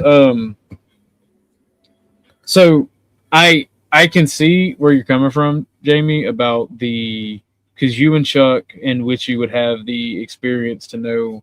But my experience with these rehabs, and for a short term there, when I was dealing with some of the stuff to do with my ex's issues, I kind of sort of started enjoying certain stimulants and stimuli. And it got to a point where me and my boss was doing it at work. And it got to be a problem. So I personally looked into rehabs because I thought that may be necessary. And these guys were calling me getting nasty as fuck because I didn't want to go to their rehab. And I'd be like, and I told them outright, like, I'm not an addict. I don't have these things, and I'm just looking for guidance so it doesn't become an addiction. It doesn't become something I become dependent on. They don't deal well with that. Oh yeah, no, I outright got cussed out. I outright got cussed out, and told I was a son of a bitch. And like they told me they were an addict in recovery, and I'm like I'm not dependent on this stuff. It's not to that point yet. I'm trying to prevent it from being to that point. And eventually, by them treating me like shit, I just put the shit down and stopped doing it. Because I'm like, I'm not going to get help from these people. This is stupid. It could ruin my life. I've seen where it fucking goes. I'm literally just fucking depressed. So I just stopped doing it. I stopped little by little. I stopped doing it until all I smoke is weed, and I smoked weed before then. And even then, I can go months or even years without smoking. It's more of a social thing for me, right? And so I've had issues with rehab and stuff in the past, and so I see what you're saying. Like, I get that, and that's what I mean by there's not a lot of resources too. What you mentioned is they don't replace the addiction with anything. They don't, as far as I know, they don't help you get jobs. They don't help you get housing. They don't help you do anything in the long term. If I'm wrong, y'all can correct me, but they don't help with that. So there's over the last let's see, when did DASA kicked in? DASA funding was specifically for like felons and stuff like that, like reintegration into society after incarceration. So there's a lot of different outreach resources like that. When you go into a rehab, like there's a couple of different ways that rehab run and structure their program. So what you have is a rehab, then you have a halfway house, then a 3/4 house, and then you go to your house. The phases of going through that, like say you go into rehab, okay, it used to be like 30-day, 90-day program. Now it's down to like 2 weeks, some of them 10 days, some of them. So you go into rehab, first you go to detox, then you go to fucking rehab for 10 days, and then you go to a halfway house and you get a job, and then you save up a little bit of money, then you go to a 3/4 house, a little bit less infringement. Some of these are state level rehabs that do outreach with the actual paying for the situation of you being housed and paying for the actual rehab stay. DASA funding covers, for anyone who was incarceration and went through that level of program. There's a lot of money. Like I'm telling you right now, just to the COVID bill here in Illinois, they burned up a lot of what was left over in the COVID bill for addict outreach. So they gave 3 rehabs within 20 miles of me. They gave them each like $1.2 million to further their endeavors. And like CRAFT funding, CRAFT is another one, another outreach program that gives money to rehabs and halfway houses for housing and different kinds of things that they need to run a facility. But there is, things that can be done, things that are done currently for people going through getting sober, such as what do you call it, housing, and as far as like looking for a job, they do have like workforce centers and shit like that. So I mean, like all of it's there, and it's just not really utilized because of the human condition. They're not really prompted to rise to the levels necessary, unless the pain is really great, to make the changes to become an integrated person in society, a worker, you know, whatever you want to call it. So how do we get addicts, whether no matter the addiction, how do we get them there? That's the age old question, OG. That's if you ever came up with a situation that's a viable business plan for that, congratulations, sir. We are trillionaires and we run the fucking planet. Comrade, it is not about the money, it is about the betterment of society. So I have the perfect plan. Bayonet point. I mean, it just goes back to the human condition, man. Like, I got a tattoo on my left arm that says pain, blood, sweat, and tears. And every time I look at it, I make a decision and say, do I want to go through this uncomfortable moment to get something that I never had? Do I want to force myself to rise above whatever my fear is to be a better person? And most people, they say no. I don't want to go through that. It's too hard. It's too scary. Fear of success and then fear of failure from the beginning. There's a lot of different ways to look at it, and it's hard. It's very hard. And it's not just compartmentalized with addiction though. It's everything. It is literally the human condition, because drugs and alcohol are just a symptom. Yo, I was about to say that was powerful. I was going to interrupt to say that's powerful. I'm glad I didn't, because that just went harder and harder the longer you kept talking. Because there's some things you said there that even apply to me, and like I said, I'm not an addict, and no offense to anyone who is, because I've seen how close and how easy it is to fall into that. Because of depression and other things. That's another thing, the falling into it. So in the book, and there's a solution in the doctor, or I think it's just the doctor's opinion where it talks about it. The different classifications of addiction. You know, there's the binge drinker, there's the heavy drinker, there's the daily drinker, there's the manic depressive, in which a whole chapter can be written about, it says in the book. This is why I suggest people to read the book, because if you read the book, you will understand that this Alcoholics Anonymous wasn't originally supposed to be called Alcoholics Anonymous. It was supposed to be called The Design for Living, but 26 books had already been written under that fucking title. So they didn't want to have a title that was 26 times confused. So they ended up calling it Alcoholics Anonymous. But if you read the first 164 pages, you'll understand that this can be applied to any human condition. It's not just alcoholism. It's not just drug addiction.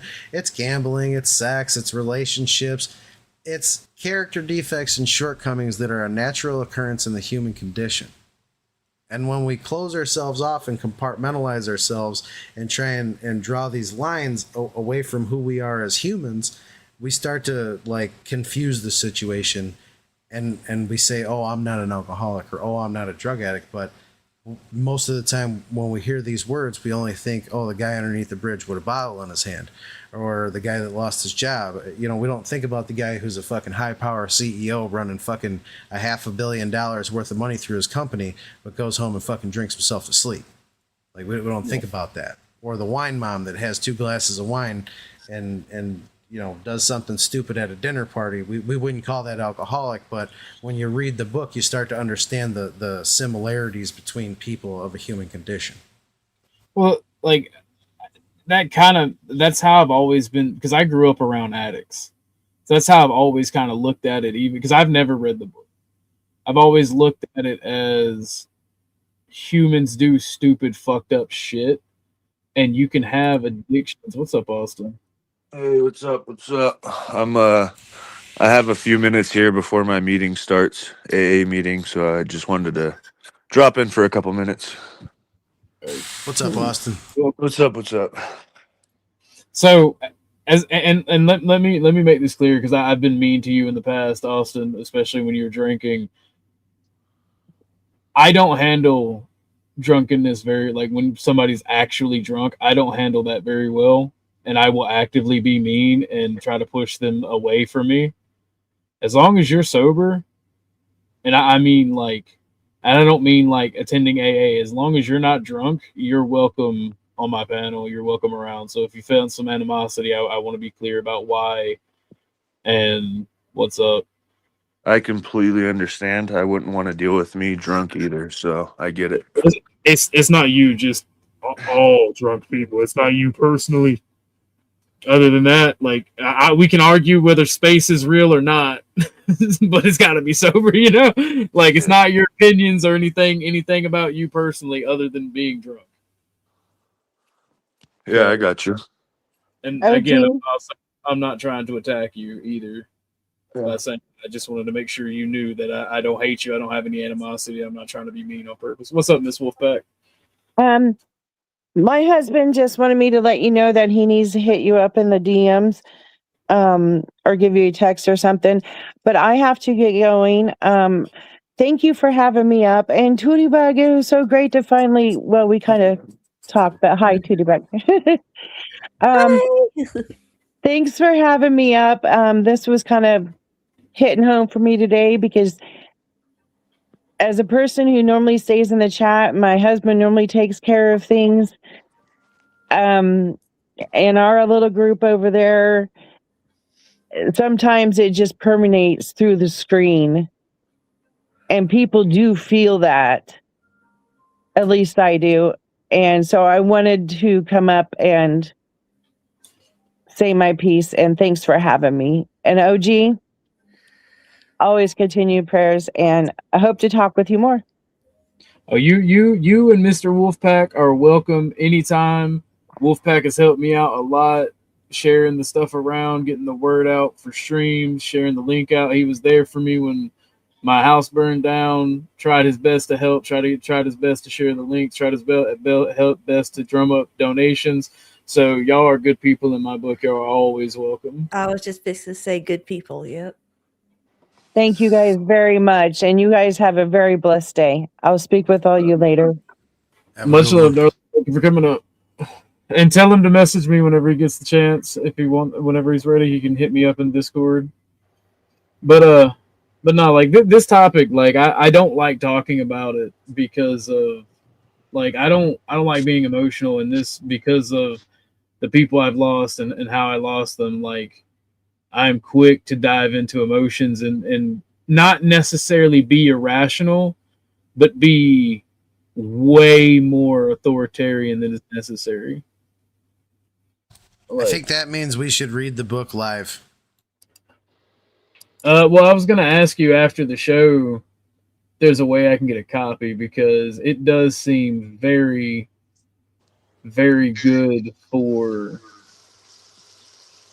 anything. Yeah, just go to aa.org, type aa.org in the search bar, scroll down to where you see, here, I'll just do it live. Hold on. Hey, who's that? Is that Jamie? Yeah. You're an alcoholic? Jamie. Yes, sir. Same. So meet you. let me ask a question, and I don't know how to do this respectfully, or if it's disrespectful, I should say. When you've crossed the precipice and become an addict, like full blown, right? Is that like a thing where you're always an addict, or is that like something that was like made up and slander against people who do that?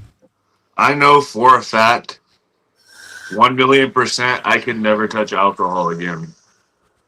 So, I guess that means I'm an alcoholic forever. It's permanent. There's no getting rid of it.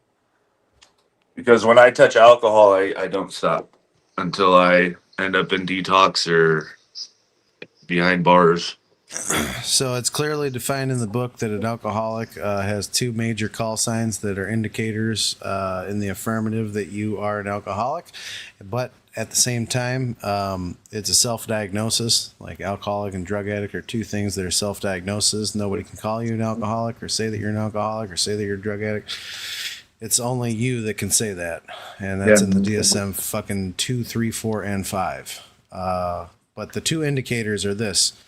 The physical allergy, which is when you take a little bit of alcohol in, you have little to no control over how much you take in. And then the mental obsession, which means that when you are not consuming alcohol, you are thinking about consuming alcohol. It's kind of what brings us back.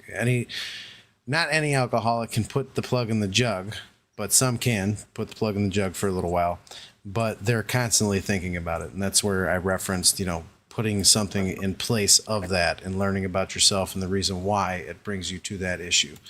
So this is the website. Go to aa.org, scroll down, and you will see a couple of different things. The big book right here, right underneath this little tab. Click the big book. It will bring you to this screen right here. Get this the fuck out of my way. These are the title pages, context, all this shit, preface, and then the chapters. You can click on the chapters and read any of the chapters. And then it goes into the personal stories. If you need identification issues, go into the personal stories. I suggest you go to the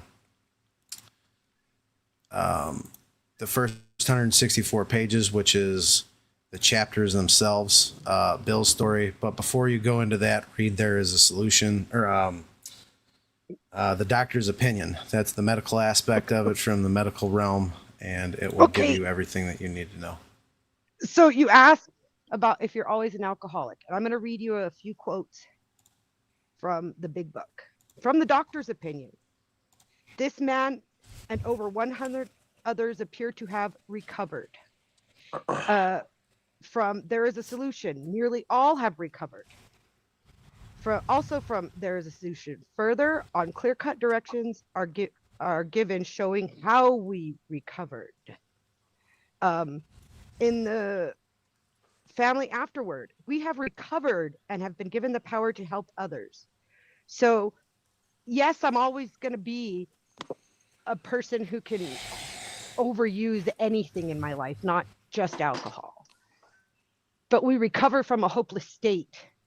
And that can be applied to anything in your life, not just alcohol, not just booze. Booze isn't the problem for an alcoholic. Drugs aren't the problem for the addict. It's ourselves that we have to change, and we do recover. Yeah, so it talks about in the doctor's opinion, first instance, it comes up to the forward of the first edition in the preface of the book. It talks about being recovered from a seemingly hopeless state of mind and body. Later on, when you read in the big book, you'll understand that it is a contingency program. It's contingent on the spiritual maintenance, which is the spiritual principles that you learn through the steps and through the reading of the book and the implementation of both in your life. It is a contingency. It's a this for that. So yeah, you've recovered, but you have to do certain things in order to maintain sobriety. It is not an achievement that you rest on once you attain it. That's why the steps never stop. Just because you go through this 12 steps does not mean that you've graduated the program. The only time that you graduate the program is when you die sober. Well, 10, 11, and 12 are the rinse and repeat. All of the steps are the rinse and repeat. Those are maintenance steps that we do in our prayer in the morning to start off our day. You practice 1, 3, 10, 11, and 12. Well, 10 would be at the end of the day, but you could do it whenever. I say the third step every morning, third step prayer every morning when I wake up. Because we're selfish and self-centered alcoholics, and we want people to bend to our will, and it doesn't. And I read page 86 too. You're a very well-sponsored alcoholic, I can see. That's good. Yep. I read 60 through 64, page 86, and 417 acceptance, yeah. I'm so glad you said 417 and not 420. Everybody looks to the end of that story and they don't read the whole thing, and it's such a beautiful story. Well, most people just read the first the one paragraph of 417. I always suggest that they read through to the next paragraph so that they can fully understand it. Before I asked the question, I was saying how I was raised like that. They came natural to me that every person is addicted to something, even things you wouldn't think are addictions. And if if AA covers all of that, like the human condition you mentioned, that is awesome, and maybe more people should read it just for that alone.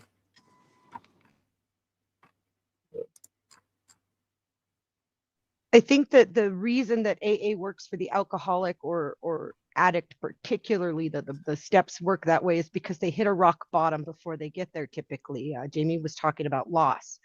It takes a lot to do these steps. Like the solution is there, but like they keep saying, it's work. It's every day for the rest of your life. You are going to work these steps if you want to have the recovery that it offers.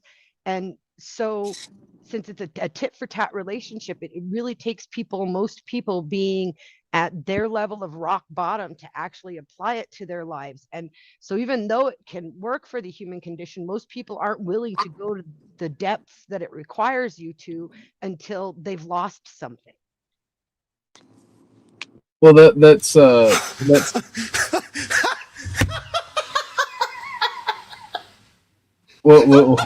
what happened, Jamie?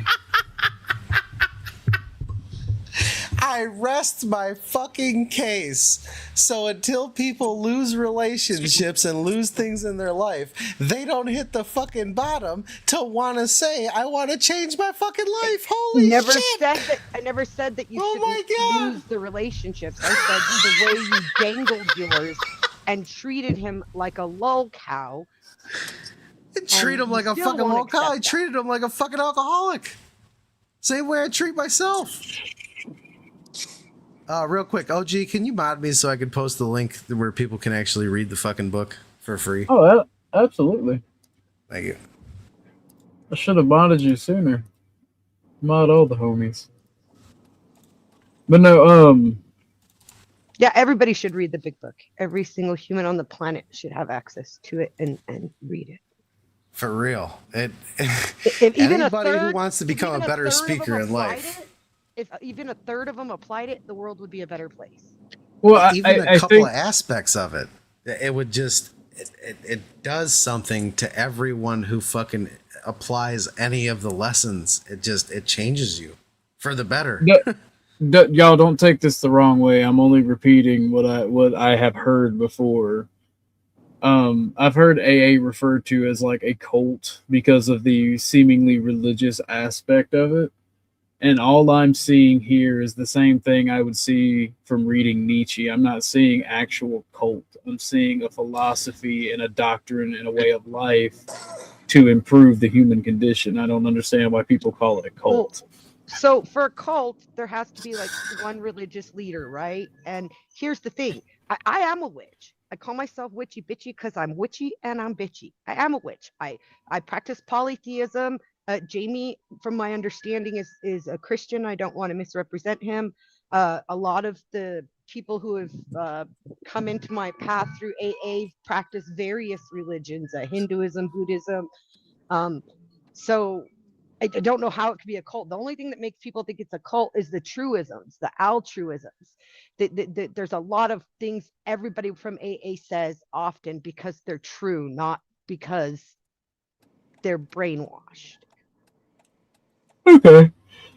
Well, I mean, okay, so granted, most of the people I've heard that from are people that you would call borderline addicts, I guess. They experiment with drugs. They're all about free. I can do what I want. I'm free.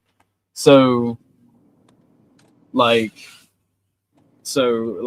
can understand why some people say it because they may be grappling with stuff that they're not ready to fix or that they themselves don't think is a problem, and it may not be a problem for them. But I've heard some AA hatred. You got like this group of people with Chuck that I've met through Chuck or because of Chuck. Like, yeah, y'all are the only people I've ever met in AA, and y'all seem like I see people in the chat talking about how. Yeah, I see like a lot of people in my chat that I didn't know when we talk about this subject talk about how AA has helped them. So like before my interaction with y'all and the people in chat who talk about it when we have these discussions, my only thing was knowing people that like I said, may have been borderline addicts or never part of the program, or like I said, addiction may have not been a problem for them. They were just talking shit on just to be talking shit. Highlight that last comment that the female posted. That's an extremely, extremely important fucking bullet point right there. Consider Most that people who throw shade on it, that's why. Okay, consider that people who need AA are looking for a reason to reject AA, myself included at one point. Okay, fair enough. Hey, OG, I'm at my meeting. I'll catch you guys later if you're still live. Later, Austin. Have a good day, man. Austin, All right, be safe. Have a good one. Bye. Bye. But yeah, I don't see this as anything, like me personally at this point in time, I don't see this as anything different than Nietzscheism, Confucianism, just another way of thinking and making yourself better. So if it works for people, I'll support it.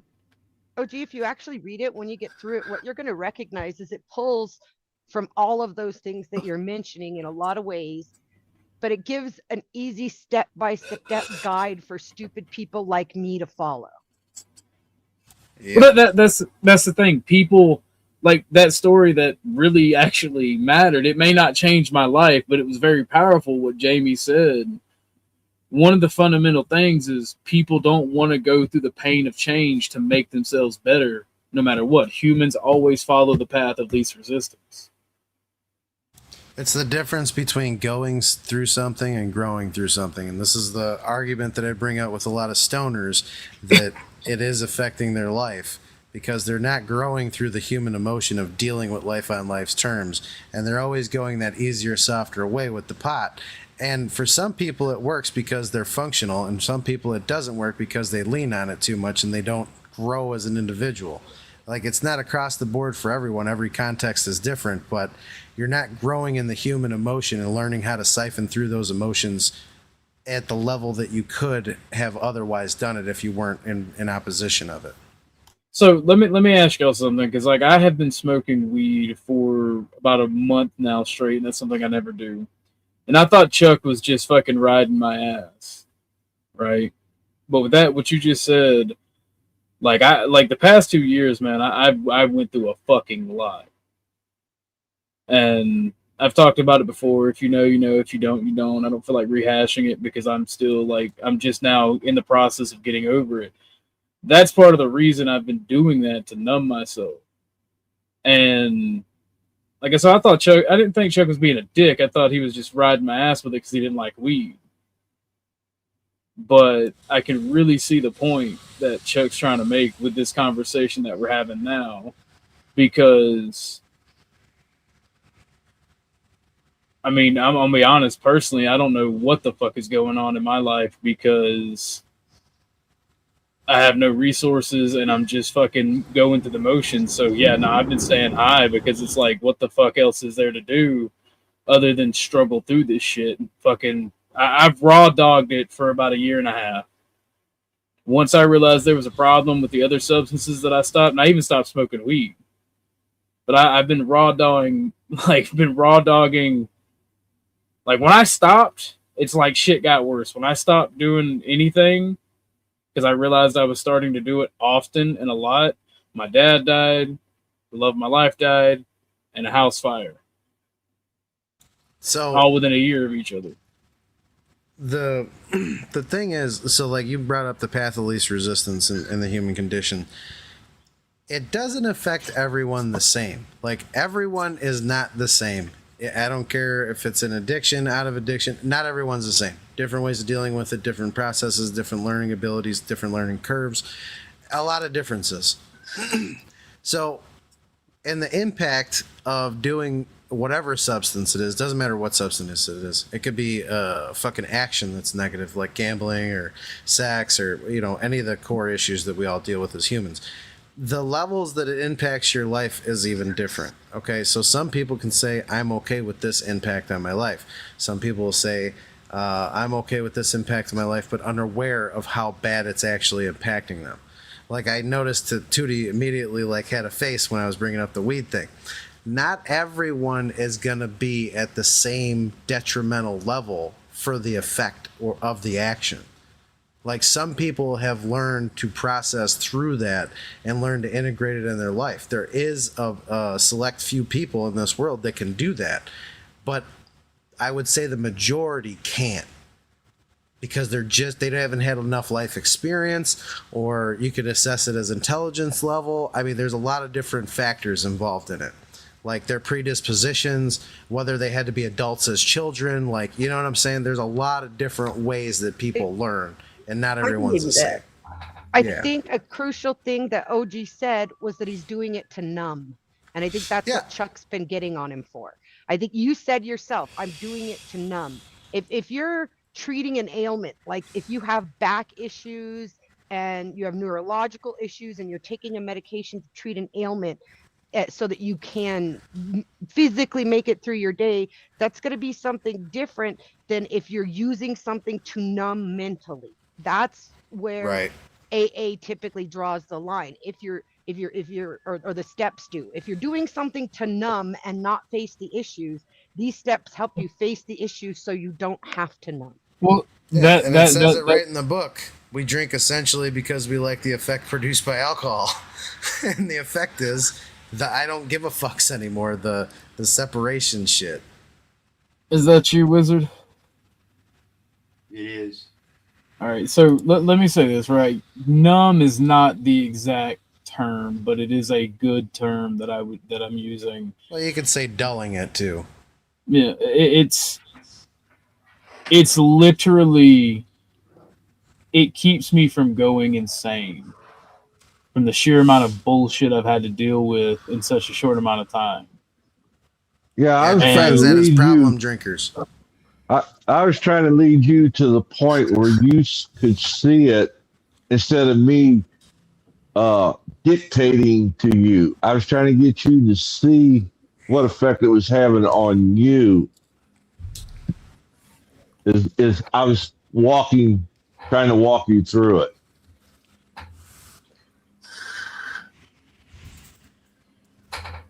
Fair enough.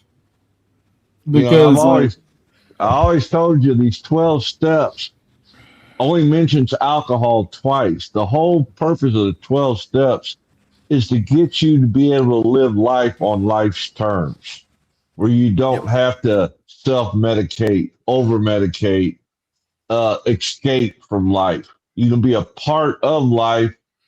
Even though it sucks at times, you can still be a part of life. Brother, if the past 2-3 years are any indication of what life, being on life's terms is, I want to be numb. That shit was rough. Can I ask everybody here, because I think, and I'm not trying to say I'm unique or anything, but my situation isn't that I fell into darkness in the bottom of a pit and had to climb back out. Mine is, I don't see life as exciting as I was thinking it should be. So I was looking for excitement. Has anybody else? That's totally normal. That's totally normal. So I'm sort of oppositional to that. I'm not a fan of excitement. Anytime someone gets excited, it means something has happened. And I'm not a huge fan of change. Well, what I'm trying to bring out is that there are different reasons that we need to change our lives. And one of them isn't always necessarily just the bottom of a hole. And when we think about this, Dale Earnhardt Sr. died of his, quote, dedication to racing. Isn't that the same thing as an addict who dies just like his father? You can definitely be addicted to winning. Exactly. So there's no doubt there. That is a straight line to addiction. Dopamine times 3. Absolutely. So sometimes it's not a matter of being dark and sitting down in a quagmire or anything. It's a matter of looking for that dopamine hit. And I think that's a lot of what goes on here in the metaverse. People are looking for a dopamine hit. They're looking for the excitement. Totally agree. I was thinking about that the other day. I was really into the concept of Dusty's stream last night. Like when he started, he was talking about how, being in the Panelverse makes you smarter. It improves your neuroplasticity. I was already a half pint deep when it started. There wasn't much I could do about it. I mean, your neuroplasticity was a little elastic. Yeah, no, that shit wasn't working at all, bro. I tried to put words together and stuff, and I was just like, man, fuck this. And then I looked up and I saw Thorpe TV on screen and just said, nah, I went to bed. That's not neuroplasticity there, bro. That's microplastics in your brain. That's brain damage there. Brain damage. Well, I'm gonna say this. Somebody mentioned the death of Dale Earnhardt Jr. I have a funny story about it. I don't mean to mock tragedy, but I have a friend from Appalachia. Yeah, senior. My bad. We were talking one day, and being two boys from the South, we dominated a Discord talking about NASCAR, and I went by Pax Americana at the time when I was a white nationalist. That was you. Oh, and, you were Pax. Oh, good Lord! No, not on YouTube. Was it on YouTube? You said Discord. Yeah, Discord. Yeah. Okay, first off, let me be very clear. There's been several people, because of my involvement, that have used Pax Americana since I retired the title. So if you didn't see this account pre-2017, that was not me. Okay, good enough. But we were dominating the conversation, talking about NASCAR, and all these dudes wanted to do was say I hate them because they breathe and bitch about minorities. So they were getting pretty mad. But my friend from Appalachia has like a really strong Appalachian accent because he's from West Virginia, and he was like, "Man, he's like, man, I tell you what, when Dale Earnhardt Jr. died, it was like 9/11 for Appalachia.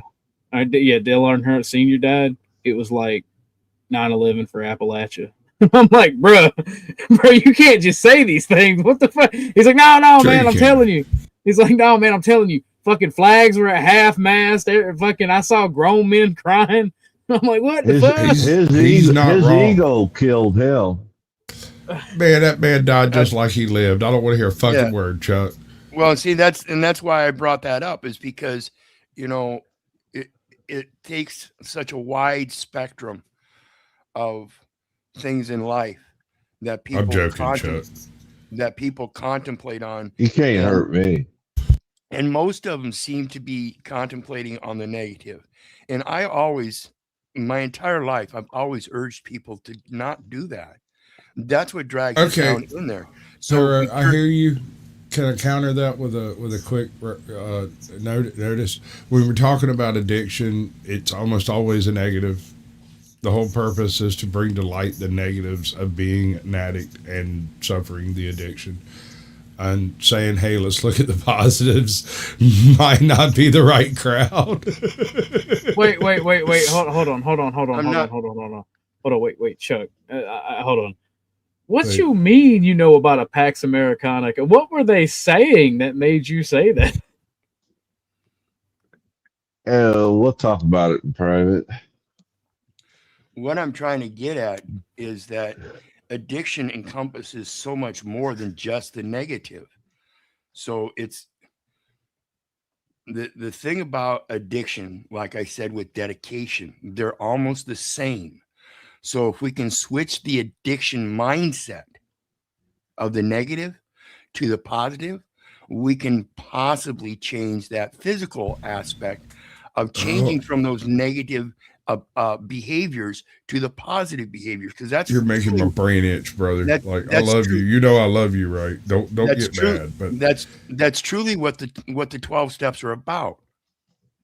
It's transferring your addictive nature from the negative to a positive generation. You're out helping people rather than doing the addictive nature in the addictive way.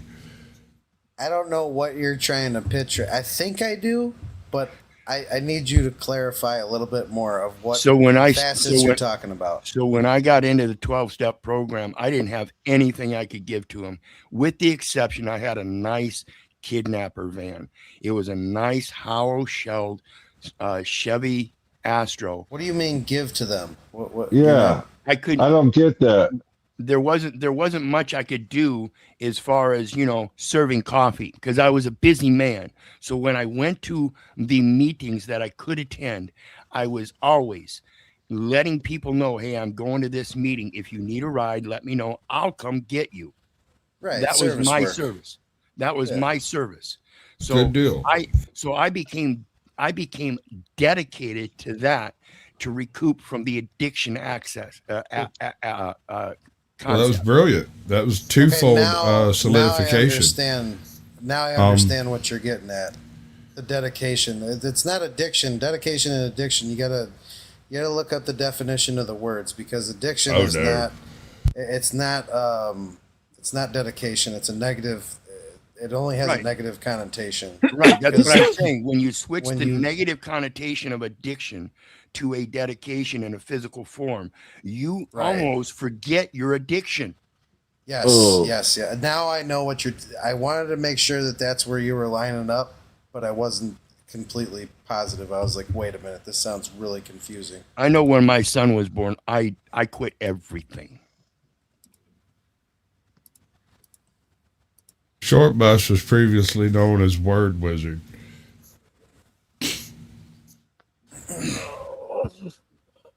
Just, But you can't trade off addictions unless you have to deal with the inner core of the person in order to overcome. And that's what I'm saying, Chuck. I'm saying the exact same thing in a different way. I am not replacing an addiction with another addiction. I'm overcoming the addiction by becoming physically dedicated to an activity that keeps my mind preoccupied in the positive realm. Now, hear him out on this point, because if you think about it, by his service being driving people to meetings, it not only secured him going to meetings, it also guaranteed that he would be sober enough to make those drives. Because you can't do that if you're hammered. But what happens if there's not a meeting to drive to? Drive farther. I know I'm on the East Coast over here. We got lots of tiny towns. I swear to God, there's a meeting going on right now at some church somewhere. Absolutely. Just look harder. If you can't find an AA meeting, it's because you're not looking yourself, or you don't like them, or you're not doing it. It's you. It's not AA. AA is fucking everywhere, dude. We have at least 3 meetings a day in this town. At least. I mean, it's so slick nowadays. I remember, like, back when I first got sober, it was like, let's see, when I actually went on the website, it's probably like 2002, 2003. I got sober originally 1/1 of 01. And back then, there wasn't a lot of meetings back then. There was, but they were kind of spread out, and you didn't really, unless you had a meeting list to go off of, you couldn't really go off of them. But there was an EAA.org meeting chat room, and you could go into chat rooms.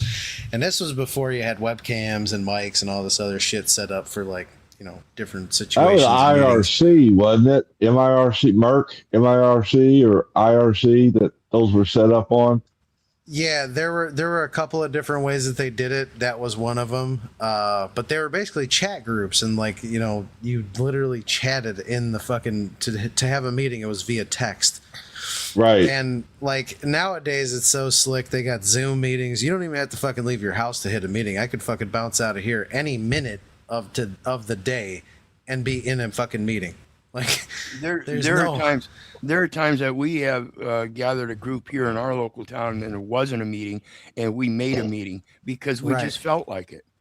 Yeah, that's the beautiful part about AA. It's right in the traditions. When 2 or more are gathered, you can call yourselves a member of Alcoholics Anonymous or a meeting of Alcoholics Anonymous, provided you represent the traditions and don't have. Yeah, we had many a garage pop-up meetings.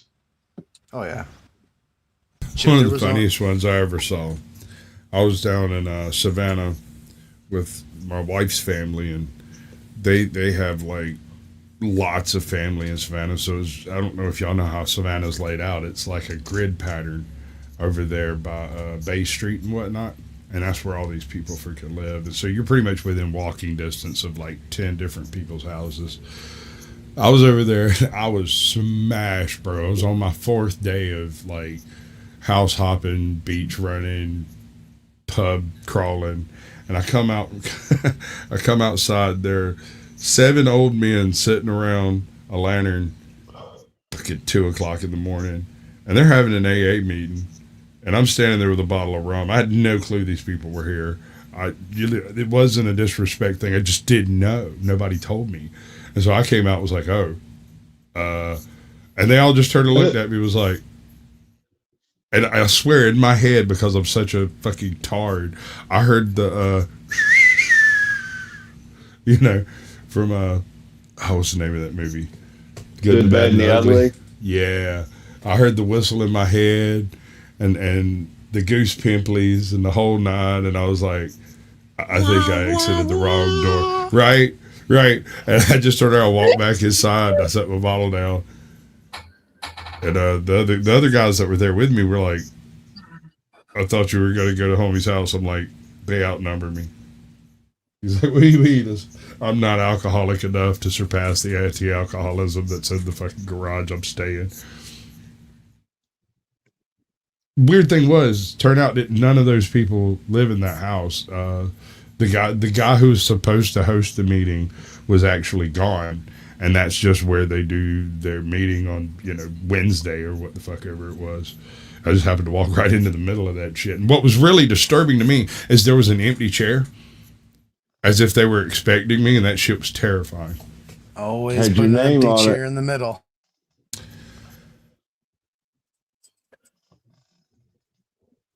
It was just, I don't know, it was very funny to me at the time. I couldn't stop laughing because the irony, the deep, deep irony of, I was just way too fucked up to have walked on that porch at that moment. Garage, whatever you want to call it. The carport thing they have in Savannah. It's like a metal tent. There ain't much to it. It's just garage. What the fuck? Garage. That's where you put your junk. They didn't shoot at you. They didn't shoot at you. They didn't throw nothing at you. No, dude. But the look. That just came out of your mouth, Scott. Did you hear that, God, Tootie? He said gay garage, and he wants to put his junk into the gay garage. That's wild. I feel like y'all are shooting shots at me. I don't appreciate it. You're the one that said it. You like gay garage, and you're gonna put your junk in them. Well, where else are you supposed to put your junk? Let me ask you this: if you had a gay garage, where would you put your junk? Where would you put your junk? Tell me the truth. Straight Marge. I think you're making up words, sir, and I don't appreciate it.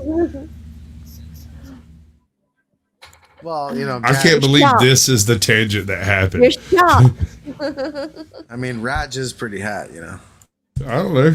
Apparently, because everybody's got a gay garage, so like a whole bunch of people do in the South. They just pop up all over the place. I want to get Orthodox Guy. Than others. I want to get Orthodox Guy to do a big book study, just for everyone to go through it. That's what we ought to do. Give me a time. My channel. Give me a time and a day. I got it. I got a channel set up for that. We can definitely do that. Yeah, I think that the problem is this is the You problem. want to go do a weed smoking stream on a totally different channel? Nothing against them, you understand? I just don't feel like the right place. You done? Let me know when you're done. I'm done. Go ahead, bro.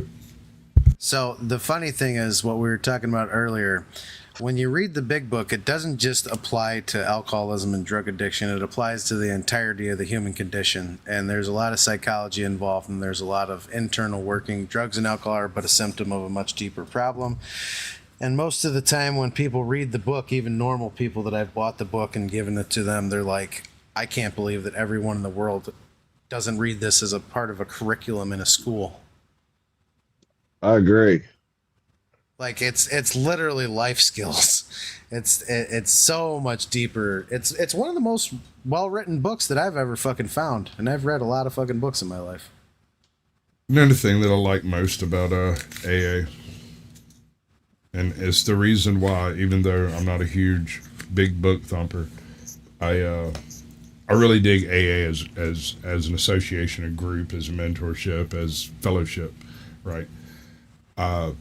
It's one place that young men can go and discover all the lessons a father is supposed to teach him. It will happen. You don't even really have to. You don't have to put forth the effort. You just show up, and everybody's got advice. And if you listen to the shit, your life immediately starts getting better. It's like a magical freaking spell. Now, this doesn't necessarily mean that suddenly you're clean, or suddenly you're not an alcoholic, or you're not still gambling or whatever. It just means that the good advice is the seeds that grows into a better life. And you have to get through that threshold of finding a mentor, of having somebody you can trust that has no reason on earth to ever screw you over and no drive to do so. There's not even a reason for him to help you. He's just willing to do it, you know. And just that type of fellowship is kind of what I think a lot of young men are missing. Yep. Well, I have a video that kind of touches on some of our societal decline, that being one, if y'all want to watch it. Well, hell yeah. SSRIs. No. I'm gonna tell you the title, right? Why do boomers yearn for blood? Yeah, Chuck. Why? Well, I mean, like when you pay attention, right, and you actually analyze the video and what the person is saying in it, it makes a lot of sense. So let's see here. Tonight, U.S. and Israeli forces have begun a full-scale intervention in Kurdistan, with officials promising a swift campaign to dismantle the Chud regime and restore stability to the region. Damn right. Clean house. Turn the whole damn sandpit into a parking lot. Civilization doesn't run on kindness. It runs on force. On men who still have the stomach to break our enemies. All out. Looks like Daddy's heading to the liquor store. I'm gonna skip the intro. The intro is kind of gay. That was awesome. All right. Watch it drive, my ex-wife. How about I solve this the American way? With overwhelming force. That'll teach you to f with me. What is wrong with a generation that could watch the young get fed into a foreign meat grinder, nod along, crack open a beer, and then bring that same warlike energy back into daily life? The boomer does not merely accept bloodshed. Bloodshed is his native orientation. But the darker truth is this. This is retarded. And nostalgia. There is a deep-seated sense of nihilism. Is this? It's literally it's a new form of lefty propaganda. Where the fuck did you find this bullshit? No, it's actually extremely fucking right wing. But it's fuck. Is this one of those horseshoe things I read about? This is where fucking it's so far left it's right, right-wing. or so far right it's left, and you can't quite figure it out. No, it is so it is so fucking dumb. I forget what it's called. It's not sophistry. It's but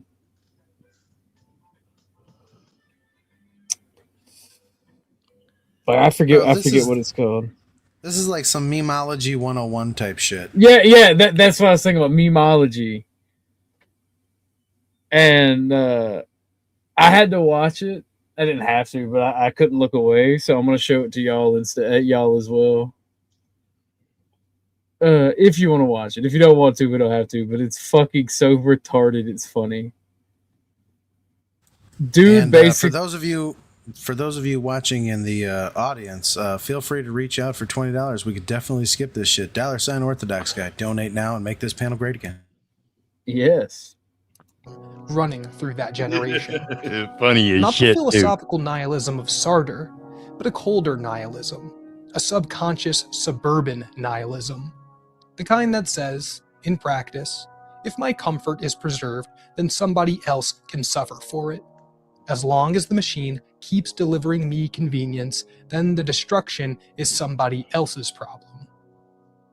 Bloodshed is not simply bombs and bullets. I mean, well, it is, but it's also when a culture consumes the future to intensify the present. I can't watch this again. This is too dumb. I'm sorry. Thank God. You just wasted $20 fucking dollars. Oh, my belly. That stuff's starting to give me I'm in pepsis. agreement. You should have made him suffer until they paid that $20 to take it down. Yeah, you just fucked up. Oh, yeah, all right, bet. We'll suffer through it. I got you. There you You're like there the you fucking go. I think I hear my mama calling. I left a cake in the oven. The street lights just came on. War is simply where that appetite becomes too loud to hide. If you are young, you are already reaping what they have sown. You feel it in the cost of housing, having kids, and generally just trying to have the life that those who came before you had with ease. You feel it in the way war is sold to you as duty, while comfort is hoarded as an entitlement. You are old enough to die for the machine, but too young to have ever benefited from it. Chuck, why did you do this to the youth, Chuck? I disagree with that last statement this cartoon said. It wasn't necessarily the boomers that did it. It was a combination of a bunch of fucking ignorance and then some really crafty motherfuckers that were in power. It was a byproduct. I don't think that it was the boomers. And it's been going Fair on enough. for boomers. The boomers Yeah, it catch the started heat. before them. The boomers catch the heat for it, though, which I find funny. Spiritual tradition here. The old world had a name for it. They called it Moloch. And if you This motherfucker.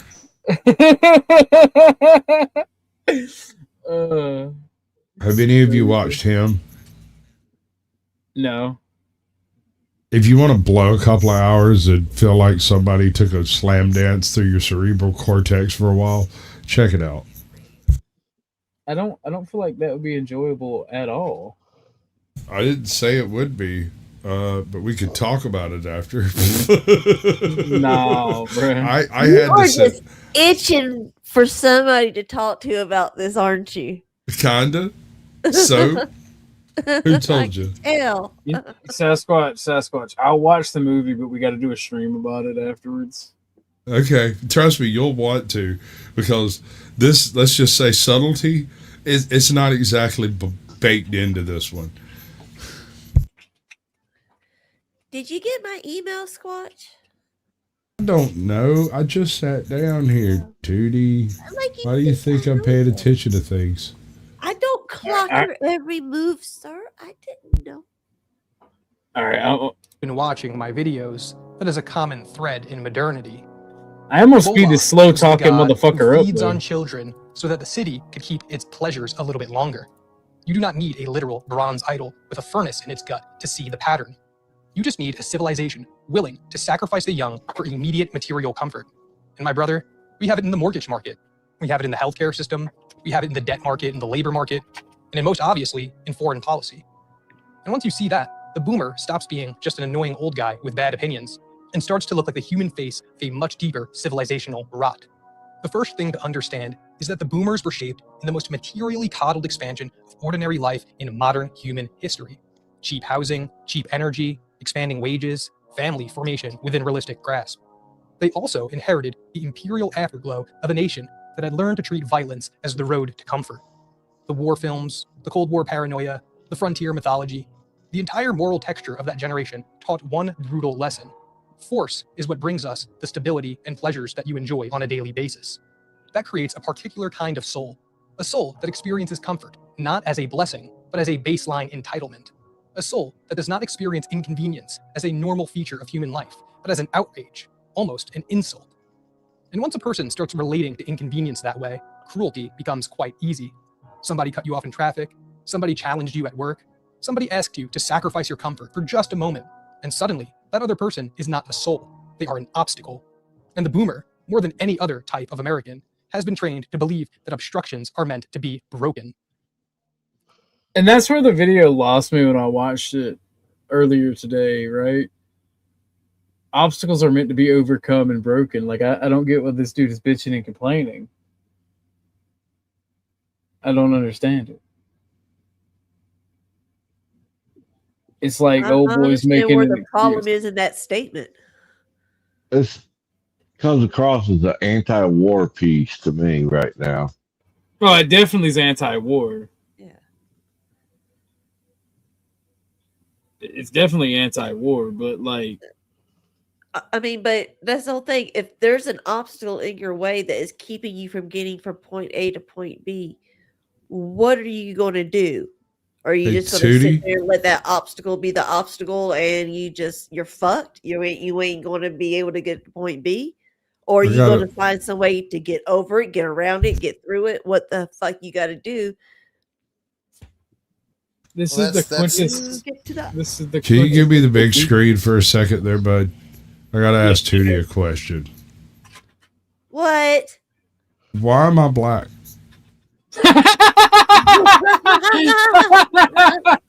I mean, I'm not throwing shade, but I feel like somebody is.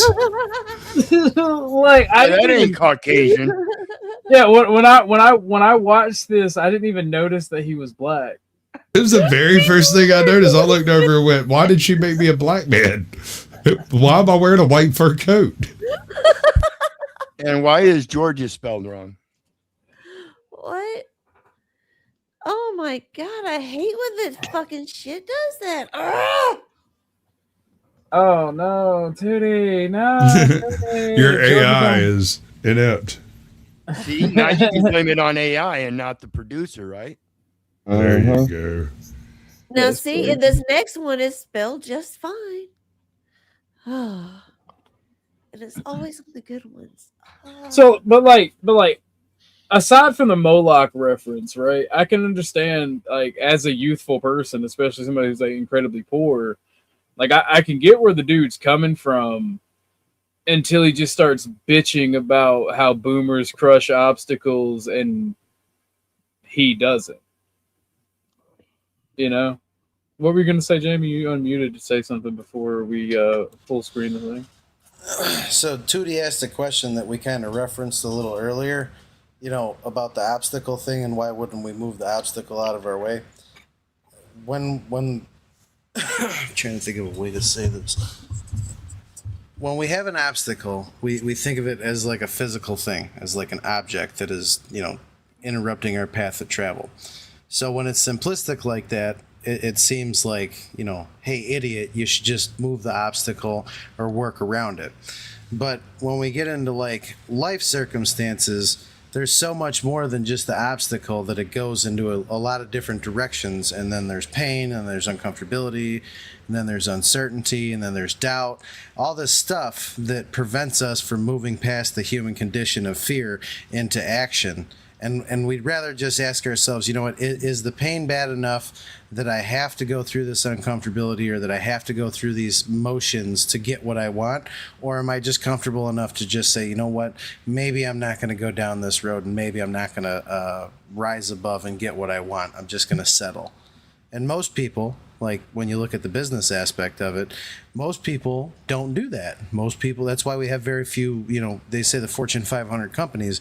That's why we don't have the Fortune 2000 companies, is because most people won't rise to the occasion and go through that pain and that growth in order to become what they truly want.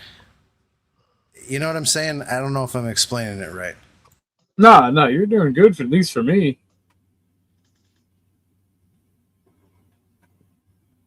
Miss Tootie, if you're talking, you're muted. Most people will look for the softer, easier way. Correct. Yeah. There's nothing soft and easy when we have a big project to do that It's like the dude that's sitting around like, say I have the financial capacity to start a company, but I don't want to go through the bureaucracy. I don't want to go through the sleepless nights. I don't want to go through the, you know, the fear factor of it, of what if I go through all this and it fails anyways and I waste the money. That's why most people don't shoot their shot, is because they just settle and they go searching for that easier, softer way, and they don't rise above and get something that's like better than we could have ever imagined that we deserved. That's why I say you show an alcoholic a rut, they'll move in and furnish that damn thing. The pain we know is better than the pain that we don't. Exactly. I'm comfortable with this pain, so I'll sit with it. I'm used to it. This is what I'm used to. Well, you know what to expect. You've lived it for so long that you know what to expect. And the fear of the unknown, it's like, yeah, fuck that. Well, thank you for coming, Wishy Bishy. I appreciate you, darling. Have a good day.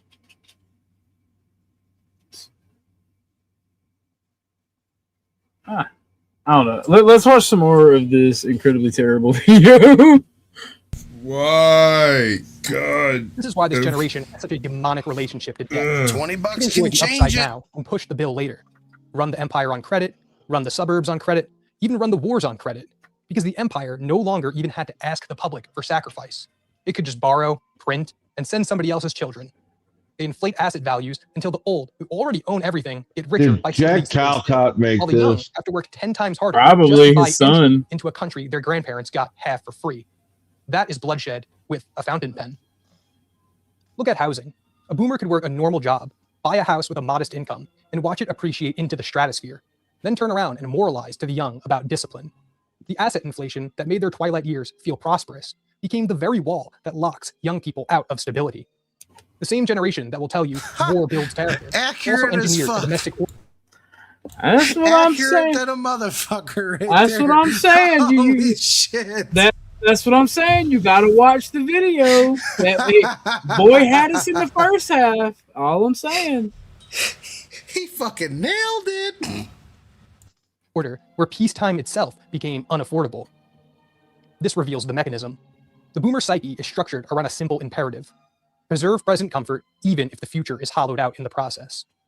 They support war not merely because it is strategic, but because force reassures them that the hierarchy is still intact and history has not finally Hey, slipped pause from their real grasp. quick. They do not merely. So this last comment, Alexander said, boomers were the beginning of the end. They were so immature as parents, in my opinion. This is the problem that I have with that early Americana business plan, or whatever the fuck you want to call it. You know, you turn 18, you move out of the house, and you get a job, and you start a family. Like, give yourself enough time to grow into adulthood, and don't try and run the track before you walk the track. Absolutely agree. And when it comes to that traditional lifestyle, the traditional lifestyle back in the day wasn't enumerated. It was based upon your parents raising you and guiding you in your adult life before you even left the homestead, before you even left the estate. And so you learned your independence, both male and female. You weren't shoved out of the nest at 18 and said, okay, the world is yours, do what you want. You had a guided implementation of parenthood that sustained the family through good upbringing. We don't have that anymore. Yeah, that culture is gone. There's no more easing people out of the nest and preparing them and setting their table for success with the life lessons. It's more or less, I put in my 18 years and it's time for me to kick you the fuck out so that I can enjoy some of my life. They took child ownership having a child as like a job, as like an obligation, and then the negative connotation at the end of the 18 years is get the fuck out, go learn how to live. We all go through it. I'm going to relax now. Which is almost completely boomer mentality. I didn't get this memo. You mean I could just kick these bitches out of my house? Yeah, you absolutely can, and most do. I'm gonna have to rethink all the decisions that brought me to this point in my life. Maybe I should. Oh, be you're able to- fucked. He's like, You're I'm fucked. going down to the courthouse and getting some eviction right notices. now. Like, Too Hey, late now. They got squatters' rights. Yeah, there's limitations to that too. Georgia don't have squatters' rights the way the rest of the country does. Yes, they do. You got to be there. No, they do not. In Yes, Georgia, they you do. have no, they don't. In Georgia, you have to be there damn near 10 years before you get squatter rights. There was a situation where a young man went overseas in the war. He had bought a house in the Augusta area, and he come back, and there was a squatter in his house. That's city I don't know. statutes, bro. Yeah, that's Well- got to be city. The state of Georgia, the state law is the only way you can squat in a place is If I can't kick the door in. yeah, if you it has to be abandoned. The owner, Legitimately. yeah, like, it has to be abandoned, and you have to maintain the property for damn near 10 years before you can fucking Georgia has some of the most draconian laws ever. You have to have a representative present on the property at all times. If they ever catch you off the property, they can change the locks and you start all over again. Yeah, I think that goes like not just abandoned, but it has to be like a condemned housing where it's a specific set of circumstances. It's Well, not out just here, an abandoned house. there are plenty, like there are tens of thousands of abandoned single wide trailers parked up on some piece of property, some freaking where somebody tried to make a go of it, and the tow truck couldn't get in to pull the damn thing away.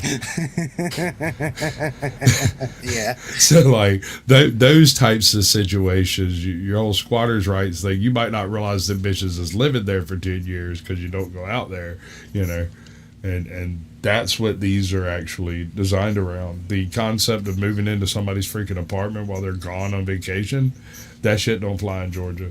They will straight kick the door in and come get your shit out. Yeah, like So They probably won't even call the cops about it, to be honest. Well, the sheriff will let minimum do it for him. I say we should just go scorched earth and see what happens. I mean, why though? Abe, are you okay? So back to what we were referencing earlier. There's different. Is that Abe? There's Are you different good, bro? contexts. There's different Go ahead. contexts and situations that go with like kicking someone out. So I can understand the parent's point of view when, you know, the child is going into his 18th year of existence and they're not doing anything to further their, you know, positioning in being able to move out. They're kind of just taking it as an entitlement situation. Yeah. And those are the people that I would say, okay, yeah, and kick them out and either sink or swim, because they've set their own table. Like they've made their own decisions not to be proactive in their acclimation to society. So there's definitely levels, and there's never a perfect playbook to go by in that situation. That's true. I mean, my baby mama woke up on her son's 18th birthday, got into a van, like, wished him happy birthday, did the birthday thing. Christmas Day, by the way, happens to be this kid's birthday. Really great Christmas that year. Amazing. She moved out.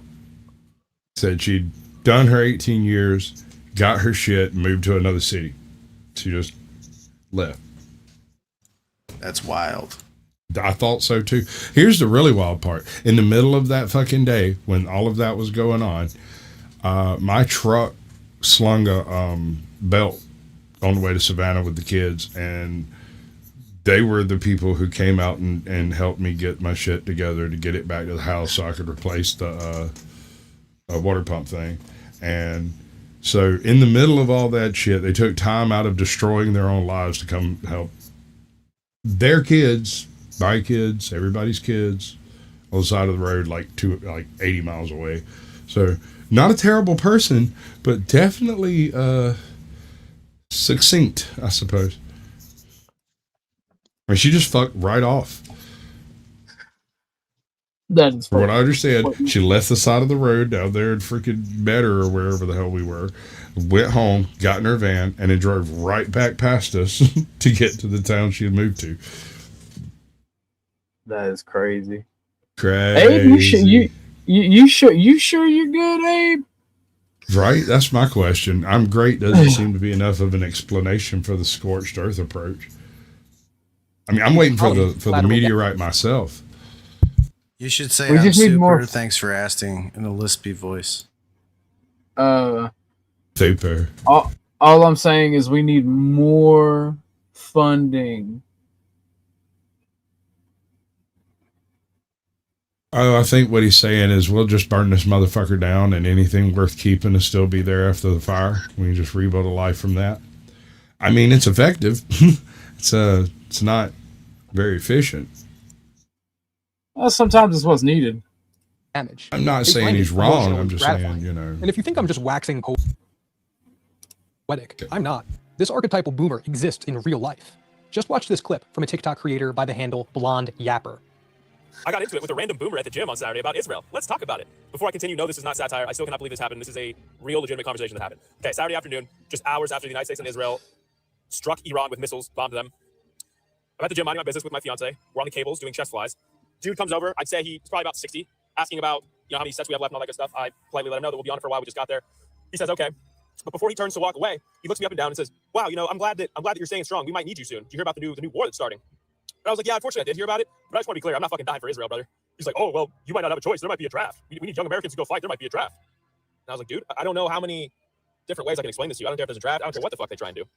I'm not going. I'm grateful that Blonde Yapper made this video because it condenses my entire thesis into one grotesque interaction at the gym. A young man is there trying to build himself, trying to become strong enough to grow and endure modernity. And what does the boomer see? Not a They son, made the not a future weights father, rainbows. not a soul becoming more complete. Things That's that what never I'm happened for saying. 1,000, Alex. I was thinking the same thing, except for I was gonna say 500, bro. I ain't even gonna lie to you. This is fucking priceless. He Look sees at it. It's a inventory. factory. He sees manpower. He sees one But more body it's- that can be fed into Moloch's furnace. This is what I mean by suburban nihilism. The boomer does not look at a young man and see something to protect. He looks at a young man and sees a soldier ready to defend his property value. Someone pays so they don't have to. That is the whole game. And when you live in that world long enough, your soul starts to curdle. You stop seeing people as people, and you begin to see them as a buffer between you and your comfort.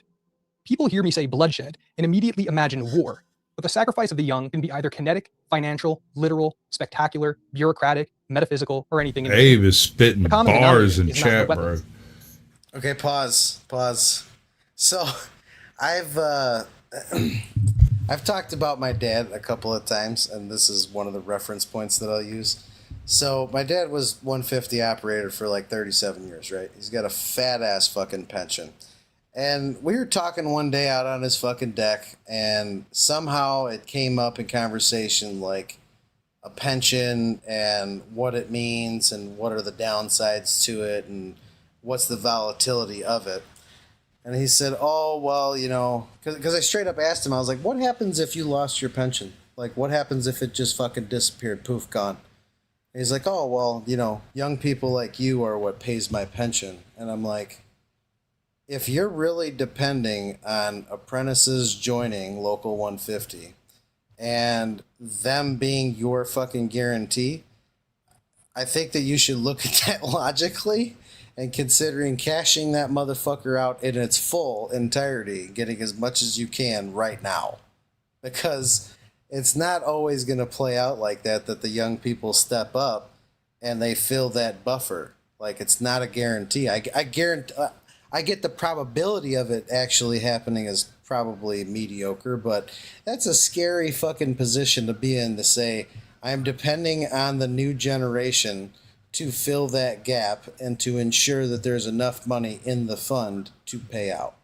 Well, especially when you've created an environment where it is hard to have a family and create the next generation. Right. Like this video does a good job at explaining a lot of it, but it's just bitching and complaining and completely infantilizes the next generation. It's just It just blows my mind. It blows my mind. Like, situations like that. And granted, like, I'm a union supporter. I support the unions. I agree with what they do and the level of existence, but specific unions are toxic as fuck, and they're not viable options. Not all of them. If you read in your union handbook that they've traded their rights away to strike, walk away. Oh, yeah. If they don't have full control, no, hell no. Like, one thing I'll say about 150, they can go on strike for 5 years and pay all their people 3/4 pay.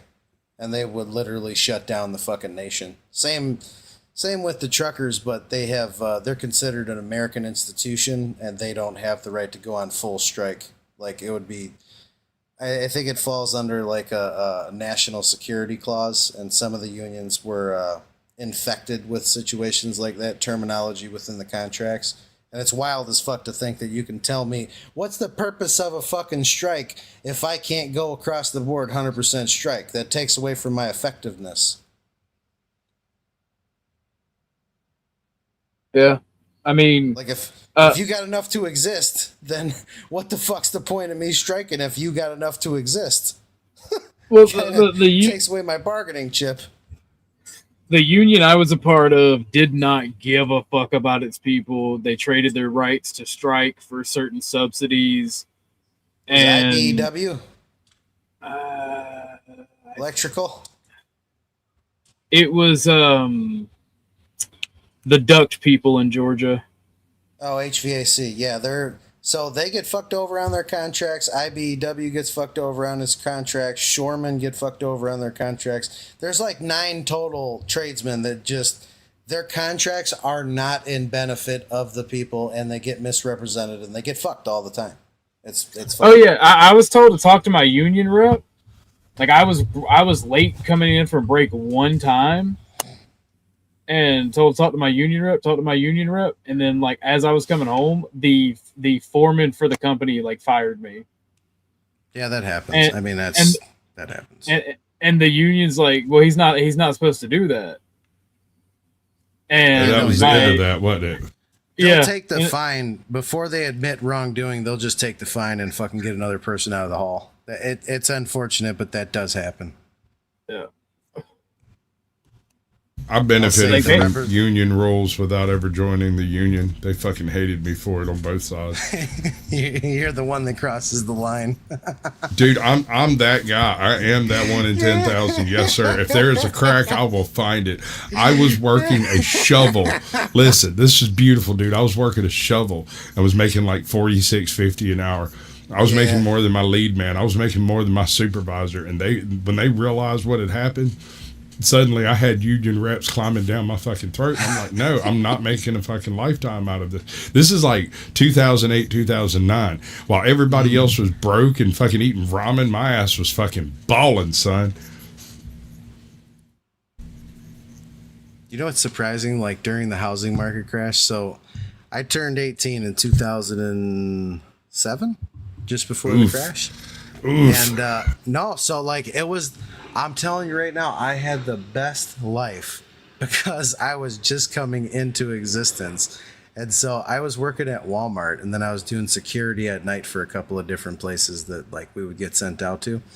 And I had saved up enough money through that, work that I was able to buy a house. I bought a house for like $105,000 during the crash, and then like a year and a half later sold that motherfucker for $230,000.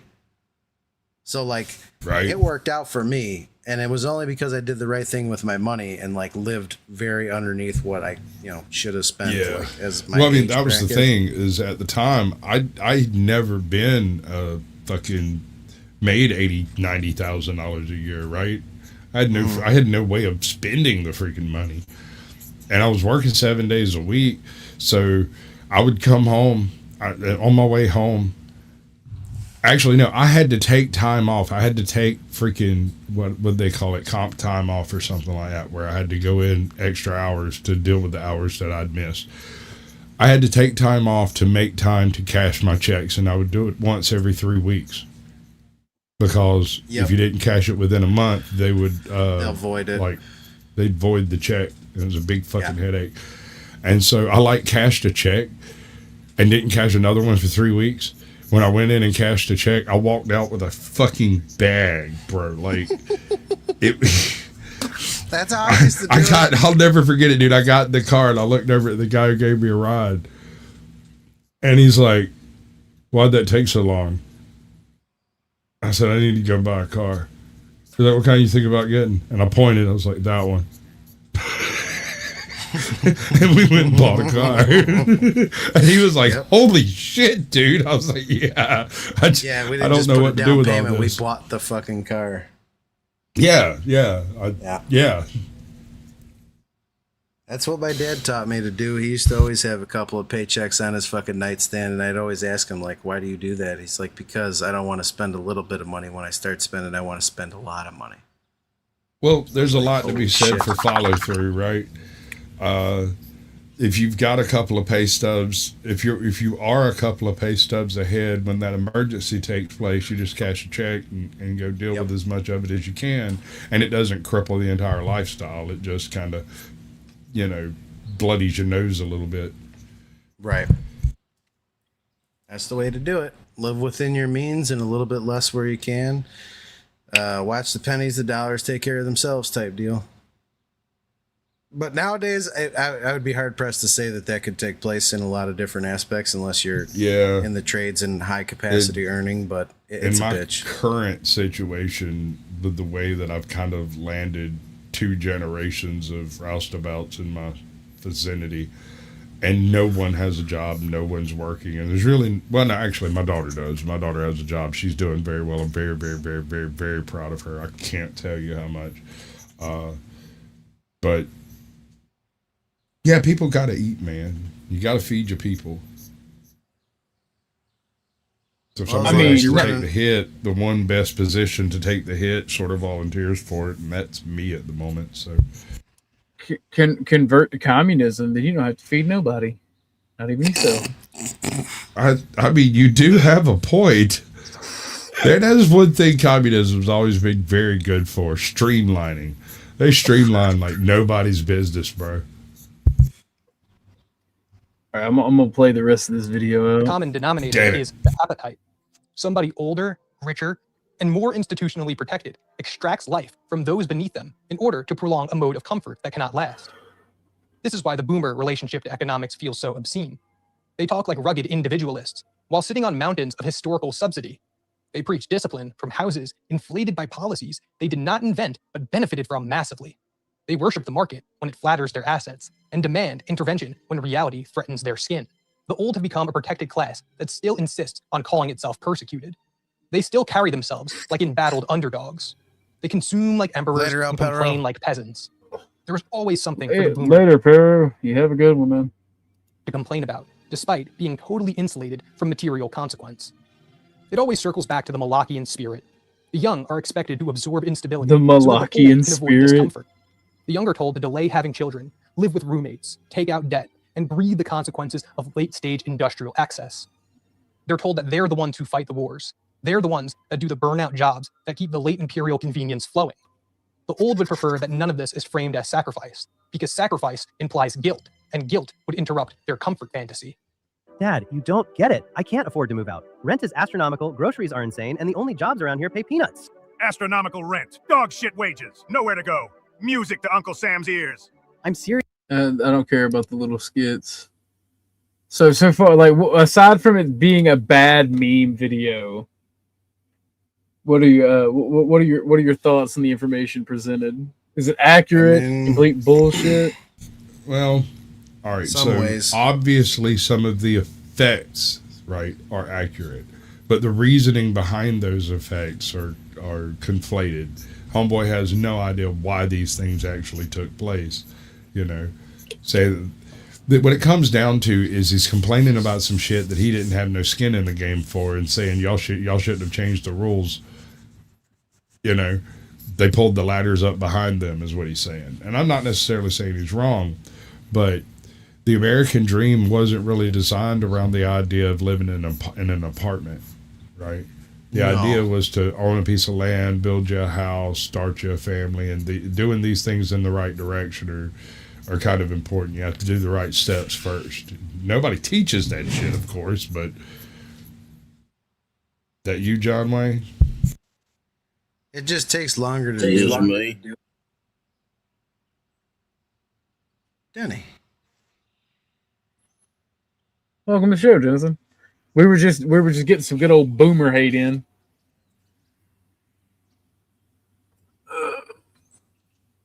I don't reckon I need to kill nobody. Mm-hmm. I mean, there are a lot of boomers. Well, you just a boy. You will not talk that way. This fucking guy.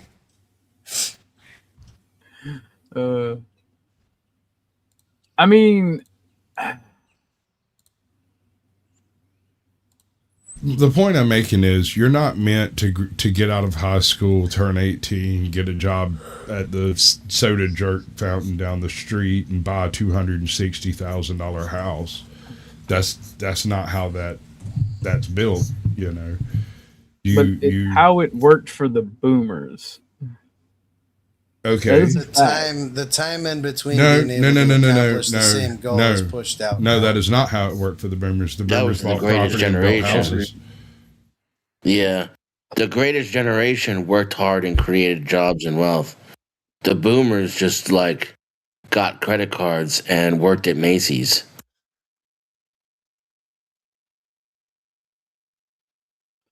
I mean, he's not wrong. The greatest generation raised the feral children. So make of that what you will. And then the boomers created latchkey kids, which are half feral. They at least had a door to lock. See, I got tossed out, wasn't allowed back in until after dark. Like, just get out. Now, granted, you could make the argument that it was a rough neighborhood because on my block we had alligators, snakes, and scorpions and spiders and shit. But there weren't a whole lot of thugs. To speak of. No, see, I had a key to the house. I was domesticated.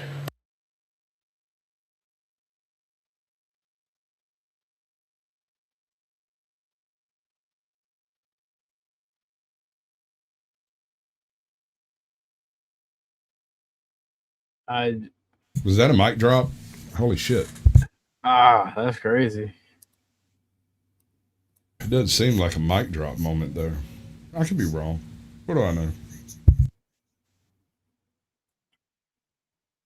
Sir, I'm using a tablet. Yeah, that explains everything. That's why it's cracked now. Shouldn't have dropped that mic.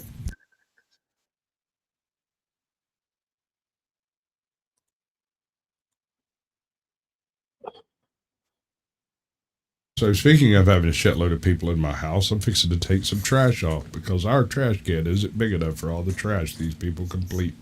It's amazing.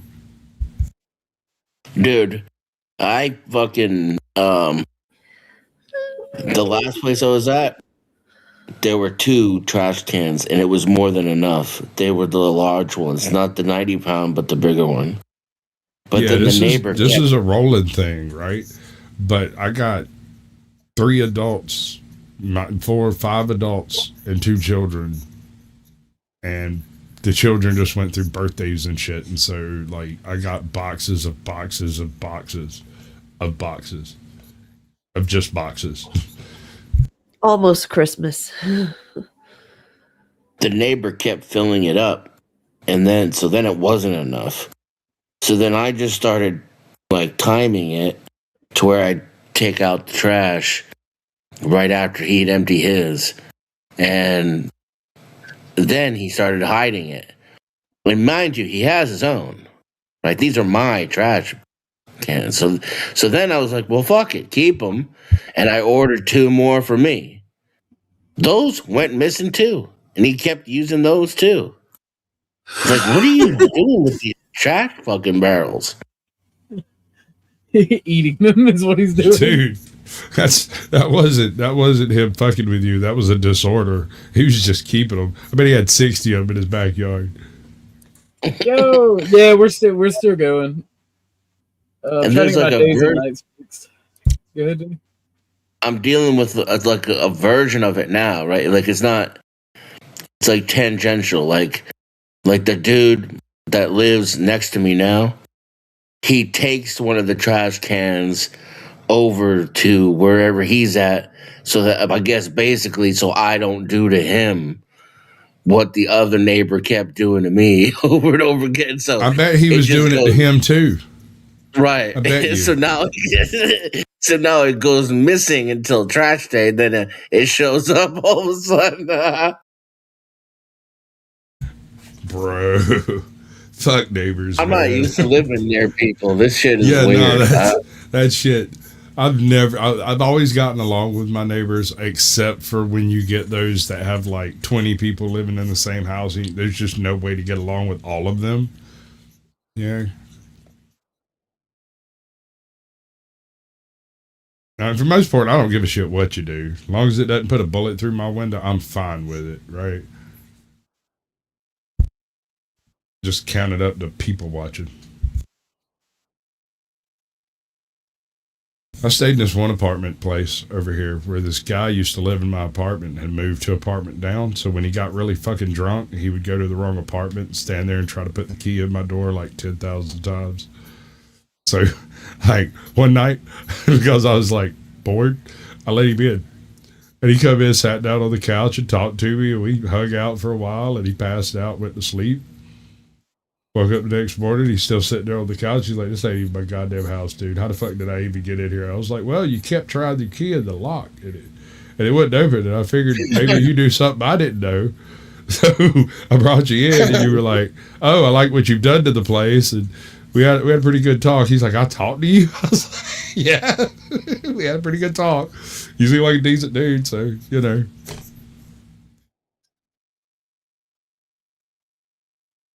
We were friends after that.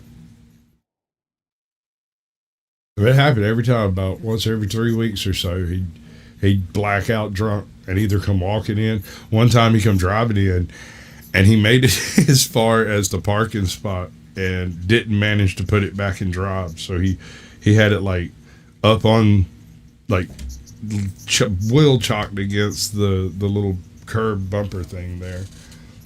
He was sitting there and fucking drive, just kind of bumping against it. And I was like, dude, I went and put it in park, told him to get up and go home. He went to my door and tried to put a key in, but it wasn't locked. So he stuck the key in, opened the door, went in and passed out on the couch.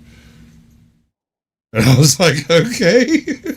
That's the first time I met the dude, by the way. That's how I met him. He woke up the next morning. I was sitting cross-legged on my like coffee table that I had right in front of the couch. I was sitting cross-legged on eating Cheerios. He opened his eyes like, there's a white dude staring at me. I said, yes, sir. He's like, why? I said, because you're in my living room. He looks around. He's like, yeah, that'd be hard to explain. I was like, yes, sir. But I saw you come in, so, you know, I'm not angry. I'm just curious why. He's like, yeah, it's used to be my apartment. I'll leave. I'm like, nice. Okay. After that, every time he got shit-faced, he'd just come by and sit on the couch. Sometimes he'd get up and leave, go to the right apartment. But every time, he'd start by hammering that goddamn door with the key. Keys are identical. The apartments are identical. The only difference is the number over the door.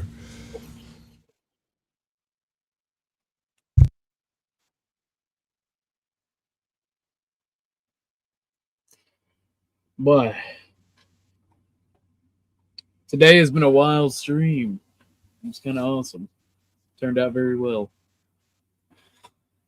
I'm leaving. Man, y'all have fun. This stream. Fair enough. Bye. Oh shit. Chuck, you still awake? Chuck's asleep. D and Abe. No, right. just listening. Just damn. listening. Was trying to psychoanalyze that little clip you played, but I gave up.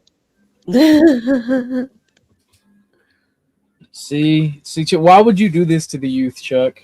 Why would you do this to the youth? See, that's the problem. Y'all want to blame the older generation. I mean, y'all the one that's supposed to foster the existence of the nation, you know? Can't help it, a bunch of soy boys turned out. I mean... You raised them! Not me. I didn't raise soy boys. Your generation raised them. And your generation's in charge. Still, you refuse to leave. As it should be. With all these mangy pansies in there, we'd really be in trouble. Literally, they're having like neurological episodes at work, like in the middle of doing congressional shit. Shout out to Mitch. Mitch McConnell. Ugh. Nancy Pelosi, Dianne Feinstein. Yeah, it's literally an endless list.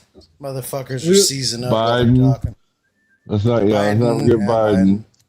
We live in a not gynocracy but a geriocracy. Yes.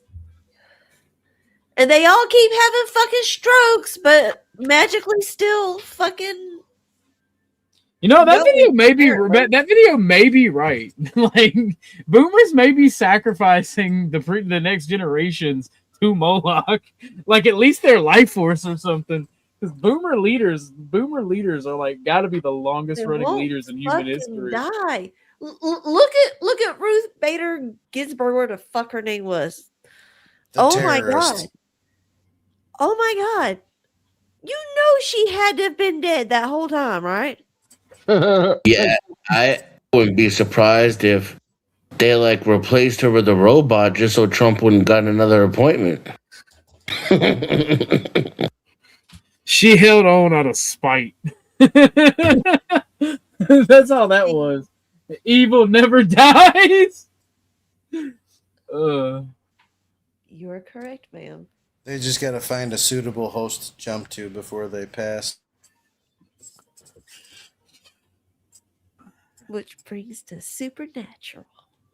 Oh Lord. What if boomers are just trying to make? What if boomers are actually just trying to make us better people? All right, we have to embrace the suck like they did. No, the fuck we don't. I don't think we're gonna have much of a choice. We can Got move me faster tougher. than them. We can die faster than them. What was you gonna say, Denny? Tougher is fine, right? Like it can be an advantage, but for what if it doesn't improve the quality of anything? I think there's a lot of truth to the video we watched, but it's just portrayed in such a whiny, bitchy, anti-war, like You no just wanna self-accountability smack the way. guy. Yeah, like I think there's a lot of truth in it, but also at the same time, like it's not all boomers. Chuck is not behind. I mean, he might be, but he's not behind. He's not in DC pulling the levers, telling people like. But he thinks that way. He's a 100% pull yourself up by the bootstraps kind of guy. Chuck has helped me. A complete stranger on the internet. He has helped me immensely in that way. So like it's not all fucking boomers. Now the prescriptions may sound the same, like pull yourself up by the bootstraps, but like there's nothing wrong with self-reliance. The problem is most boomers didn't teach their kids self-reliance, and their kids didn't teach their kids self-reliance, and their kids didn't teach their kids self-reliance. Yeah, There's like no such thing as self-reliance. It doesn't exist. What were we gonna say, Chuck? I forgot now. Oh, it'll come back.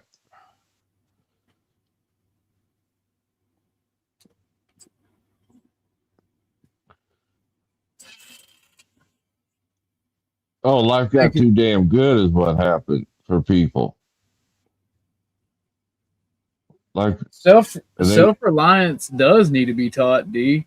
Self-reliance is the combination of skills that make you not have to rely on anybody. Then you're literally not self-reliant. You're already relying on someone in order to learn it. There's Yeah, no you such learn it. thing as self-reliance. Okay. You would have to dream up a hypothetical world that has never existed in the history of mankind. That's why the old So- saying, you know, you buy a fish for a man, he eats right then. he eats for a day. You teach the man how to fish, he eats for a lifetime, right? Or something to that extent.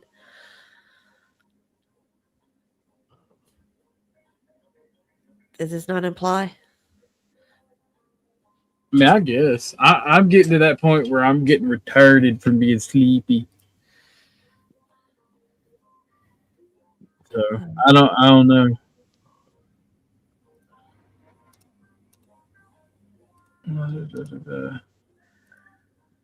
I gotta share this with y'all. This shit's funny as fuck. I saw this earlier today too. It's a cute Asian woman.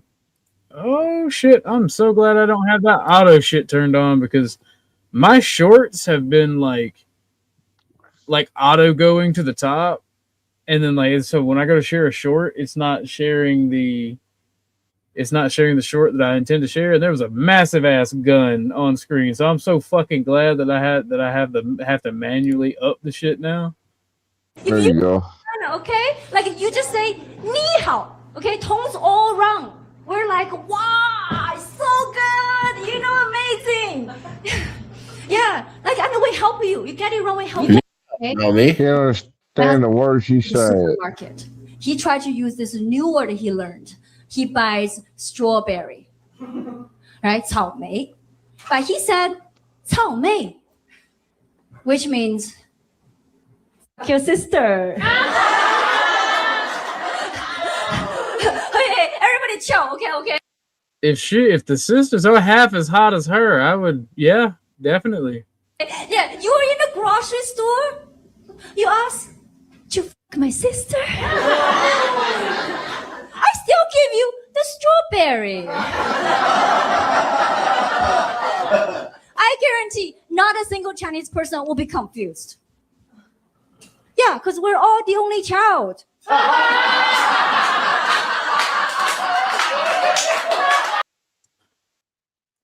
Come on, that joke didn't hit. Oh, that was funny, bro. That was fucking awesome. It was a pretty good joke. You know. Her timing is a little off, though.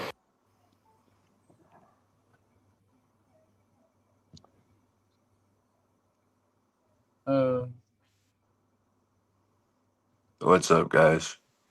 What's up, Austin? I just got home from my AA meeting. A little How did depressing. it go? It was a little depressing, I guess. What was it, a tradition meeting? We lost somebody in the program. Oh, that sucks. They found her dead in her house. Yep, I've had a few of them calls. Comes with the territory, unfortunately. Can nobody hear me? I hear you. We can hear you. I don't think keep you can losing hear us. audio. I'm gonna come back. He's on that Apple device.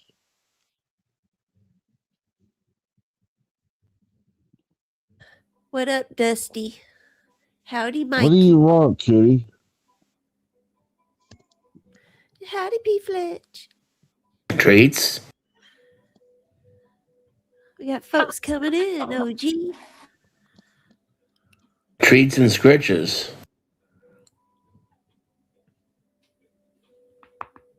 Oh, yeah, that felt good. Where'd OG go? Shit, I didn't realize I was muted, man. I was talking this whole damn time. Yeah, we were wondering what happened. I thought I lost audio, so I left and came back. I was like, "What's up, Austin?" Hey. So how did the meeting go, June? Hold on, let me get these dogs out. Holy shit! Pour up all this toilet paper. I see that. Christ, you guys are crazy. Okay, relax. The meeting was good, I guess. It was just a big book study meeting, which means we read from the AA book. What chapter? We started at we agnostics. Oh, okay. Yeah, we only got like 4 pages in. I guess it was the meeting was like 14 females and like 2 guys. Ah. I was like, the feminine energy in here is strong today. And I guess the ladies lost a member this weekend. 2 days ago, they found her dead in her house. I guess she stopped coming around. Ew, drank herself to death, did she? I don't know how she died, but I know that they lost her, and the lady that announced it said that she stopped hanging around the room. So I'm assuming it was from drinking. Yeah.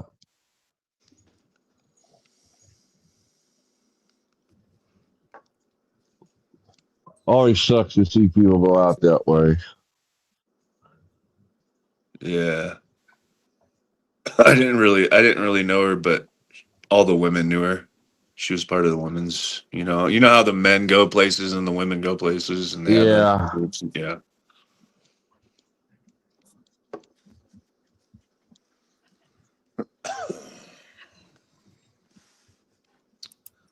Yep.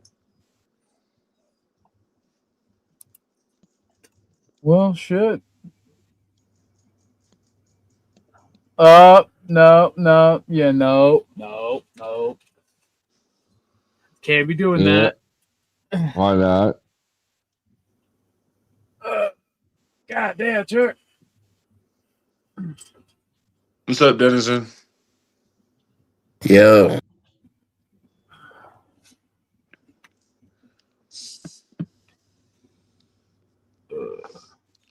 What a dooski. You know. Man, I got hella shit to do. I shouldn't even be on here. Yeah, I'm about to end it anyway. I'm EP. I've been going almost 11 hours, so. Damn.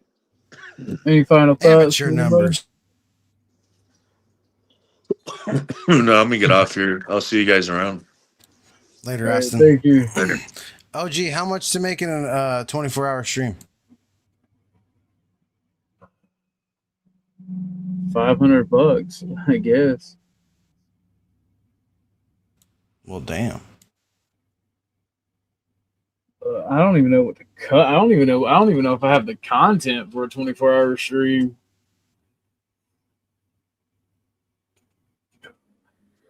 Shit, I still got work. I still got work I got to do. So I've been researching for that. So I'm gonna take me a nap and if I can finish that and turn that in. Well, I'm going to go make some food, and you gentlemen and lady have a good day, and I'll see y'all on the next one. Well, thank you for coming, Jamie. Appreciate it. Later, Heidi, Heidi. you got any final thoughts? I'm probably going to go do about the same thing. Grab me a bite to eat. Probably take a nap. Wait for my husband to get home. Yay. Based. Dennison, you got any final thoughts? Besides everything's fake and gay? Everything's fake and gay like White House shootings. Oh, Jesus. Well, y'all have a good one. Put you on the back. Thank you guys for watching and chilling. Thank you for the donations. We had an awesome stream. I feel like I was able to kind of make a situation better or help make a situation better. Let two people talk out an issue. We discussed addiction. We discussed politics. We had some degenerate good old times. I would gladly speak to y'all on the next one, but right now I am EP and I got to take Tucker OUT. So I'm going to get up out of here. It was awesome. Thank you guys. Unfortunately, because of the loss of monetization, I can't raid you guys anywhere. So you're going to have to find your own entertainment, your own fun. All right. Much love. Love and appreciate you guys. Y'all have a good one.